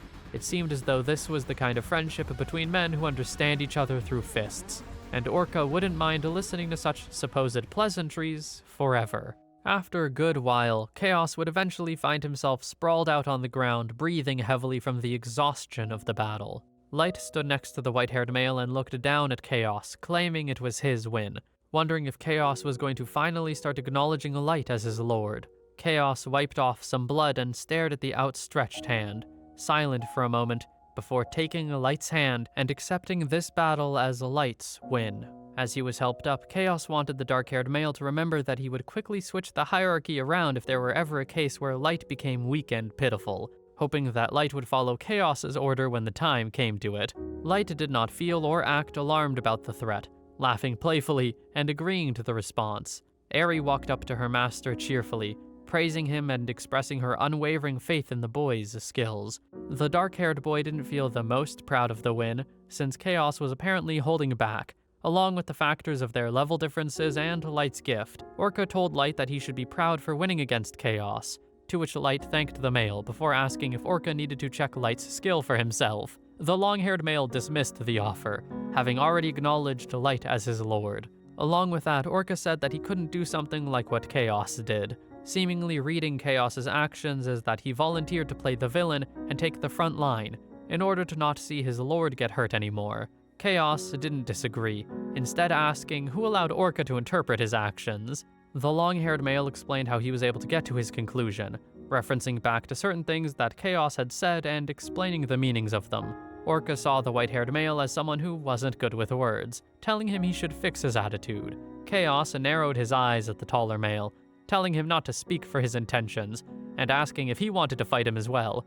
Orca quickly pulled out his instrument to play, but Light couldn't help but think about Orca's words, since that would mean Chaos actually did care about his friends, but only acts the way he did because he was embarrassed. If that were the case, this was one troublesome personality. Since the match was over with, Eri asked the boy if she could now talk to the two and explain the situation to them once again.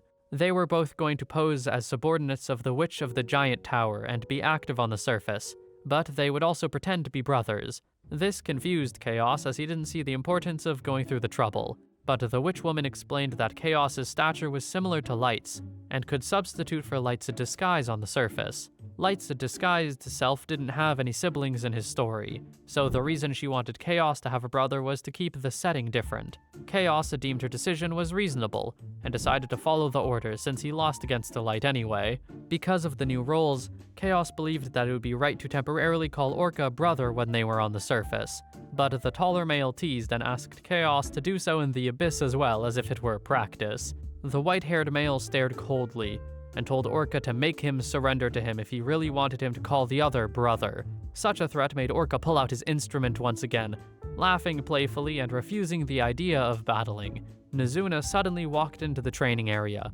surprised to see Light in the room as she happily ran toward the boy. Eri called for Nizuna's attention, explaining that Light had just finished a match against Chaos, and that she should show the two her ability as well as one of the strongest forces in the Abyss. The short girl wondered how she would do that, but Eri said it was simple. All she needed to do was just fight against the two summoned people, and fight them with all her might. Nizuna understood the situation quickly, not minding at all, and already hyped for the upcoming battle. Light watched with sweat running down his face from the bewildering situation, telling Eri that Chaos really did not fight with a genuine desire to harm. Chaos himself said he didn't mind another battle, as he was quite curious of Nizuna's power, but Orca declined it since he cared more about playing music than fighting. Nizuna ran off to get prepared, while Eri cheered for the swordswoman to not hold back, making Light sigh from the behavior. The white-haired male reassured Light that his chance to win wasn't zero just because he was exhausted and up against someone with a higher level, telling Light to watch and witness his ability. Not only that, he felt as though this battle could be a wake-up call for the girl, if she were to lose after all the praise she had gotten.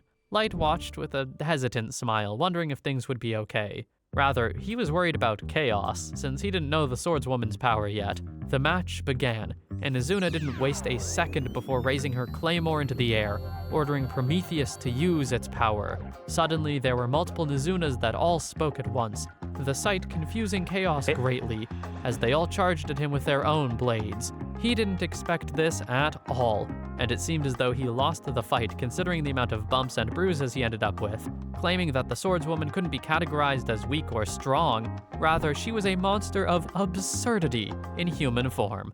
Meanwhile, at the Beastkin Alliance's port, there were buildings being guarded. Inside the buildings, there were many humans, the humans the Beastkin had captured for their war plan. Some were crying, some were silent from their despair. A child begged their mother for some food, but while that was not possible, Maya used her magic to summon some water for the children to share with the others, to which the children felt grateful for the red-haired girl's kindness.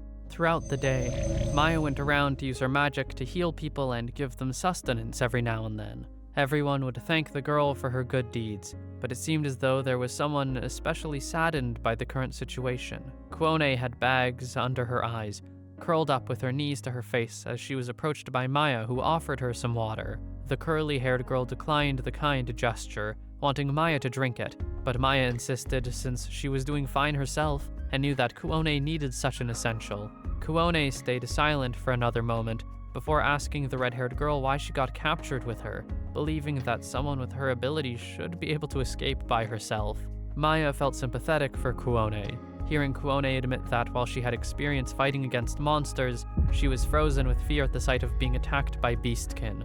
Even if she was known by labels that implied her worth, Kwone felt as though she only just dragged Maya down, believing she should be left behind. Maya didn't waste a second, smiling warmly and reminding Kwone that they were best friends, mentioning that best friends wouldn't leave each other behind. Suddenly, Kwone burst into tears, apologizing for how fearful she was during that time and for being the reason they got kidnapped. The red-haired girl went silent for a moment before wrapping the other mage girl in a hug and reassuring Kwone that it was normal to be afraid to die, also mentioning that there was still a low possibility that Maya would have escaped. Despite what happened before, there was still a chance for them to escape, because what mattered at that moment was that they were still alive. Kwone continued to cry as Maya comforted the girl, letting the saddened Kwone lull into a deep sleep. As the night arrived, the red-haired girl could smell something strange, feeling as though the Beastkin would be making their move soon. When day arrived, Maya's suspicions were true, as the Beastkin walked inside and complained about the smell of the humans. One looked through a list and started to pick certain hostages to bring with them, mentioning that they should take one of the magicians. Maya immediately stood up and offered herself instead of letting them take Kwone, shocking the other girl who could only stay silent with tears in her eyes. The Beastkin told Maya to not try anything funny, turning back to the human hostages and deciding to take a couple of children to fit in the barrels to use as hostages if necessary. One of the wolf Beastkin tore 2 children away from their mother, the kids crying out for her as she tried to offer herself. The mother was not what they needed, so she was kicked away, told that they wouldn't be taken to be killed, and asking if she wanted them to be killed and have them take another kid. With such an answer, the mother decided to reluctantly give in, letting out desperate cries while collapsing on the floor. Everyone else in the room stayed quiet and hung their heads down, whether it was out of sympathy or to make sure they weren't next. The kids were told to stop making a fuss or else they would meet their fate, quieting them down as they were pulled out of the warehouse. But the Beastkin made sure that they knew it didn't mean they could move freely. If anyone got in their way, they threatened to kill everyone inside. Maya wanted to bring a sense of safety to the children, putting protective hands on their heads while she heard the Beastkin demand that everyone followed orders and moved. 2 birds were keeping watch of the situation, but they weren't the only source of information to be let known about the war. The Beastkin had written an official declaration of war and sent it directly to Light, but Aerie didn't like how arrogantly it was written, so she summarized the contents. Since the Beastkin were prideful, they were confident when mentioning in the letter that they would crush them in a war, and told Aerie that she didn't know her place. There was a certain date and place written in the letter, but they were warned to not bring a dragon army, or else they would kill all the humans that they had captured. This was all to spite them after having declared absolute independence of humans, but all that mattered was that there was now a day and a location. Light asked how preparations were going for everyone, to which everyone affirmed that their respective tasks and orders had been completed and perfected. The dark-haired boy praised all of them and felt grateful to everyone in the Abyss, making the three women feel flattered. There was another task he would leave to another, turning to Mira and telling her that she is allowed to crush the schemes of the chief of the Beastkin wolf tribe. He also wanted her to identify the Beastkins who were reluctantly participating in the plan, asking if she was capable of doing the tasks. The Chimera woman felt as though this plan was very suitable for her, feeling extremely confident. Light smiled at that response and stood up from his desk, telling everyone that after the rescue, they would give the Beastkin who were involved in the war two choices. They would either kill the fools who have happily oppressed and killed humans and hold them accountable for their crimes, or to be a fool themselves and not to be spared from their sins. The place where the Witch of the Giant Tower was summoned was the battlefield of this upcoming war. It was within the northern plains near the southern port city of the Beastkin Alliance. There were approximately 2,000 Beastkin from the wolf and tiger tribes, along with 2,000 humans gathered here in the area. Eri stepped forward and stood afar from the distant crowd, wearing her hood, while Chaos and Orca and a singular dragon stood behind the witch woman.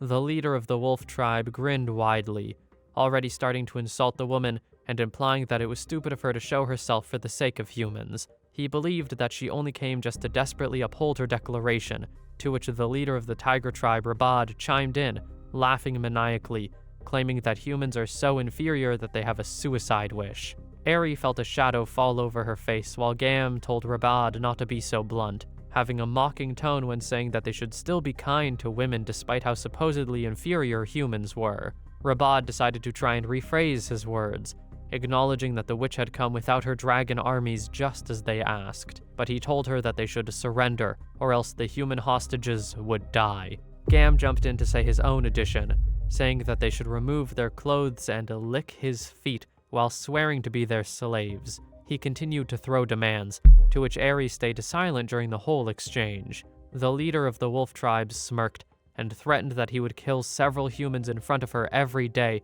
and make her eat their meat as punishment for her actions, maniacally smiling at his ideas as he reminded that these were the reasons that she should surrender. Once more, Eri stayed silent, so Gams wondered if the woman was planning something. Rabad scoffed and told the witch to strip already, telling the men behind her to take her down or else they would die as well. No one spoke nor moved an inch, so the Beastkin knew it was time to end the negotiation and use their weapons. It was clear that the witch was planning something, but they didn't know what. However, the Beastkin didn't believe they would lose against 3 people and 1 dragon. Rabad turned to the group of humans and ordered them all to bring him the head of Eri, claiming that there would be the reward of being set free, but that they would be killed along with their loved ones if they didn't obey. With such a threat on the line, the humans felt as though they couldn't do much to refuse, tears in their eyes as Rabad repeated the demand with a large grin. One of the humans gave out a reluctant battle cry, leading to more and more joining in as they charged forth with their weapons. The incoming human army was seen in the distance, and Eri finally spoke up, in disbelief that the Beastkin actually carried out such a foolish plan. Seeing how the Beastkin had not even a hint of remorse made Eri immediately decide that none of them were worth keeping alive. Orca agreed, since their behavior was more heinous than imagined. Chaos felt annoyed to agree, but admitted so, saying that the strong should protect the weak, not use them to make an example. The blonde witch felt bad that she hadn't immediately saved everyone when they were captured, but it was to ensure everyone's safety, especially since everything would be okay now. Eri called for Orca's assistance in this first step of their plan, letting him decide that it would be good to calm their fear and sorrow before anything, since it would otherwise become too dangerous for them to teleport away. Bringing out his instrument, Orca played gracefully, his ability being able to apply buffs or debuffs to whomever he wanted. As the humans heard the song, the fear of getting killed for disobeying along with the fear of what would happen to their loved ones was all soothed. Everyone in the hostage group suddenly stopped, standing in place with relaxed bodies. Rabad and Gam stared with confusion and shock, watching as Eri stopped Orca, before he would continue to a part that he was looking forward to playing. Suddenly, the humans were all surprised when they could hear Eri's voice, which she explained was due to her use of magic to amplify her volume. Eri quickly reassured everyone that all the hostages had been saved and freed, now residing in the giant tower. Confusion coursed through everyone as the witch continued, letting them know they didn't need to follow orders anymore, since they would be teleported to the giant tower as well to be reunited with their loved ones. As bewilderment filled everyone, Gam couldn't believe his ears, telling the humans it was just a bluff, but Eri said there was no reason for her to lie, since everyone could just teleport to the tower and see for themselves. The leader of the wolf tribe only believed she rescued some of the hostages, and left the rest behind in the warehouse, threatening she would make sure to give the ones left a gruesome death. While the initial threat was worrying, one of the people spoke up and expressed that he believed the witch. Everyone else was starting to look at each other, nodding their heads, and all collectively deciding to band together and believe Eri's words, since believing that their loved ones were still alive was better than dying. From now on, they weren't going to follow the Beastkin's order anymore, instead choosing to believe in the Witch of the Giant Tower and once again reunite with their families. With that, Eri assured everyone that Orca would prepare a group teleportation, telling them to stay still for a moment as he did so. She looked over at the long-haired male who brought out his instrument again, saying that teleporting this many people would take some time. The song began and Gam was starting to freak out, ordering the Beastkin to fire arrows at the group of humans and kill them, setting an example of what happens when they go against Beastkins. With that, the archers did as told, and shot thousands of arrows at the humans. As they saw the incoming arrows, everyone started to scream and freak out, since there were too many arrows for them to block without getting seriously hurt. Chaos scoffed and clicked his tongue, annoyed by the attack. He was about to do something about the situation until Maya shot her icicle blades toward the sky, having them shatter into pieces and destroying most of the arrows. Eri had a small smile on her face, while Chaos hummed with intrigue, and Gam gawked with the disbelief. Maya didn't waste time telling everyone that she couldn't deal with all of them, and would need people to get ready to defend against the leftover arrows. But the wolf tribe leader couldn't fathom what was going on, and ordered for more arrows to be shot. The red-haired girl was already expecting a second round, telling her mana to materialize once more and shape into ice swords. She was able to summon 3 ice swords, which was the most she could manage as of right now, waiting for them to come closer until she would shoot them upwards. It was true that she was still unable to control 3 ice swords properly, but that was unnecessary for this battle. Even though most of the people here were farmers or slaves, several of them were capable of fighting. What Maya needed to do now was reduce the number of arrows and let the other people handle it, proceeding to shatter the icicles and doing what she had done before. Maya was quickly starting to realize that casting 3 ice swords at once really drained her mana, but she had to push forward. Gam was starting to get enraged from the situation, telling Rabad that long-range attacks weren't working and that they should make a better example by killing the humans directly. The Tiger Tribe leader ordered his people to charge forward, the crowds of Beastkin closing in fast. Maya was trying to manifest her mana into ice blades again, knowing that more time was needed until the witch cast the teleportation magic. She sent the icicles forward, suddenly feeling the effects of using so much power. Despite that, even if she ran out of mana, she needed a minute or even a second to buy everyone more time. Shattering the icicles, the shards seemingly didn't damage the incoming Beastkin. This sight frightened the red-haired girl as they taunted her, making her realize that her magic had no effect against high-level Beastkins. Still, Maya wanted to find a sliver of hope that they would all make it. Once again, the girl materialized the ice swords, shattering them in front of the incoming Beastkin who were still unaffected. Seeing Maya's attacks not working was making them start to worry, frustrating the girl with the reality that her power was not enough. And yet, despite all odds, Maya couldn't let things end. She couldn't just throw away the life that her 2 old friends saved, shattering the ice once again that still had no effect. They wouldn't stop their charge, and Maya wouldn't be able to stop them. As they laughed with excitement, ready to start bloodshed, someone seemed to use a card that summoned a wall of fire on the battlefield, the Beastkin getting burned when they would collide with the flames. This magic, along with the voice that summoned it, were all too familiar to Maya, turning her head to see that boy with the black clothing, black hair, and a mask. Light greeted the girl, telling her that he came to save her. As the wall of flames continued to burn, the Beastkin would either cry from the pain of getting burned or shout with confusion at the situation. Light turned to Maya and asked if she was okay, but she was too busy staring with bewilderment, wanting to make sure she wasn't going crazy. She was able to remember the appearance and clothing of the first time they met, her face flushing and eyes gaining a sparkle. The dark-haired boy noticed her stare and called out her name again, confused as Maya frantically asked Light why he was there, and whether she was hallucinating or not. He laughed and told her to calm down, as he was the real deal, explaining that he got a request to help save the human hostages from the Witch of the Giant Tower. After seeing Maya's name on the list, he came immediately, and was glad to see the girl was fine. Such kind words coming from Light of all people made her suddenly collapse to the ground, worrying him, as she reassured him that her legs gave out after feeling relieved to see him. The dark-haired boy observed her, seeing the scratches and tattered clothing and staff. A frown came upon Light's face, silence filling the air before he would apologize for not saving her right away. From now on, he wasn't going to let the Beastkin hurt even a single human. Eri called for everyone's attention again, and reassured them everything would be less worrying now. It was true that Orca's group teleportation was going to need some time, but the witch had hired several talented adventurers as a precaution. The blonde woman knew that Maya had done her best, but she pulled them in too much. Despite that mistake, Eri was glad to have performed well for the dark-haired boy. She spoke up and praised Light for the firewall he had summoned to stop the Beastkin's advances, making him feel weary from the amount of praise he was getting. The Beastkin noticed that the fire was starting to get smaller, alerting the humans for a moment, until Orca told everyone it was time to go. A magic symbol appeared in the sky, glowing brightly, as the group teleportation began.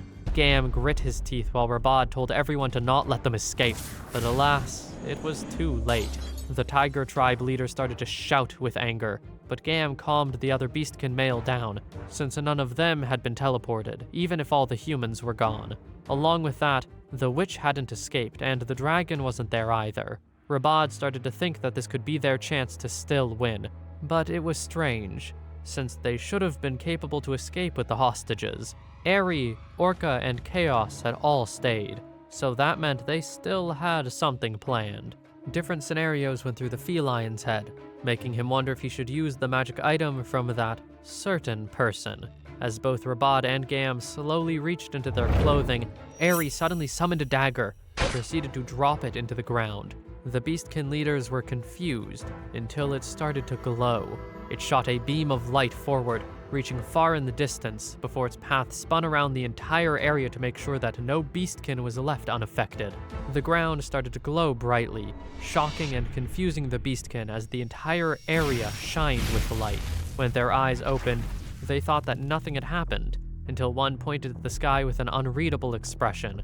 As everyone felt drawn to observe what the other Beastkin was seeing, they were shocked to see that the sky was red, and the sun was consumed with black flames. Confusion coursed through everyone's minds until Eri spoke up, catching their attention and explaining that she had used a mythological class item to isolate everyone here, so they could not escape while they would begin their elimination.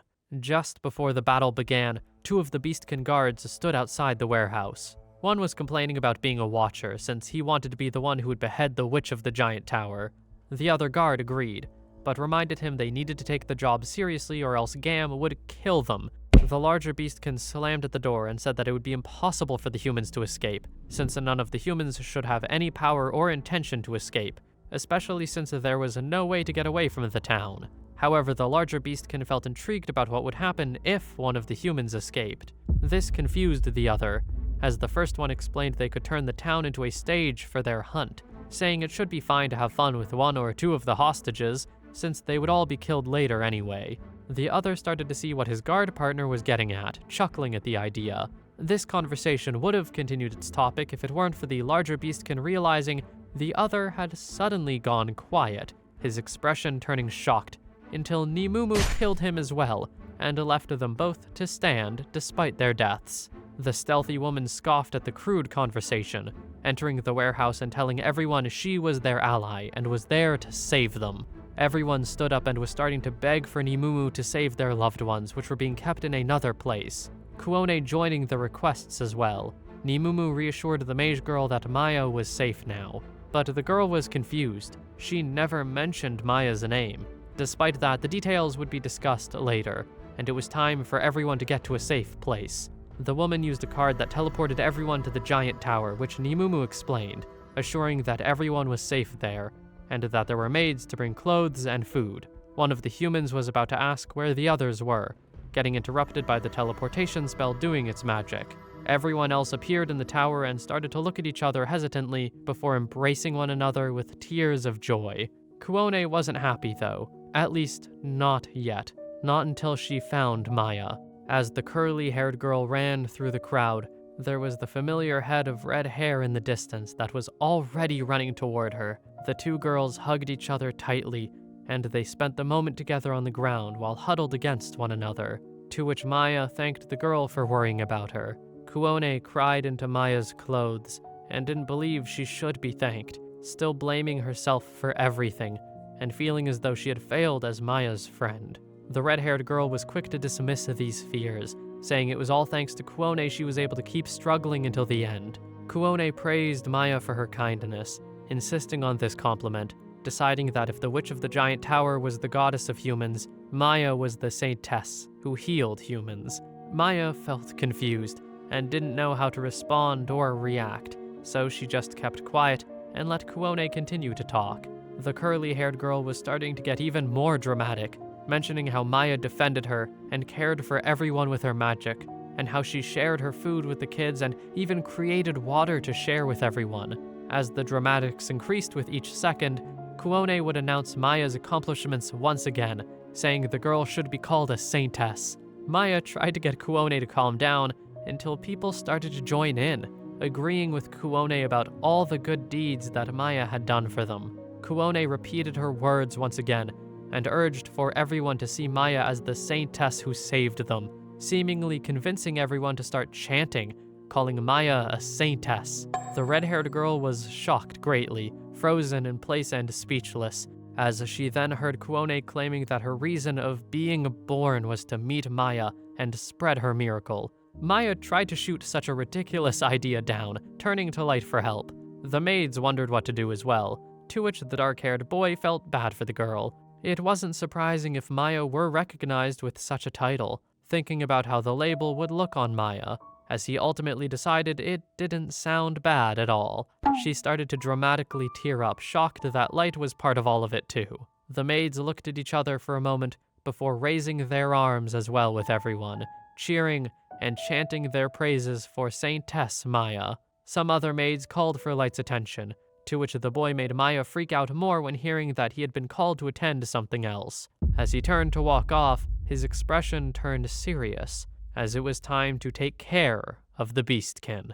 Mythology class World is Walled is one of the 9 mythology classes that Abyss had. When such a class was used, it would create an isolated space of about 1 kilometer above and 3 kilometers around the surrounding fields. The Beastkin looked around in confusion, wondering what was happening, but it wasn't like they could do anything about it. Those who were taken into the isolated space could not leave by any means without the user's permission, and nothing from the outside could interfere. Even a fully unleashed Divine Spear Gungnir wouldn't be able to escape from World is Walled. World is Walled is a one-time use item, so because it can only be used once, it was so powerful that it could not be interfered with by Genesis class. As Eri overlooked the situation, she scoffed and said that she didn't think that using World is Walled for taking care of mere Beastkin was a waste of an item, since it was nothing like an item like Goblin's Gold. She spoke down to the wolf and tiger tribes and told them that they had touched the wrong side of the scale when it came to Light, a person she regarded as the great one of this world.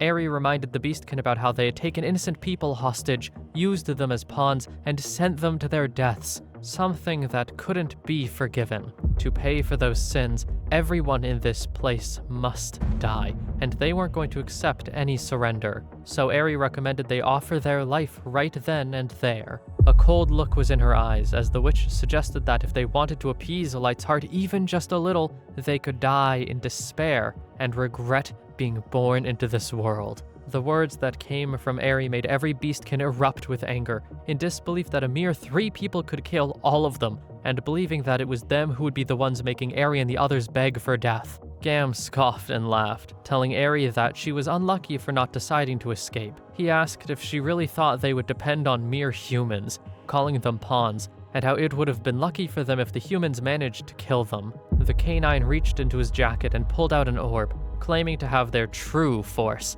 and proceeding to throw the orb to the ground with a shatter. He announced an entity called the Tainted Holy Golem to come out, a large being suddenly appearing beside him. People recognized the golem to be something from the ancient period, a weapon created by the Demon Lord. They shouted with excitement at how powerful it was and gave compliments to Gam, not surprised that someone like him could get such an amazing monster like this. Gam smirked and explained that the golem wasn't just a mere golem, it was something written in the legend of the goddess, a religion that humans worshipped. Supposedly, this golem was created to destroy the heroes, and since the Demon Lord created it using holy steel, it was infused with both holy and chaos attributes. It couldn't be affected by physical or magical attacks, so the heroes could only seal said golem, making it a forbidden weapon. Chaos used appraisal on the golem and wasn't surprised nor impressed at the entity, having seen that it was a golem that was only around level 5,000.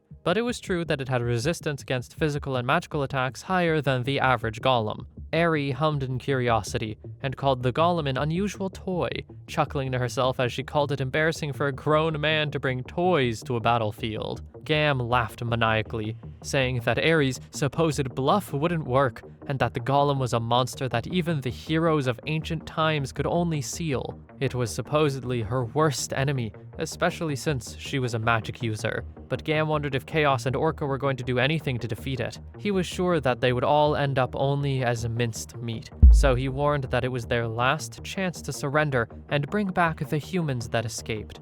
Gam threatened to kill all the hostages in front of each other and feed them their remains, along with vowing to kill anyone who would dare go against the Beastkin. Such a violent response made Eri sigh from how disgusting these Beastkin were, glancing back at the golem and wondering if Gam only felt so confident because of it. Because of that, she was going to cut his confidence to pieces, beckoning Gam to come at her already. Gam called her foolish, gritting his teeth, before ordering the golem to charge forth and crush the witch. The golem's eyes shone brightly, and it let out a loud shout, dashing forth. Chaos asked Eri if he should be the one to finish it off, since it had resistance against magic. But the witch assured him there was no need to waste his energy on such a mere level of magic resistance like that. It was nothing against someone like her. Along with that, since they were inside an isolated space that wouldn't affect the outside, she could use her magic that was usually hard to use, making this a great opportunity.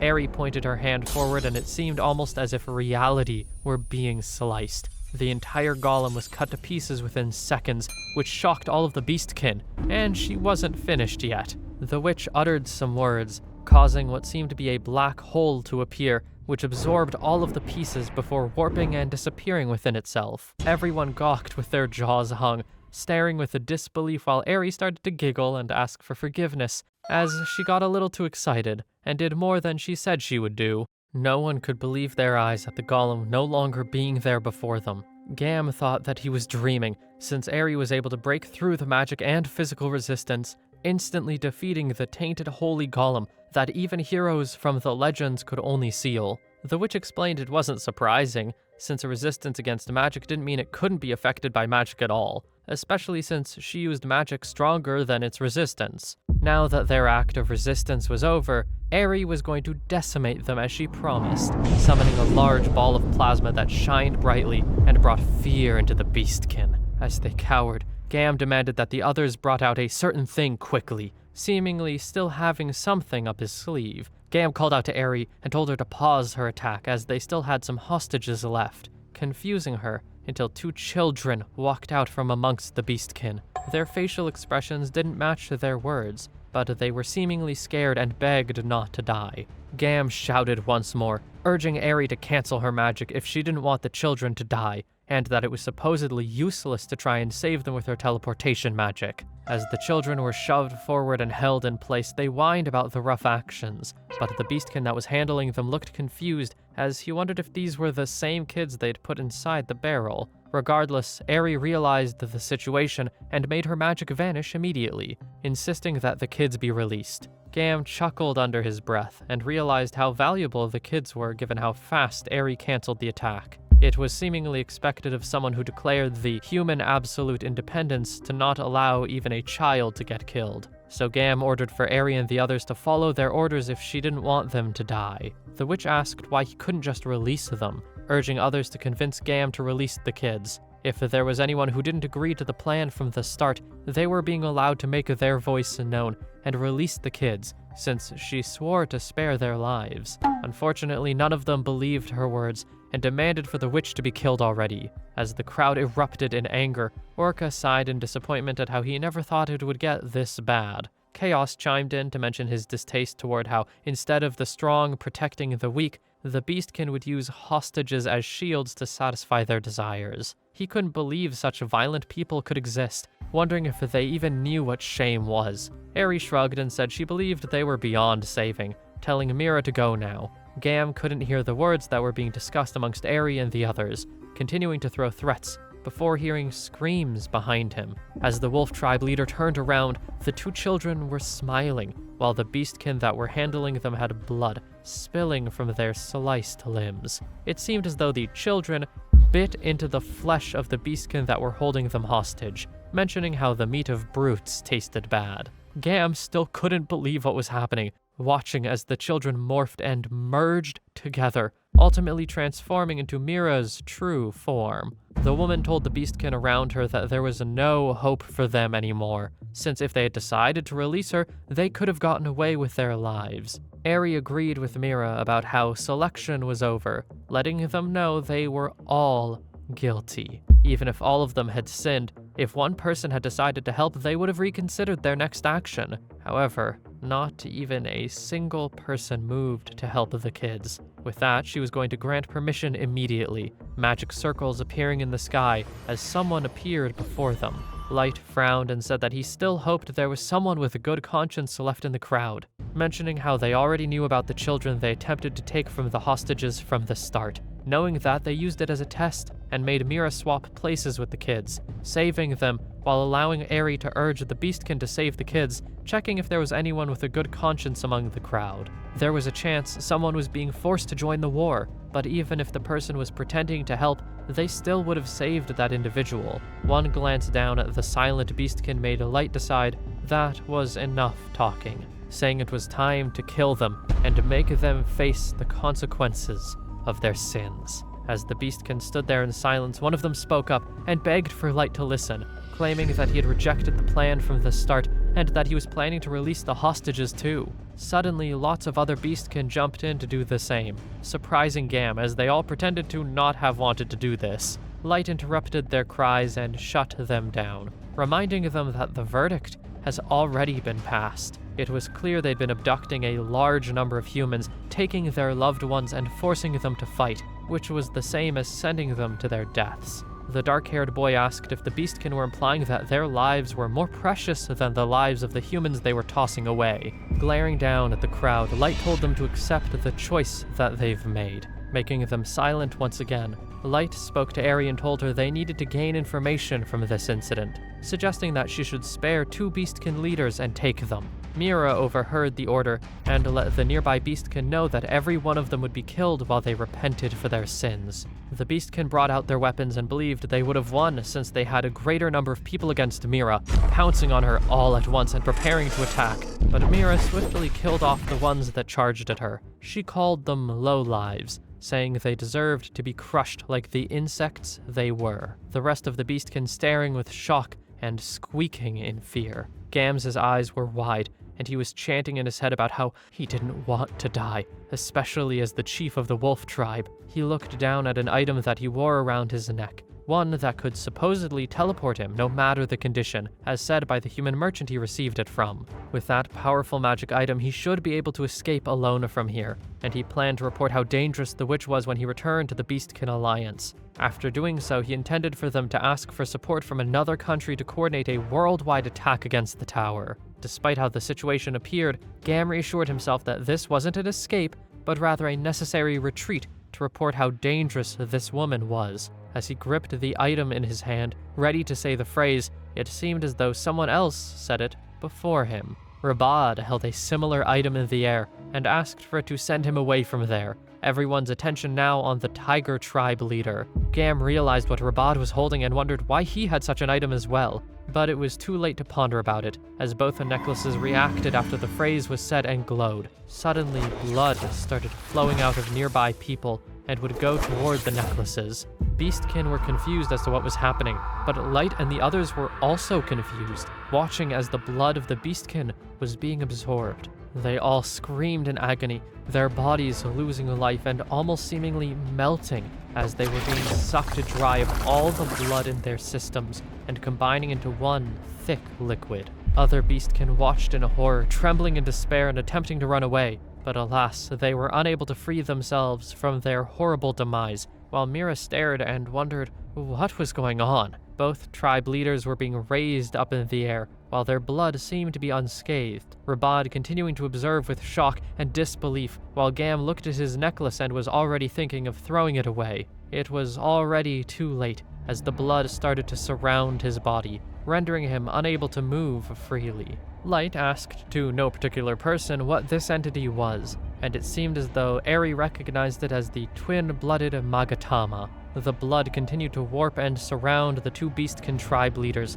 cutting off their oxygen supply as well, since all that covered their faces was blood. Gam cursed himself in his mind, realizing he was tricked. The item wasn't a teleportation item, rather it was an item that turned them into sacrifices and transformed them into a monster. In the end, the Dragon Newt Empire used them as disposable pawns. During their last moments of consciousness, Gam and Rabad saw a flash of that merchant appear in their mind, their last thoughts being how they shouldn't have believed him. Everyone who was getting caught up within the chaos was shouting and begging for help, claiming that the chief betrayed them and that they didn't want to die as they were. Light asked for the witch to elaborate on what that reddish-black slime was, to which Eri explained that the twin-blooded Magatama was a magic item used to create a special monster. It was a pair item, where if one side activates, the other one activates too. They then both drain the blood of every nearby living being before gathering around the user and creating a body.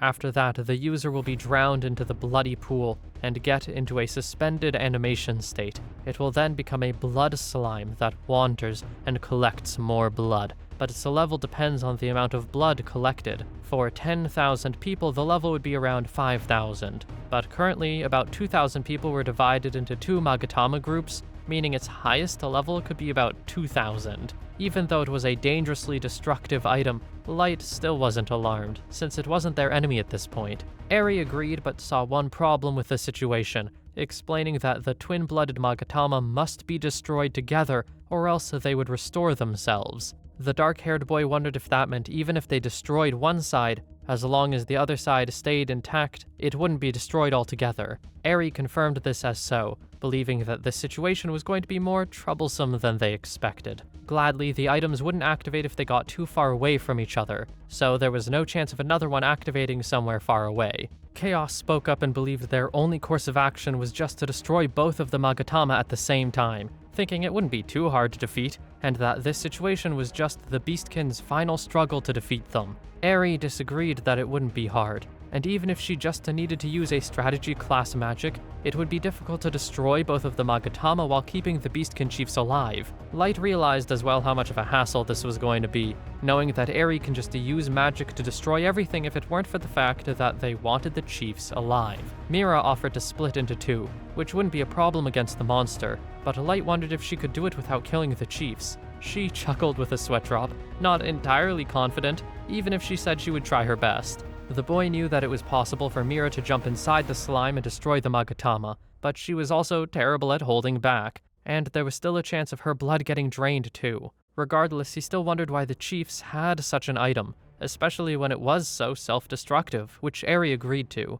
Because of their confusion, they were definitely going to need to keep the two chiefs alive, so they needed someone good in close combat. Chaos spoke up once more, knowing what Light was thinking, and suggesting that the two of them could destroy the Magatama together without killing the users. Everyone thought about it for a moment before watching as Light took off his mask and agreed that this was the plan, telling Chaos they should defeat it quickly. The two flew off while Orca started to play music on his violin to subdue enemy movement, music notes starting to wrap around the two slimes. Light smiled while telling Chaos they should prepare their own attacks as well, but Chaos only told the dark-haired boy to not miss, or else they would have to do this again.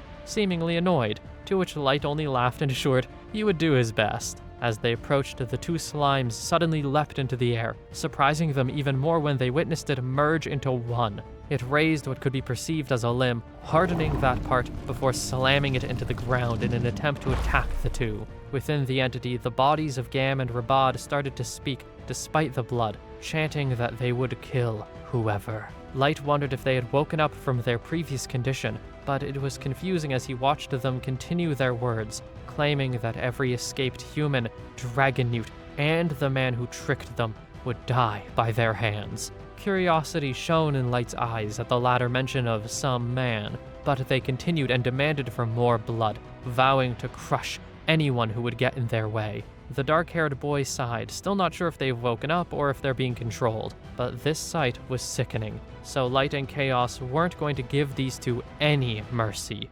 After they defeated the slime and acquired the Beastkin chiefs, they were going to make them fully understand the weight of their sins. The two chiefs who were being controlled by the slime scoffed at the words that Light said, grinning widely as the slime lunged forward and claimed that the one who would learn despair and regret would be Light's group. While intending to aim for Light and Chaos, the slime crashed into the ground after the two males dodged out of the way. Chaos mentioned noticing that the monster was faster than he expected, the two continuing to avoid the incoming limbs that sprouted from the slime. Light realized that the insides of the slime were moving around, keeping that noted, as both of the Beastkin shouted once more from within the slime about how they knew they were aiming at the Magatama, and that they wouldn't let him. As the slime continued its attacks, Light told Chaos that they needed to separate the slime first, to which the other male agreed, despite the shouts from Rabad about how their plans would never work. With that, Light and Chaos flew up towards the two chiefs, but it seemed as though spikes would suddenly be in their way. Gam scoffed and wondered if Light and Chaos thought they weren't going to get attacked, and Rabad jumped in to mention that they intended to cut Light and the others up and drink them like a juice. The dark-haired boy chuckled under his breath, asking if the two chiefs thought they got caught in their trap.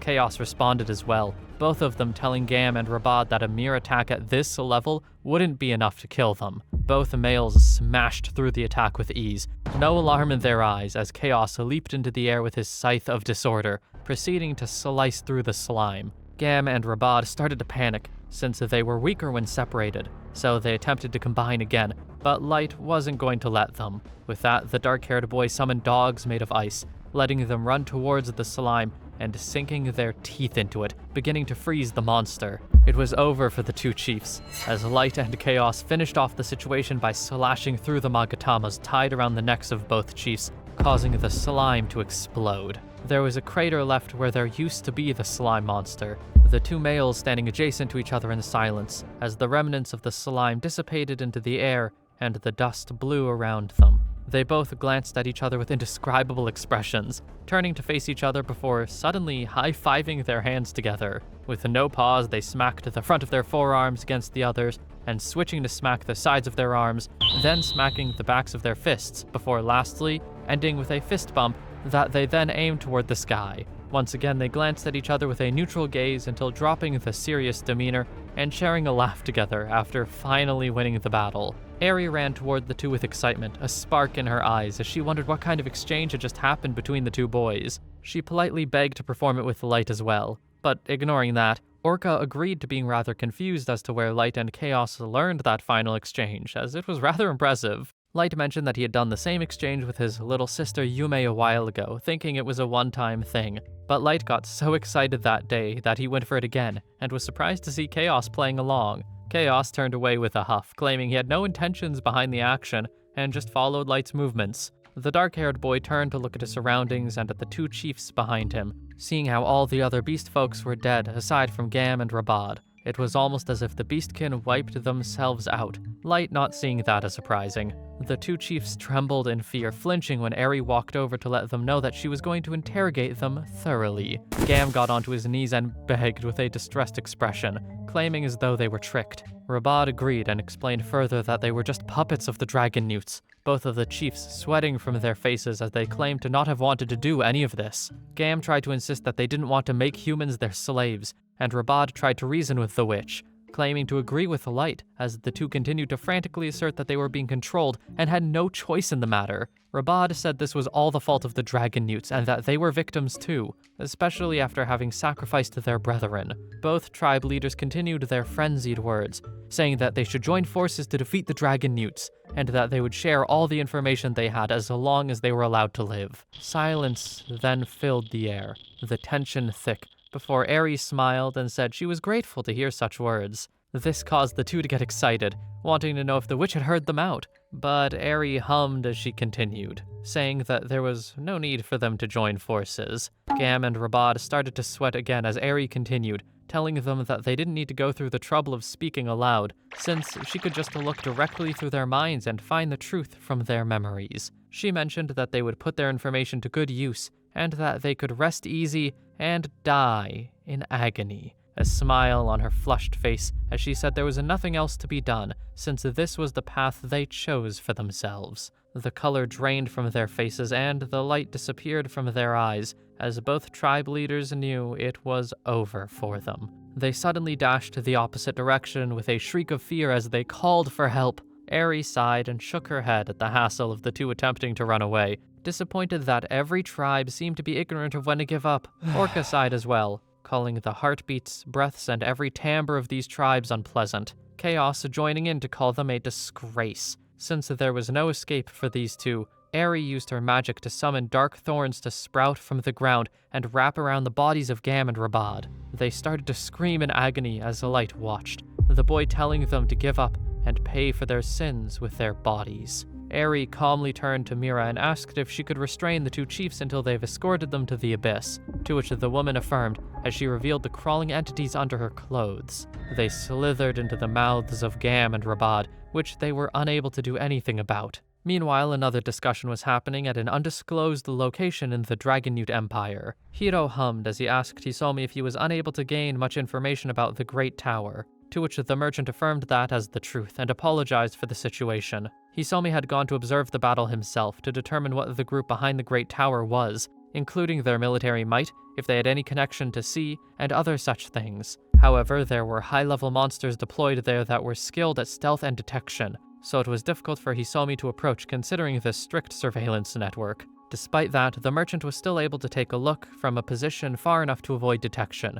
but he only saw the area get covered by a swirling black dome, which made him unable to observe any further. He believed that even if he got closer, he still wouldn't have been able to get much more information. After approximately 1 hour, the black dome disappeared, but not a living soul remained. All that did remain were dried out husks of beastkin and broken carts scattered about. But this wasn't too surprising, as this was likely the result of the twin blood Magatama that he gave Gam and Rabad. Hisomi had also allowed the beastkin to use the holy evil golem, but there were no fragments of the golem there or traces of battle, so he blamed it on the power of the Black Dome or something similar. The merchant admitted that he did believe that if he gave the beastkin a plan and lent them magic items, they'd be able to uncover at least a bit about the Great Tower, but it seemed as though he was naive. Either way, this could all be blamed due to the uselessness of the beastkin, or the fact that the Great Tower was a step ahead of them. Hisomi never expected the people of the tower to construct a surveillance network to keep him away, nor to use a magic item that would conceal an entire battlefield, meaning that the people of the tower must have ascertained their intentions. Their beastkin intelligence network was ruined, and this operation ended in failure, so Hisomi apologized once again about the entire situation. Hiro reassured the merchant there was no need to feel sorry, saying that the fault wasn't entirely on Hisomi, since Hiro was the one who proposed the idea in the first place. Plus, Hiro believed that the operation wasn't an entire failure, confusing Hisomi, as the male continued and explained that all the things that Hisomi mentioned had to be at least Phantasma class, if not Mythic class. Even they couldn't create such a network or afford to use up such rare magic items, yet the Great Tower did. Sea was about the only one with such vast resources. This explanation made Hisomi realize Hiro's point, making him less saddened by the situation. Hiro continued talking, mentioning that he couldn't imagine that the Great Tower concealed the battlefield because they were aware of their intentions, as that would mean they were only taking half measures. Despite the surveillance, Hiro asked if anyone proactively searched for him, to which the merchant affirmed that no one was looking. Hiro believed it was most likely the case that the witch and others only aimed to ensure that no beastkin escaped, but Hisomi couldn't fathom the idea that they would use a rare magic item merely to prevent Beastkin from escaping. The merchant sighed with frustration, while Hiro would laugh at his dismay. But Hiro's expression turned serious at the thought of C or one of C's subordinates being involved with the Great Tower, along with the fact that the Great Tower had to have some connection to the False Master incident. With the recent disappearance of Nano, the dwarf, there were now 4 people who were connected to the False Master incident having disappeared since the Great Tower appeared. This meant it probably wasn't a coincidence. Considering the results of this operation, Hiro thought they should start by focusing their attention directly on the Great Tower. Hisomi paused for a moment to process the suggestion, before agreeing and saying he didn't have any objections. Still, with the recent turmoil among the Beastkin, it seemed as though the Demonkin had started to kick up a fuss,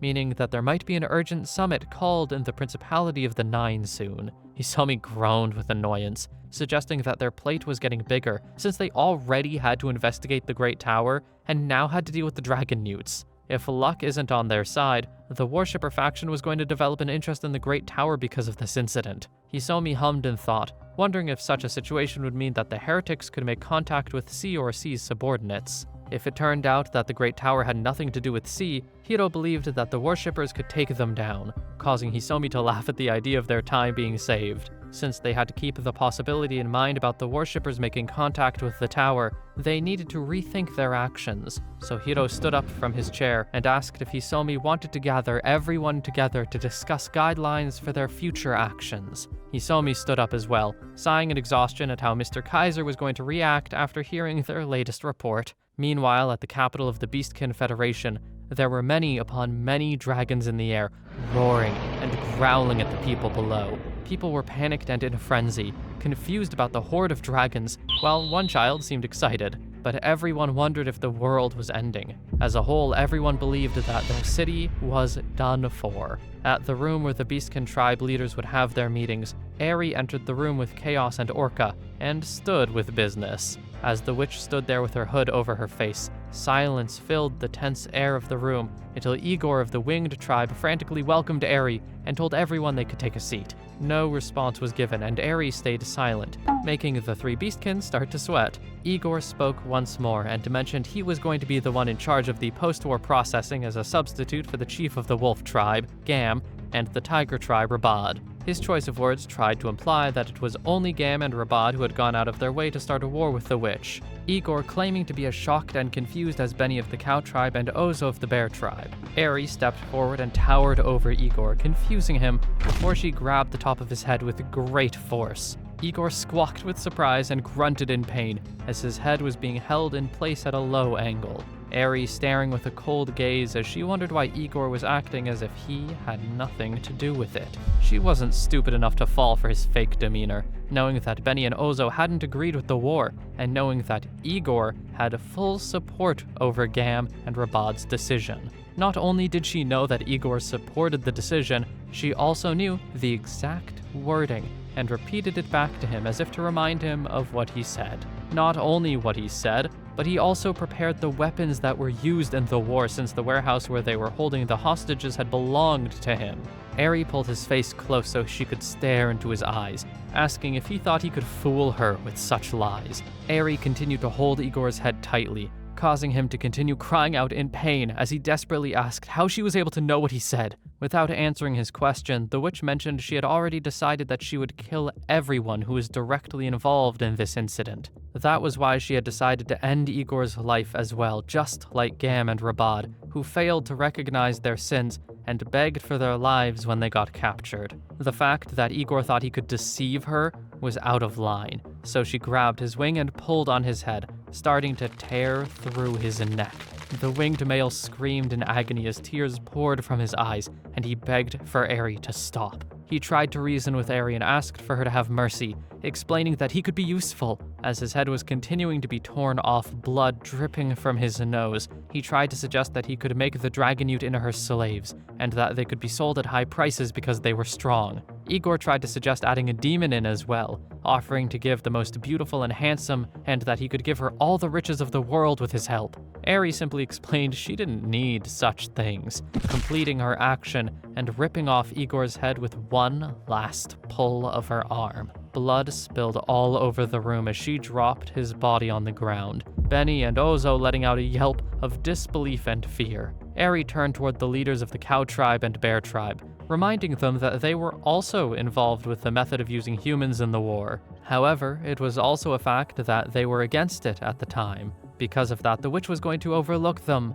this time, causing them to feel less scared. Still, Eri wanted to know what their response was to this incident for post-war processing, causing Benny and Ozo to glance at each other before bowing at Eri's feet and explaining that they were completely surrendering to her. Benny said that the Beastkin Alliance would be completely obedient to the witch and tower, and Ozo mentioned that the other tribe who was absent right now had no more power to fight against her. As Eri looked down at the two, realizing it was a total surrender, she shrugged, thinking it was a satisfying conclusion. Either way, since it was troublesome to occupy or divide, she was going to leave the operation to both Benny and Ozo, explaining that she wouldn't be nosy as long as they followed her demands, such as prohibiting human slavery. That wasn't the end of her response, starting another sentence, causing the two to flinch in fear once again at the cold glare, as Eri asked that if they tried to betray the giant tower, if she should make the Beastkin extinct. Such threatening words made both Benny and Ozo agree, saying that they would talk to their underlings to make sure they would never try to betray the tower.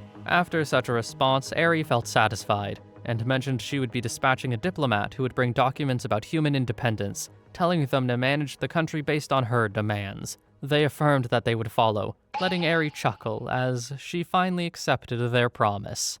Among the humans who were rescued, the slaves all decided to stay in the tower. Half of the ones that were kidnapped from villages or the streets chose to live in the tower, while the other half will return to their normal lives, and about 7,000 people chose to stay in the tower. Meanwhile, in one of the places that some humans decided to live at, Light was having a nice time sitting at an outside table with Mia. The red-haired girl thanked Light for all of his efforts, wondering what would have happened if he hadn't come to save the humans. Even if he wasn't there to help, he was sure that the witch from the tower would have done the same. Mia seemed to disagree, standing up from her chair and insisting it was Light's firewall that protected them all. She continued, about to explain that Light's presence in that situation helped her as well, but she immediately became flushed and embarrassed, proceeding to sit back down. Mia went silent, which confused Light as he continued the conversation, mentioning that he would be using the Adventurer Guild to tell the related parties that the victims of these kidnappings were safe. Light turned the topic of conversation toward Mia and mentioned that he heard that she was going to return to her village,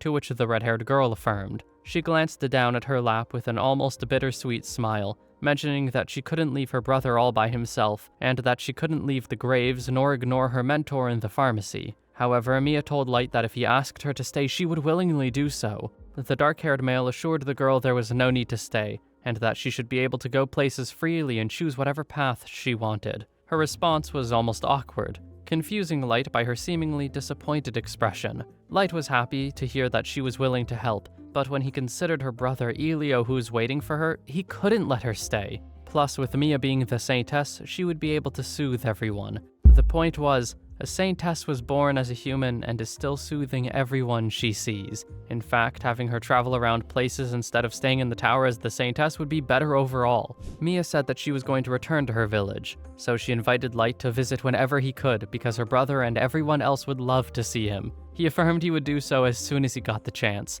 making Mia tease the boy by claiming she would put faith in his words, which had him laugh at the response. She felt happy to hear him insist that he would truly go, the moment turning peaceful once more, but it seemed as though there was more on Mia's mind. The red-haired girl sipped at her tea, a wavering frown on her face, before she called for Light's attention. Mia stuttered and fidgeted, seemingly struggling to form a coherent sentence, but as she was about to say something, Kuone popped out of nowhere and acted as if she were going around to try to find Mia. The red-haired girl was shocked to see the girl, flinching in response to her sudden presence. Light observed Mia's friend, aware that she had decided to stay in the tower. While her parents were looking for her through the Adventurers Guild, she notified them that she was safe and she chose to stay in the tower. Plus, this girl was special, as she had created the Tower Religion. This religion is formed by the ideas that the witch was close to a god, with fairies as maids who had titled Mia as their saintess. In Light's personal opinion, when it came to governing the tower and the relations between humans, he believed that this would have a positive impact on things. Kuone told Mia that there were people gathering to hear her story, so she needed to come with. Mia wasn't ready to leave, since at the moment she was talking to Light, along with telling Kuone to stop calling her the Saintess. Light reassured Mia to not worry about him, as he already understood what she wanted to say, but that he didn't intend to disturb her duties. Mia turned flustered at the fact that Light seemed to know what she was about to say, and Kuone apologized to Light for needing to borrow Mia. However, the red-haired girl insisted for herself to stay just for one more moment. With that, Mia asked if they would be able to talk like this again, and the boy affirmed that he would always welcome the girl. Mia smiled happily, this sight making Kuone smirk and chuckle teasingly, which caused the red-haired girl to flush and pout. Kuone ran off with a laugh as Mia chased after her playfully. Back at Light's office, Eri was praised for her work against the Beastkin Alliance since they were able to ban human slave trading. The witch claimed that these words were wasted on her, asking if she should exterminate the other Beastkin as well. Light mentioned that the Beastkin involved had already been exterminated, so anything more would mean that they would have to run their country, which would be troublesome. There was barely any merit in the idea, along with the fact that he didn't like mindless slaughter. But the important thing he cared about was whether the memories of the Beastkin led to any clues on people similar to Kava. Eri confirmed there was, mentioning that there was one human merchant that Gam and Rabad interacted with that had the same face, behavior, and voice of Kava, the zombie that Light defeated back in the Dwarf Kingdom. The name that was found in the memories was Faye, a merchant who came and went between the Beastkin Alliance and the country of Dragonnewt, a place he was an informant of. Eri was surprised as well, so she had to confirm his face several times. Light hummed and thought, thinking about how Kava was created as a pseudo-master based on a real master, so he wondered if there were others like him as well. But it was surprising to hear that he was from the Dragonnewt. If anything, that merchant might just be a master himself. The dark-haired boy asked Aoyuki if there were any abnormalities in the area when she was fighting the Beastkin Alliance, to which the cat girl shook her head as a no. There was no way that someone like Aoyuki wouldn't notice something abnormal, so there was a chance that they weren't there, or they could have noticed Aoyuki and started to pull back. Either way, Light told the cat girl to start sending the monsters that were currently in the Beastkin Alliance toward the officials in Dragonnewt, especially so someone who looked like Kava or the Fae merchant. Aoyuki affirmed that she would do so Light turned to Mei to mention that Aoyuki's other subordinates who were active on land should investigate into the situation as well. The maid acknowledged this, and Light asked if there were anything else the three wanted to report, but the three women didn't believe there was anything else. As the boy was about to dismiss the meeting, Lilith was sending him a message, so he listened in and was surprised at the information given. Apparently, the destruction of the Beastkin Alliance's military and the fall of its country was something that would affect them beyond their imagination. There was a meeting that was set in a few years, but it was moved to begin in a few days. This might even shake the world. In the northmost country of the continent, the Demon's Kingdom, there was a certain mansion where a few people resided. One of the men sighed and mentioned his exhaustion about what he'd heard about the tower appearing there, telling the others that a person called C could be in this tower. The blonde girl continued filing her nails, humming in response and thinking that all the work that the masters were doing was a waste. She referred to herself in third person, calling herself Miki, and mentioned that she thought it was better to think about living happily. The other male in the room got upset with the amount of talking happening in the room, announcing that he would be leaving to level up.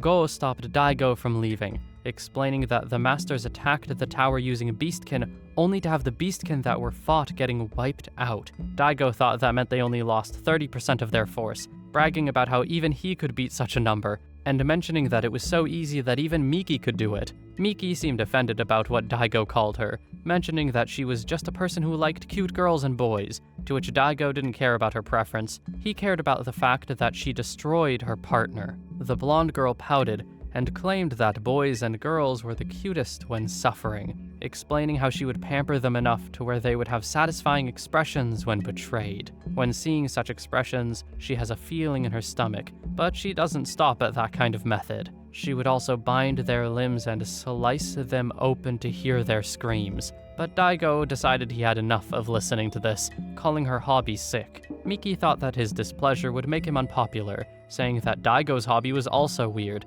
especially since he would kill people that Miki would like. Daigo believed he was doing better than her, since these people would be better dead than captured by her. Plus, he thought that leveling up was most important. Go wondered if they were done bickering, telling Daigo that he was wrong in his assumption, and explained that he meant the entire amount of Beastkin on the battlefield was wiped out. Daigo was surprised but still claimed to be strong enough to kill that amount. However, it made him curious of how strong the other force was. Go said that that information was unknown, but all they knew was that there were magic items used to kill the Beastkin. Miki let out a dramatic cry, saying that she was scared, to which the two males ignored.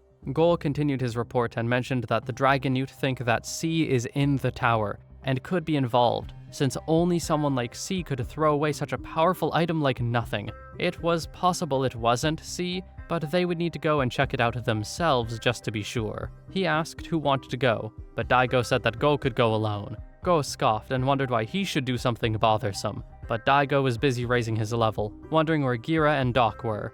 Go didn't believe someone like Gira would be useful, and Doc wasn't available since he was always obsessed with his human experiments. It was clear that Daigo was struggling to level up because of a proper lack of enemies, so Go suggested to go to the tower, but Daigo refused. Go turned to Miki, but she didn't want to investigate because she wanted C to grant her a harem. Plus, she thought it would have been bothersome.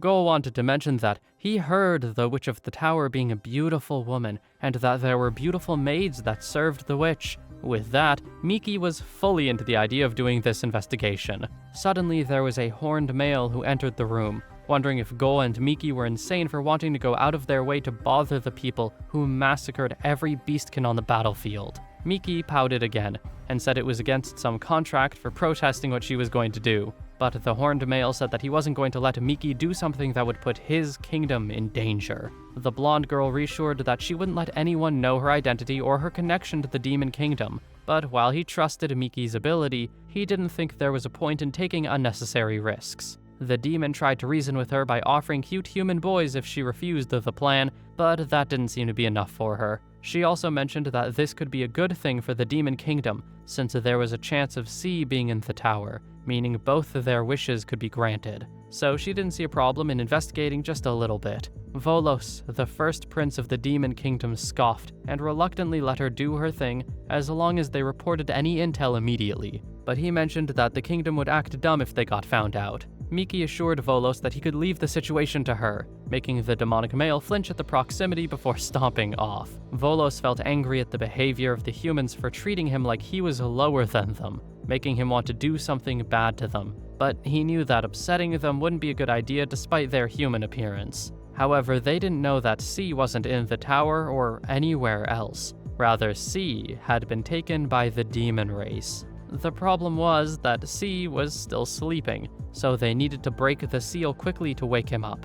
After he awakened C, Volos would be able to kill those humans and become the race that surpassed the Dragon Newt. That was his duty. Not too long ago, at the human royal capital, Princess Lilith asked Yume if the maid was truly hypnotized. Nono was in a daze, sitting on the bed without a response. Lilith thanked Yume for her help, to which Light's little sister said there was no need, since it was her lady's order. The princess thought about the effects of what this hypnotism does, so she was going to first confirm that this woman is innocent, since she meant a lot to Lilith. In order to change the country from being treated like livestock, they needed to stage a coup against the king, so she was going to proceed with her plan of her becoming king. It would have been easier to become queen if she used Light's military power, but the possibility of her being assassinated still existed, so she needed to remove the spies first. And now she needed to prove Nono's innocence. Yume was told to go stay at the door and stall if anyone came, to which the girl affirmed she would do. But Lilith couldn't help but be surprised at how this fake Yume seemed so real.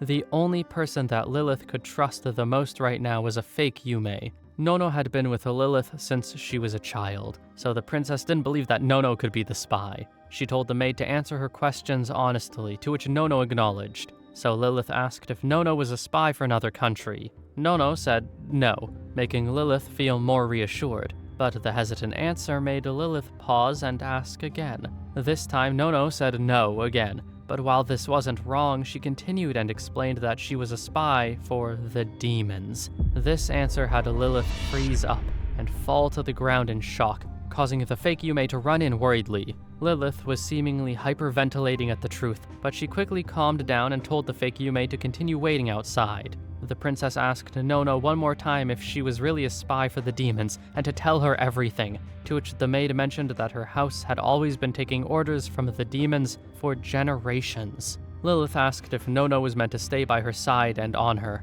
but Nono admitted that she would have killed the girl if she had done anything to inconvenience the demons. The princess was struck with disbelief, wondering why Nono would do such a thing. But the maid explained that she had to fulfill her mission, or else her entire house would be massacred. Lilith asked if there were anyone else like Nono, and Nono explained that there were many workers and even other people who held important responsibilities who were spies. But Nono couldn't confirm their identities as they were only backup. The blonde princess was even more shocked that Nono wasn't the only spy behind the scenes, especially spies from other countries as well. So this meant that their country was being eaten from the inside. She was prepared to some extent, but this was becoming too much for her, and Lilith couldn't understand why the other countries were doing this. Lilith started tearing up when thinking back to all the good memories she had with Nono, falling back into a nearby chair and clutching at her clothes. After taking a second to calm down, Lilith looked back up and vowed to end this misery within her generation,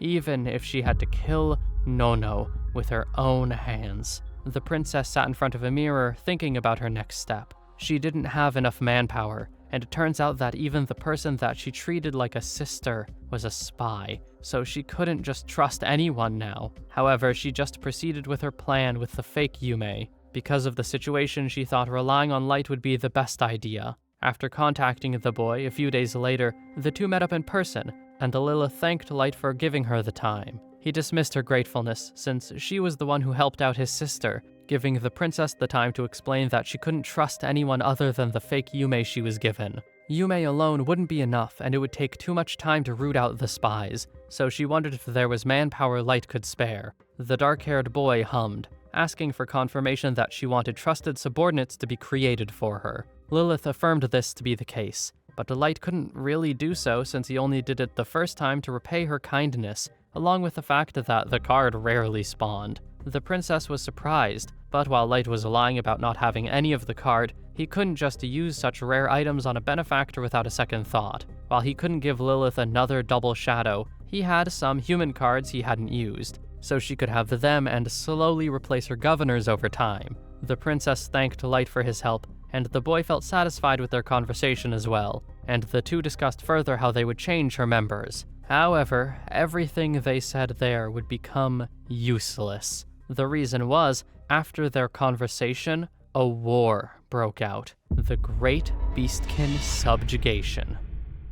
At the royal office of the Human Kingdom's capital, Lilith stood in front of her father's desk, hearing the mail report to them that a whole army of 2,000 Beastkin soldiers were annihilated, according to what the witch mentioned. This shocked the two greatly, as Lilith's father continued his report, saying that they viewed the tower and witch as threats because of this incident. The Demon Kingdom took the lead and discussed the tower in the 9-country meeting, so a date was going to be decided soon, which the two were going to have to be prepared to attend. The son of the king affirmed his acknowledgement, but Lilith didn't immediately say anything. She didn't hear anything about the situation from Light, but with their strength it was possible. The princess decided to try and speak out against her father, saying that this report meant that the strength of the Witch of the Giant Tower was real, and that they could choose to join hands with the witch, raising the status of the human kingdom, and breaking free from being a livestock kingdom. This enthusiastic attitude didn't convince her father, as he explained that they couldn't make a connection with the witch as it was supposedly dangerous. Lilith tried to reason with her father, mentioning that the witch was the protector of humanity who declared absolute independence of humans, and when Lilith went to survey the tower, there were humans who lived around it. The girl was confused why someone like the witch could possibly be dangerous, but her father sighed, making her even more confused and demand for the king's opinion about the situation. He sighed once more and did as told, mentioning that the witch had made the elf queendom fall and turned the dark elf kingdom into their vassal. Now they defeated the Beastkin, so there were currently 3 countries that had already fallen, meaning the balance of power between countries had changed too much. From what she heard, the Beastkin used a dirty method by capturing humans to use as hostages to use against the tower. But her father said that wasn't a good thing, as they then responded with anger. He thought it was unfortunate that there were people who had been kidnapped by the Beastkin, claiming the kingdom expressed their regret, but it was a huge shock to the leaders of each country after they annihilated 2,000 high-level Beastkin soldiers.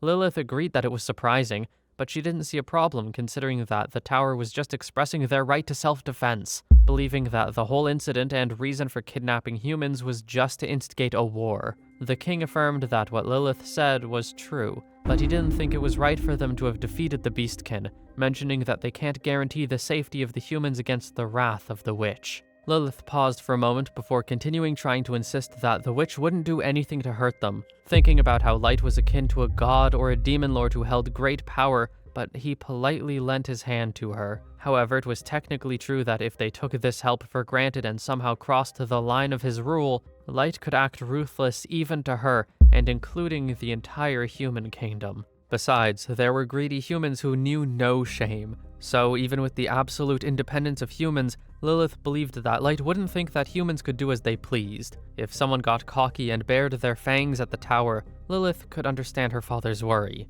He continued his response and said that by cooperating with the other 8 races, even though they were treated poorly, they were made aware of how they acted and managed their anger. However, it was different with the Witch of the Tower. In a hypothetical situation where they got along with the witch, if they accidentally made a mistake that angered her, the king thought it was useless to even worry about being a livestock country. He believed that there was a chance that the human race would be completely annihilated by her. Because of that thought, he thought it was a gamble he couldn't afford to take as the king of the human kingdom. Lilith became silent, frowning, since she knew that it was going to be futile no matter what she said. She knew with all her might that her father didn't have an ounce of desire to change at all, being known as the old man who hated change. No matter how much the humans suffered, as long as he could maintain his position, he thought his life would be safe. The king thought that the meeting would be enough for the day, dismissing his children and allowing Lilith to return to get tea from Nono. Nono heard that the conversation didn't go well, and Lilith affirmed,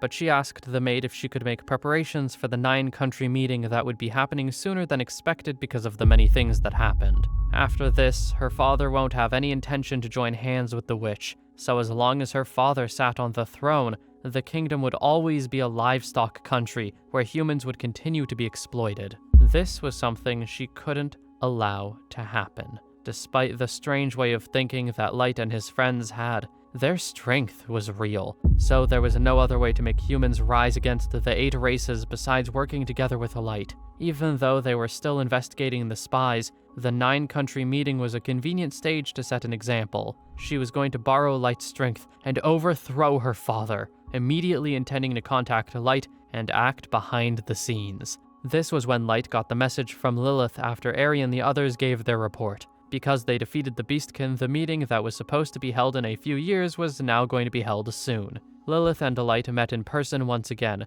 to which the dark-haired boy mentioned feeling sorry for what Lilith was going through. He never thought that this kind of situation would happen, and neither did Lilith, but it did make her feel lighter when she heard that the Beastkin had their punishment. Despite how much things were changing, the fact that this happened was a sign from heaven in Lilith's opinion. But all she knew was that she wanted Light's help to overthrow her father at the meeting and take the throne. The next king was going to be decided by the other 8 races, and currently Light had 4 countries in his hand. They needed to take 1 more country to complete their strength, but that wasn't the only problem. Light asked about the spy cleaning, wondering if it were too early to act based on the current situation. Lilith sighed and felt as though it was their only chance to make her reach the throne, thinking about all the humans that might suffer if they miss this opportunity. Originally, she wanted her father to decide on the reforms, but he has no desire at all, and her brother was the same, so it was all on her, which was why she was asking 3 things from Light.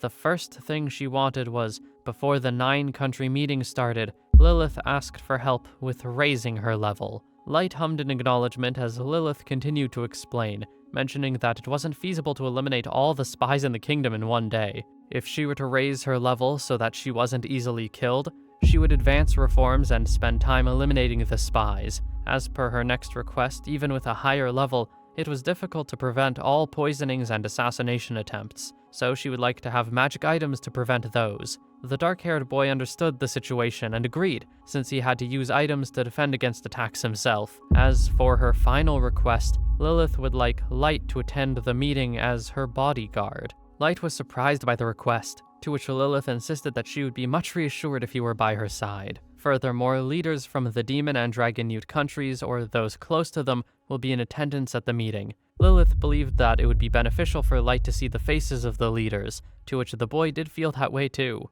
The princess continued, saying that regardless of the person's race, they were required to be an A-rank adventurer to guard royalty, so Light had to achieve it by the meeting. Adventurers were given ranks by the guild, and above these, there was an S rank given as an exception. Light, under the guise of the adventurer by the name of Dark, had been engaging in these activities, so he wondered if it would be possible to get an A rank. No matter how much Lilith viewed their power as godlike, there were still things they were unable to do. If he hadn't done adventurer activities as Dark, becoming an A-rank adventurer by the meeting would have been difficult, so he was lucky in that sense. In that case, Light was going to agree to this request, and he would fulfill the other requests as well. Lilith thanked Light for his cooperation, but the boy thought he should be the one thanking her for this opportunity to attend the 9-country meeting. After that, the meeting concluded with a peaceful atmosphere, but some members of Abyss created a hostile atmosphere because of this matter. Aoyuki told Light that Lilith should atone for her foolishness after supposedly disrespecting him. Eri agreed as well, thinking that Lilith had already been rewarded enough for rescuing Yume's life, and that she shouldn't treat Light like some tool or handyman. Light told the two to calm down, and that while he agreed that Lilith had asked a lot of him lately, this wasn't anything time-consuming or tricky, so they can easily write it off. Plus, her status as the first princess of the human kingdom was of use to them, and her will to save humanity was so strong that she was willing to depose her father to claim the throne. Furthermore, because of her role in saving Yume's life, he held the princess in high regard. Light insisted that Lilith hadn't fully been repaid, despite what Eri and Aoyuki thought, but he still appreciated their concern, which was why if Lilith grew arrogant and took her requests too far, she would get a reminder, and if the reminder didn't stick, then he would deal with her properly at that time. The cat girl decided to follow Light's command, and Eri agreed to follow suit with Aoyuki, reminding Light that she could do something about Lilith if she ever crosses a line. Both women left the room, and while this moment was taken care of, Light didn't think they were fully satisfied. He knew that they were both extremely loyal to him, but it can be troublesome at times like this. It wasn't only going to be them, so Light was going to have to make sure that no one argued with or got into a fight with Lilith. In Eri's private room, the two discussed how Light was kind for how he was treating Lilith. Eri still couldn't accept the things that Lilith was doing, thinking that the princess was treating Light as a servant. Even though Light forgave her, the witch didn't think that they needed to forgive her. Aoyuki was going to forgive Lilith this time around because Light did, but if she supposedly continues to manipulate Light, she was going to make Lilith disappear. Eri understood how the cat girl felt, but they couldn't do anything harmful. However, if Light ever granted permission, Eri was ready to give Lilith a torturous demise. Though because she saved Yume, Eri would seemingly make sure to send her to heaven. Afterward, Aoyuki and Eri changed topics to how much has Lilith fallen in love with the Light, and discussed that. Lilith had unknowingly earned the ire of some of the members of Abyss. On the day of the leveling, the princess had an expression of shock and disbelief when staring at the array of weapons, armor, and magic items, asking if she could really borrow from them. She was even more surprised when Light said that she could have them, and was free to pick one that she liked, but she couldn't fathom the fact that they were all extremely rare. Light felt her hesitation and reassured her that they were just extras he had, so there was no need for her to hold back, especially since they couldn't cut corners on equipment considering the situation they were in. Lilith felt flustered at the idea of Light being worried about him, thanking him sheepishly as she made her decision. With that, they all went to the forest outside the tower, and Lilith was ready to start leveling up. Before they started hunting, Light introduced Lilith to Orca and Chaos. There should be plenty of opportunities for her to meet them and the witch in official settings,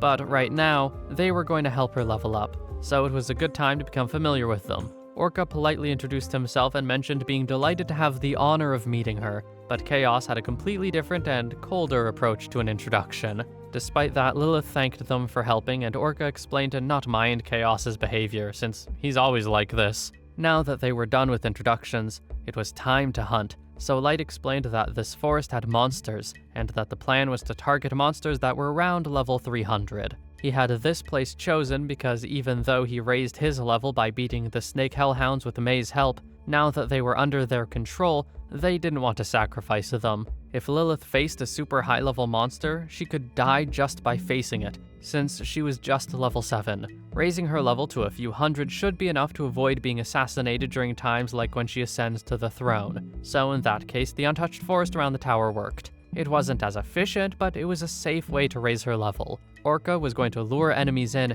and then Chaos would bind them, Afterwards, Lilith would attack them with her weapons. She didn't need to worry about defeating the monsters, rather she should only worry about dealing any damage whatsoever. Light assured her to not worry since they would protect her. So now it was time to begin. Orca started to play on his violin, the notes flowing throughout the area, which attracted a level 300 two-mouthed lizard. Lilith squeaked in fear as Light started to examine it, but Chaos went through the plan and sliced off its limbs, then restricting its body with shadows. The dark-haired boy assured Lilith that the monster's movements were sealed, and that she should concentrate on swinging her weapon to send a blade of wind toward the monster. She nodded her head, taking out the blade even though she had never even killed an insect with her own hands. Despite its vicious appearance, a monster about 5 meters long was her prime target to level up. Naturally, there was a psychological hurdle, especially after seeing and smelling blood, but she was trying to defeat this monster for the future of humanity. Lilith called upon the wind and slashed it in front of her, the wind cutting through the lizard and successfully killing it. As its blood and guts splattered on the ground, she felt a chill run through her, her body feeling weak. Light wondered if she was feeling all right, but the girl said she would be fine and that they should continue. Chaos stared at Lilith before asking why she was trying so desperately, confusing her as he continued, and asked if she didn't already have a fake copy of herself. She could just leave the situation to her fake self while she can take shelter. But while Lilith was aware she could do that, she believed no one would follow the words of someone who didn't shed blood, sweat, and tears. Plus, when she considered the people suffering now, this should be nothing to her. Normally, as a princess, she would live life in safety. But she, with her own hands, is trying to seize a future for humanity with all she had. Chaos felt satisfied with her answer, and technically complimented her, admitting that he had thought there were only those beyond saving on the surface. But things were different now, as there appeared to be some noteworthy people left there. With that, he turned away, leaving her confused as she thanked him. Now that they had killed one monster, Light said they should continue on their training. However, they were going to take out the monsters at Lilith's pace, so they didn't overexert her. After all, there was still plenty of time before the 9-country meeting. The princess blushed and smiled widely, calling Light thoughtful for his words, and she thanked him. Light told Orca to lure in the next monster, and the musician affirmed he would do so. Meanwhile, around the time that Light's party was helping Lilith level up, there was a lone girl that was taking shelter in the tower among the slaves. That girl was Miki, and she thanked Light's subordinates for saving her. At the town of the giant tower, there was a girl who was doing some cleanup work around a building, sweeping some leaves into a dustpan and throwing them away. She wiped the sweat from her face and stepped back to observe her work with pride at how spick and span the place looked. When opening the door and stepping in, she was almost in awe at how this place was going to be the shop that she never thought she'd be able to have. Gazing at 2 pots of flowers in disbelief that she was going to be the one fulfilling her parents' dreams. She remembered the memory of when she was younger, telling her parents that she would help out when they had their own shop. Silica's parents were peddlers who were attacked and killed by monsters, and she was the only one to survive. However, she wasn't able to live on her own and became a slave. This caused the girl to suffer horrendous things after being sold, making her think that everything was over back then. But she was saved by the group of Mohawk men who look scary but are very kind. She was sold off to another slave trader, which made her think the worst of her future again, but she was freed thanks to the Witch of the Giant Tower, meaning that she was able to live by the tower now. During her early life, when she was being raised by her parents and helping them with their work as peddlers, she was able to read, write, and do math. So because her skills as a merchant were sufficient, she was put in charge of this store. Silica continued glancing around and was bewildered at how life can be so unpredictable where it would lead. But suddenly she snapped out of her thoughts and realized that she needed to get changed. She supposedly found the helper that she had been looking for all this time, and they were arriving that day. This person was a girl who could read, write, do math, and had proper manners. So Silica was excited to have another person to help her clean, stock shelves, help customers, and so much more. Thinking of how she wasn't going to have to do all of this work on her own made Silica dance around in her room with joy. Since the Witch of the Giant Tower conquered the Elven Queendom and freed the human slaves, the former human slaves gathered at the Giant Tower and caused an astounding increase in the population of the town. Furthermore, after the Great Beastkin subjugation, what had been called the human hostage rescue by those in the Tower Town had occurred, and the population of the area around the giant tower was over 10,000. Currently, several kilometers had been developed, and there were many structures built, but thanks to the power of the fairy maids and dragons who served the witch, there was enough land and building infrastructure for all the people. However, people with specialized skills were in short supply. In addition, there was an overwhelming lack of labor that people depend on to live, such as caring for the fields. Light's gift could be used to secretly take care of things, but then the humans who had come to the giant tower town would have never become self-sufficient. Therefore, even though it took time, in order to create employment, they built their own houses, plowed the fields to produce food, and had craftsmen manufacture daily necessities. Because there were few people with merchant experience compared to the population, Silica, the daughter of former peddlers, was put in charge of a shop. However, managing a store with one person was difficult, so she had been looking for someone to run the store with her. Due to the shortage of skilled people, she wasn't able to find any workers, but she finally found the skilled person she was looking for. There was a girl like Silica who supposedly also had peddler parents who were killed by monsters before being made a slave again, and luckily being freed after being found by the people of the tower. That person made her way to the door of the shop and called out for the attention of Silica, who had a big smile on her face, running down the stairs to open the door and greet the new employee. Despite Silica's excitement to get to know this girl and work with her, it was unfortunately a meticulously fabricated outward identity, as that person was Miki. The blonde girl introduced herself and mentioned that she was going to be the one working at this store starting that day. Her true identity was a master affiliated with the Demon Country, and she had seemingly successfully infiltrated to investigate the giant tower. As Miki was brought in to sit down and have a drink, Silica thanked Miki for coming, to which Miki said that she was the lucky one for being able to work with a cute girl like Silica. Miki claimed to have been worried about coming to the giant tower, but she was supposedly going to do her best with Silica by her side. Silica smiled and told Miki that they could take it easy that morning, since the store was closed that day, especially since the girl thought that Miki must have been tired after just arriving. She decided that she would take this free time to show Miki around the giant tower for the afternoon. Miki let out a noise of joy, letting Silica know that she was excited to be shown around. Silica was going to show the blonde girl around the fun spots and shops she recommended. But before that, the girl wanted to teach Miki about the things she must never do in the giant tower town. The tone of Silica made Miki come off as worried for what was going to be said. But Silica apologized and insisted this was needed to be said in order to keep Miki safe. Firstly, criminal acts are naturally not allowed. Along with that, words that insulted the Witch of the Giant Tower or fairy maids must never be used. Miki asked out of curiosity what would happen to those who used such words, to which Silica explained that the surrounding people would glare and scold, and there was a high chance of being ignored and being unable to buy things while shopping, along with the fact that people would keep their distance from that person. Plus, no matter how cute and beautiful the fairy maids were, even for fellow women like them, people must never try hitting on or seducing the maids, and one should never harm a fairy maid, let alone try to kill one. Miki was still curious as to what would happen if someone did, to which Silica had a story about a certain male slave who got a fairy maid alone and attacked her after the sun had set. The blonde girl feigned fear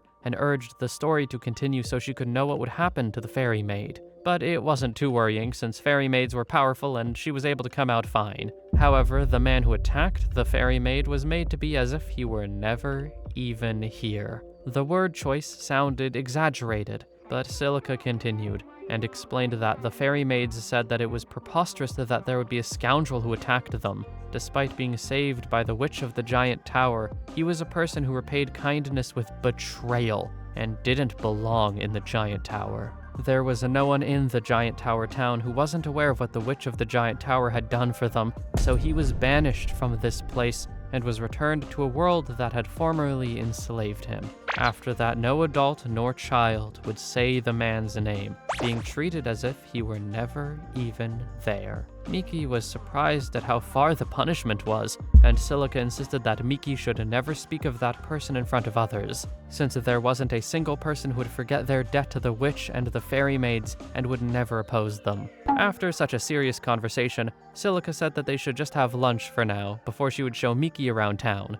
During this, as the girl was making lunch for them, Miki went into her thoughts, and felt as though the infiltration was a success. but it seemed as though this place had a few quirks. Regardless, all Miki knew was that Silica was cute. As her body started to sweat, Miki was wondering what other cuties were around the area. Later, walking outside into town with Silica, Silica started pointing out places that she would recommend to people. Places to eat, places for clothes, and many more buildings. Compared to the number of people here, there weren't many stores, to which Miki wondered if that was because of the shortage of merchants. Silica affirmed this as so, but assured that the giant tower town still had great facilities, gesturing toward a school where the fairy maids taught children language, math, athletics, and how to better themselves. Technically, Silica was old enough to go to school, but because she worked as a merchant, she already knew the basics and was told that there wouldn't be a point to enrolling. She felt jealous of the kids her age that were able to go to school together, but she was really happy to be able to run the store together with Miki, causing Miki to mention that such words were making her feel elated. The word confused Silica, as she had never heard it before, but Miki corrected herself and explained she meant excited. As they were about to continue through the town, Miki gestured off in a direction and asked for an explanation of what it was. They both saw Kuone talking to the citizens of the town, beckoning them to join Giant Towerism in order for them to express their gratitude to the Witch of the Giant Tower, the Fairy Maids, and Saintess Mia. This was the first that Miki heard of this Giant Towerism, but Silica seemed hesitant to answer, deciding to talk about it while they wandered around somewhere else, such as the outskirts. Now that they were around fewer people, Silica explained that Giant Towerism was a religion that worshipped the Witch of the Giant Tower, Fairy Maids, and Saintess Mia. Miki could understand the way people are drawn to the Witch and the Fairy Maids, but she wondered about who Saintess Mia was, to which Silica explained she was a mage who played an active role in the human hostage rescue. The Witch of the Giant Tower and Fairy Maids were revered too, but it was thanks to a girl named Mia that many humans were saved, which was why she was worshipped in the same way as the others. Many of the people who were saved by Mia during the rescue had joined the religion, but people who had been in the town from the beginning hadn't joined because they didn't really understand it. She could understand worshipping the witch and maids, but calling someone who was just a human mage a saintess felt harder to accept. Earlier, there were people who petitioned the fairy maids, saying that things like solicitation should be regulated, but the fairy maids rejected it and stated that they approve of the religion. Miki wondered if Giant Towerism was an officially recognized religion, but Silica didn't think so, especially since the maids hadn't done much to actively promote the religion, so people didn't know whether to join or not, and for now were just keeping their distance. As Miki thought about how the maids were seemingly tolerating the religion without supporting or stopping it, the two girls finally reached the outskirts of the town.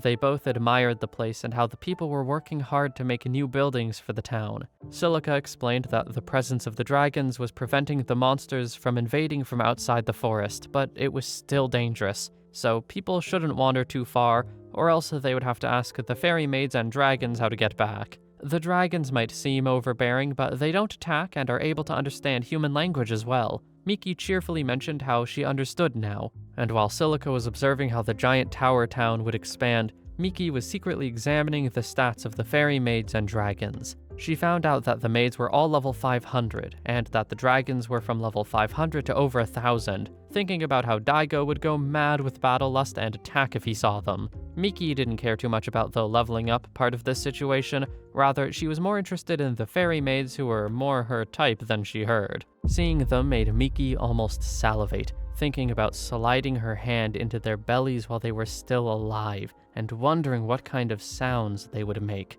Imagining these horrific thoughts seemed to please the girl greatly, but her insatiable, perverted mind seemed to have been so intense that the maids and dragons felt the vibes coming from the girl. All of them quickly whipped their heads to stare at Miki, confusing both of the girls. But Silica saw how it was getting dark soon and told Miki they should head home for dinner. Once the two bowed and started leaving, the maids wondered if their imagination was deceiving them, deciding to put their concerns aside for now. The girls had dinner and Miki felt content with the meal, but Silica didn't feel too satisfied with her cooking since some of the food was burnt. Either way, it still tasted good, so the appearance didn't matter. Night came and the two girls walked to their respective bedrooms, telling each other to treat each other well. After bidding goodnight, they entered their rooms and Silica hopped into bed, feeling happy she was able to work with such a good person. As the girl fell asleep, there seemed to be an aroma that began filling the room. a voice whispering Silica's name. She was told to wake up and sit at the edge of the bed, the girl following the order, as Miki towered over Silica in different clothing. There was a giant Vespid creature flying next to the blonde girl, and Miki licked at the tips of her fingers, calling Silica a good girl for listening to her words. As the sleepy Silica was sat up on the bed, Miki felt proud that the aroma was working properly on the girl. The Vespid creature seemed to let out a laughing sound, and this creature was known as the Queen Pheromone Bee, and she was likely the reason why Silica was acting so weirdly. The pheromones of the Queen Pheromone Bee can put the target into a hypnotic state to extract information. However, it is only effective on low-level targets who were defenseless within a sealed room. Originally, these pheromones were only effective enough to order lesser monsters of the same race rather than humans. But Miki was level 6,000 and had a gift known as the Vespid Summoner. Her gift was restricted to Vespids as expected, but she was able to enhance and grant abilities to her summoned Vespids. With this, putting Silica into a hypnotic state was possible. Now that Silica was under this state, Miki was going to ask some questions as long as Silica answered them all and didn't omit any information, to which the girl said that she understood. Miki wondered if Silica was keeping any secrets while showing Miki around town, but Silica had not. Next question was about whether Silica had met the Witch of the Giant Tower, or if there was anything else she knew about the witch. Silica had never met the woman herself, only having witnessed her while she guided the prince and princess of the human kingdom, and all she knew about the witch was that she was the Witch of the Giant Tower. Miki hummed to herself and felt disappointed at the answer, but she should have known that someone like Silica wouldn't know so much. Her next question was whether the Witch of the Giant Tower was a beauty, and while Silica was unable to see the witch's face, Ares' voice and atmosphere was enough for Silica to know that she was a very beautiful person. Miki now wondered if the girl had been in the giant tower, to which Silica explained that she had been on the first floor, which had the same exact white color as the exterior. There were a lot of large pillars around the first floor, and the ceiling was so high she had to look up to see it, but she never went to any of the other floors. The blonde girl asked if Silica knew anyone who had been to any of the other floors, and if the witch lives in the giant tower, and Silica mentioned there were rumors that said the prince and princess of the human kingdom stayed on the second floor or higher, and that the witch did indeed live in the tower. Miki continued questioning the girl for another hour, but Silica was getting tired as expected, so they were going to stop there for the night. One last question that Miki had was if Silica knew who C was, or if she had heard of them. Silica said no, making Miki disappointed once more. But it was also expected, since C would likely be well hidden, or not even be there, so it was hard to know for sure. Miki put Silica back to bed and crawled on top of her with excitement,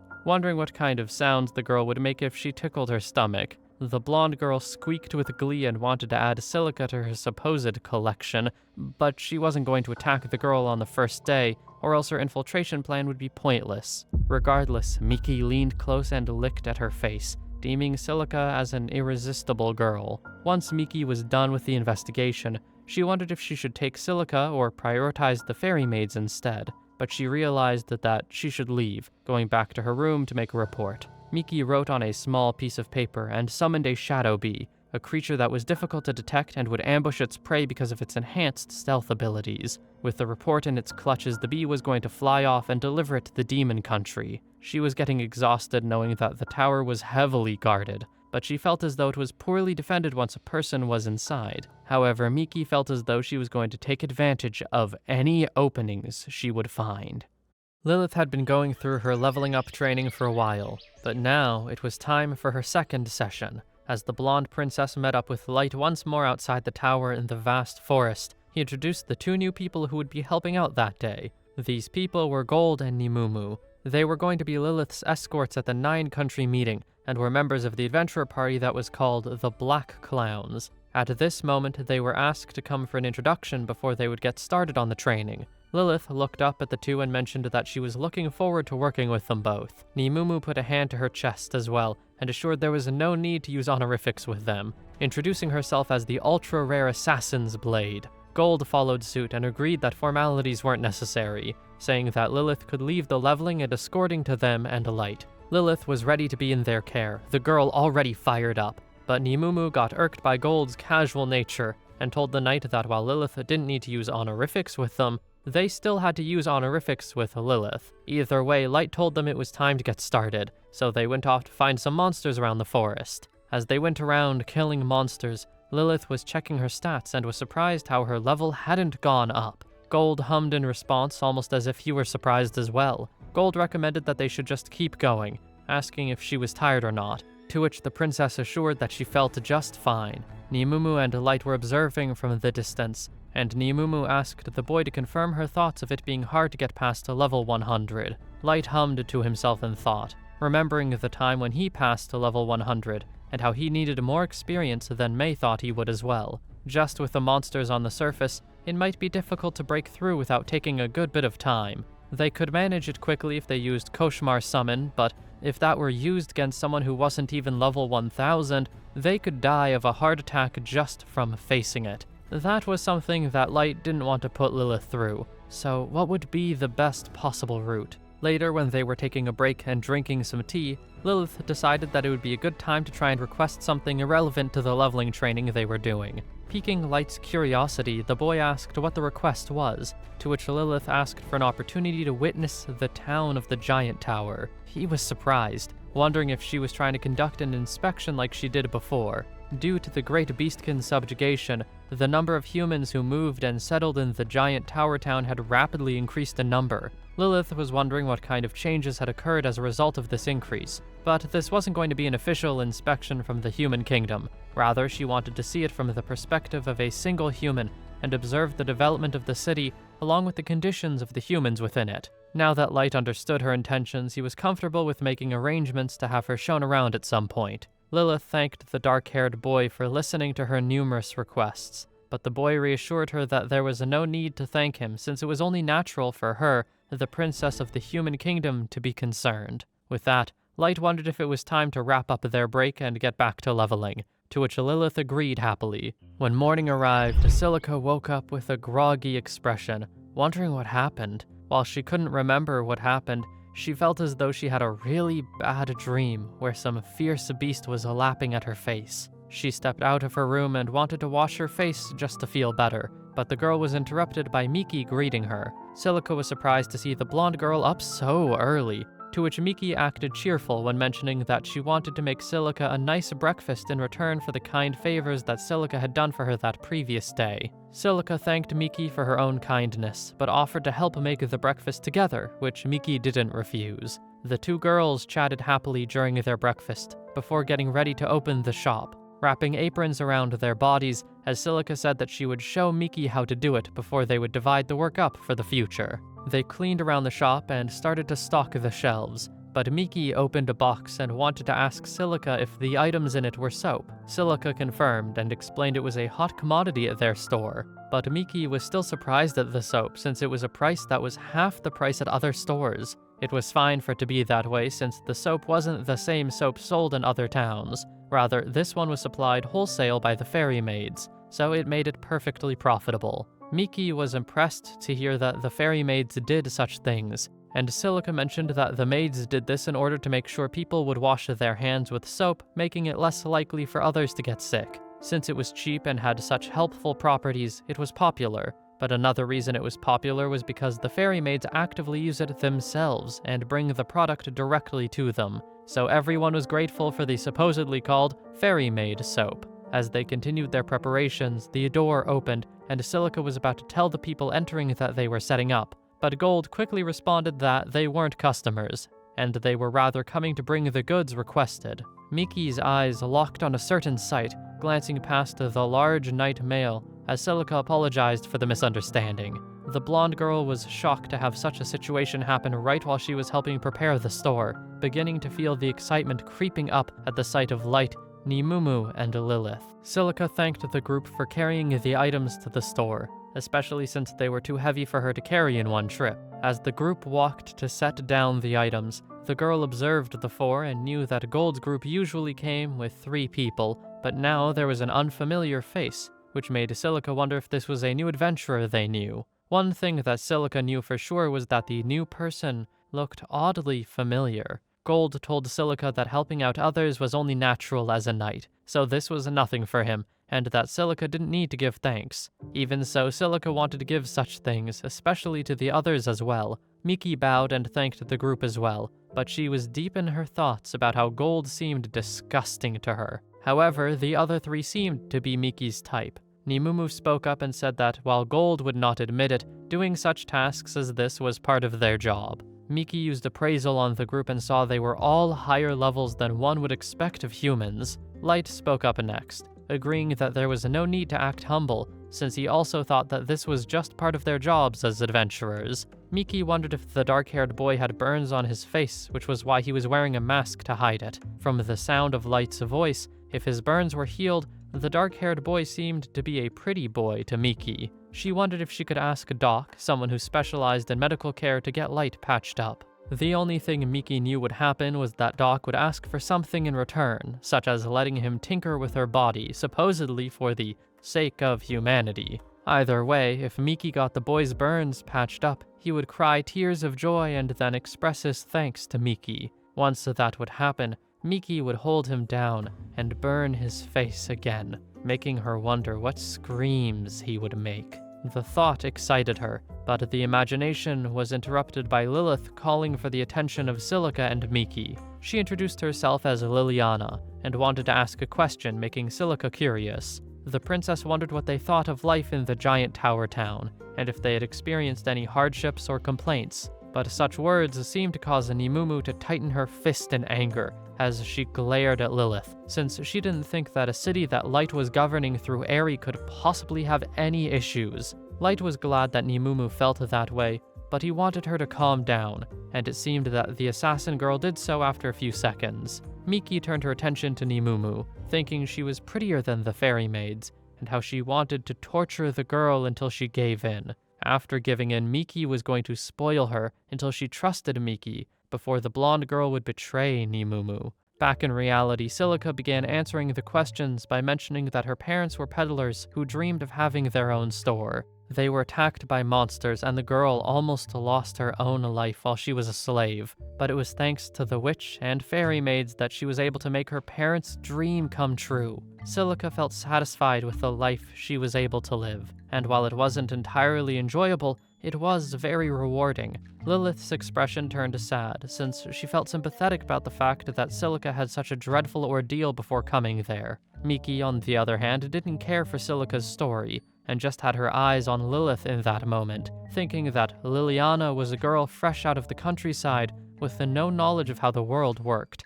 She wanted to corrupt such a pure and innocent girl, since it was like the feeling people get from treading on fresh snow. Lilith gestured toward Miki and asked the same question, to which Miki claimed to have the same story as Silica, and that she was rescued and brought to the giant tower. She only arrived the previous day, so she couldn't give as great feedback like Silica did, but she was grateful to the witch and fairy maids. Miki continued her story, claiming to have a father who also wanted his own store, and that she was thankful for being able to run one with Silica. Lilith felt sympathetic toward Miki as well, expressing a sad gaze, while Light would stay quiet during the exchange. Inside her mind, Miki thought that she put forth her best acting skills, thinking she was able to convince anyone. She apparently based her imaginary parents off Hisomi, using his job as a merchant to her advantage during her lie, instead of making someone up from scratch. Despite Miki's temptations to do something about the cute people in front of her, she was going to take the infiltration mission seriously. Right now, Miki wanted to summon bees and take the kids away, but she had to hold back in order to keep the disguise up. Lilith continued her questions until she was satisfied, but Light couldn't help but feel as though something was off. When the group returned, Nimumu told Light that while she recognized Lilith's concern for humanity, she didn't think there was anything to complain about. The assassin girl knew that Light probably didn't think so, but she asked if Lilith was problematic or not. Throughout the Abyss, it had become well known that Aoyuki and Eri were keeping their distance from Lilith, so Nimumu must have caught wind of it. Light wanted to put the topic of whether the giant tower town was a paradise aside, since, thanks to Lilith, there was now something he was concerned about. Nimumu was curious, but the dark-haired boy was hoping that he was mistaken. Meanwhile, over the oceans of the demon country, there was a father who was begging for his son to be spared from the situation. Daigo didn't care and just sliced the two into pieces, sprinkling them into the ocean, since he only saw them as just bait to help him level up. The rest of the humans squirmed frantically and begged for their lives, but the male encased them in a bubble to prevent himself from hearing their cries. Compared to using livestock and monsters, the creatures of the ocean reacted better to human slaves, but the only problem was the fuss that humans made. Daigo was surprised that the monsters were already here. However, he realized that they were a school of level 300 monsters, something that he would deem as a bad haul. Within seconds, he had killed them all, cursing under his breath at the fact that he hadn't been able to catch anything decent these days. If he went any further offshore to look for higher-level monsters, he wasn't going to make it back due to exhaustion. The male glanced back at the human slaves before slicing them one by one, and hoping that a couple of higher-level monsters would be lured in. Daigo made his way back to the mansion and scoffed in frustration at how he got nothing good when visiting the seas. But he quickly noticed the shadow bee that was holding a small paper in its clutches. He wondered if it were a report from the giant tower, opening it only to start laughing maniacally in excitement, since this meant that the giant tower had prey with the levels that he was looking for. Despite his dislike toward Miki, he deemed her useful in this moment, leaving the building and vowing to hunt every soul there to level himself up. The two girls were told of an emergency drill that was mentioned in a notice dropped off by a fairy maid that afternoon. Such drills were just in case monsters came from the forest and the giant tower town, or a disaster or some other problem occurred, and this would help people get familiar with having to evacuate smoothly. They were going to carry it out by location, so Silica and Miki were going to have to temporarily close down the store the next day. Even so, they've never done this sort of thing before, and there were no signs of it coming, so she wondered why it was suddenly happening. Miki was curious as well, and wondered if her infiltration had been discovered, but she reassured herself that they could have just surrounded the shop and captured the blonde girl without delay. Either way, Miki thought that they weren't moving seriously, and this drill was just a coincidence. Still, Miki had a bad feeling about all this, and felt as though she were being watched by some huge beast. While it was supposedly unlikely that Miki had been caught, she thought it would be good to have a backup plan just in case. The next day, the fairy maids had loudspeakers to tell the citizens that there was a disaster that was shaking the earth, telling them that some buildings had collapsed, and that there was a danger of other buildings collapsing too. They were all guided to the first floor of the giant tower, being kept in an orderly line and assured there were enough resources to take care of everyone. The maids thanked everyone for cooperating with the drill, telling everyone that the witch was treating them with breakfast, which made everyone cheer happily. Silica was excited to have the fairy maids cooking, and Miki was too. But as she walked up to take a tray, there were men who were staring and ogling her appearance. Such men were not Miki's type, and she was already thinking about how she would have massacred them if this were demon country. Suddenly, a bowl that the fairy maid was holding clanked against another and was tipped over, spilling all over Miki's dress. While it was unclear whose fault it was and whether it was intentional or not, the maid profusely apologized, while another maid reprimanded her for risking burning the girl. That other maid apologized as well, and said she would prepare a change of clothes, but Miki said there was no need. Even if Miki dismissed the offer, the maids felt obligated to help her due to their honor, and said that Miki's clothes should be washed soon or else they would stain. Miki paused to think about it, before telling Silica to go off on her own and eat while she would leave to change clothes. The girl understood, and Miki was brought to a spiral staircase where she was brought to the second floor, but she ran into Ice Heat, someone that she gushed about her beauty just from a glance. The maid greeted Ice Heat and asked why she was there, to which the woman mentioned having free time, and she was going to check on the first floor. It was explained that the maids accidentally dirtied her clothes and she was being brought to wash them, causing Ice Heat to sigh in disappointment. The maid apologized, but Ice Heat decided she would take over as Miki's guide, leaving the maid to walk off and get a change of clothes. Ice Heat apologized on behalf of the fairy maids and introduced herself, leading Miki down the hallway, while the blonde girl continued internally fangirling over the many pretty people in the tower. She was glad to have come to the giant tower, noting down Ice Heat as someone to take home after. They arrived at a set of doors, to which Ice Heat let Miki into the room, while telling her she could make herself at home in this supposed reception hall while they brought her spare clothes. Ice Heat was going to help Miki change as soon as the clothes arrived, but Miki said there would be no need, as she would wait anywhere and as long as needed. With that, Ice Heat let Miki walk further into the dark room, closing the doors behind them. Suddenly, light poured into the room as the dark-haired boy stood in the middle, a smirk on his face as he stood next to Nizuna and welcomed Miki into the giant tower. Miki stood there with confusion and surprise, silence filling the room as Ice Heat stood behind Miki and Light and Nizuna stood on the other side of the room. The blonde girl turned around with a meek expression, asking Ice Heat what was going on, since she originally thought she was being brought to this room to get changed. Assuming that was still the plan, Miki feigned as though she was too shy to change clothes in front of a boy, regardless of if he was a child or not. She hid her face in her hands to emphasize her fake demeanor, but Light told Miki to cut the act, as she should already know that he wasn't there to help her get changed. They were there to detain her. Miki started to peel her hands off from her face to meet the dark-haired boy's glare, but she still acted playful and squeaked at how scary Light was being by mentioning detaining her. She teased the boy and asked if he had fallen for her, and if that was the reason he was being so forceful, holding out her hand in a way that symbolized a sense of disappointment for her perception of Light's reason for acting this way. Miki said that she appreciated the sentiment, but politely reprimanded Light and told him that he needed to be nicer to girls since they were sensitive. But both Ice Heat and Nizuna seemed offended at these words, along with the fact that Miki just continued her act. Light spoke up and insisted there was no use trying to hide her true identity. This was due to her earlier comments. Light had looked into the circumstances leading Miki to become a slave again. Plus, they had already partially seen through her disguise with appraisal. So, while Miki tried to make up having a father who was a narrow-eyed peddler to make her story more convincing, Light said that she shouldn't have said such a thing, since they've just had trouble caused by a narrow-eyed peddler lately, which gave them useful reason to suspect her. The blonde girl thought back to the time when she lied about her backstory, feeling a bit disappointed that her plan seemed to not have worked. After that day, Light had people reinvestigate the circumstances around her arrival at the giant tower, and after thoroughly investigating everything with suspicion already present, they found an inconsistency that gave them definitive proof.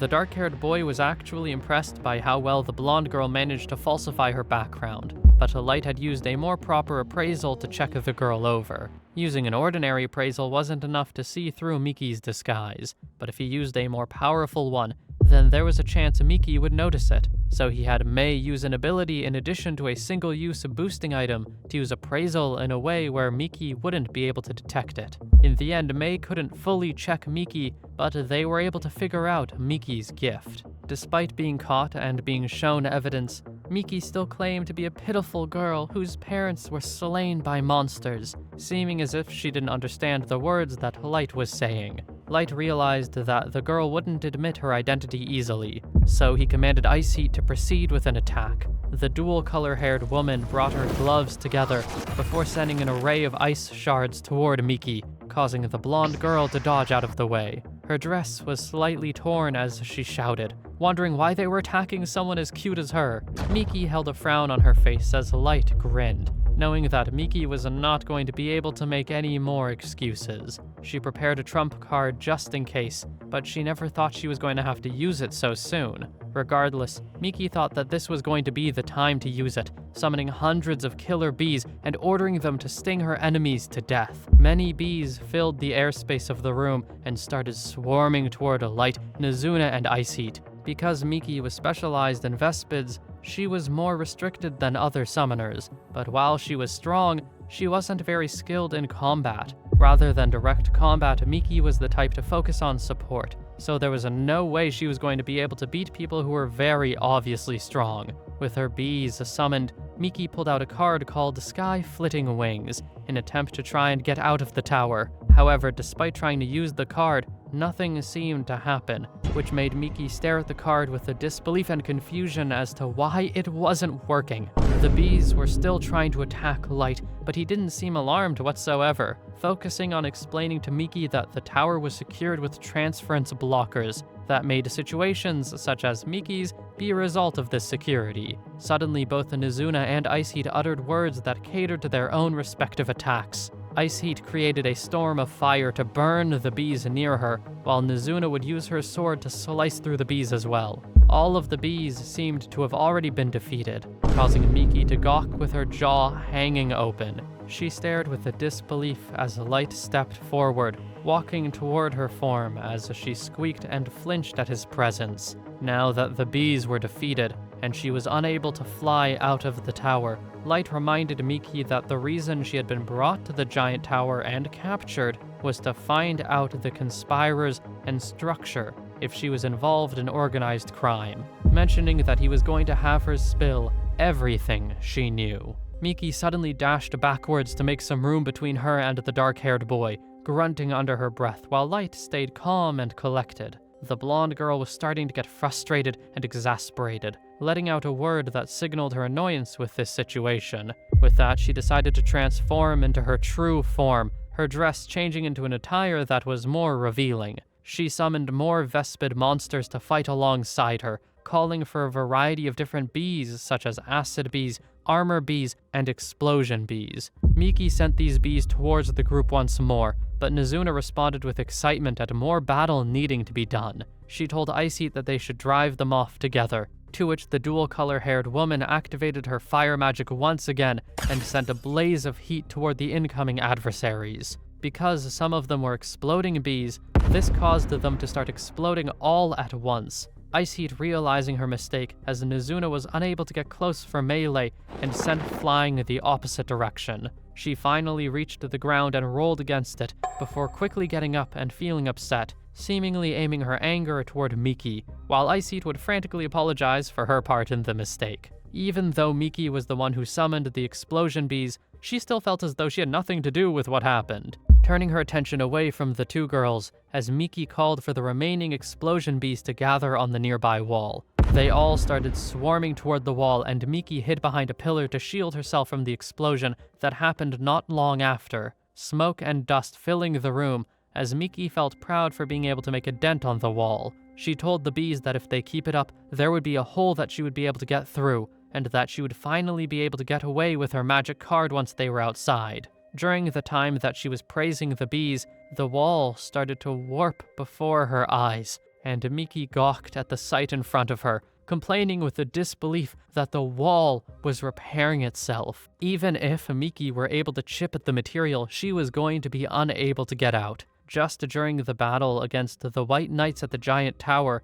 Ares' mana was linked to the Giant Tower and was repairing it, so any shallow attacks would be repaired immediately. In case something were to happen, Mei and Orko were standing by in the Giant Tower town, and Chaos was being held in reserve at the lowest level of the Abyss. Along with that, Aoyuki was monitoring the area around the Giant Tower, while there were others on standby and ready to move at any time, so it was nearly impossible for Miki to escape on her own. Light suggested that Miki cease her futile struggles and surrender, offering a bit of room for leniency if she surrendered quietly. Miki grit her teeth and muttered complaints about how this was the worst scenario to be in, wondering what was up with these people, mentioning that she heard a master from the Dragon Newt side was causing trouble, so she snuck in to check, but she wondered if they deliberately leaked info to set Miki and the others up. Light raised an eyebrow with curiosity at this new information, but Miki only interjected with confusion, since she thought they were playing dumb.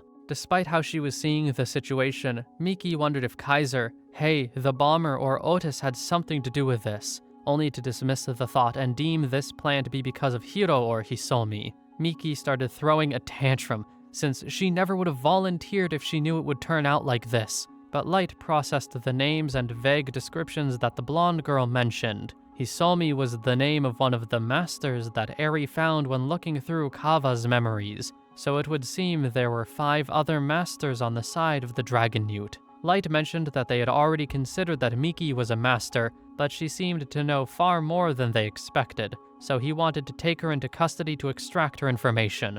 Miki was confused at his words, since she thought that they were all subordinates or allies of the Dragon Newt's master, but their silence and confusion started making Miki question her own thoughts. The dark-haired boy didn't completely say yes or no, only saying that they were going to capture her and extract all the information she had. Once Miki realized that they had nothing to do with the Dragon Newts, That seemed to mean they were able to do all this strong magic and have strong allies without needing help. With that, Miki thought that meant that C was in the tower, but Light got confused and wasn't sure if he heard the letter C or Miki meaning the act of seeing with one's eyes. She did indeed mean the letter, continuing on with excitement and saying that her people were on C's side and that Light should have just said so from the beginning. Miki asked if C was truly in the tower after all, looking around with a smile, but Light didn't answer. He remembered that the name Hisomi was repurposed from a failed plan to produce magic items in ancient times, according to the memories Eri read from the pseudo-master Kava. But with how Miki talked about this C person, it seemed that Kava and Hisomi were against this person. Since Miki was addressing C with honorifics, he wondered if Miki was a subordinate or worshipper of the person. Because of Light's reaction, Miki started doubting her own revelation as well. Light asked what that was, confirming that C was indeed not there and had nothing to do with the Light's subordinates anyway. If they didn't have C with them, Miki found it strange that they had all this power, wondering who these people even were. Their exchange was interrupted by the feeling of vibrations and resounding impacts rumbling through the tower, and outside in the forest, there was Daigo, who laughed with satisfaction at the fact he was finally able to fight the swarming high-leveled creatures that would surely give him the nourishment he desired. Daigo floated above the vast forest with a hearty laugh, already staring with great interest, since the sight of these high-leveled monsters meant that Miki's report was true. With a smile, the male dashed downward with bloodlust, readying his two blades, and already slicing through one of the canine monsters he had set his sights on. During his attacks, he would talk out loud to himself about how it was nice that the giant tower and everything in it would nourish him. The monster that he beheaded was immediately killed as it fell to the ground, blood spilling onto the grass and dirt. More monsters of the same type, along with a few of different ones, started to emerge from the trees and surround Daigo, growling and baring their teeth. Despite their high levels, Daigo just continued his efforts and would approach the creatures at high speed, slicing them with ease. All that was going through his mind was about how he wanted to win each battle and eventually max out his level, since that would mean he would be able to defeat Hei, another one of the masters. The male could remember that one day very clearly where he fought against the blindfolded man, only for him to easily defeat Daigo and give him the X-shaped scar that was on his face. Daigo wanted vengeance for said scar, especially since Hei had no remorse for telling Daigo that he was superior in both level and ability, which made Hei Daigo's superior. Once discussions between the Dragon Newt Empire and the Demon Country went sour and they parted ways, Daigo and Hei happened to encounter each other in a dungeon, and Hei let Daigo taste such pain and humiliation that he would never be able to forget. Some of Daigo's last words toward Hei were about how he was going to max out his level and master his ability to wield these twin blades. He didn't care if they came from the same homeland, blood dripping down his crazed face, as all he could think in that moment was about how he wanted to kill Hei no matter what. As Daigo defeated another monster in the forest, he stood on top of its corpse and started shouting at the monsters, telling them that they were going to be very helpful in allowing Daigo to reach his goals. It seemed as though enough time had passed during Daigo's rowdy appearance in the forest, to which Aoyuki alerted the nearby monsters who were still alive. They all immediately started running away, confusing Daigo, since he wasn't finished with them yet. He still wanted to level up. As if they would listen, Daigo tried to call after the monsters and tell them not to run away, but he was hit with a sudden cold breeze and sensed something else nearby. A large, white paw stepped onto the dirt and emerged from the trees. A large white wolf with long fur flowing in the wind behind it as it walked out from behind the trees that were behind Daigo. It stared coldly at Daigo while Aoyuki would observe the situation through the wolf's eyes, and the cat girl would refer to this wolf as a divine beast, Fenrir, the progenitor. She told the wolf to intercept and capture this foolish intruder, to which the wolf raised its head and took a long breath. Daigo was confused before it would quickly get into a stance that would allow it to send a beam of cold air that swirled and was aimed straight at Daigo. What was unexpected was the fact that the attack seemed to casually drift past Daigo, getting nowhere near the male and only destroying the area around him. The wolf flinched with shock and disbelief, and Aoyuki shared this level of surprise.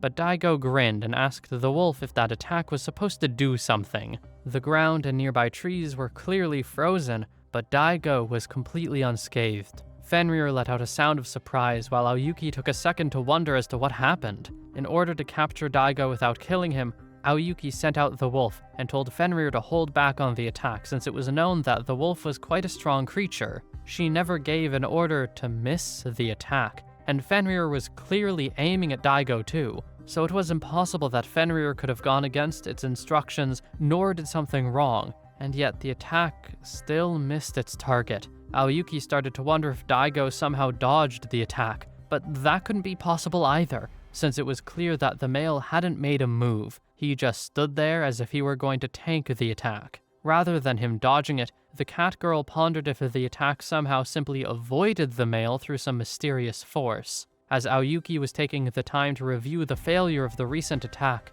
Daigo used appraisal to look at the stats of the wolf, finding out that Fenrir was level 9,000. This newfound information excited Daigo greatly, since it meant that the creature that Daigo referred to as a mutt was a nice prey. But the words only angered Aoyuki more. Either way, Daigo kept up this self-confident act and vowed to kill Fenrir, readying his blades once more, as Aoyuki felt that there was something strange about this intruder. Daigo called this situation delectable, since he was able to suddenly get his hands on a creature that was level 9,000. But Aoyuki wasn't content with how the situation was going and how confident Daigo was acting. The man pointed one of his blades forth as a challenge, but just as he raised his blade, there was suddenly a wound that appeared on the wolf's leg, blood spilling out within seconds. Fenrir let out a surprised bark, and Aoyuki felt shocked as well at what had just happened. It seemed as though Daigo was surprised as well, since he intended to lop off Fenrir's leg only to just leave a slash on the beast. But this was to be expected from something that was level 9,000. The cat girl paused to figure out once more what Daigo was doing, since all the male did was point the tip of his sword. Yet the progenitorial Fenrir's leg was sliced open from this. Daigo grinned with confidence as Fenrir started to get exasperated, preparing another swirling beam of wind to blow at Daigo. The wolf howled during its attack, but once again the attack blew past Daigo and froze everything else except for the man himself. He chuckled, making the divine beast grit its teeth as Aoyuki scoffed at the attack being missed again. The cat girl decided to allow Fenrir to stop holding back and to attack with full power. How Daigo attacked and defended was unknown, so continuing to fight him head-on was a bad choice. The top priority was distancing Daigo from the Giant Tower, and they were too close to Giant Tower Town. Aoyuki believed that such a perplexing person could not be allowed to get any closer to the Giant Tower Town. Plus, Daigo was currently targeting Fenrir, so the wolf should focus on drawing the male away. With that, the large divine beast sprinted off with an affirmed howl, charging away from Daigo, which surprised the male. As the wolf ran through the trees of the forest with ease, Aoyuki continued to speak to the wolf and telling it that they had the home advantage to avoid his strange attacks, suggesting to use the trees as shields. However, there was something they didn't take into account. They heard a shout from above, and Fenrir glanced behind, seeing the male seemingly flying in the air above the forest. Daigo shouted that the wolf wasn't going to get away, but as Aoyuki sat atop the tower, she was able to watch with disbelief as Daigo flew through the sky. If it were a matter of land travel speed, then the progenitorial Fenrir was faster, but if Daigo chased from the sky without obstacles, then Daigo was going to catch up and begin a one-sided attack from the sky. Suddenly, Fenrir howled to get Aoyuki's attention, seemingly saying something to her. Whatever it said, the cat girl thought about it for a moment before deciding to allow the divine beast to be able to do as it suggested. With that, Fenrir slammed its paw on the dirt, stopping in its tracks before looking directly at Daigo. After a moment of silence, the divine beast suddenly activated a large amount of glacial power, its eyes glowing brightly as it readied another attack before unleashing a beam of ice at the sky directly at Daigo. The burst of ice magic shot through the sky and seemed to completely surround Daigo's body, meaning that it should have hit the man. At this same moment, that was the point where Light and the others felt the shaking and violent noise that rumbled through the tower. Steam filled the air where the ice beam occurred and was slowly dissipating while the dust around Fenrir started to fade. The divine beast stared up at the sky, looking to see how much damage had been done, but as the steam blew past Daigo, it was revealed that not a scratch nor any sort of damage happened to the male. He was unmoving and gazed down with a frown, still calm and collected, which surprised both Fenrir and Aoyuki. This kind of attack from the progenitorial Fenrir was an all-out ice elemental strike,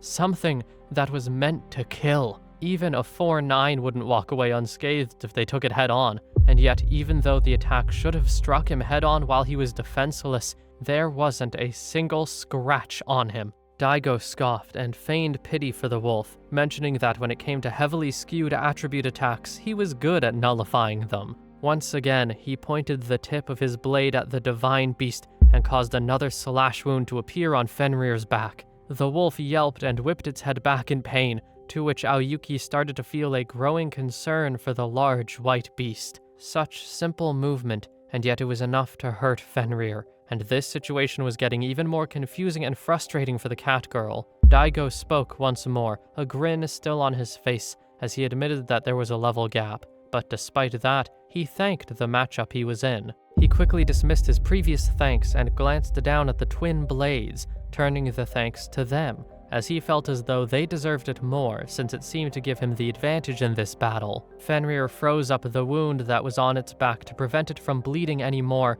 and it growled in anger at the situation. Daigo chuckled under his breath, seemingly realizing something about his blades. If he wanted to master the twin blades as quickly as he could, he had to keep leveling up. So it was time for Daigo to attempt once more at killing Fenrir, since all he could think about was leveling up, looking down at the divine beast who was starting to grow agitated. As Daigo stayed floating in the air with his ever-confident smirk, the divine beast was growing exhausted and was struggling to figure out how to properly fight this man. Aoyuki was speechless as well, and deemed this situation as one that she had to pull out an entirely new plan for. Since it seemed as though her efforts were not enough, she pulled out a card that would give her the ability to telepathically talk to Light from a distance. When she was able to reach the dark-haired male, she explained the entire situation to him, and mentioned the ice elemental attack that Fenrir attempted, which was the cause of the rumbling noise earlier. The cat girl helped to dispel Light's confusion, and apologized for both herself and on behalf of Fenrir. She felt embarrassed when having to admit this, but this guy was something that neither she nor the progenitorial Fenrir could handle. Aoyuki didn't make a clear answer, but she did think it was possibly necessary to call for Nizuna's power to defeat Daigo. Light was surprised at the suggestion, and glanced at Nizuna, who was confused by his gaze. To think that Aoyuki would admit she couldn't handle something and ask for Nizuna's help was quite a dazzling sight. Rather than being consumed by her pride, she prioritized the safety and benefits of Light, the Abyss, and the giant tower. That meant that the enemy out there must have been troublesome enough to make Aoyuki say such words. Light turned his attention back to Miki, who continued her cheerful personality despite the serious situation, realizing what the shaking outside must have been caused by. She knew that Daigo had to be here, but it was surprising that he would arrive so quickly after her report. Usually she would reprimand Daigo for his impulsive decision, but this time she was going to let it slide. Light stared with bewilderment as the blonde girl continued cheering to herself, saying that she was going to put her faith in those twin blades of his, since they were supposedly the strongest mythology class. The dark-haired boy's eyes lit up at that label, still watching as Miki felt proud of herself for being able to find a chance for herself to be able to escape. Light finally spoke up and questioned Miki's words, surprising the girl from his doubt. She chuckled and affirmed that Daigo's twin blades were the strongest mythology class weapon out there. Miki claimed it was best for Light to surrender now, and that there was still a chance for leniency if he gave in quietly, seemingly using the same words Light had said to her. It seemed as though Miki really believed her allies' twin blades were some of the strongest mythology-class weapons. Nizuna's mythology-class weapon, the Great Sword Prometheus, was already so broken that it was pretty much cheating, and yet Miki was saying there was a weapon even more powerful than that. Miki continued explaining, and said that if Daigo went on a rampage, Even the most powerful abilities would not be able to stop him. If things went wrong, everyone living in the giant tower town could all be wiped out. But the blonde girl claimed that if she was let go and was given silica along with 2 or 3 fairy maids, she could try talking to Daigo to pull back and ensure no more damage happened. Miki waited for an answer, trying to act cute, but Light simply ignored the girl and turned to Nizuna. He told the short girl that there was an intruder rampaging outside, and that she could leave things here to Ice Heat and the others, while Light and her would capture Daigo outside. Nizuna smacked a fist against her chest as emphasis of understanding the plan, but Miki tried to interject and get their attention since she didn't like being ignored. If she was asking for too much, Miki decided that she wanted to ask for just silica and the ability to leave. Regardless, she was ignored once again, as Light told Eri that she could send in Mira, Jack, and Suzu in exchange for him and Nizuna's absence.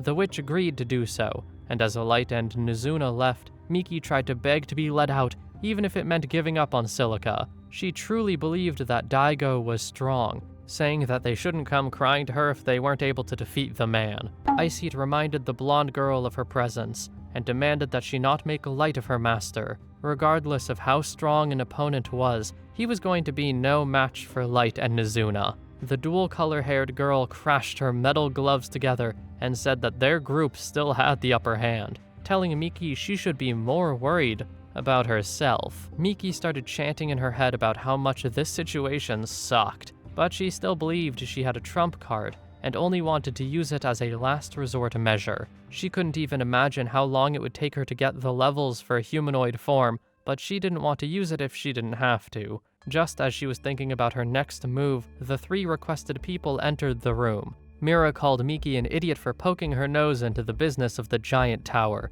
but Jack said that Mira shouldn't be rude, though Miki wasn't the type he would want as a little sister anyway. Suzu's gun spoke to Jack, and told the male that there was nothing fundamentally rude when it came to dealing with an intruder. At the sight of these new people, Miki started to sweat drop. Meanwhile, Light told Nizuna that they were going to leave from the nearest door and move toward Fenrir to provide support. The night girl felt confident and hyped up to protect the town and her comrades, telling Light that she would be fine on her own in the case that he didn't come with. Despite Nizuna's confidence, he still wanted to fight alongside her this time. In the past, he was almost killed by the snake hellhounds, but he forgave the past and saw them as comrades. Because of that, seeing them killed made him grip his staff and lace his words with rage. He couldn't fathom any of his comrades being killed, so this was not a situation where he could stand around and watch. So once Daigo was captured and extracted for information, he was going to send the male to a place of the same level that he had given the previous people he took revenge on.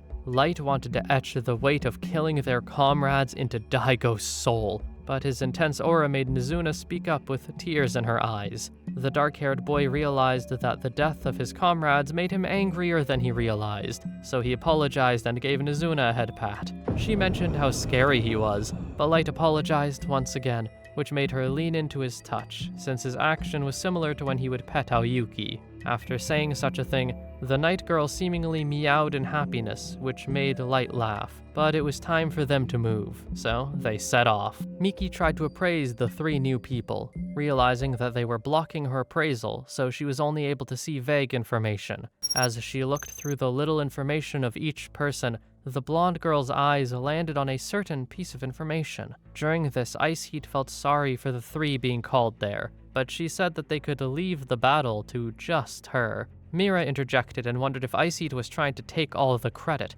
Suzu agreeing with a quick nod, to which the dual-color-haired girl admitted that was what was happening. This was Light's order to her, the task being to bring Miki to that room and subdue the girl, so she wanted to see it through. Jack saw Ice Heat's point, but he didn't feel as though it were right to hog all the glory, especially since it would be safer if they all took her on together. Locke, Suzu's gun, agreed with Jack, and wondered if Ice Heat was going to go against what Light had ordered, but Ice Heat dismissed the gun's words. She trailed off when beginning a response, sparking the gun's curiosity, as Ice Heat explained that the 3 of them already played active roles in previous battles, and that Ice Heat wanted to take this opportunity to show Light that she was useful. The 3 finally realized what Ice Heat was thinking, However, they didn't want to slack off, and Ice Eat knew that kind of thing was unacceptable. Despite that, she didn't think there would be any slacking, since she was only asking for them to go along with her selfishness for a bit.